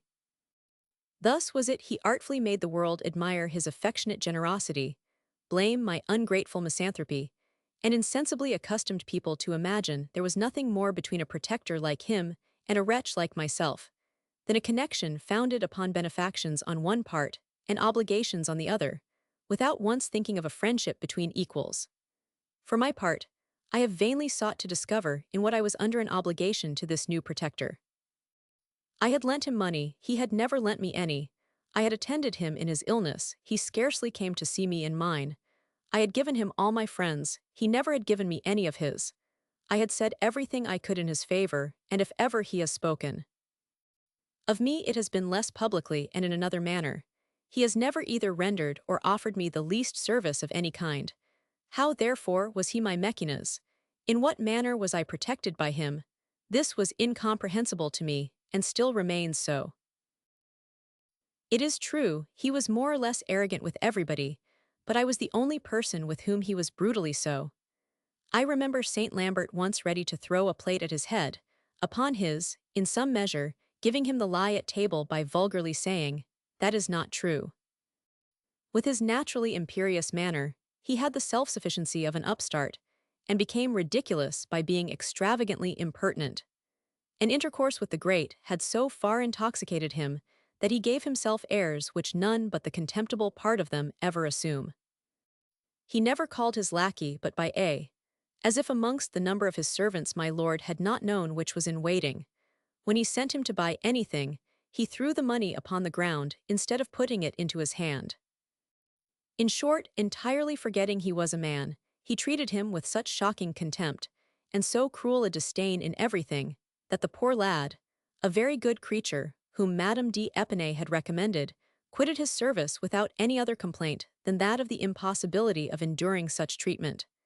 This was the la fleur of this new presuming upstart.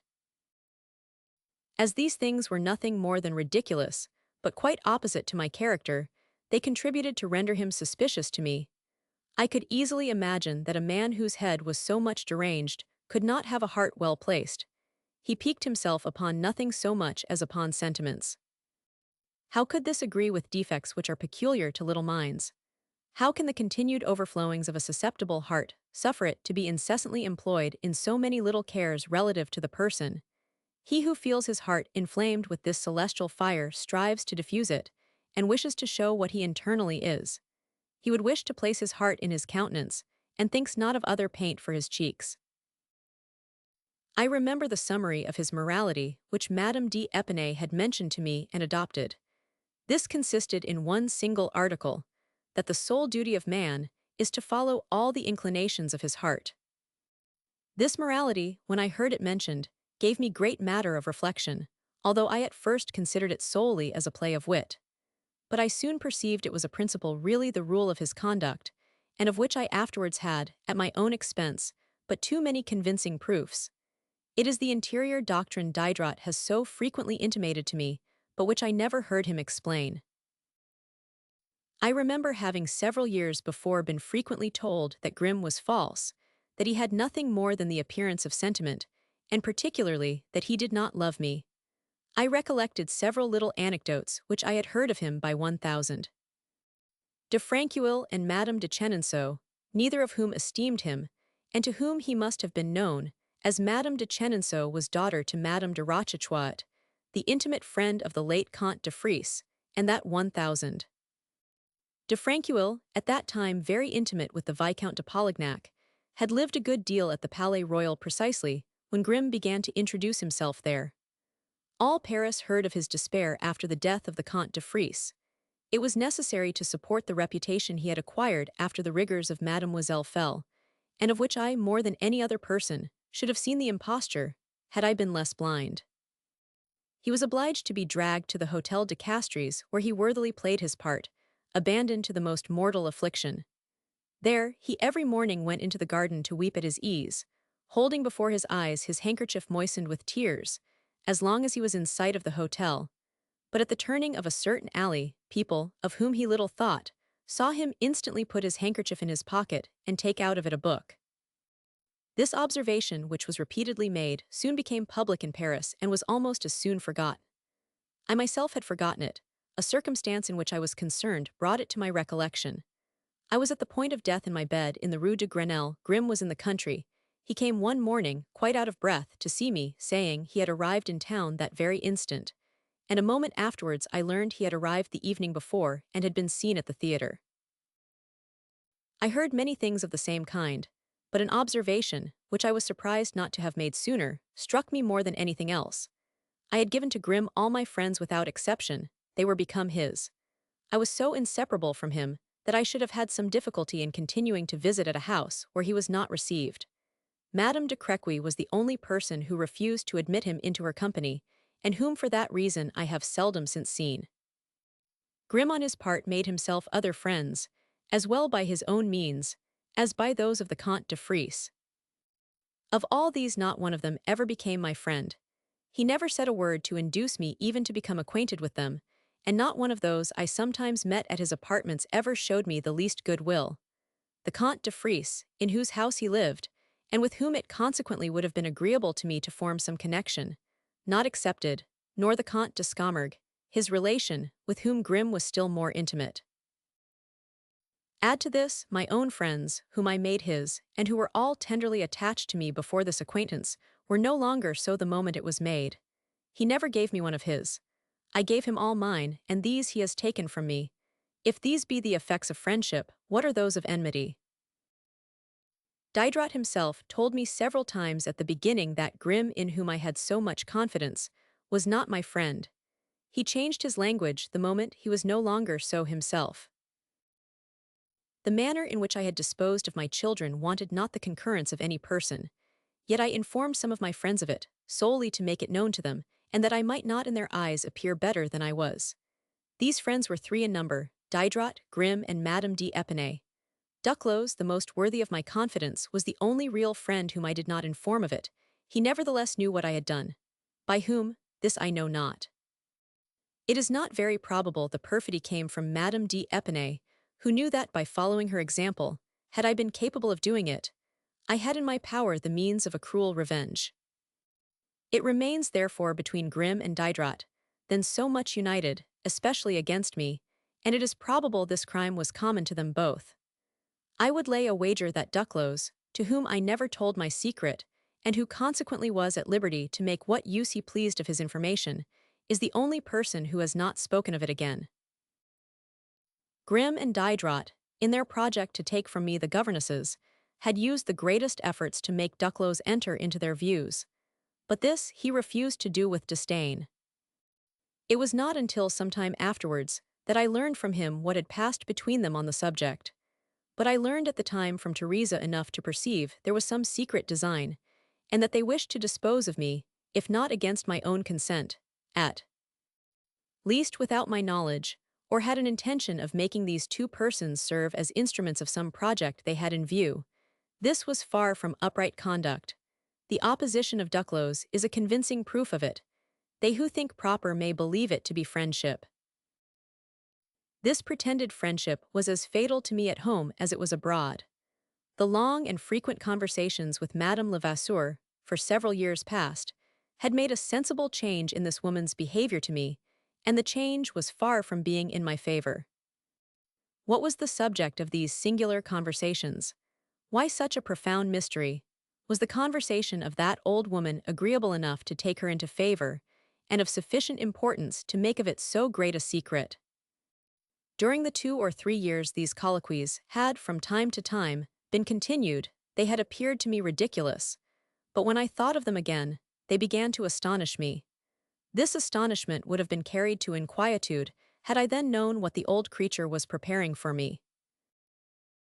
Notwithstanding the pretended zeal for my welfare of which Grimm made such a public boast, difficult to reconcile with the airs he gave himself when we were together, I heard nothing of him from any quarter the least to my advantage, and his feigned commiseration tended less to do me service than to render me contemptible.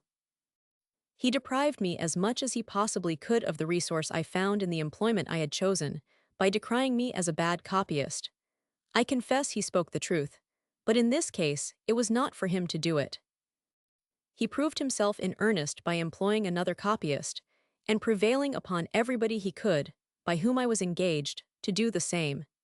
His intention might have been supposed to be that of reducing me to a dependence upon him and his credit for a subsistence, and to cut off the latter until I was brought to that degree of distress. All things considered, my reason imposed silence upon my former prejudice, which still pleaded in his favor. I judged his character to be at least suspicious, and with respect to his friendship I positively decided it to be false. I then resolved to see him no more, and informed Madame d'Épinay of the resolution I had taken, supporting it with several unanswerable facts, but which I have now forgotten. She strongly combated my resolution, without knowing how to reply to the reasons on which it was founded. She had not concerted with him, but the next day, instead of explaining herself verbally, she, with great address, gave me a letter they had drawn up together, and by which, without entering into a detail of facts, she justified him by his concentrated character, attributed to me as a crime my having suspected him of perfidy towards his friend, and exhorted me to come to an accommodation with him. This letter staggered me. In a conversation we afterwards had together, and in which I found her better prepared than she had been the first time, I suffered myself to be quite prevailed upon, and was inclined to believe I might have judged erroneously.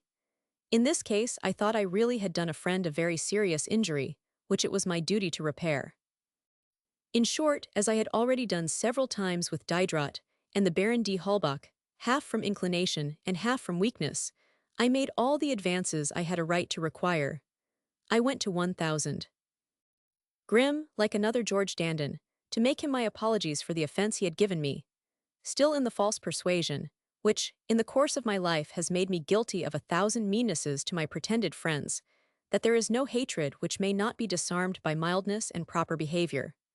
Whereas, on the contrary, the hatred of the wicked becomes still more envenomed by the impossibility of finding anything to found it upon, and the sentiment of their own injustice is another cause of offense against the person who is the object of it. I have, without going further than my own history, a strong proof of this maxim in Grimm and in Tronchin. Both became my implacable enemies from inclination, pleasure, and fancy, without having been able to charge me with having done either of them the most trifling injury, and whose rage, like that of tigers, becomes daily more fierce by the facility of satiating it. I did not give the surname of jongleur to the latter until a long time after his enmity had been declared, and the persecutions he brought upon me at Geneva and elsewhere. I soon suppressed the name the moment I perceived I was entirely his victim. Mean vengeance is unworthy of my heart, and hatred never takes the least root in it. I expected that Grimm, confused by my condescension and advances, would receive me with open arms and the most tender friendship. He received me as a Roman emperor would have done, and with a haughtiness I never saw in any person but himself. I was by no means prepared for such a reception, when, in the embarrassment of the part one had to act, and which was so unworthy of me, I had, in a few words and with a timid air, fulfilled the object which had brought me to him. Before he received me into favor, he pronounced, with a deal of majesty, an harangue he had prepared, and which contained a long enumeration of his rare virtues, and especially those connected with friendship. He laid great stress upon a thing which at first struck me a great deal. This was his having always preserved the same friends. Whilst he was yet speaking, I said to myself, it would be cruel for me to be the only exception to this rule. He returned to the subject so frequently, and with such emphasis that I thought, if in this he followed nothing but the sentiments of his heart, he would be less struck with the maxim, and that he made of it an art useful to his views by procuring the means of accomplishing them. Until then I had been in the same situation. I had preserved all my first friends, those even from my tenderest infancy, without having lost one of them except by death, and yet I had never before made the reflection. It was not a maxim I had prescribed myself. Since therefore the advantage was common to both, why did he boast of it in preference, if he had not previously intended to deprive me of the merit? He afterwards endeavored to humble me by proofs of the preference our common friends gave to him. With this I was as well acquainted as himself. The question was, by what means he had obtained it, whether it was by merit or address, by exalting himself or endeavoring to abase me. At last, when he had placed between us all the distance that he could add to the value of the favor he was about to confer, he granted me the kiss of peace, in a slight embrace which resembled the accolade which the king gives to new-made knights. I was stupefied with surprise. I knew not what to say, not a word could I utter. The whole scene had the appearance of the reprimand a preceptor gives to his pupil while he graciously spares inflicting the rod. I never think of it without perceiving to what degree judgments, founded upon appearances to which the vulgar give so much weight, are deceitful, and how frequently audaciousness and pride are found in the guilty, and shame and embarrassment in the innocent. We were reconciled. This was a relief to my heart, which every kind of quarrel fills with anguish. It will naturally be supposed that a like reconciliation changed nothing in his manners. All it effected was to deprive me of the right of complaining of them. For this reason, I took a resolution to endure everything, and for the future to say not a word. So many successive vexations overwhelmed me to such a degree as to leave me but little power over my mind. Receiving no answer from Saint Lambert, neglected by Madame de Houdetot, and no longer daring to open my heart to any person, I began to be afraid that by making friendship my idol, I should sacrifice my whole life to chimeras. After putting all those with whom I had been acquainted to the test, there remained but two who had preserved my esteem, and in whom my heart could confide: Duclos, of whom since my retreat to the hermitage I had lost sight, and Saint Lambert. I thought the only means of repairing the wrongs I had done the latter was to open myself to him without reserve, and I resolved to confess to him everything by which his mistress should not be exposed.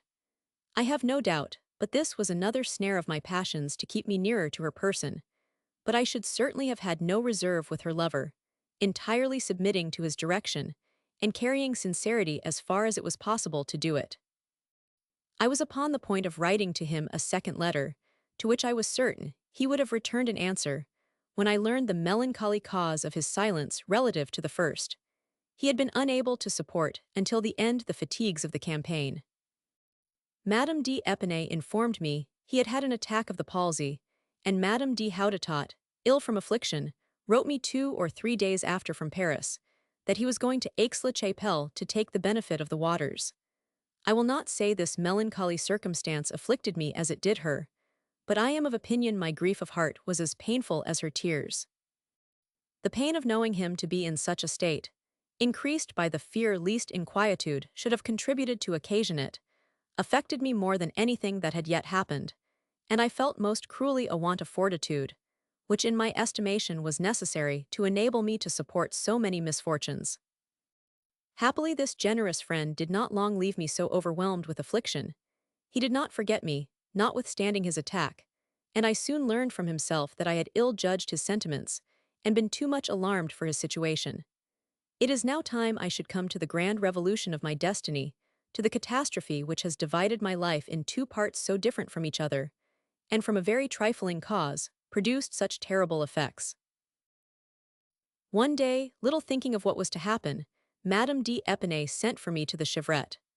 The moment I saw her, I perceived in her eyes and whole countenance an appearance of uneasiness, which struck me the more, as this was not customary, nobody knowing better than she did how to govern her features and her movements. "My friend," said she to me, "I am immediately going to set off for Geneva. My breast is in a bad state, and my health so deranged that I must go and consult Tronchin." I was the more astonished at this resolution so suddenly taken, and at the beginning of the bad season of the year, as 36 hours before she had not, when I left her, so much as thought of it. I asked her who she would take with her. She said her son and 1,000. Delinant, and afterwards carelessly added, "And you, dear, will not you go also?" As I did not think she spoke seriously, knowing that at the season of the year I was scarcely in a situation to go to my chamber, I joked upon the utility of the company, of one sick person to another. She herself had not seemed to make the proposition seriously, and here the matter dropped. The rest of our conversation ran upon the necessary preparations for her journey, about which she immediately gave orders, being determined to set off within a fortnight.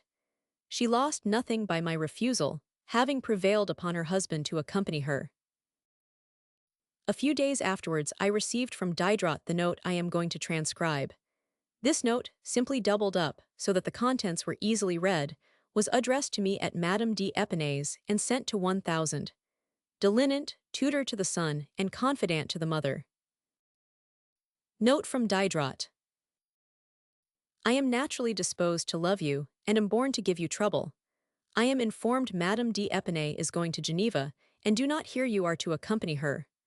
My friend, you are satisfied with Madame d'Épinay, you must go with her. If dissatisfied, you ought still less to hesitate. Do you find the weight of the obligations you are under to her uneasy to you? This is an opportunity of discharging a part of them and relieving your mind. Do you ever expect another opportunity like the present one of giving her proofs of your gratitude? She is going to a country where she will be quite a stranger. She is ill and will stand in need of amusement and dissipation. The winter season too. Consider, my friend. Your ill state of health may be a much greater objection than I think it is. But are you now more indisposed than you were a month ago, or than you will be at the beginning of spring? Will you 3 months hence be in a situation to perform the journey more at your ease than at present? For my part, one cannot but observe to you that, Were I unable to bear the shaking of the carriage, I would take my staff and follow her. Have you no fears lest your conduct should be misinterpreted? You will be suspected of ingratitude or of a secret motive. I well know that let you do as you will have in your favor the testimony of your conscience, but will this alone be sufficient, and is it permitted to neglect to a certain degree that which is necessary to acquire the approbation of others? What I now write, my good friend, is to acquit myself of what I think I owe to us both. Should my letter displease you, throw it into the fire and let it be forgotten. I salute, love, and embrace you. Although trembling and almost blind with rage whilst I read this epistle, I remarked the address with which Diderot affected a milder and more polite language than he had done in his former ones, wherein he never went further than my dear, without ever deigning to add the name of friend. I easily discovered the second-hand means by which the letter was conveyed to me. The subscription, manner and form awkwardly betrayed the maneuver, for we commonly wrote to each other by post, or the messenger of Montmorency, and this was the first and only time he sent me his letter by any other conveyance. As soon as the first transports of my indignation permitted me to write, I with great precipitation wrote him the following answer, which I immediately carried from the hermitage, where I then was, to Chevrette, to show it to Madame d'Épinay, to whom, in my blind rage, I read the contents, as well as the letter from Diderot. You cannot, my dear friend, either know the magnitude of the obligations I am under to Madame d'Épinay, to what a degree I am bound by them, whether or not she is desirous of my accompanying her, that this is possible, or the reasons I may have for my noncompliance. I have no objection to discuss all these points with you, but you will in the meantime confess that prescribing to me so positively what I ought to do, without first enabling yourself to judge of the matter, is, my dear philosopher, acting very inconsiderately. What is still worse, I perceive the opinion you give comes not from yourself. Besides my being but little disposed to suffer myself to be led by the nose under your name by any third or fourth person, I observe in this secondary advice certain underhand dealing, which ill agrees with your candor, and from which you will on your account, as well as mine, do well in future to abstain. You are afraid my conduct should be misinterpreted, but I defy a heart like yours to think ill of mine. Others would perhaps speak better of me if I resembled them more. God preserve me from gaining their approbation. Let the vile and wicked watch over my conduct and misinterpret my actions. Rousseau is not a man to be afraid of them, nor is Diderot to be prevailed upon to hearken to what they say. If I am displeased with your letter, you wish me to throw it into the fire and pay no attention to the contents. Do you imagine that anything coming from you can be forgot in such a manner? You hold, my dear friend, my tears as cheap in the pain you give me, as you do my life and health, in the cares you exhort me to take. Could you but break yourself of this, your friendship would be more pleasing to me, and I should be less to be pitied. On entering the chamber of Madame d'Épinay, I found Grimm with her, with which I was highly delighted. I read to them, in a loud and clear voice, the two letters, with an intrepidity of which I should not have thought myself capable, and concluded with a few observations not in the least derogatory to it. At this unexpected audacity in a man generally timid, they were struck dumb with surprise. I perceived that arrogant man look down upon the ground, not daring to meet my eyes, which sparkled with indignation. But in the bottom of his heart, he from that instant resolved upon my destruction, and with Madame d'Épinay, I am certain concerted measures to that effect before they separated. It was much about this time that I at length received, by Madame de Houdetot, the answer from Saint Lambert, dated from Wolfenbüttel, a few days after the accident had happened to him, to my letter which had been long delayed upon the road. This answer gave me the consolation of which I then stood so much in need. It was full of assurance of esteem and friendship, and these gave me strength and courage to deserve them. From that moment I did my duty, but had Saint Lambert been less reasonable, generous, and honest, I was inevitably lost. The season became bad, and people began to quit the country. Madame de Houdetot informed me of the day on which she intended to come and bid adieu to the valley, and gave me a rendezvous at Aubonne. This happened to be the same day on which Madame d'Épinay left the Chevrette to go to Paris for the purpose of completing preparations for her journey. Fortunately, she set off in the morning, and I had still time to go and dine with her sister-in-law. I had the letter from St. Lambert in my pocket, and read it over several times as I walked along. This letter served me as a shield against my weakness. I made and kept to the resolution of seeing nothing in Madame de Houdetot but my friend and the mistress of St. Lambert, and I passed with her a tete-a-tete of 4 hours in a most delicious calm, infinitely preferable, even with respect to enjoyment, to the paroxysms of a burning fever, which always, until that moment, I had had when in her presence. As she too well knew my heart not to be changed, she was sensible of the efforts I made to conquer myself, and esteemed me the more for them, and I had the pleasure of perceiving that her friendship for me was not extinguished. She announced to me the approaching return of St. Lambert, who, although well enough recovered from his attack, was unable to bear the fatigues of war, and was quitting the service to come and live in peace with her.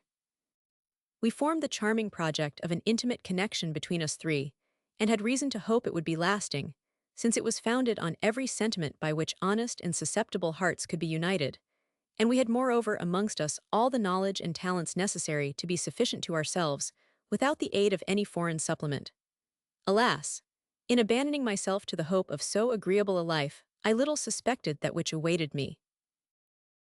We afterwards spoke of my situation with Madame d'Épinay. I showed her the letter from Diderot, with my answer to it. I related to her everything that had passed upon the subject, and declared to her my resolution of quitting the hermitage. This she vehemently opposed, and by reasons all powerful over my heart. She expressed to me how much she could have wished I had been of the party to Geneva, foreseeing she should inevitably be considered as having caused the refusal, which the letter of Diderot seemed previously to announce. However, as she was acquainted with my reasons, she did not insist upon this point, but conjured me to avoid coming to an open rupture, let it cost me what mortification it would, and to palliate my refusal by reasons sufficiently plausible to put away all unjust suspicions of her having been the cause of it. I told her the task she imposed on me was not easy, but that, resolved to expiate my faults at the expense of my reputation, I would give the preference to hers in everything that honor permitted me to suffer. It will soon be seen whether or not I fulfilled this engagement. My passion was so far from having lost any part of its force that I never in my life loved my Sophia so ardently and tenderly as on that day. But such was the impression made upon me by the letter of St. Lambert, the sentiment of my duty and the horror in which I held perfidy, that during the whole time of the interview my senses left me in peace. And I was not so much as tempted to kiss her hand. At parting she embraced me before her servants. This embrace, so different from those I had sometimes stolen from her under the foliage, proved I was become master of myself, and I am certain that had my mind, undisturbed, had time to acquire more firmness, 3 months would have cured me radically.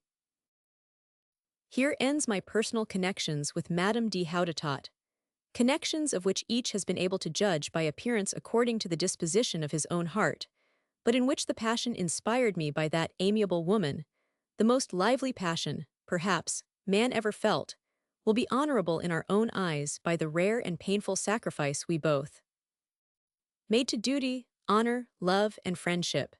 We each had too high an opinion of the other easily to suffer ourselves to do anything derogatory to our dignity. We must have been unworthy of all esteem had we not set a proper value upon one like this, and the energy of my sentiments which have rendered us culpable was that which prevented us from becoming so. Thus, after a long friendship for one of these women, and the strongest affection for the other, I bade them both adieu the same day, to one never to see her more, to the other to see her again twice, upon occasions of which I shall hereafter speak. After their departure, I found myself much embarrassed to fulfill so many pressing and contradictory duties, the consequences of my imprudence. Had I been in my natural situation, after the proposition and refusal of the journey to Geneva, I had only to remain quiet, and everything was as it should be.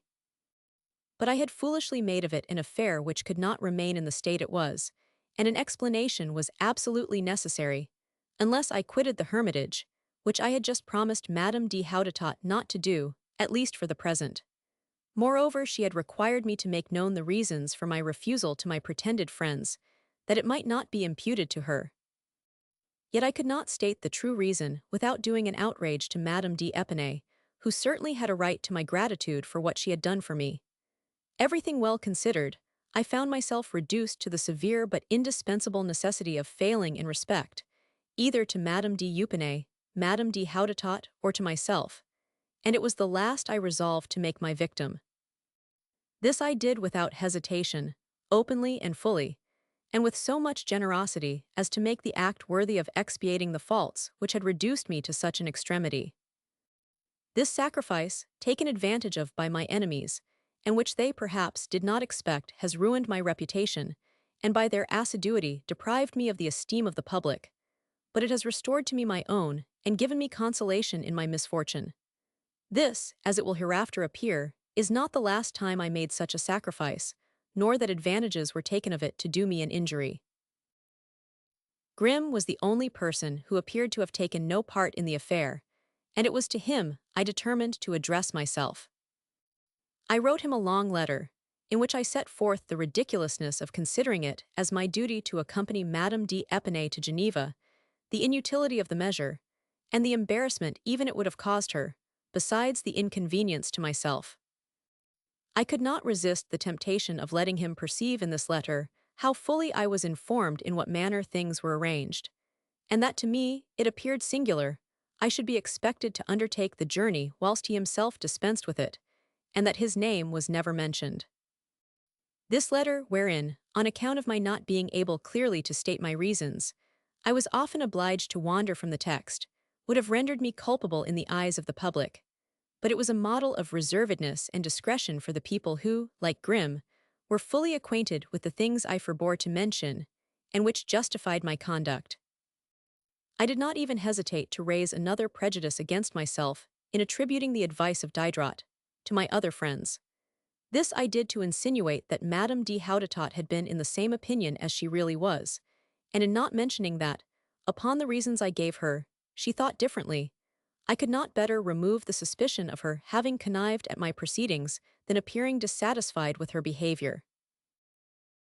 This letter was concluded by an act of confidence which would have had an effect upon any other man, for, in desiring Grimm to weigh my reasons and afterwards to give me his opinion, I informed him that, let this be what it would, I should act accordingly, and such was my intention had he even thought I ought to set off, for 1,000.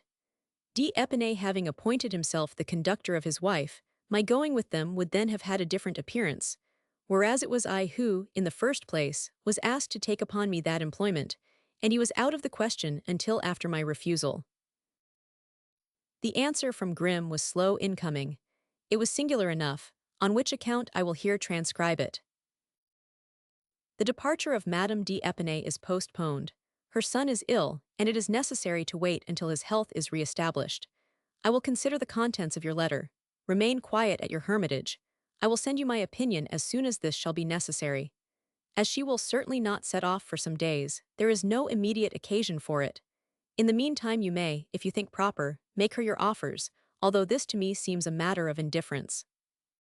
For, knowing your situation as well as you do yourself, I doubt not of her returning to your offer such an answer as she ought to do, and all the advantage which, in my opinion, can result from this, will be your having it in your power to say to those by whom you may be importuned, that your not being of the traveling party was not for want of having made your offers to that effect.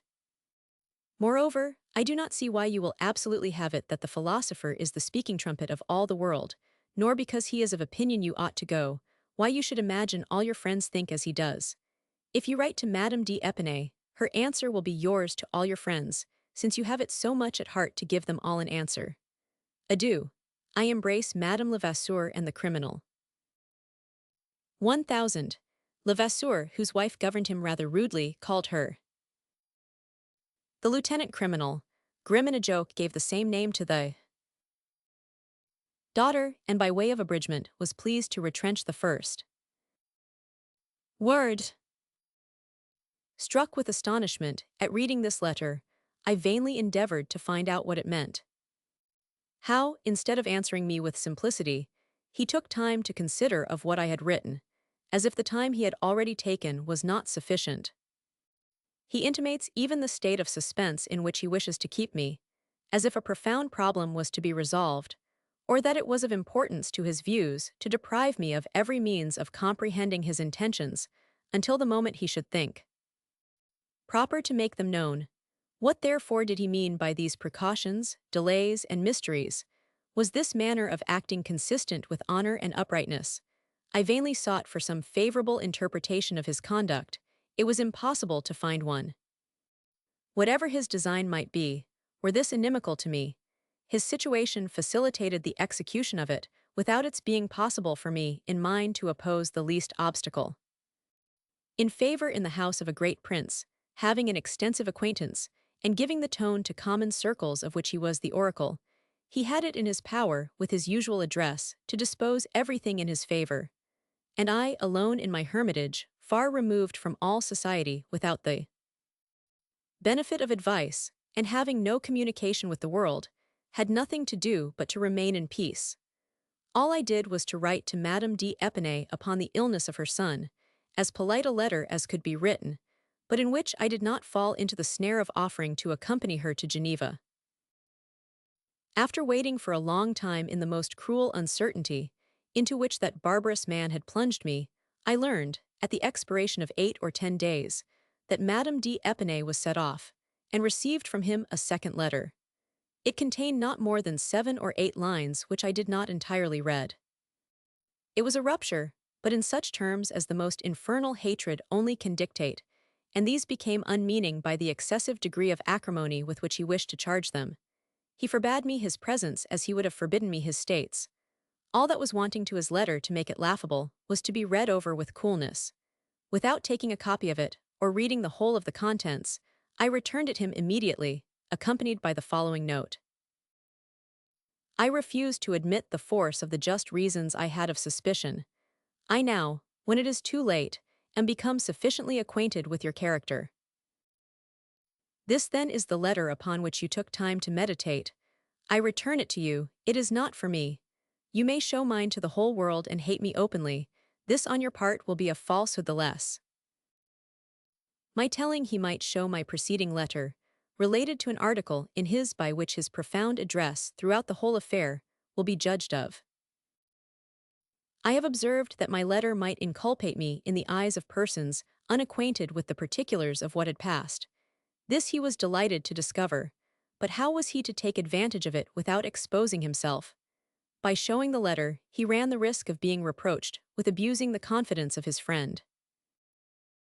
To relieve himself from this embarrassment, he resolved to break with me in the most violent manner possible, and to set forth in his letter the favor he did me in not showing mine.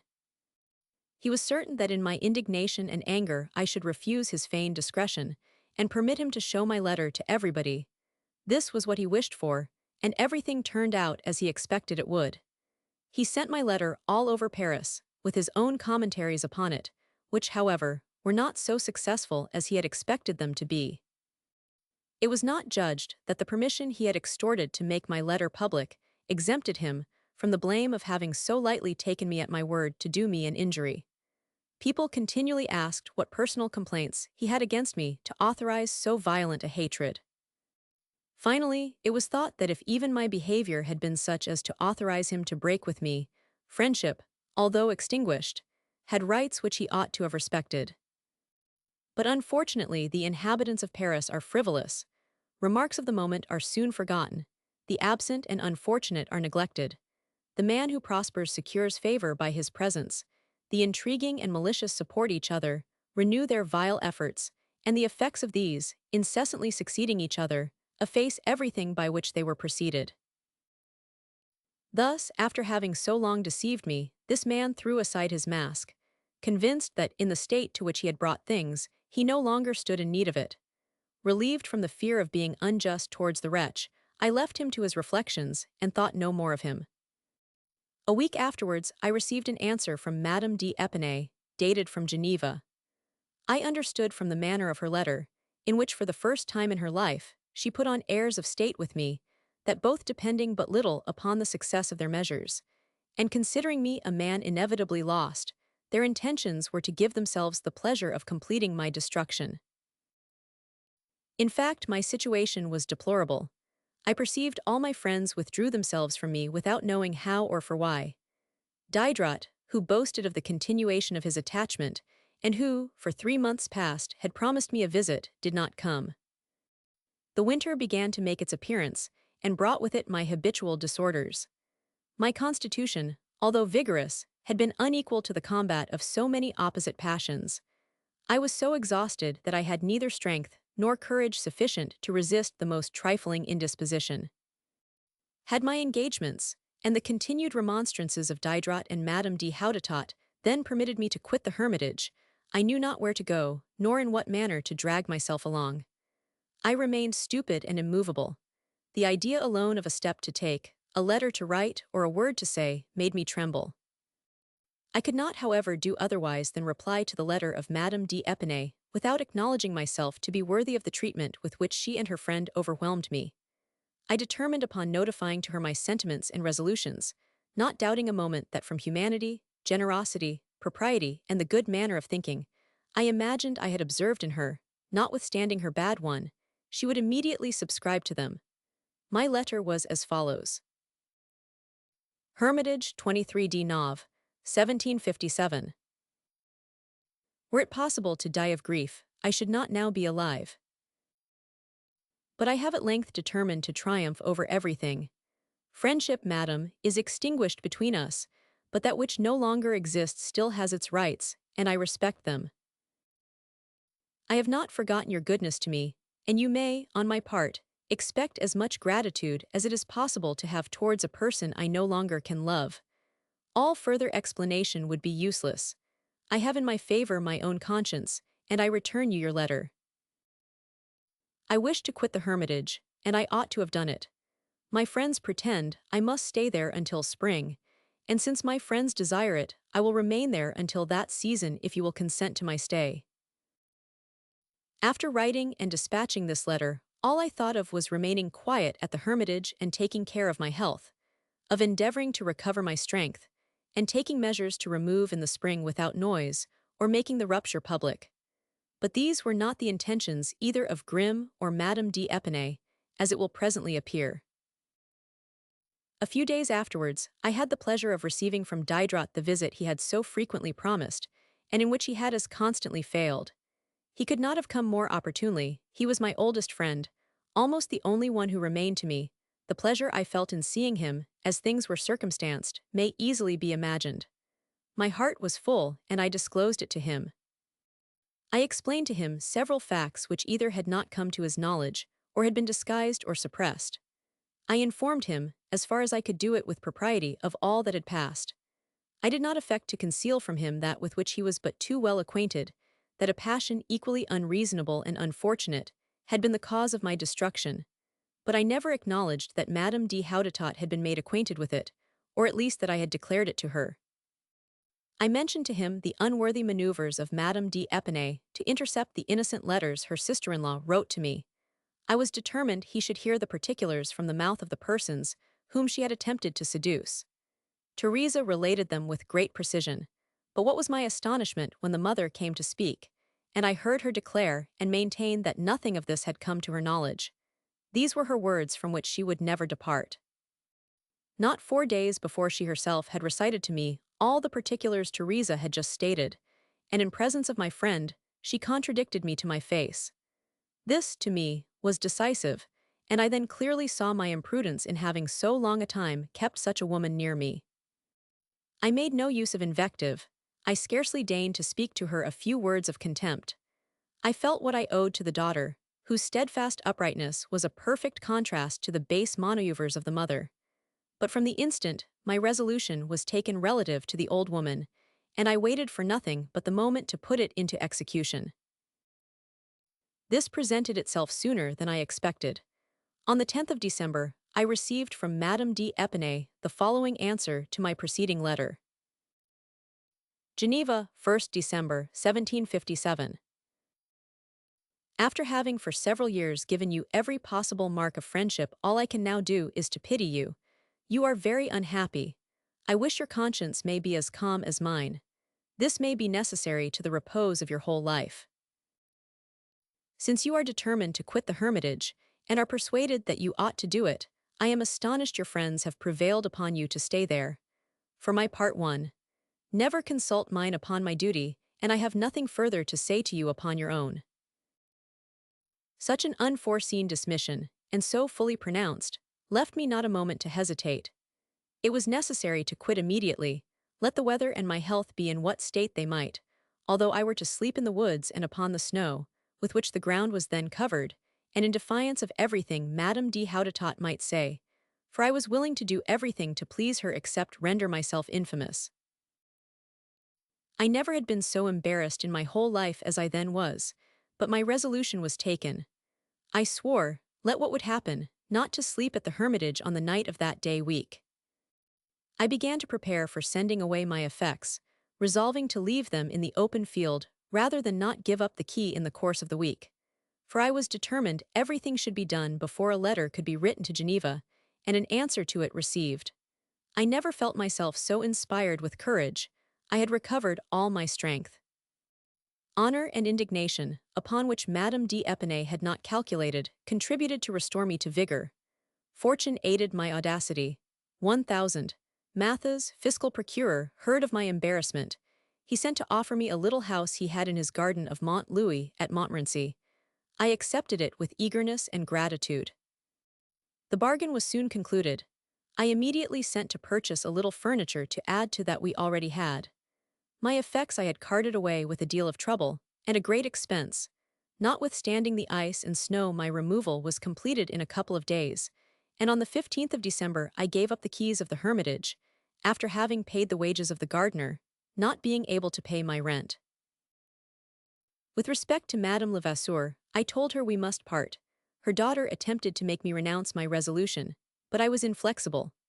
I sent her off to Paris in a carriage of the messenger with all the furniture and effects she and her daughter had in common. I gave her some money, and engaged to pay her lodging with her children, or elsewhere to provide for her subsistence as much as it should be possible for me to do it, and never to let her want bread as long as I should have it myself. Finally, the day after my arrival at Mont Louis, I wrote to Madame d'Épinay the following letter. Montmorency, 17th December 1757. Nothing, madam, is so natural and necessary as to leave your house the moment you no longer approve of my remaining there. Upon you refusing your consent to my passing the rest of the winter at the hermitage, I quitted it on the 15th of December. My destiny was to enter it in spite of myself, and to leave it the same. I thank you for the residence you prevailed upon me to make there, and I would thank you still more had I paid for it less dear. You are right in believing me unhappy. Nobody upon earth knows better than yourself to what a degree I must be so. If being deceived in the choice of our friends be a misfortune, it is another not less cruel to recover from so pleasing an error. Such is the faithful narrative of my residence at the hermitage, and of the reasons which obliged me to leave it. I could not break off the recital. It was necessary to continue it with the greatest exactness. This epoch of my life having had upon the rest of it an influence which will extend to my latest remembrance. Book 10, Original. The extraordinary degree of strength, a momentary effervescence had given me to quit the hermitage, left me the moment I was out of it. I was scarcely established in my new habitation before I frequently suffered from retentions, which were accompanied by a new complaint, that of a rupture, from which I had for some time, without knowing what it was, felt great inconvenience. I soon was reduced to the most cruel state. The physician Thierry, my old friend, came to see me, and made me acquainted with my situation. The sight of all the apparatus of the infirmities of years made me severely feel that when the body is no longer young, the heart is not so with impunity. The fine season did not restore me, and I passed the whole year, 1758, in a state of languor, which made me think I was almost at the end of my career. I saw, with impatience, the closing scene approach. Recovered from the chimeras of friendship, and detached from everything which had rendered life desirable to me, I saw nothing more in it that could make it agreeable. All I perceived was wretchedness and misery, which prevented me from enjoying myself. I sighed after the moment when I was to be free and escape from my enemies, but I must follow the order of events. My retreat to Montmorency seemed to disconcert Madame d'Épinay, Probably she did not expect it. My melancholy situation, the severity of the season, the general dereliction of me by my friends, all made her and Grimm believe that by driving me to the last extremity, they should oblige me to implore mercy, and thus, by vile meanness, render myself contemptible to be suffered to remain in an asylum which honor commanded me to leave. I left it so suddenly that they had not time to prevent the step from being taken, and they were reduced to the alternative of double or quit, to endeavor to ruin me entirely, or to prevail upon me to return. Grimm chose the former, but I am of opinion Madame d'Épinay would have preferred the latter, and this from her answer to my last letter, in which she seemed to have laid aside the airs she had given herself in the preceding ones, and to give an opening to an accommodation. The long delay of this answer, for which she made me wait a whole month, sufficiently indicates the difficulty she found in giving it a proper turn, and the deliberations by which it was preceded.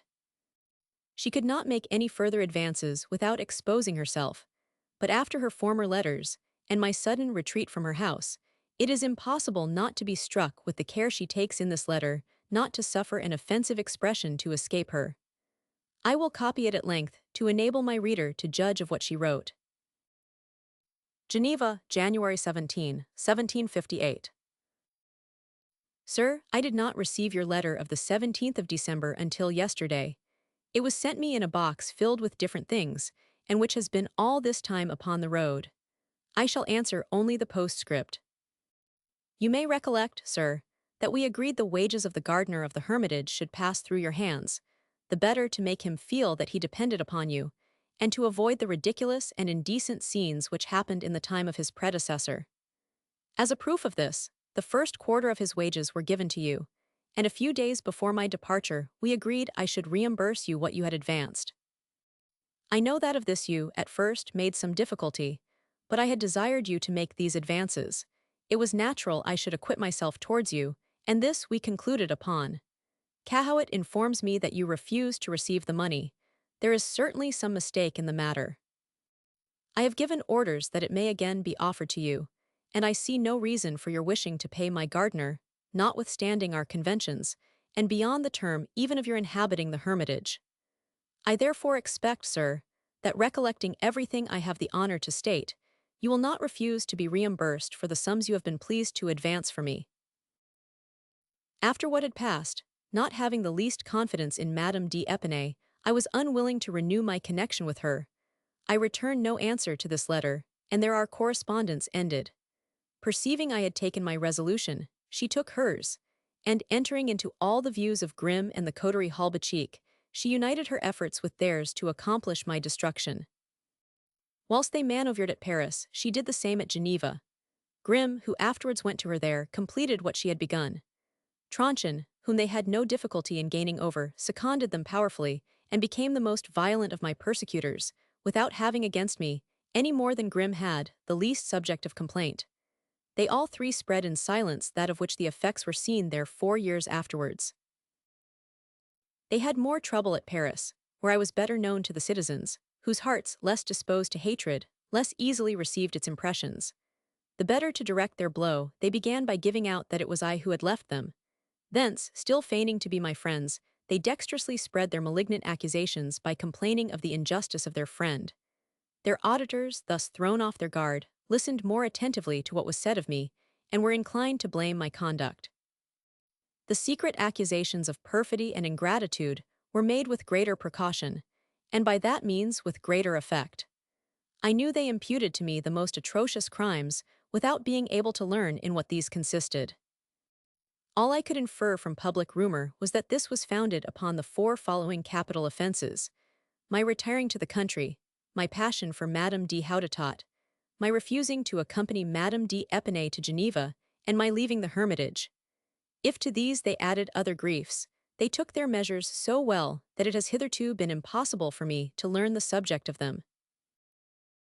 It is therefore at this period that I think I may fix the establishment of a system, since adopted by those by whom my fate has been determined, and which has made such a progress as will seem miraculous to persons who know not with what facility everything which favors the malignity of man is established. I will endeavor to explain in a few words what to me appeared visible in this profound and obscure system. With a name already distinguished and known throughout all Europe, I had still preserved my primitive simplicity. My mortal aversion to all party faction and cabal had kept me free and independent, without any other chain than the attachments of my heart. Alone, a stranger, without family or fortune, and unconnected with everything except my principles and duties, I intrepidly followed the paths of uprightness, never flattering or favoring any person at the expense of truth and justice. Besides, having lived for 2 years past in solitude, without observing the course of events, I was unconnected with the affairs of the world, and not informed of what passed, nor desirous of being acquainted with it. I lived 4 leagues from Paris, as much separated from that capital by my negligence as I should have been in the island of Tinian by the sea. Grimm, Diderot, and d'Holbach were, on the contrary, in the center of the vortex, lived in the great world, and divided amongst them almost all the spheres of it. The great wits, men of letters, men of long robe, and women, all listened to them when they chose to act in concert. The advantage 3 men in this situation united must have over a fourth in mine, cannot but already appear. 'Tis true Diderot and d'Holbach were incapable, at least I think so, of forming black conspiracies. One of them was not base enough, nor the other sufficiently able, but it was for this reason that the party was more united. Grimm alone formed his plan in his own mind, and discovered more of it than was necessary to induce his associates to concur in the execution. The ascendancy he had gained over them made this quite easy, and the effect of the whole answered to the superiority of his talents. It was with these, which were of a superior kind, that, perceiving the advantage he might acquire from our respective situations, he conceived the project of overturning my reputation, and without exposing himself, of giving me one of a nature quite opposite, by raising up about me an edifice of obscurity which it was impossible for me to penetrate, and by that means throw a light upon his manoeuvres and unmask him. This enterprise was difficult, because it was necessary to palliate the iniquity in the eyes of those of whose assistance he stood in need. He had honest men to deceive, to alienate from me the good opinion of everybody, and to deprive me of all my friends. What say I? He had to cut off all communication with me, that not a single word of truth might reach my ears. Had a single man of generosity come and said to me, "You assume the appearance of virtue, yet this is the manner in which you are treated, and these the circumstances by which you are judged," what have you to say? Truth would have triumphed and Grimm have been undone. Of this he was fully convinced, but he had examined his own heart and estimated men according to their merit. I am sorry, for the honor of humanity, that he judged with so much truth. In these dark and crooked paths his steps to be the more sure were necessarily slow. He has for 12 years pursued his plan, and the most difficult part of the execution of it is still to come. This is to deceive the public entirely. He is afraid of this public, and dares not lay his conspiracy open. Since this was written, he has made the dangerous step with the fullest and most inconceivable success.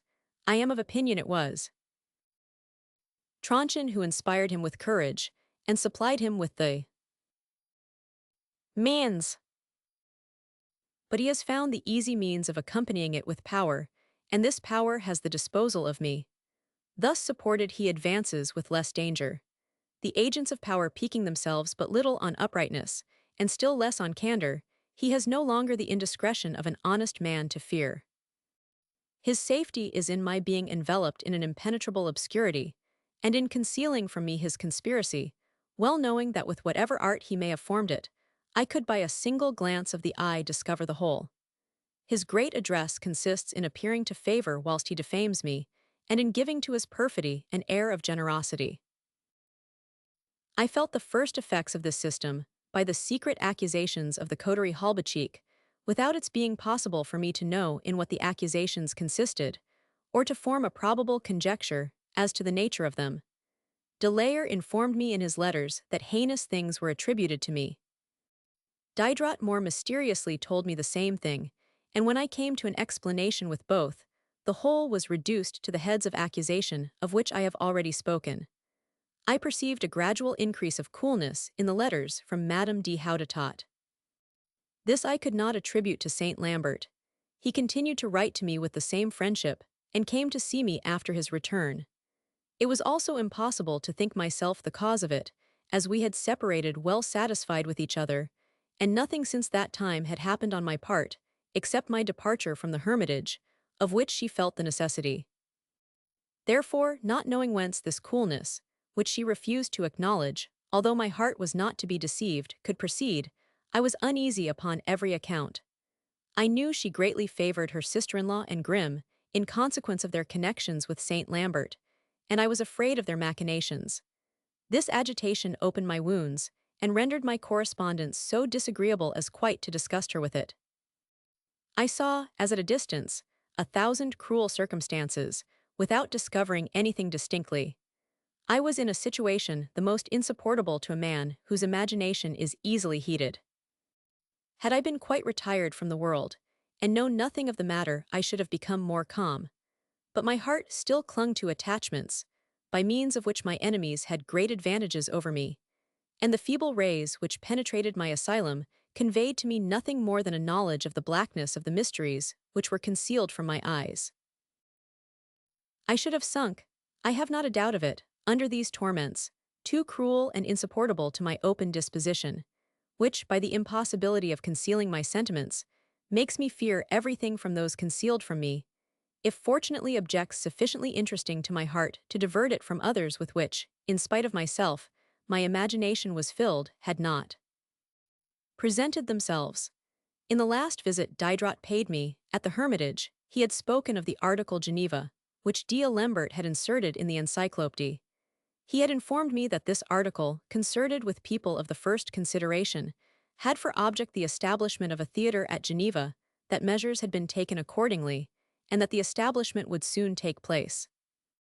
As Diderot seemed to think all this very proper, and did not doubt of the success of the measure, and as I had besides to speak to him upon too many other subjects to touch upon that article, I made him no answer.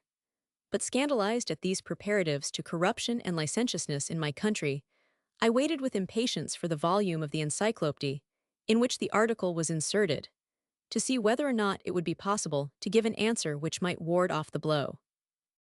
I received the volume soon after my establishment at Mont Louis, and found the articles to be written with much art and address, and worthy of the pen whence it proceeded. This, however, did not abate my desire to answer it, and notwithstanding the dejection of spirits I then labored under, my griefs and pains, the severity of the season, and the inconvenience of my new abode, in which I had not yet had time to arrange myself, I set to work with a zeal which surmounted every obstacle. In a severe winter, in the month of February, and in the situation I have described, I went every day, morning and evening, to pass a couple of hours in an open alcove which was at the bottom of the garden in which my habitation stood. This alcove, which terminated an alley of a terrace, looked upon the valley and the pond of Montmorency, and presented to me, as the closing point of a prospect, the plain but respectable castle of St. Gratian, the retreat of the virtuous Catinat. It was in this place, then, exposed to freezing cold, that without being sheltered from the wind and snow, and having no other fire than that in my heart, I composed, in the space of 3 weeks, my letter to D'Alembert on theatres. It was in this, for my Eloisa was not then half written, that I found charms in philosophical labor. Until then virtuous indignation had been a substitute to Apollo, tenderness and a gentleness of mind now became so. The injustice I had been witness to had irritated me, that of which I became the object rendered me melancholy. And this melancholy without bitterness was that of a heart too tender and affectionate, and which, deceived by those in whom it had confided, was obliged to remain consented. Full of that which had befallen me, and still affected by so many violent emotions, my heart added the sentiment of its sufferings to the ideas with which a meditation on my subject had inspired me. What I wrote bore evident marks of this mixture. Without perceiving it, I described the situation I was then in, gave portraits of Grimm, Madame d'Épinay, Madame de Houdetot, Saint Lambert and myself. What delicious tears did I shed as I wrote! Alas! In these descriptions there are proofs but too evident that love, the fatal love of which I made such efforts to cure myself, still remained in my heart. With all this there was a certain sentiment of tenderness relative to myself. I thought I was dying, and imagined I bid the public my last adieu. Far from fearing death, I joyfully saw it approach. but I felt some regret at leaving my fellow creatures without their having perceived my real merit, and being convinced how much I should have deserved their esteem had they known me better. These are the secret causes of the singular manner in which this work, opposite to that of the work by which it was preceded, is written. Discours sur l'inégalité. Discourse on the inequality of mankind. I corrected and copied the letter, and was preparing to print it when, after a long silence, I received one from Madame de Houdetot, which brought upon me a new affliction more painful than any I had yet suffered. She informed me that my passion for her was known to all Paris, that I had spoken of it to persons who had made it public, that this rumor, having reached the ears of her lover, had nearly cost him his life. Yet he did her justice, and peace was restored between them, but on his account as well as on hers. And for the sake of her reputation, she thought it her duty to break off all correspondence with me, at the same time assuring me that she and her friend were both interested in my welfare, that they would defend me to the public, and that she herself would, from time to time, send to inquire after my health. And thou also, Diderot, exclaimed I, unworthy friend. I could not, however, yet resolve to condemn him. My weakness was known to others who might have spoken of it. I wished to doubt, but this was soon out of my power. Saint Lambert shortly after performed an action worthy of himself. Knowing my manner of thinking, he judged of the state in which I must be, betrayed by one part of my friends and forsaken by the other. He came to see me. The first time he had not many moments to spare. He came again. Unfortunately, not expecting him, I was not at home. Teresa had with him a conversation of upwards of 2 hours, in which they informed each other of facts of great importance to us all. The surprise with which I learned that nobody doubted of my having lived with Madame d'Épinay, as Grimm then did, cannot be equalled, except by that of Saint Lambert, when he was convinced that the rumor was false. He, to the great dissatisfaction of the lady, was in the same situation with myself, and the éclaircissements resulting from the conversation removed from me all regret, on account of my having broken with her forever. Relative to Madame de Houdetot, he mentioned several circumstances with which neither Teresa nor Madame de Houdetot herself were acquainted. These were known to me only in the first instance, and I had never mentioned them except to Diderot, under the seal of friendship, and it was to Saint Lambert himself to whom he had chosen to communicate them. This last step was sufficient to determine me. I resolved to break with Diderot forever, and this without further deliberation, except on the manner of doing it, for I had perceived secret ruptures turn to my prejudice, because they left the mask of friendship in possession of my most cruel enemies. The rules of good breeding, established in the world on this head, seem to have been dictated by a spirit of treachery and falsehood. To appear the friend of a man when in reality we are no longer so, is to reserve to ourselves the means of doing him an injury by surprising honest men into an error. I recollected that when the illustrious Montesquieu broke with Father de Tournemine, he immediately said to everybody, "Listen neither to Father Tournemine nor myself, when we speak of each other, for we are no longer friends." This open and generous proceeding was universally applauded. I resolved to follow the example with Diderot, but what method was I to take to publish the rupture authentically from my retreat, and yet without scandal? I concluded on inserting in the form of a note, in my work, a passage from the book of Ecclesiasticus, which declared the rupture and even the subject of it, in terms sufficiently clear to such as were acquainted with the previous circumstances, but could signify nothing to the rest of the world. I determined not to speak in my work of the friend whom I renounced, except with the honor always due to extinguished friendship. The whole may be seen in the work itself. There is nothing in this world but time and misfortune, and every act of courage seems to be a crime in adversity. For that which has been admired in Montesquieu, I received only blame and reproach. As soon as my work was printed and I had copies of it, I sent one to Saint Lambert, who, the evening before, had written to me in his own name and that of Madame de Houdetot, a note expressive of the most tender friendship. The following is the letter he wrote to me when he returned the copy I had sent him. Aubonne, 10th October, 1758. Indeed, sir, I cannot accept the present you have just made me. In that part of your preface where, relative to Diderot, you quote a passage from Ecclesiastes he mistakes, It is from Ecclesiasticus, the book dropped from my hand. In the conversations we had together in the summer, you seemed to be persuaded Diderot was not guilty of the pretended indiscretions you had imputed to him. You may, for aught I know to the contrary, have reason to complain of him, but this does not give you a right to insult him publicly. You are not unacquainted with the nature of the persecutions he suffers, and you join the voice of an old friend to that of envy. I cannot refrain from telling you, sir, how much this heinous act of yours has shocked me. I am not acquainted with Diderot, but I honor him, and I have a lively sense of the pain you give to a man, whom, at least not in my hearing, you have never reproached with anything more than a trifling weakness. You and I, sir, differ too much in our principles ever to be agreeable to each other. Forget that I exist, this you will easily do. I have never done to men either good or evil of a nature to be long remembered. I promise you, sir, to forget your person, and to remember nothing relative to you but your talents. This letter filled me with indignation and affliction, and in the excess of my pangs, feeling my pride wounded, I answered him by the following note. Montmorency, 11th October, 1758. Sir, while reading your letter, I did you the honor to be surprised at it, and had the weakness to suffer it to affect me, but I find it unworthy of an answer. I will no longer continue the copies of Madame de Houdetot. If it be not agreeable to her to keep that she has, she may send it me back and I will return her money. If she keeps it, she must still send for the rest of her paper and the money, and at the same time I beg she will return me the prospectus which she has in her possession. Adieu, sir. Courage under misfortune irritates the hearts of cowards, but it is pleasing to generous minds. This note seemed to make Saint Lambert reflect with himself, and to regret his having been so violent. But too haughty in his turn to make open advances, he seized, and perhaps prepared, the opportunity of palliating what he had done. A fortnight afterwards, I received from Madame d'Épinay the following letter. Thursday, 26th.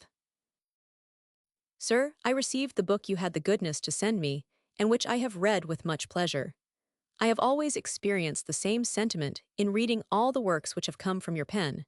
Receive my thanks for the whole.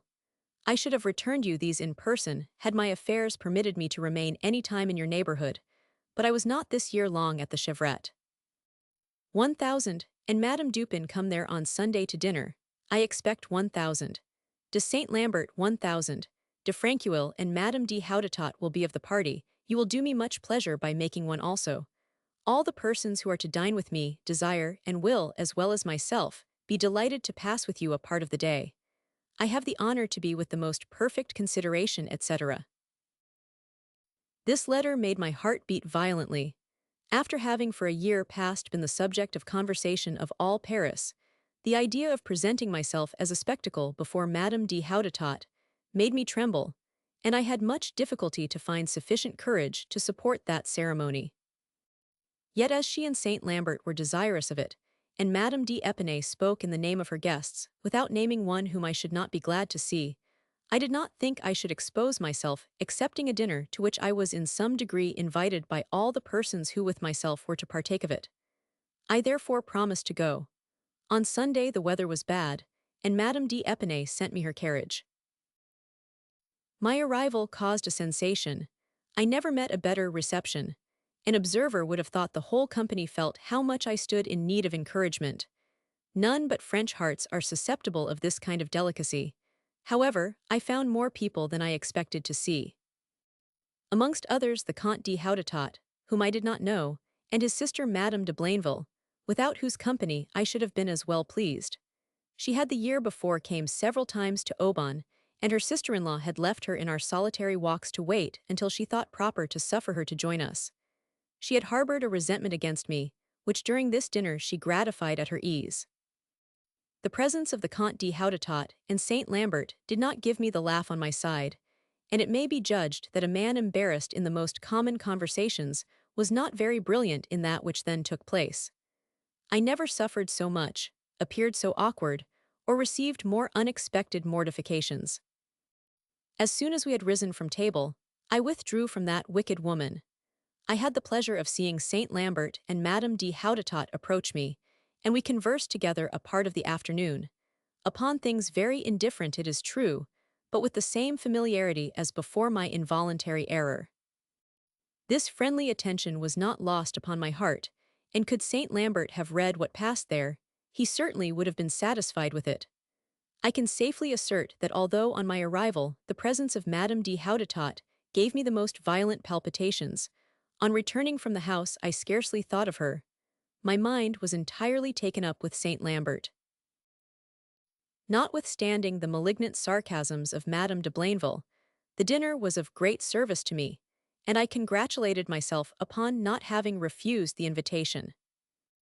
I not only discovered that the intrigues of Grimm and the Holbachians had not deprived me of my old acquaintance, but, what flattered me still more, that Madame de Houdetot and Saint Lambert were less changed than I had imagined, and I at length understood that his keeping her at a distance from me proceeded more from jealousy than from disesteem. Such in the simplicity of my heart was my opinion when I wrote these confessions. This was a consolation to me, and calmed my mind. Certain of not being an object of contempt in the eyes of persons whom I esteemed, I worked upon my own heart with greater courage and success. If I did not quite extinguish in it a guilty and an unhappy passion, I at least so well regulated the remains of it that they have never since that moment led me into the most trifling error. The copies of Madame de Houdetot, which she prevailed upon me to take again, and my works, which I continued to send her as soon as they appeared, produced me from her a few notes and messages, indifferent but obliging. She did still more, as will hereafter appear, and the reciprocal conduct of her lover and myself, after our intercourse had ceased, may serve as an example of the manner in which persons of honor separate when it is no longer agreeable to them to associate with each other. Another advantage this dinner procured me was its being spoken of in Paris, where it served as a refutation of the rumor spread by my enemies, that I had quarreled with every person who partook of it, and especially with 1,000. D'Épinay. When I left the hermitage I had written him a very polite letter of thanks, to which he answered not less politely, and mutual civilities had continued, as well between us as between me and 1,000. De la Lalive, his brother-in-law, who even came to see me at Montmorency, and sent me some of his engravings. Excepting the two sisters-in-law of Madame de Houdetot, I have never been on bad terms with any person of the family. My letter to D'Alembert had great success. All my works had been very well received, but this was more favorable to me. It taught the public to guard against the insinuations of the coterie Halbachik. When I went to the hermitage, this coterie predicted with its usual sufficiency that I should not remain there 3 months. When I had stayed there 20 months and was obliged to leave it, I still fixed my residence in the country. The coterie insisted this was from a motive of pure obstinacy, and that I was weary even to death of my retirement. But that, eaten up with pride, I chose rather to become a victim of my stubbornness than to recover from it and return to Paris. The letter to D'Alembert breathed a gentleness of mind which every one perceived not to be affected. Had I been dissatisfied with my retreat, my style and manner would have borne evident marks of my ill humor. This reigned in all the works I had written in Paris, but in the first I wrote in the country not the least appearance of it was to be found. To persons who knew how to distinguish, this remark was decisive. They perceived I was returned to my element. Yet the same work, notwithstanding all the mildness it breathed, made me by a mistake of my own and my usual luck, another enemy amongst men of letters. I had become acquainted with Marmontel at the house of 1,000. De la Poplinière, and his acquaintance had been continued at that of the Baron. Marmontel at that time wrote the Mercure de France.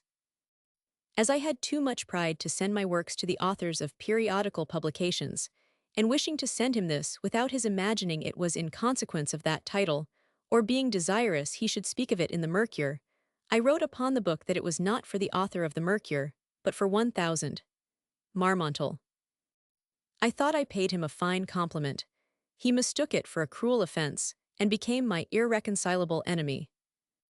He wrote against the letter with politeness, it is true, but with a bitterness easily perceptible, and since that time has never lost an opportunity of injuring me in society, and of indirectly ill-treating me in his works.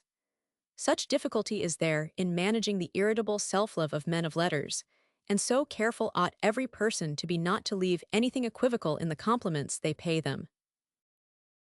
Having nothing more to disturb me, I took advantage of my leisure and independence to continue my literary pursuits with more coherence. I this winter finished my Eloisa, and sent it to Ray, who had it printed the year following. I was, however, interrupted in my projects by a circumstance sufficiently disagreeable. I heard new preparations were making at the Opera House to give the Devon due village. Enraged at seeing these people arrogantly dispose of my property, I again took up the memoir I had sent to 1000. D. Argenson, to which no answer had been returned, and having made some trifling alterations in it, I sent the manuscript by 1000. Sellin, resident from Geneva, and a letter with which he was pleased to charge himself, to the Comte de Saint-Florentin, who had succeeded 1000. D. Argenson in the opera department. Duclos, to whom I communicated what I had done, mentioned it to the Petits Violons, who offered to restore me, not my opera, but my freedom of the theatre, which I was no longer in a situation to enjoy. Perceiving I had not from any quarter the least justice to expect, I gave up the affair, and the directors of the opera, without either answering or listening to my reasons, have continued to dispose as of their own property, and to turn to their profit the Devon due village, which incontestably belongs to nobody but myself. Since I had shaken off the yoke of my tyrants, I led a life sufficiently agreeable and peaceful. Deprived of the charm of too strong attachments, I was delivered from the weight of their chains. Disgusted with the friends who pretended to be my protectors, and wished absolutely to dispose of me at will, and in spite of myself, to subject me to their pretended good services, I resolved in future to have no other connections than those of simple benevolence. These, without the least constraint upon liberty, constitute the pleasure of society, of which equality is the basis. I had of them as many as were necessary to enable me to taste of the charm of liberty without being subject to the dependence of it, and as soon as I had made an experiment of this manner of life, I felt it was the most proper to my age, to end my days in peace, far removed from the agitations, quarrels and cavillings in which I had just been half submerged. During my residence at the Hermitage, and after my settlement at Montmorency, I had made in the neighborhood some agreeable acquaintance, and which did not subject me to any inconvenience. The principal of these was young Loiseau de Maullion, who, then beginning to plead at the bar, did not yet know what rank he would one day hold there. I, for my part, was not in the least doubt about the matter.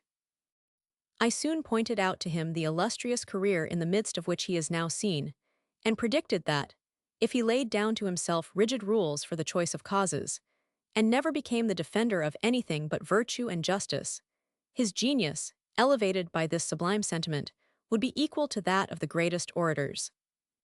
He followed my advice, and now feels the good effects of it. His defense of 1000. Deportes is worthy of Demosthenes. He came every year within a quarter of a league of the Hermitage to pass the vacation at St. Brice, in the fief of Maullion, belonging to his mother, and where the great Bossuet had formerly lodged. This is a fief, of which a like succession of proprietors would render nobility difficult to support. I had also for a neighbor in the same village of St. Brice, the bookseller Guérin, a man of wit, learning, of an amiable disposition, and one of the first in his profession. He brought me acquainted with Jean Nolmy, bookseller of Amsterdam, his friend and correspondent, who afterwards printed Emilius. I had another acquaintance still nearer than St. Brice. This was 1000. Malter, vicar of Groslay, a man better adapted for the functions of a statesman and a minister than for those of the vicar of a village, and to whom a diocese at least would have been given to govern if talents decided the disposal of places. He had been secretary to the Comte de Luc, and was formerly intimately acquainted with Jean-Baptiste Rousseau. Holding in as much esteem the memory of that illustrious exile as he held the villain who ruined him in horror, he possessed curious anecdotes of both, which Segur had not inserted in the life, still in manuscript of the former, and he assured me that the Comte de Luc, far from ever having had reason to complain of his conduct, had until his last moment preserved for him the warmest friendship. 1000. Malter, to whom 1000. De Vintimille gave this retreat after the death of his patron, had formerly been employed in many affairs of which, although far advanced in years, he still preserved a distinct remembrance, and reasoned upon them tolerably well. His conversation, equally amusing and instructive, had nothing in it resembling that of a village pastor. He joined the manners of a man of the world to the knowledge of one who passes his life in study. He, of all my permanent neighbors, was the person whose society was the most agreeable to me. I was also acquainted at Montmorency with several fathers of the oratory, and amongst others Father Berthier, professor of natural philosophy, to whom, notwithstanding some little tincture of pedantry, I become attached on account of a certain air of cordial good nature which I observed in him. I had, however, some difficulty to reconcile this great simplicity with the desire and the art he had of everywhere thrusting himself into the company of the great, as well as that of the women, devotees, and philosophers. He knew how to accommodate himself to every one. I was greatly pleased with the man, and spoke of my satisfaction to all my other acquaintances. Apparently what I said of him came to his ear. He one day thanked me for having thought him a good-natured man. I observed something in his forced smile which, in my eyes, totally changed his physiognomy, and which has since frequently occurred to my mind. I cannot better compare this smile than to that of Panurge purchasing the sheep of Dindonot. Our acquaintance had begun a little time after my arrival at the Hermitage, to which place he frequently came to see me. I was already settled at Montmorency, when he left it to go and reside at Paris. He often saw Madame Levasseur there. One day, when I least expected anything of the kind, he wrote to me in behalf of that woman, informing me that Grimm offered to maintain her, and to ask my permission to accept the offer. This I understood consisted in a pension of 300 livres, and that Madame Levasseur was to come and live at Duel, between the Chevrette and Montmorency. I will not say what impression the application made on me. It would have been less surprising had Grimm had 10,000 livres a year, or any relation more easy to comprehend with that woman, and had not such a crime been made of my taking her to the country, where, as if she had become younger, he was now pleased to think of placing her. I perceived the good old lady had no other reason for asking my permission, which she might easily have done without, but the fear of losing what I already gave her, should I think ill of the step she took. Although this charity appeared to be very extraordinary, it did not strike me so much then as afterwards. But had I known even everything I have since discovered, I should still as readily have given my consent as I did, and was obliged to do, unless I had exceeded the offer of 1,000. Grimm. Father Berthier afterwards cured me a little of my opinion of his good nature and cordiality, with which I had so unthinkingly charged him. This same Father Berthier was acquainted with two men, who, for what reason I know not, were to become so with me. There was but little similarity between their taste and mine. They were the children of Melchizedek, of whom neither the country nor the family was known, no more than, in all probability, the real name. They were Jansenists, and passed for priests in disguise, perhaps on account of their ridiculous manner of wearing long swords, to which they appeared to have been fastened. The prodigious mystery in all their proceedings gave them the appearance of the heads of a party, and I never had the least doubt of their being the authors of the Gazette Ecclesiastique. The one, tall, smooth-tongued, and sharping, was named Ferrand; the other, short, squat, a sneerer, and punctilious, was a 1,000. Maynard. They called each other cousin. They lodged at Paris with D'Alembert, in the house of his nurse named Madame Rousseau, and had taken at Montmorency a little apartment to pass the summers there. They did everything for themselves, and had neither a servant nor runner. Each had his turn weekly to purchase provisions, do the business of the kitchen, and sweep the house. They managed tolerably well, and we sometimes ate with each other. I know not for what reason they gave themselves any concern about me. For my part, my only motive for beginning an acquaintance with them was their playing at chess, and to make a poor little party I suffered 4 hours' fatigue. As they thrust themselves into all companies, and wished to intermeddle in everything, Teresa called them the gossips, and by this name they were long known at Montmorency. Such with my host 1,000. Mathas, who was a good man, were my principal country acquaintance. I still had a sufficient number at Paris to live there agreeably whenever I chose it, out of the sphere of men of letters, amongst whom Duclos was the only friend I reckoned. For de Layer was still too young, and although, after having been a witness to the maneuvers of the philosophical tribe against me, he had withdrawn from it, at least I thought so, I could not yet forget the facility with which he made himself the mouthpiece of all the people of that description. In the first place I had my old and respectable friend Rogan. This was a good old-fashioned friend for whom I was not indebted to my writings but to myself, and whom for that reason I have always preserved. I had the good Leniap's, my countryman, and his daughter, then alive, Madame Lambert. I had a young Genevese, named Coindit, a good creature, careful, officious, zealous, who came to see me soon after I had gone to reside at the Hermitage, and without any other introducer than himself, had made his way into my good graces. He had a taste for drawing, and was acquainted with artists. He was of service to me relative to the engravings of the new Aloysia. He undertook the direction of the drawings and the plates, and acquitted himself well of the commission. I had free access to the house of 1000. Dupin, which, less brilliant than in the young days of Madame Dupin, was still, by the merit of the heads of the family, and the choice of company which assembled there, one of the best houses in Paris. As I had not preferred anybody to them, and had separated myself from their society to live free and independent, they had always received me in a friendly manner, and I was always certain of being well received by Madame Dupin. I might even have counted her amongst my country neighbors after her establishment at Clichy, to which place I sometimes went to pass a day or two, and where I should have been more frequently had Madame Dupin and Madame de Chenonceau been upon better terms. But the difficulty of dividing my time in the same house between two women whose manner of thinking was unfavorable to each other made this disagreeable. However, I had the pleasure of seeing her more at my ease at Duel, where, at a trifling distance from me, she had taken a small house, and even at my own habitation, where she often came to see me. I had likewise for a friend Madame de Crequy, who, having become devout, no longer received D'Alembert Marmontel, nor a single man of letters, except, I believe, the Abbé Troublet, half a hypocrite of whom she was weary. I, whose acquaintance she had sought, lost neither her good wishes nor intercourse. She sent me young fat pullets from Mons, and her intention was to come and see me the year following had not a journey, upon which Madame de Luxembourg determined, prevented her. I here owe her a place apart. She will always hold a distinguished one in my remembrance. In this list I should also place a man whom, except Rogan, I ought to have mentioned as the first upon it. My old friend and brother politician, de Cario, formerly titulary secretary to the embassy from Spain to Venice, afterwards in Sweden, where he was chargé d'affaires, and at length really secretary to the embassy from Spain at Paris. He came and surprised me at Montmorency when I least expected him. He was decorated with the insignia of a Spanish order, the name of which I have forgotten, with a fine cross in jewelry. He had been obliged, in his proofs of nobility, to add a letter to his name, and to bear that of the Chevalier de Carrion.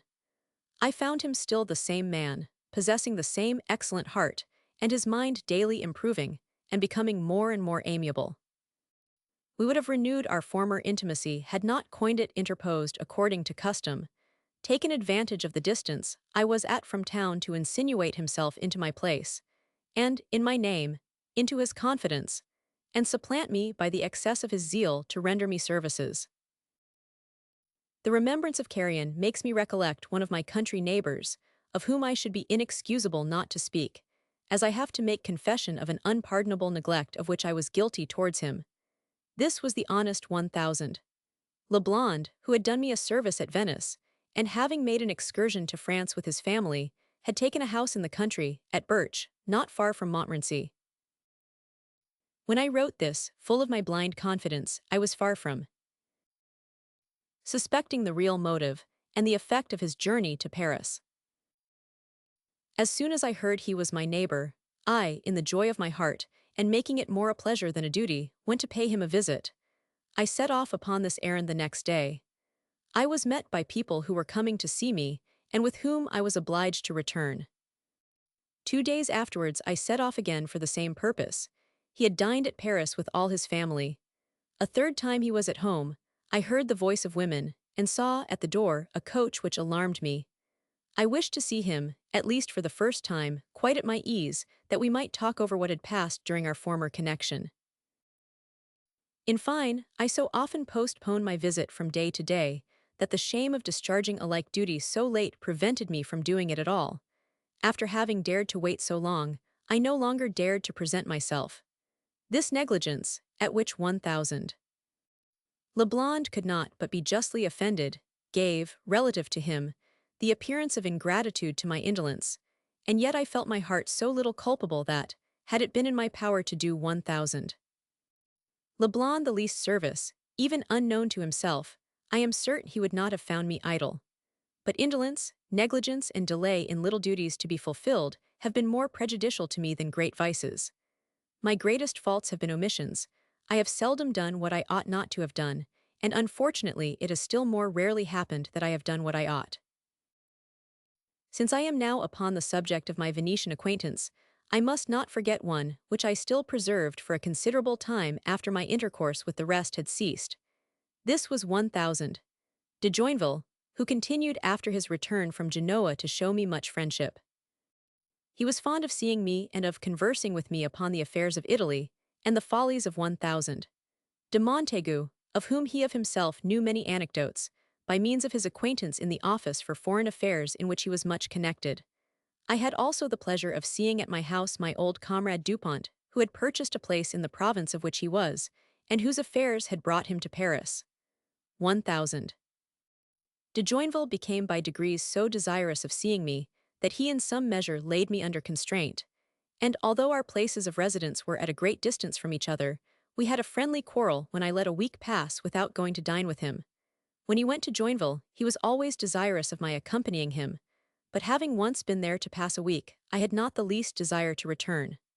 1,000 De Joinville was certainly an honest man, and even amiable in certain respects, but his understanding was beneath mediocrity.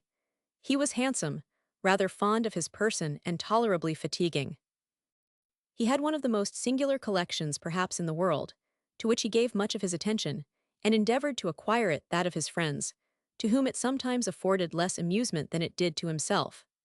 This was a complete collection of songs of the court and Paris for upwards of 50 years past, in which many anecdotes were to be found that would have been sought for in vain elsewhere.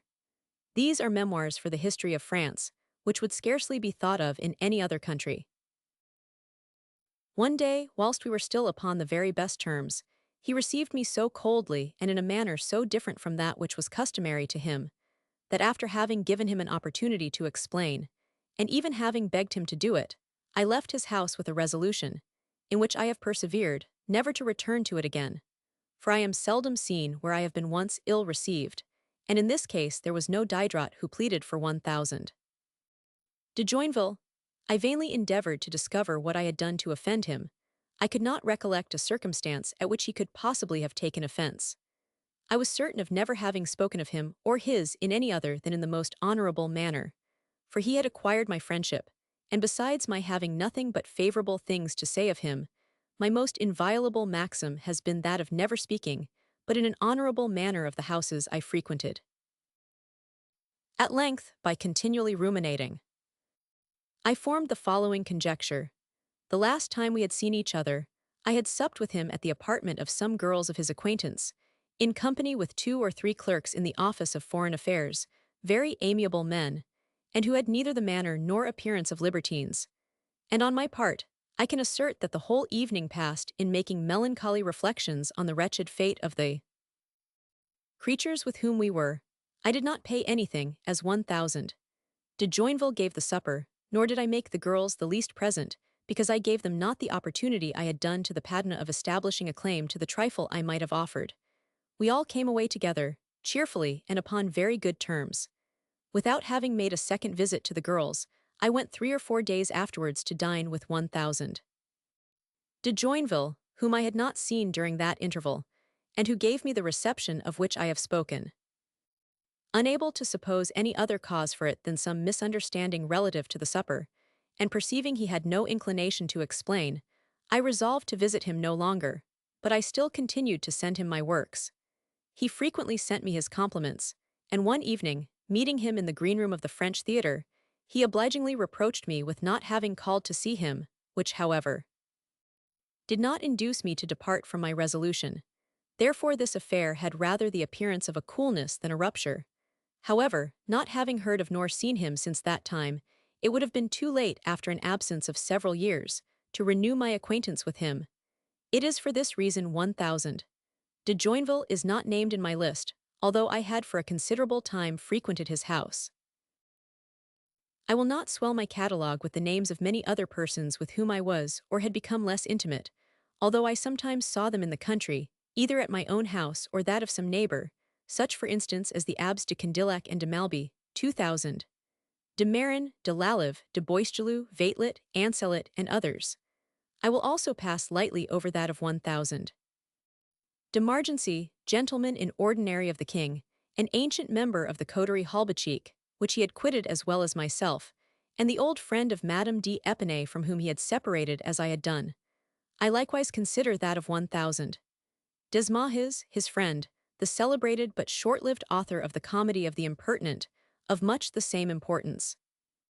The first was my neighbor in the country, his estate at Margency being near to Montmorency. We were old acquaintances, but the neighborhood and a certain conformity of experience connected us still more. The last died soon afterwards. He had merit and even wit, but he was in some degree the original of his comedy, and a little of a coxcomb with women, by whom he was not much regretted. Original. I cannot, however, omit taking notice of a new correspondence I entered into at this period, which has had too much influence over the rest of my life, not to make it necessary for me to mark its origin. The person in question is de Lamignan de Malesherbes of the Cour des Aides, then censor of books, which office he exercised with equal intelligence and mildness, to the great satisfaction of men of letters. I had not once been to see him at Paris, yet I had never received from him any other than the most obliging condescensions relative to the censorship, and I knew that he had more than once very severely reprimanded persons who had written against me. I had new proofs of his goodness upon the subject of the edition of Aloysia. The proofs of so great a work being very expensive from Amsterdam by post, he, to whom all letters were free, permitted these to be addressed to him, and sent them to me under the countersign of the Chancellor his father. When the work was printed, he did not permit the sale of it in the kingdom until, contrary to my wishes, an edition had been sold for my benefit. As the profit of this would on my part have been a theft committed upon Ray, to whom I had sold the manuscript, I not only refused to accept the present intended me, without his consent, which he very generously gave, but persisted upon dividing with him the 100 pistoles 1,000 livres 40 pounds, the amount of it but of which he would not receive anything. For these 100 pistoles I had the mortification, against which 1,000 de Malesherbes had not guarded me, of seeing my work horribly mutilated, and the sale of the good edition stopped until the bad one was entirely disposed of. I have always considered 1000 de Malesherbes as a man whose uprightness was proof against every temptation. Nothing that has happened has even made me doubt for a moment of his probity, but, as weak as he is polite, he sometimes injures those he wishes to serve by the excess of his zeal to preserve them from evil. He not only retrenched 100 pages in the edition of Paris, but he made another retrenchment, which no person but the author could permit himself to do, in the copy of the good edition he sent to Madame de Pompadour. It is somewhere said in that work that the wife of a coalheaver is more respectable than the mistress of a prince. This phrase had occurred to me in the warmth of composition, without any application. In reading over the work I perceived it would be applied, yet in consequence of the very imprudent maxim I had adopted of not suppressing anything, on account of the application which might be made, when my conscience bore witness to me that I had not made them at the time I wrote, I determined not to expunge the phrase, and contented myself with substituting the word prince to king, which I had first written. This softening did not seem sufficient to 1000 de Malesherbes. He retrenched the whole expression in a new sheet which he had printed on purpose and stuck in between the other with as much exactness as possible in the copy of Madame de Pompadour. She was not ignorant of this maneuver. Some good-natured people took the trouble to inform her of it. For my part, it was not until a long time afterwards, and when I began to feel the consequences of it, that the matter came to my knowledge. Is not this the origin of the concealed but implacable hatred of another lady who was in a like situation, without my knowing it, or even being acquainted with her person when I wrote the passage? When the book was published, the acquaintance was made, and I was very uneasy. I mentioned this to the Chevalier de Lorenzi, who laughed at me, and said the lady was so little offended that she had not even taken notice of the matter. I believed him, perhaps rather too lightly, and made myself easy when there was much reason for my being otherwise. At the beginning of the winter, I received an additional mark of the goodness of 1,000 Demalesherbs of which I was very sensible, although I did not think proper to take advantage of it. A place was vacant in the Journal des Savants. Margency wrote to me, proposing to me the place, as from himself, but I easily perceived from the manner of the letter that he was dictated to and authorized. He afterwards told me he had been desired to make me the offer. The occupations of this place were but trifling. All I should have had to do would have been to make 2 abstracts a month, from the books brought to me for that purpose, without being under the necessity of going once to Paris, not even to pay the magistrate a visit of thanks. By this employment, I should have entered a society of men of letters of the first merit, 1,000. De Marin, Clairaut, de Guines, and the Abbé Barthélemy, with the first 2 of whom I had already made an acquaintance, and that of the 2 others was very desirable. In fine, for this trifling employment, the duties of which I might so commodiously have discharged, there was a salary of 800 livres 33 pounds. I was for a few hours undecided, and this from a fear of making Margency angry and displeasing 1,000 de Malesherbes. But at length, the insupportable constraint of not having it in my power to work when I thought proper, and to be commanded by time, and moreover the certainty of badly performing the functions with which I was to charge myself, prevailed over everything, and determined me to refuse a place for which I was unfit. I knew that my whole talent consisted in a certain warmth of mind with respect to the subjects of what I had to treat, and that nothing but the love of that which was great, beautiful, and sublime could animate my genius. What would the subjects of the extracts I should have had to make from books, or even the books themselves, have signified to me? My indifference about them would have frozen my pen and stupefied my mind. People thought I could make a trade of writing, as most of the other men of letters did, instead of which I never could write but from the warmth of imagination. This certainly was not necessary for the Journal des Savants. I therefore wrote to Margency a letter of thanks, in the politest terms possible, and so well explained to him my reasons, that it was not possible that either he or 1,000 de Malesherbes could imagine there was pride or ill humor in my refusal. They both approved of it without receiving me less politely, and the secret was so well kept that it was never known to the public. The proposition did not come in a favorable moment. I had some time before this formed the project of quitting literature, and especially the trade of an author. I had been disgusted with men of letters by everything that had lately befallen me, and had learned from experience that it was impossible to proceed in the same track without having some connections with them. I was not much less dissatisfied with men of the world, and in general with the mixed life I had lately led, half to myself and half devoted to societies for which I was unfit. I felt more than ever, and by constant experience, that every unequal association is disadvantageous to the weaker person. Living with opulent people, and in a situation different from that I had chosen, without keeping a house as they did, I was obliged to imitate them in many things, and little expenses, which were nothing to their fortunes, were for me not less ruinous than indispensable. Another man in the country house of a friend is served by his own servant, as well at table as in his chamber. He sends him to seek for everything he wants. Having nothing directly to do with the servants of the house, not even seeing them, he gives them what he pleases and when he thinks proper. But I alone, and without a servant, was at the mercy of the servants of the house, of whom it was necessary to gain the good graces, that I might not have much to suffer, and being treated as the equal of their master, I was obliged to treat them accordingly, and better than another would have done, because, in fact, I stood in greater need of their services. This, where there are but few domestics, may be complied with, but in the houses I frequented there were a great number, and the knaves so well understood their interests that they knew how to make me want the services of them all successively. The women of Paris, who have so much wit, have no just idea of this inconvenience, and in their zeal to economize my purse they ruined me. If I supped in town, at any considerable distance from my lodgings, instead of permitting me to send for a hackney coach, the mistress of the house ordered her horses to be put to, and sent me home in her carriage.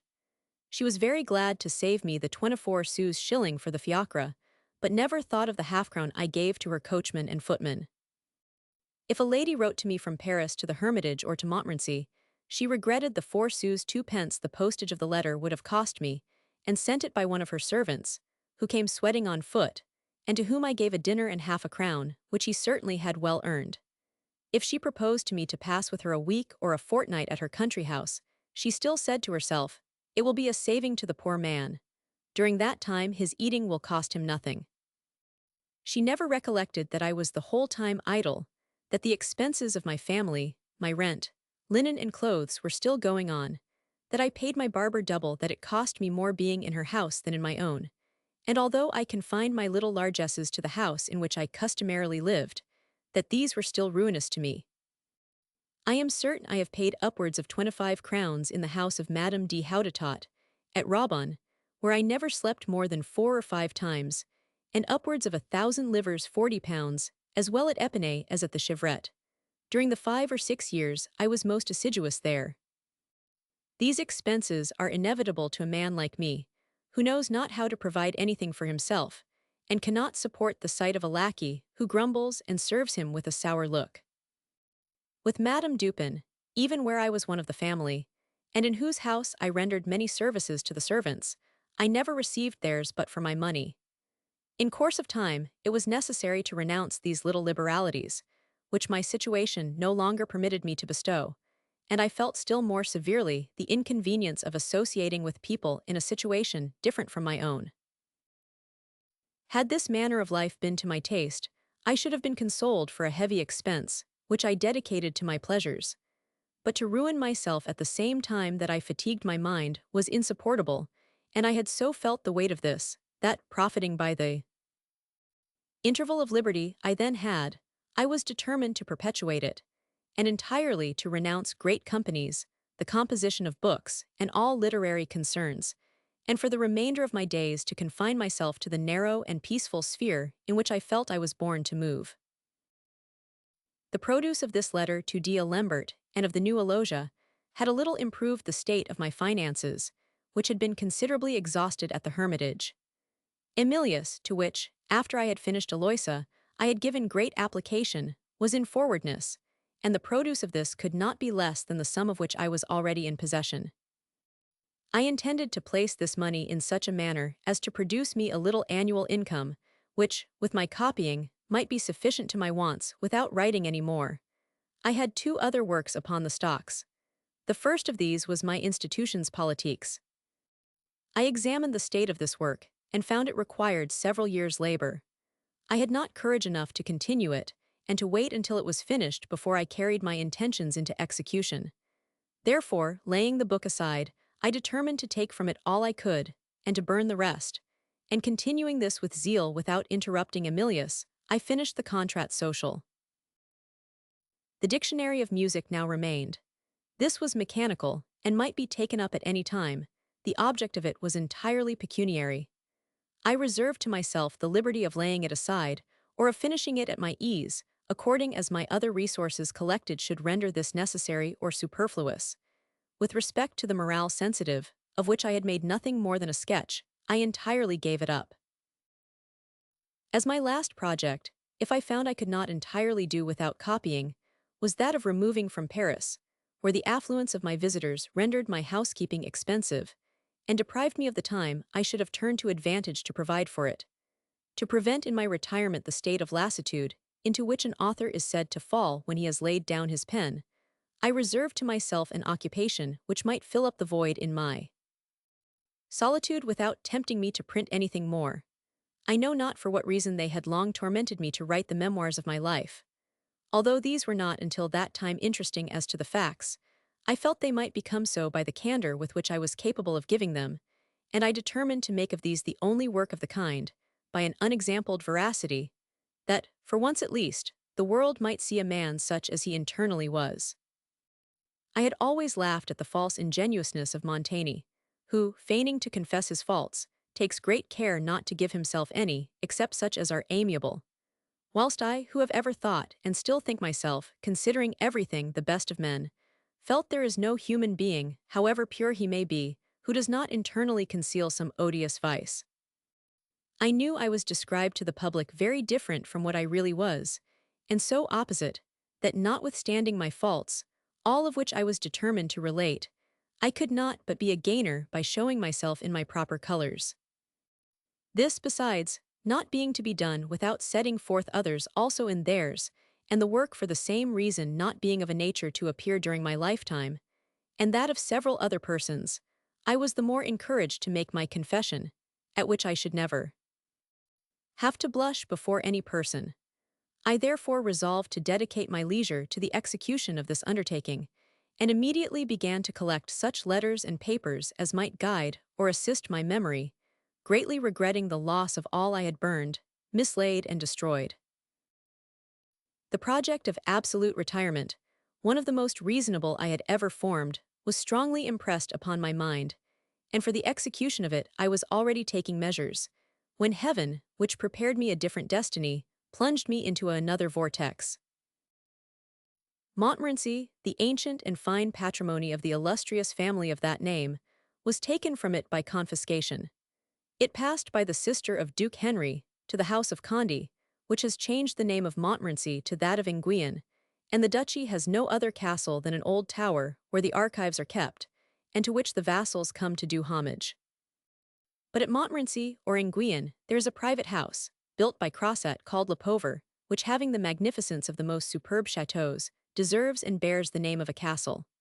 The majestic appearance of this noble edifice, the view from it, not equaled perhaps in any country, the spacious saloon, painted by the hand of a master, the garden, planted by the celebrated Lenader, all combine to form a whole strikingly majestic, in which there is still a simplicity that enforces admiration. The Marechal Duke de Luxembourg, who then inhabited this house, came every year into the neighborhood, where formerly his ancestors were the masters, to pass, at least, 5 or 6 weeks as a private inhabitant, but with a splendor which did not degenerate from the ancient luster of his family. On the first journey he made to it after my residing at Montmorency, he and his lady sent to me a valet de chambre, with their compliments, inviting me to sup with them as often as it should be agreeable to me, and at each time of their coming, they never failed to reiterate the same compliments and invitation. This called to my recollection Madame Buzenval, sending me to dine in the servants' hall. Times were changed, but I was still the same man. I did not choose to be sent to dine in the servants' hall, and was but little desirous of appearing at the table of the great. I should have been much better pleased had they left me as I was, without caressing me and rendering me ridiculous. I answered politely and respectfully to Monsieur and Madame de Luxembourg, but I did not accept their offers, and my indisposition and timidity, with my embarrassment in speaking, making me tremble at the idea alone of appearing in an assembly of people of the court. I did not even go to the castle to pay a visit of thanks, although I sufficiently comprehended this was all they desired, and that their eager politeness was rather a matter of curiosity than benevolence. However, advances still were made, and even became more pressing. The Countess de Boufflers, who was very intimate with the lady of the Marechal, sent to inquire after my health, and to beg I would go and see her. I returned her a proper answer, but did not stir from my house. At the journey of Easter, the year following, 1759, the Chevalier de Lorenzi, who belonged to the court of the Prince of Conti, and was intimate with Madame de Luxembourg, came several times to see me, and we became acquainted. He pressed me to go to the castle, but I refused to comply.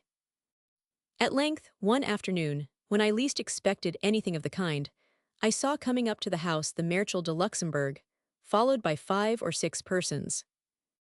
There was now no longer any means of defense, and I could not, without being arrogant and unmannerly, do otherwise than return this visit, and make my court to Madame la Marechal, from whom the Marechal had been the bearer of the most obliging compliments to me.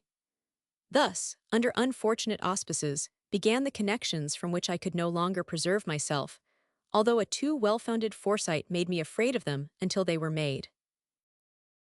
I was excessively afraid of Madame de Luxembourg. I knew she was amiable as to manner. I had seen her several times at the theatre, when she was Duchess of Boufflers, and in the bloom of her beauty, but she was said to be malignant, and this, in a woman of her rank, made me tremble. I had scarcely seen her before I was subjugated. I thought her charming, with that charm proof against time and which had the most powerful action upon my heart. I expected to find her conversation satirical and full of pleasantries and points. It was not so, it was much better. The conversation of Madame de Luxembourg is not remarkably full of wit. It has no sallies, nor even finesse. It is exquisitely delicate, never striking, but always pleasing. Her flattery is the more intoxicating as it is natural. It seems to escape her involuntarily, and her heart to overflow because it is too full. I thought I perceived, on my first visit, that notwithstanding my awkward manner and embarrassed expression, I was not displeasing to her. All the women of the court know how to persuade us of this when they please, whether it be true or not. But they do not all, like Madame de Luxembourg, possess the art of rendering that persuasion so agreeable that we are no longer disposed ever to have a doubt remaining.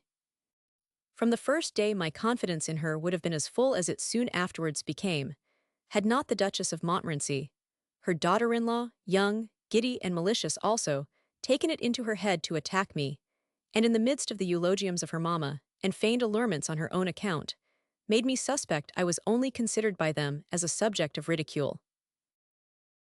It would perhaps have been difficult to relieve me from this fear, with these two ladies, had not the extreme goodness of the Marechal confirmed me in the belief that theirs was not real. Nothing is more surprising, considering my timidity, than the promptitude with which I took him at his word on the footing of equality to which he would absolutely reduce himself with me, except it be that with which he took me at mine with respect to the absolute independence in which I was determined to live. Both persuaded I had reason to be content with my situation, and that I was unwilling to change it, neither he nor Madame de Luxembourg seemed to think a moment of my purse or fortune. Although I can have no doubt of the tender concern they had for me, they never proposed to me a place nor offered me their interest. Except it were once, when Madame de Luxembourg seemed to wish me to become a member of the French Academy. I alleged my religion. This she told me was no obstacle, or if it was one she engaged to remove it. I answered, that however great the honor of becoming a member of so illustrious a body might be, having refused 1,000. De Tresson, and, in some measure, the King of Poland, to become a member of the Academy at Nancy, I could not with propriety enter into any other. Madame de Luxembourg did not insist, and nothing more was said upon the subject. This simplicity of intercourse with persons of such rank, and who had the power of doing anything in my favor, 1,000. De Luxembourg being, and highly deserving to be, the particular friend of the king, affords a singular contrast with the continual cares, equally importunate and officious, of the friends and protectors from whom I had just separated, and who endeavored less to serve me than to render me contemptible. When the Marechal came to see me at Mont Louis, I was uneasy at receiving him and his retinue in my only chamber, not because I was obliged to make them all sit down in the midst of my dirty plates and broken pots, but on account of the state of the floor, which was rot and falling to ruin, and I was afraid the weight of his attendance would entirely sink it. Less concerned on account of my own danger than for that to which the affability of the Marechal exposed him, I hastened to remove him from it by conducting him, notwithstanding the coldness of the weather, to my alcove, which was quite open to the air, and had no chimney. When he was there, I told him my reason for having brought him to it. He told it to his lady, and they both pressed me to accept, until the floor was repaired, a lodging of the castle, or, if I preferred it, in a separate edifice called the Little Castle, which was in the middle of the park. This delightful abode deserves to be spoken of. The park or garden of Montmorency is not a plain, like that of the Chevrette. It is uneven, mountainous, raised by little hills and valleys, of which the able artist has taken advantage, and thereby varied his groves, ornaments, waters, and points of view, and, if I may so speak, multiplied by art and genius a space in itself rather narrow. This park is terminated at the top by a terrace and the castle. At bottom it forms a narrow passage which opens and becomes wider towards the valley, the angle of which is filled up with a large piece of water. Between the orangery, which is in this widening, and the piece of water, the banks of which are agreeably decorated, stands the little castle of which I have spoken. This edifice and the ground about it formerly belonged to the celebrated Lebrun, who amused himself in building and decorating it in the exquisite taste of architectural ornaments which that great painter had formed to himself. The castle has since been rebuilt, but still, according to the plan and design of its first master. It is little and simple, but elegant. As it stands in a hollow between the orangery and the large piece of water, and consequently is liable to be damp. It is open in the middle by a peristyle between two rows of columns, by which means the air circulating throughout the whole edifice keeps it dry, notwithstanding its unfavorable situation. When the building is seen from the opposite elevation, which is a point of view, it appears absolutely surrounded with water, and we imagine we have before our eyes an enchanted island, or the most beautiful of the three Borromeans, called Isola Bella, in the greater lake. In this solitary edifice I was offered the choice of 4 complete apartments it contains, besides the ground floor, consisting of a dancing room, billiard room and a kitchen. I chose the smallest over the kitchen, which also I had with it. It was charmingly neat, with blue and white furniture. In this profound and delicious solitude, in the midst of the woods, the singing of birds of every kind, and the perfume of orange flowers, I composed, in a continual ecstasy, the 5th book of Emilius, the coloring of which I owe in a great measure to the lively impression I received from the place I inhabited. With what eagerness did I run every morning at sunrise to respire the perfumed air in the peristyle! What excellent coffee I took there tete-a-tete with my Teresa! My cat and dog were our company. This retinue alone would have been sufficient for me during my whole life, in which I should not have had one weary moment. I was there in a terrestrial paradise. I lived in innocence and tasted of happiness. At the journey of July, 1000. And Madame de Luxembourg showed me so much attention, and were so extremely kind, that, lodged in their house and overwhelmed with their goodness, I could not do less than make them a proper return in assiduous respect near their persons. I scarcely quitted them. I went in the morning to pay my court to Madame la Marechale. After dinner I walked with the Marechal, but did not sup at the castle on account of the numerous guests, and because they supped too late for me. Thus far everything was as it should be, and no harm would have been done could I have remained at this point. But I have never known how to preserve a medium in my attachments, and simply fulfill the duties of society. I have ever been everything or nothing. I was soon everything, and receiving the most polite attention from persons of the highest rank, I passed the proper bounds, and conceived for them a friendship not permitted except among equals. Of these I had all the familiarity in my manners, whilst they still preserved in theirs the same politeness to which they had accustomed me, yet I was never quite at my ease with Madame de Luxembourg. Although I was not quite relieved from my fears relative to her character, I apprehended less danger from it than from her wit. It was by this especially that she impressed me with awe. I knew she was difficult as to conversation, and she had a right to be so. I knew women, especially those of her rank, would absolutely be amused, that it was better to offend than to weary them, and I judged by her commentaries upon what the people who went away had said what she must think of my blunders. I thought of an expedient to spare me with her the embarrassment of speaking. This was reading. She had heard of my Eloisa, and knew it was in the press. She expressed a desire to see the work. I offered to read it to her, and she accepted my offer. I went to her every morning at 10 o'clock, 1000. De Luxembourg was present, and the door was shut. I read by the side of her bed, and so well proportioned my readings that there would have been sufficient for the whole time she had to stay, had they even not been interrupted. The loss of a great battle, which much afflicted the king. Obliged 1000. De Luxembourg precipitately to return to court. The success of this expedient surpassed my expectation. Madame de Luxembourg took a great liking to Julia and the author. She spoke of nothing but me, thought of nothing else, said civil things to me from morning till night, and embraced me 10 times a day. She insisted on me always having my place by her side at table, and when any great lords wished it, she told them it was mine, and made them sit down somewhere else. The impression these charming manners made upon me, who was subjugated by the least mark of affection, may easily be judged of. I became really attached to her in proportion to the attachment she showed me. All my fear in perceiving this infatuation, and feeling the want of agreeableness in myself to support it, was that it would be changed into disgust, and unfortunately this fear was but too well founded. There must have been a natural opposition between her turn of mind and mine, since, independently of the numerous stupid things which at every instant escaped me in conversation, and even in my letters, and when I was upon the best terms with her, there were certain other things with which she was displeased, without my being able to imagine the reason. I will quote one instance from among 20. She knew I was writing for Madame de Houdetot a copy of the new Aloysia. She was desirous to have one on the same footing. This I promised her, and thereby making her one of my customers, I wrote her a polite letter upon the subject. At least such was my intention. Her answer, which was as follows, stupefied me with surprise. Versailles, Tuesday. I am ravished, I am satisfied. Your letter has given me infinite pleasure, and I take the earliest moment to acquaint you with and thank you for it. These are the exact words of your letter. Although you are certainly a very good customer, I have some pain in receiving your money. According to regular order, I ought to pay for the pleasure I should have in working for you. I will say nothing more on the subject. I have to complain of your not speaking of your state of health. Nothing interests me more. I love you with all my heart, and be assured that I write this to you in a very melancholy mood, for I should have much pleasure in telling it to you myself.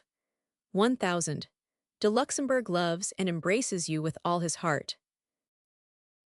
On receiving the letter, I hastened to answer it, reserving to myself more fully to examine the matter, protesting against all disobliging interpretation, and after having given several days to this examination, with an inquietude which may easily be conceived, and still without being able to discover in what I could have erred, what follows was my final answer on the subject. Montmorency, 8th December, 1759. Since my last letter I have examined 100 times the passage in question.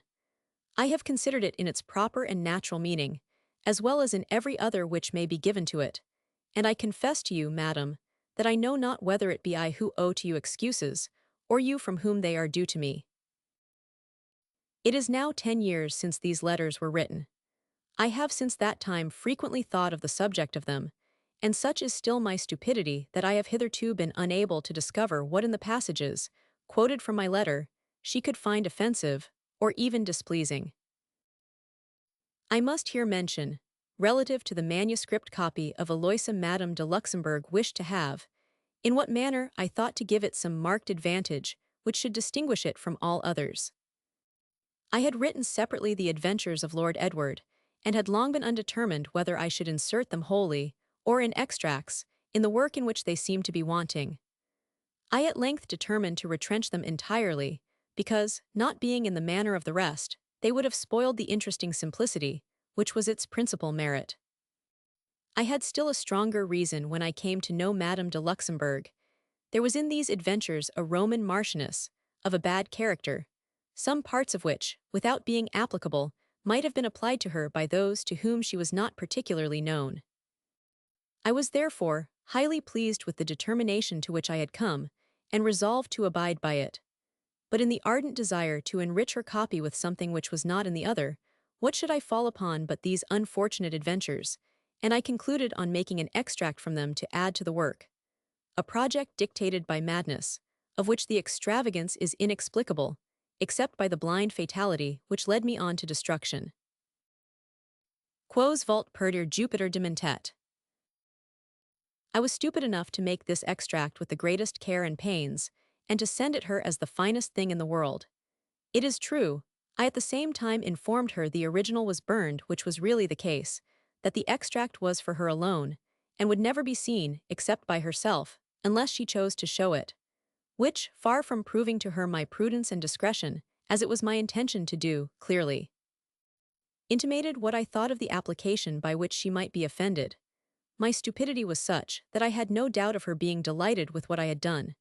She did not make me the compliment upon it which I expected, and to my great surprise, never once mentioned the paper I had sent her. I was so satisfied with myself that it was not until a long time afterwards I judged, from other indications, of the effect it had produced.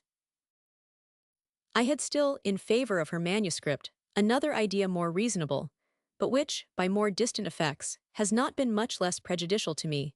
So much does everything concur with the work of destiny, when that hurries on a man to misfortune. I thought of ornamenting the manuscript with the engravings of the new Aloysia, which were of the same size. I asked Coindit for these engravings, which belonged to me by every kind of title, and the more so as I had given him the produce of the plates, which had a considerable sale. Coindit is as cunning as I am the contrary.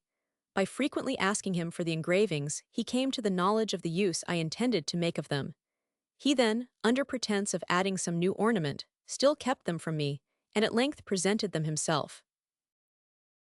Ego versiculos feci, chalit alter honors. This gave him an introduction, upon a certain footing, to the Hotel de Luxembourg. After my establishment at the little castle, he came rather frequently to see me, and always in the morning, especially when 1000 and Madame de Luxembourg were at Montmorency. Therefore, that I might pass the day with him, I did not go the castle. Reproaches were made me on account of my absence. I told the reason of them. I was desired to bring with me 1000. Coined it, I did so. This was what he had sought after. Therefore, thanks to the excessive goodness 1000, and Madame de Luxembourg had for me a clerk to 1000. The Lusson, who was sometimes pleased to give him his table when he had nobody else to dine with him, was suddenly placed at that of a Marechal of France, with princes, duchesses, and persons of the highest rank at court. I shall never forget that one day, being obliged to return early to Paris, the Marechal said, after dinner, to the company, "Let us take a walk upon the road to St. Denis, and we will accompany 1000. Coined it, this was too much for the poor man, his head was quite turned. For my part, my heart was so affected that I could not say a word. I followed the company, weeping like a child, and having the strongest desire to kiss the foot of the good Marechal. But the continuation of the history of the manuscript has made me anticipate. I will go a little back, and as far as my memory will permit, mark each event in its proper order. As soon as the little house of Mont Louis was ready, I had it neatly furnished, and again established myself there. I could not break through the resolution I had made on quitting the hermitage of always having my apartment to myself, but I found a difficulty in resolving to quit the little castle. I kept the key of it, and being delighted with the charming breakfasts of the peristyle, frequently went to the castle to sleep, and stayed 3 or 4 days as at a country house. I was at that time perhaps better and more agreeably lodged than any private individual in Europe. My host, 1000. Mathis, one of the best men in the world, had left me the absolute direction of the repairs at Mont Louis, and insisted upon my disposing of his workmen without his interference. I therefore found the means of making of a single chamber upon the first story a complete set of apartments consisting of a chamber, antechamber, and a water closet. Upon the ground floor was the kitchen and the chamber of Teresa. The alcove served me for a closet by means of a glazed partition and a chimney I had made there. After my return to this habitation, I amused myself in decorating the terrace, which was already shaded by 2 rows of linden trees. I added 2 others to make a cabinet of verdure, and placed in it a table and stone benches. I surrounded it with lilies, syringa, and woodbines, and had a beautiful border of flowers parallel with the 2 rows of trees. This terrace, more elevated than that of the castle, from which the view was at least as fine, and where I had tamed a great number of birds, was my drawing-room, in which I received 1000.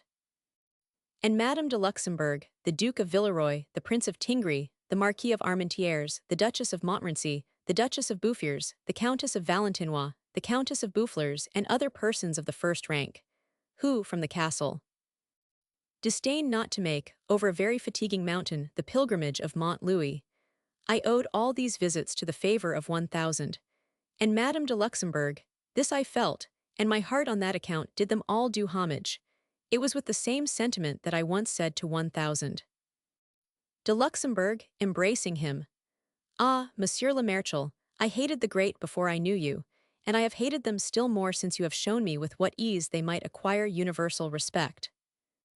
Further than this, I defy any person with whom I was then acquainted to say I was ever dazzled for an instant with splendor, or that the vapor of the incense I received ever affected my head, that I was less uniform in my manner, less plain in my dress, less easy of access to people of the lowest rank, less familiar with neighbors, or less ready to render service to every person when I had it in my power so to do, without ever once being discouraged by the numerous and frequently unreasonable importunities with which I was incessantly assailed.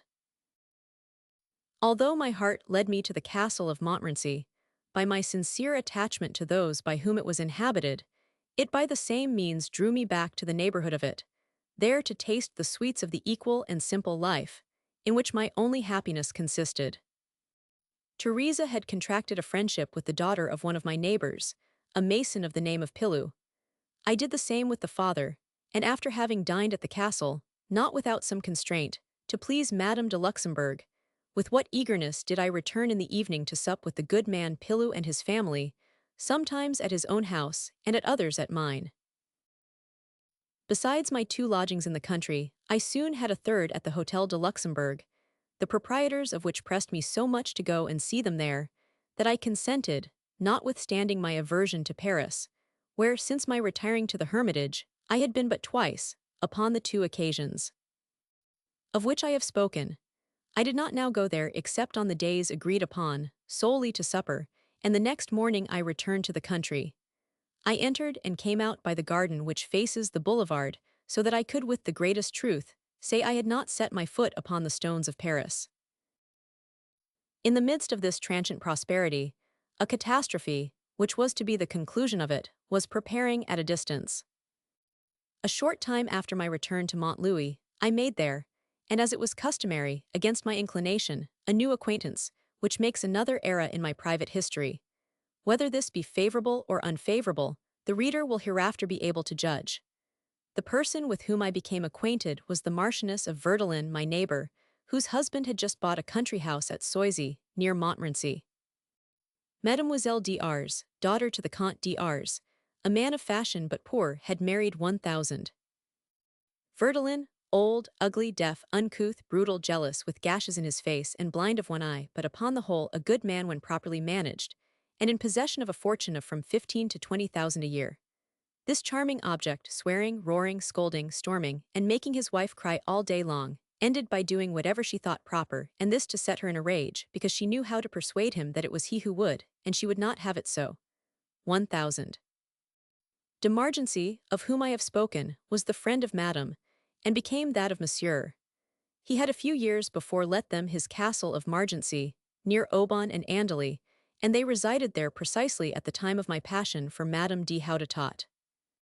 Madame de Houdetot and Madame de Verdelin became acquainted with each other, by means of Madame de Aubeterre their common friend, and as the garden of Margency was in the road by which Madame de Houdetot went to Mont Olympe, her favorite walk, Madame de Verdelin gave her a key that she might pass through it.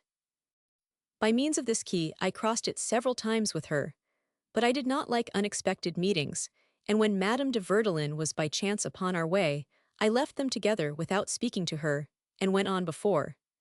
This want of gallantry must have made on her an impression unfavorable to me. Yet when she was at Soisy she was anxious to have my company. She came several times to see me at Mont Louis without finding me at home, and perceiving I did not return her visit, took it into her head, as a means of forcing me to do it, to send me pots of flowers for my terrace. I was under the necessity of going to thank her. This was all she wanted, and we thus became acquainted. This connection, like every other I formed, or was led into contrary to my inclination, began rather boisterously. There never reigned in it a real calm. The turn of mind of Madame de Verdelin was too opposite to mine. Malignant expressions and pointed sarcasms came from her with so much simplicity that a continual attention too fatiguing for me was necessary to perceive. She was turning into ridicule the person to whom she spoke. One trivial circumstance which occurs to my recollection will be sufficient to give an idea of her manner. Her brother had just obtained the command of a frigate cruising against the English. I spoke of the manner of fitting out this frigate without diminishing its swiftness of sailing. Yes, replied she, in the most natural tone of voice, no more cannon are taken than are necessary for fighting. I seldom have heard her speak well of any of her absent friends without letting slip something to their prejudice. What she did not see with an evil eye she looked upon with one of ridicule, and her friend Margency was not excepted. What I found most insupportable in her was the perpetual constraint proceeding from her little messages, presents, and billets, to which it was a labor for me to answer, and I had continual embarrassments either in thanking or refusing. However, by frequently seeing this lady, I became attached to her. She had her troubles as well as I had mine. Reciprocal confidence rendered our conversations interesting. Nothing so cordially attaches 2 persons as the satisfaction of weeping together. We sought the company of each other for our reciprocal consolation, and the want of this has frequently made me pass over many things. I had been so severe in my frankness with her that after having sometimes shown so little esteem for her character, a great deal was necessary to be able to believe she could sincerely forgive me. The following letter is a specimen of the epistles I sometimes wrote to her, and it is to be remarked that she never once in any of her answers to them seemed to be in the least degree piqued. Montmorency, 5th November, 1760. You tell me, madam, you have not well explained yourself. In order to make me understand, I have explained myself 99. You speak of your pretended stupidity for the purpose of making me feel my own. You boast of being nothing more than a good kind of woman, as if you were afraid to being taken at your word, and you make me apologies to tell me I owe them to you. Yes, madam, I know it. It is I who am a fool, a good kind of man, and, if it be possible, worse than all this. It is I who make a bad choice of my expressions in the opinion of a fine French lady, who pays as much attention to words and speaks as well as you do. But consider that I take them in the common meaning of the language, without knowing or troubling my head about the polite acceptations in which they are taken in the virtuous societies of Paris. If my expressions are sometimes equivocal, I endeavored by my conduct to determine their meaning, etc. The rest of the letter is much the same. Coined it, enterprising, bold, even to effrontery, and who was upon the watch after all my friends, soon introduced himself in my name to the house of Madame de Verdelin, and unknown to me, shortly became there more familiar than myself. This Coindet was an extraordinary man. He presented himself in my name in the houses of all my acquaintance, gained a footing in them, and ate there without ceremony. Transported with zeal to do me service, he never mentioned my name without his eyes being suffused with tears. But when he came to see me, he kept the most profound silence on the subject of all these connections, and especially on that in which he knew I must be interested. Instead of telling me what he had heard, said, or seen relative to my affairs, he waited for my speaking to him and even interrogated me. He never knew anything of what passed in Paris except that which I told him. Finally, although everybody spoke to me of him, he never once spoke to me of any person. He was secret and mysterious with his friend only. But I will for the present leave Coindet and Madame de Verdelin and return to them at a proper time. Sometime after my return to Mont Louis, Latour, the painter, came to see me and brought with him my portrait in crayons, which a few years before he had exhibited at the Salon. He wished to give me this portrait, which I did not choose to accept. But Madame d'Épinay, who had given me hers and would have had this, prevailed upon me to ask him for it. He had taken some time to retouch the features. In the interval happened my rupture with Madame d'Épinay. I returned her portrait, and giving her mine being no longer in question, I put it into my chamber in the castle. 1000. De Luxembourg saw it there and found it a good one. I offered it him, he accepted it, and I sent it to the castle. He and his lady comprehended I should be very glad to have theirs. They had them taken in miniature by a very skillful hand, set in a box of rock crystal, mounted with gold, and in a very handsome manner, with which I was delighted, made me a present of both. Madame de Luxembourg would never consent that her portrait should be on the upper part of the box. She had reproached me several times with loving 1000. De Luxembourg better than I did her, I had not denied it because it was true. By this manner of placing her portrait she showed very politely, but very clearly, she had not forgotten the preference. Much about this time I was guilty of a folly which did not contribute to preserve me to her good graces, although I had no knowledge of 1000. De Silhout, and was not much disposed to like him, I had a great opinion of his administration. When he began to let his hand fall rather heavily upon financiers, I perceived he did not begin his operation in a favorable moment, but he had my warmest wishes for his success. And as soon as I heard he was displaced, I wrote to him, in my intrepid, heedless manner, the following letter, which I certainly do not undertake to justify. Montmorency, 2 December, 1759. Vouchsafe, sir, to receive the homage of a solitary man, who is not known to you, but who esteems you for your talents, respects you for your administration, and who did you the honor to believe you would not long remain in it. Unable to save the state, except at the expense of the capital by which it has been ruined, you have braved the clamors of the gainers of money. When I saw you crush these wretches, I envied you your place, and at seeing you quit it without departing from your system, I admire you. Be satisfied with yourself, sir. The step you have taken will leave you an honor you will long enjoy without a competitor. The malediction of knaves is the glory of an honest man. Madame de Luxembourg, who knew I had written this letter, spoke to me of it when she came into the country at Easter. I showed it to her, and she was desirous of a copy. This I gave her, but when I did it, I did not know she was interested in under farms and the displacing of 1,000. De Silhout. By my numerous follies, any person would have imagined I willfully endeavored to bring on myself the hatred of an amiable woman who had power, and to whom, in truth, I daily became more attached, and was far from wishing to occasion her displeasure, although by my awkward manner of proceeding, I did everything proper for that purpose. I think it superfluous to remark here that it is to her the history of the opiate of 1,000. Tronchin, of which I have spoken in the first part of my memoirs, relates, the other lady was Madame de Mirepoix. They have never mentioned to me the circumstance, nor has either of them, in the least, seemed to have preserved a remembrance of it. But to presume that Madame de Luxembourg can possibly have forgotten it appears to me very difficult, and would still remain so, even were the subsequent events entirely unknown. For my part, I fell into a deceitful security relative to the effects of my stupid mistakes, by an internal evidence of my not having taken any step with an intention to offend, as if a woman could ever forgive what I had done, although she might be certain the will had not the least part in the matter.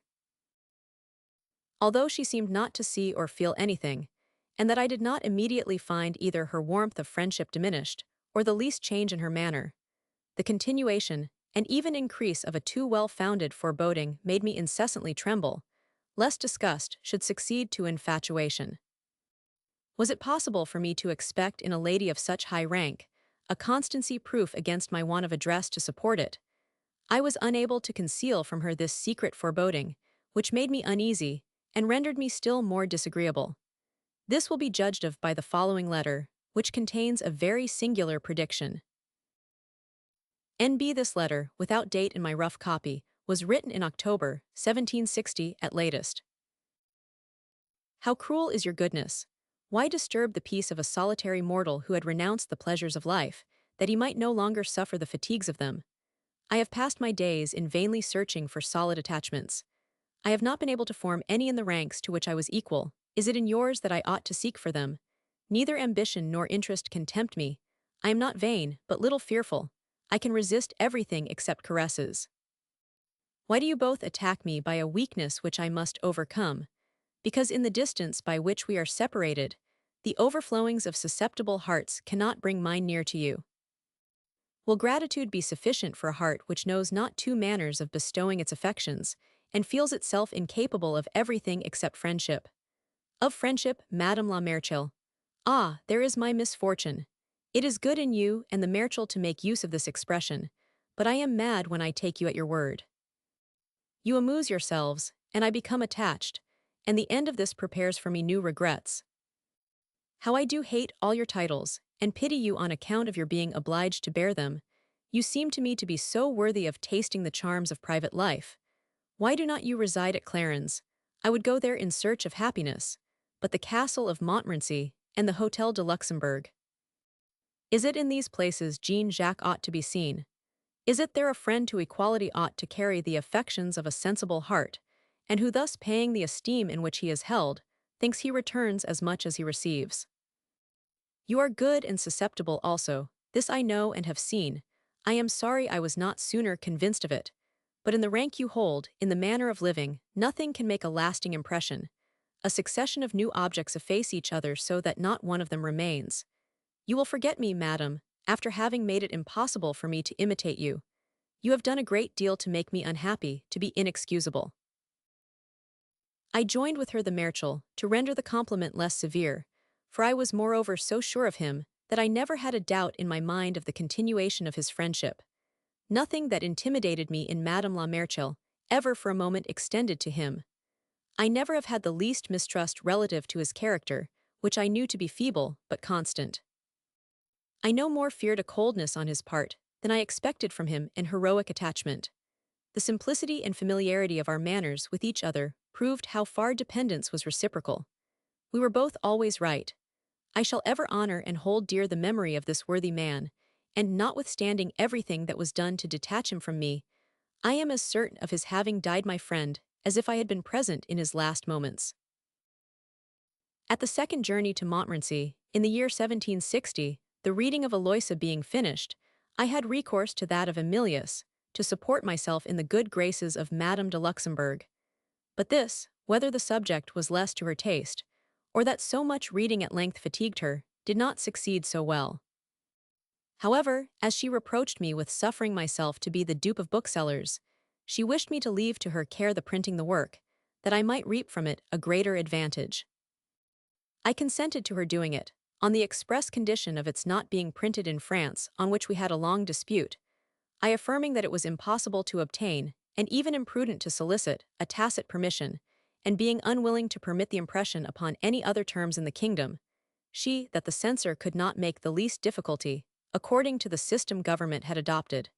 She found means to make 1,000 de Malesherbes enter into her views. He wrote to me on the subject a long letter with his own hand, to prove the profession of faith of the Savoyard vicar to be a composition which must everywhere gain the approbation of its readers, and that of the court, as things were then circumstanced. I was surprised to see this magistrate, always so prudent, become so smooth in the business. As the printing of a book was by that alone legal, I had no longer any objection to make to that of the work.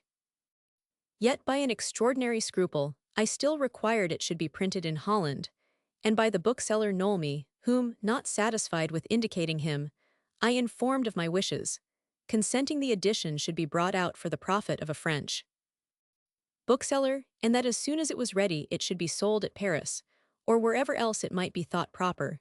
As with this I had no manner of concern. This is exactly what was agreed upon between Madame de Luxembourg and myself, after which I gave her my manuscript. Madame de Luxembourg was this time accompanied by her granddaughter Mademoiselle de Boufflers, now Duchess of Lausanne. Her name was Amelia. She was a charming girl. She really had a maiden beauty, mildness, and timidity. Nothing could be more lovely than her person, nothing more chaste and tender than the sentiments she inspired. She was besides still a child under 11 years of age. Madame de Luxembourg, who thought her too timid, used every endeavor to animate her. She permitted me several times to give her a kiss, which I did with my usual awkwardness. Instead of saying flattering things to her, as any other person would have done, I remained silent and disconcerted, and I know not which of the two, the little girl or myself, was most ashamed. Original. I met her one day alone in the staircase of the little castle. She had been to see Teresa, with whom her governess still was. Not knowing what else to say, I proposed to her a kiss, which, in the innocence of her heart, she did not refuse, having in the morning received one from me by order of her grandmother, and in her presence.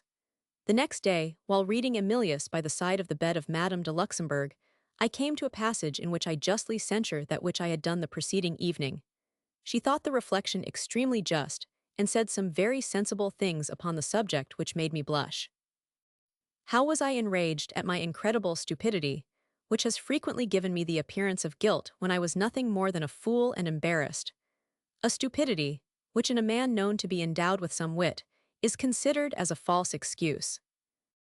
I can safely swear that in this kiss, as well as in the others, the heart and thoughts of Mademoiselle Amelia were not more pure than my own, and that if I could have avoided meeting her, I should have done it. Not that I had not great pleasure in seeing her, but from the embarrassment of not finding a word proper to say. Whence comes it that even a child can intimidate a man, whom the power of kings has never inspired with fear? What is to be done? How, without presence of mind, am I to act? If I strive to speak to the persons I meet, I certainly say some stupid thing to them. If I remain silent, I am a misanthrope, an unsociable animal, a bear. Total imbecility would have been more favorable to me, but the talents which I have failed to improve in the world have become the instruments of my destruction, and of that of the talents I possessed. At the latter end of this journey, Madame de Luxembourg did a good action in which I had some share. Diderot having very imprudently offended the Princess of Roebuck, daughter of 1,000. De Luxembourg, Palissot, whom she protected, took up the quarrel and revenged her by the comedy of the philosophers, in which I was ridiculed and Diderot very roughly handled. The author treated me with more gentleness, less, I am of opinion, on account of the obligation he was under to me, than from the fear of displeasing the father of his protectress, by whom he knew I was beloved. The bookseller Duchesne, with whom I was not at that time acquainted, sent me the comedy when it was printed, and this I suspect was by the order of Palisot, who, perhaps, thought I should have a pleasure in seeing a man with whom I was no longer connected defamed. He was greatly deceived. When I broke with Diderot, whom I thought less ill-natured than weak and indiscreet, I still always preserved for his person an attachment, an esteem even, and a respect for our ancient friendship, which I know was for a long time as sincere on his part as on mine. The case was quite different with Grimm, a man false by nature, who never loved me, who is not even capable of friendship, and a person who, without the least subject of complaint, and solely to satisfy his gloomy jealousy, became, under the mask of friendship, my most cruel calumniator. This man is to me a cipher, the other will always be my old friend. My very bowels yearned at the sight of this odious piece. The reading of it was insupportable to me, and without going through the whole, I returned the copy to Duchesne with the following letter. Montmorency, 21st May 1760. In casting my eyes over the piece you sent me, I trembled at seeing myself well spoken of in it. I do not accept the horrid present. I am persuaded that in sending it me, you did not intend an insult, but you do not know, or have forgotten, that I have the honor to be the friend of a respectable man, who is shamefully defamed and calumniated in this libel. Duchesne showed the letter. Diderot, upon whom it ought to have had an effect quite contrary, was vexed at it. His pride could not forgive me the superiority of a generous action, and I was informed his wife everywhere inveighed against me with a bitterness with which I was not in the least affected, as I knew she was known to everybody to be a noisy babbler. Diderot in his turn found an avenger in the Abbé Morellet, who wrote against Palisot a little work, imitated from the Petit Prophet, and entitled The Vision. In this production he very imprudently offended Madame de Robeck, whose friends got him sent to the Bastille, though she, not naturally vindictive, and at that time in a dying state, I am certain had nothing to do with the affair. D'Alembert, who was very intimately connected with Morellet, wrote me a letter, desiring I would beg of Madame de Luxembourg to solicit his liberty, promising her in return encomiums in the encyclopédie. My answer to this letter was as follows. I did not wait the receipt of your letter before I expressed to Madame de Luxembourg the pain the confinement of the Abbé Morellet gave me. She knows my concern, and shall be made acquainted with yours, and her knowing that the Abbé is a man of merit will be sufficient to make her interest herself in his behalf. However, although she and the Marechal honor me with a benevolence which is my greatest consolation, and that the name of your friend be to them a recommendation in favor of the Abbé Morellet, I know not how far, on this occasion, it may be proper for them to employ the credit attached to the rank they hold, and the consideration due to their persons. I am not even convinced that the vengeance in question relates to the Princess Robeck so much as you seem to imagine, and were this even the case, we must not suppose that the pleasure of vengeance belongs to philosophers exclusively, and that when they choose to become women, women will become philosophers. I will communicate to you whatever Madame de Luxembourg may say to me after having shown her your letter. In the meantime, I think I know her well enough to assure you that, should she have the pleasure of contributing to the enlargement of the Abbé Morellet, she will not accept the tribute of acknowledgment you promise her in the encyclopédie, although she might think herself honored by it, because she does not do good in the expectation of praise, but from the dictates of her heart.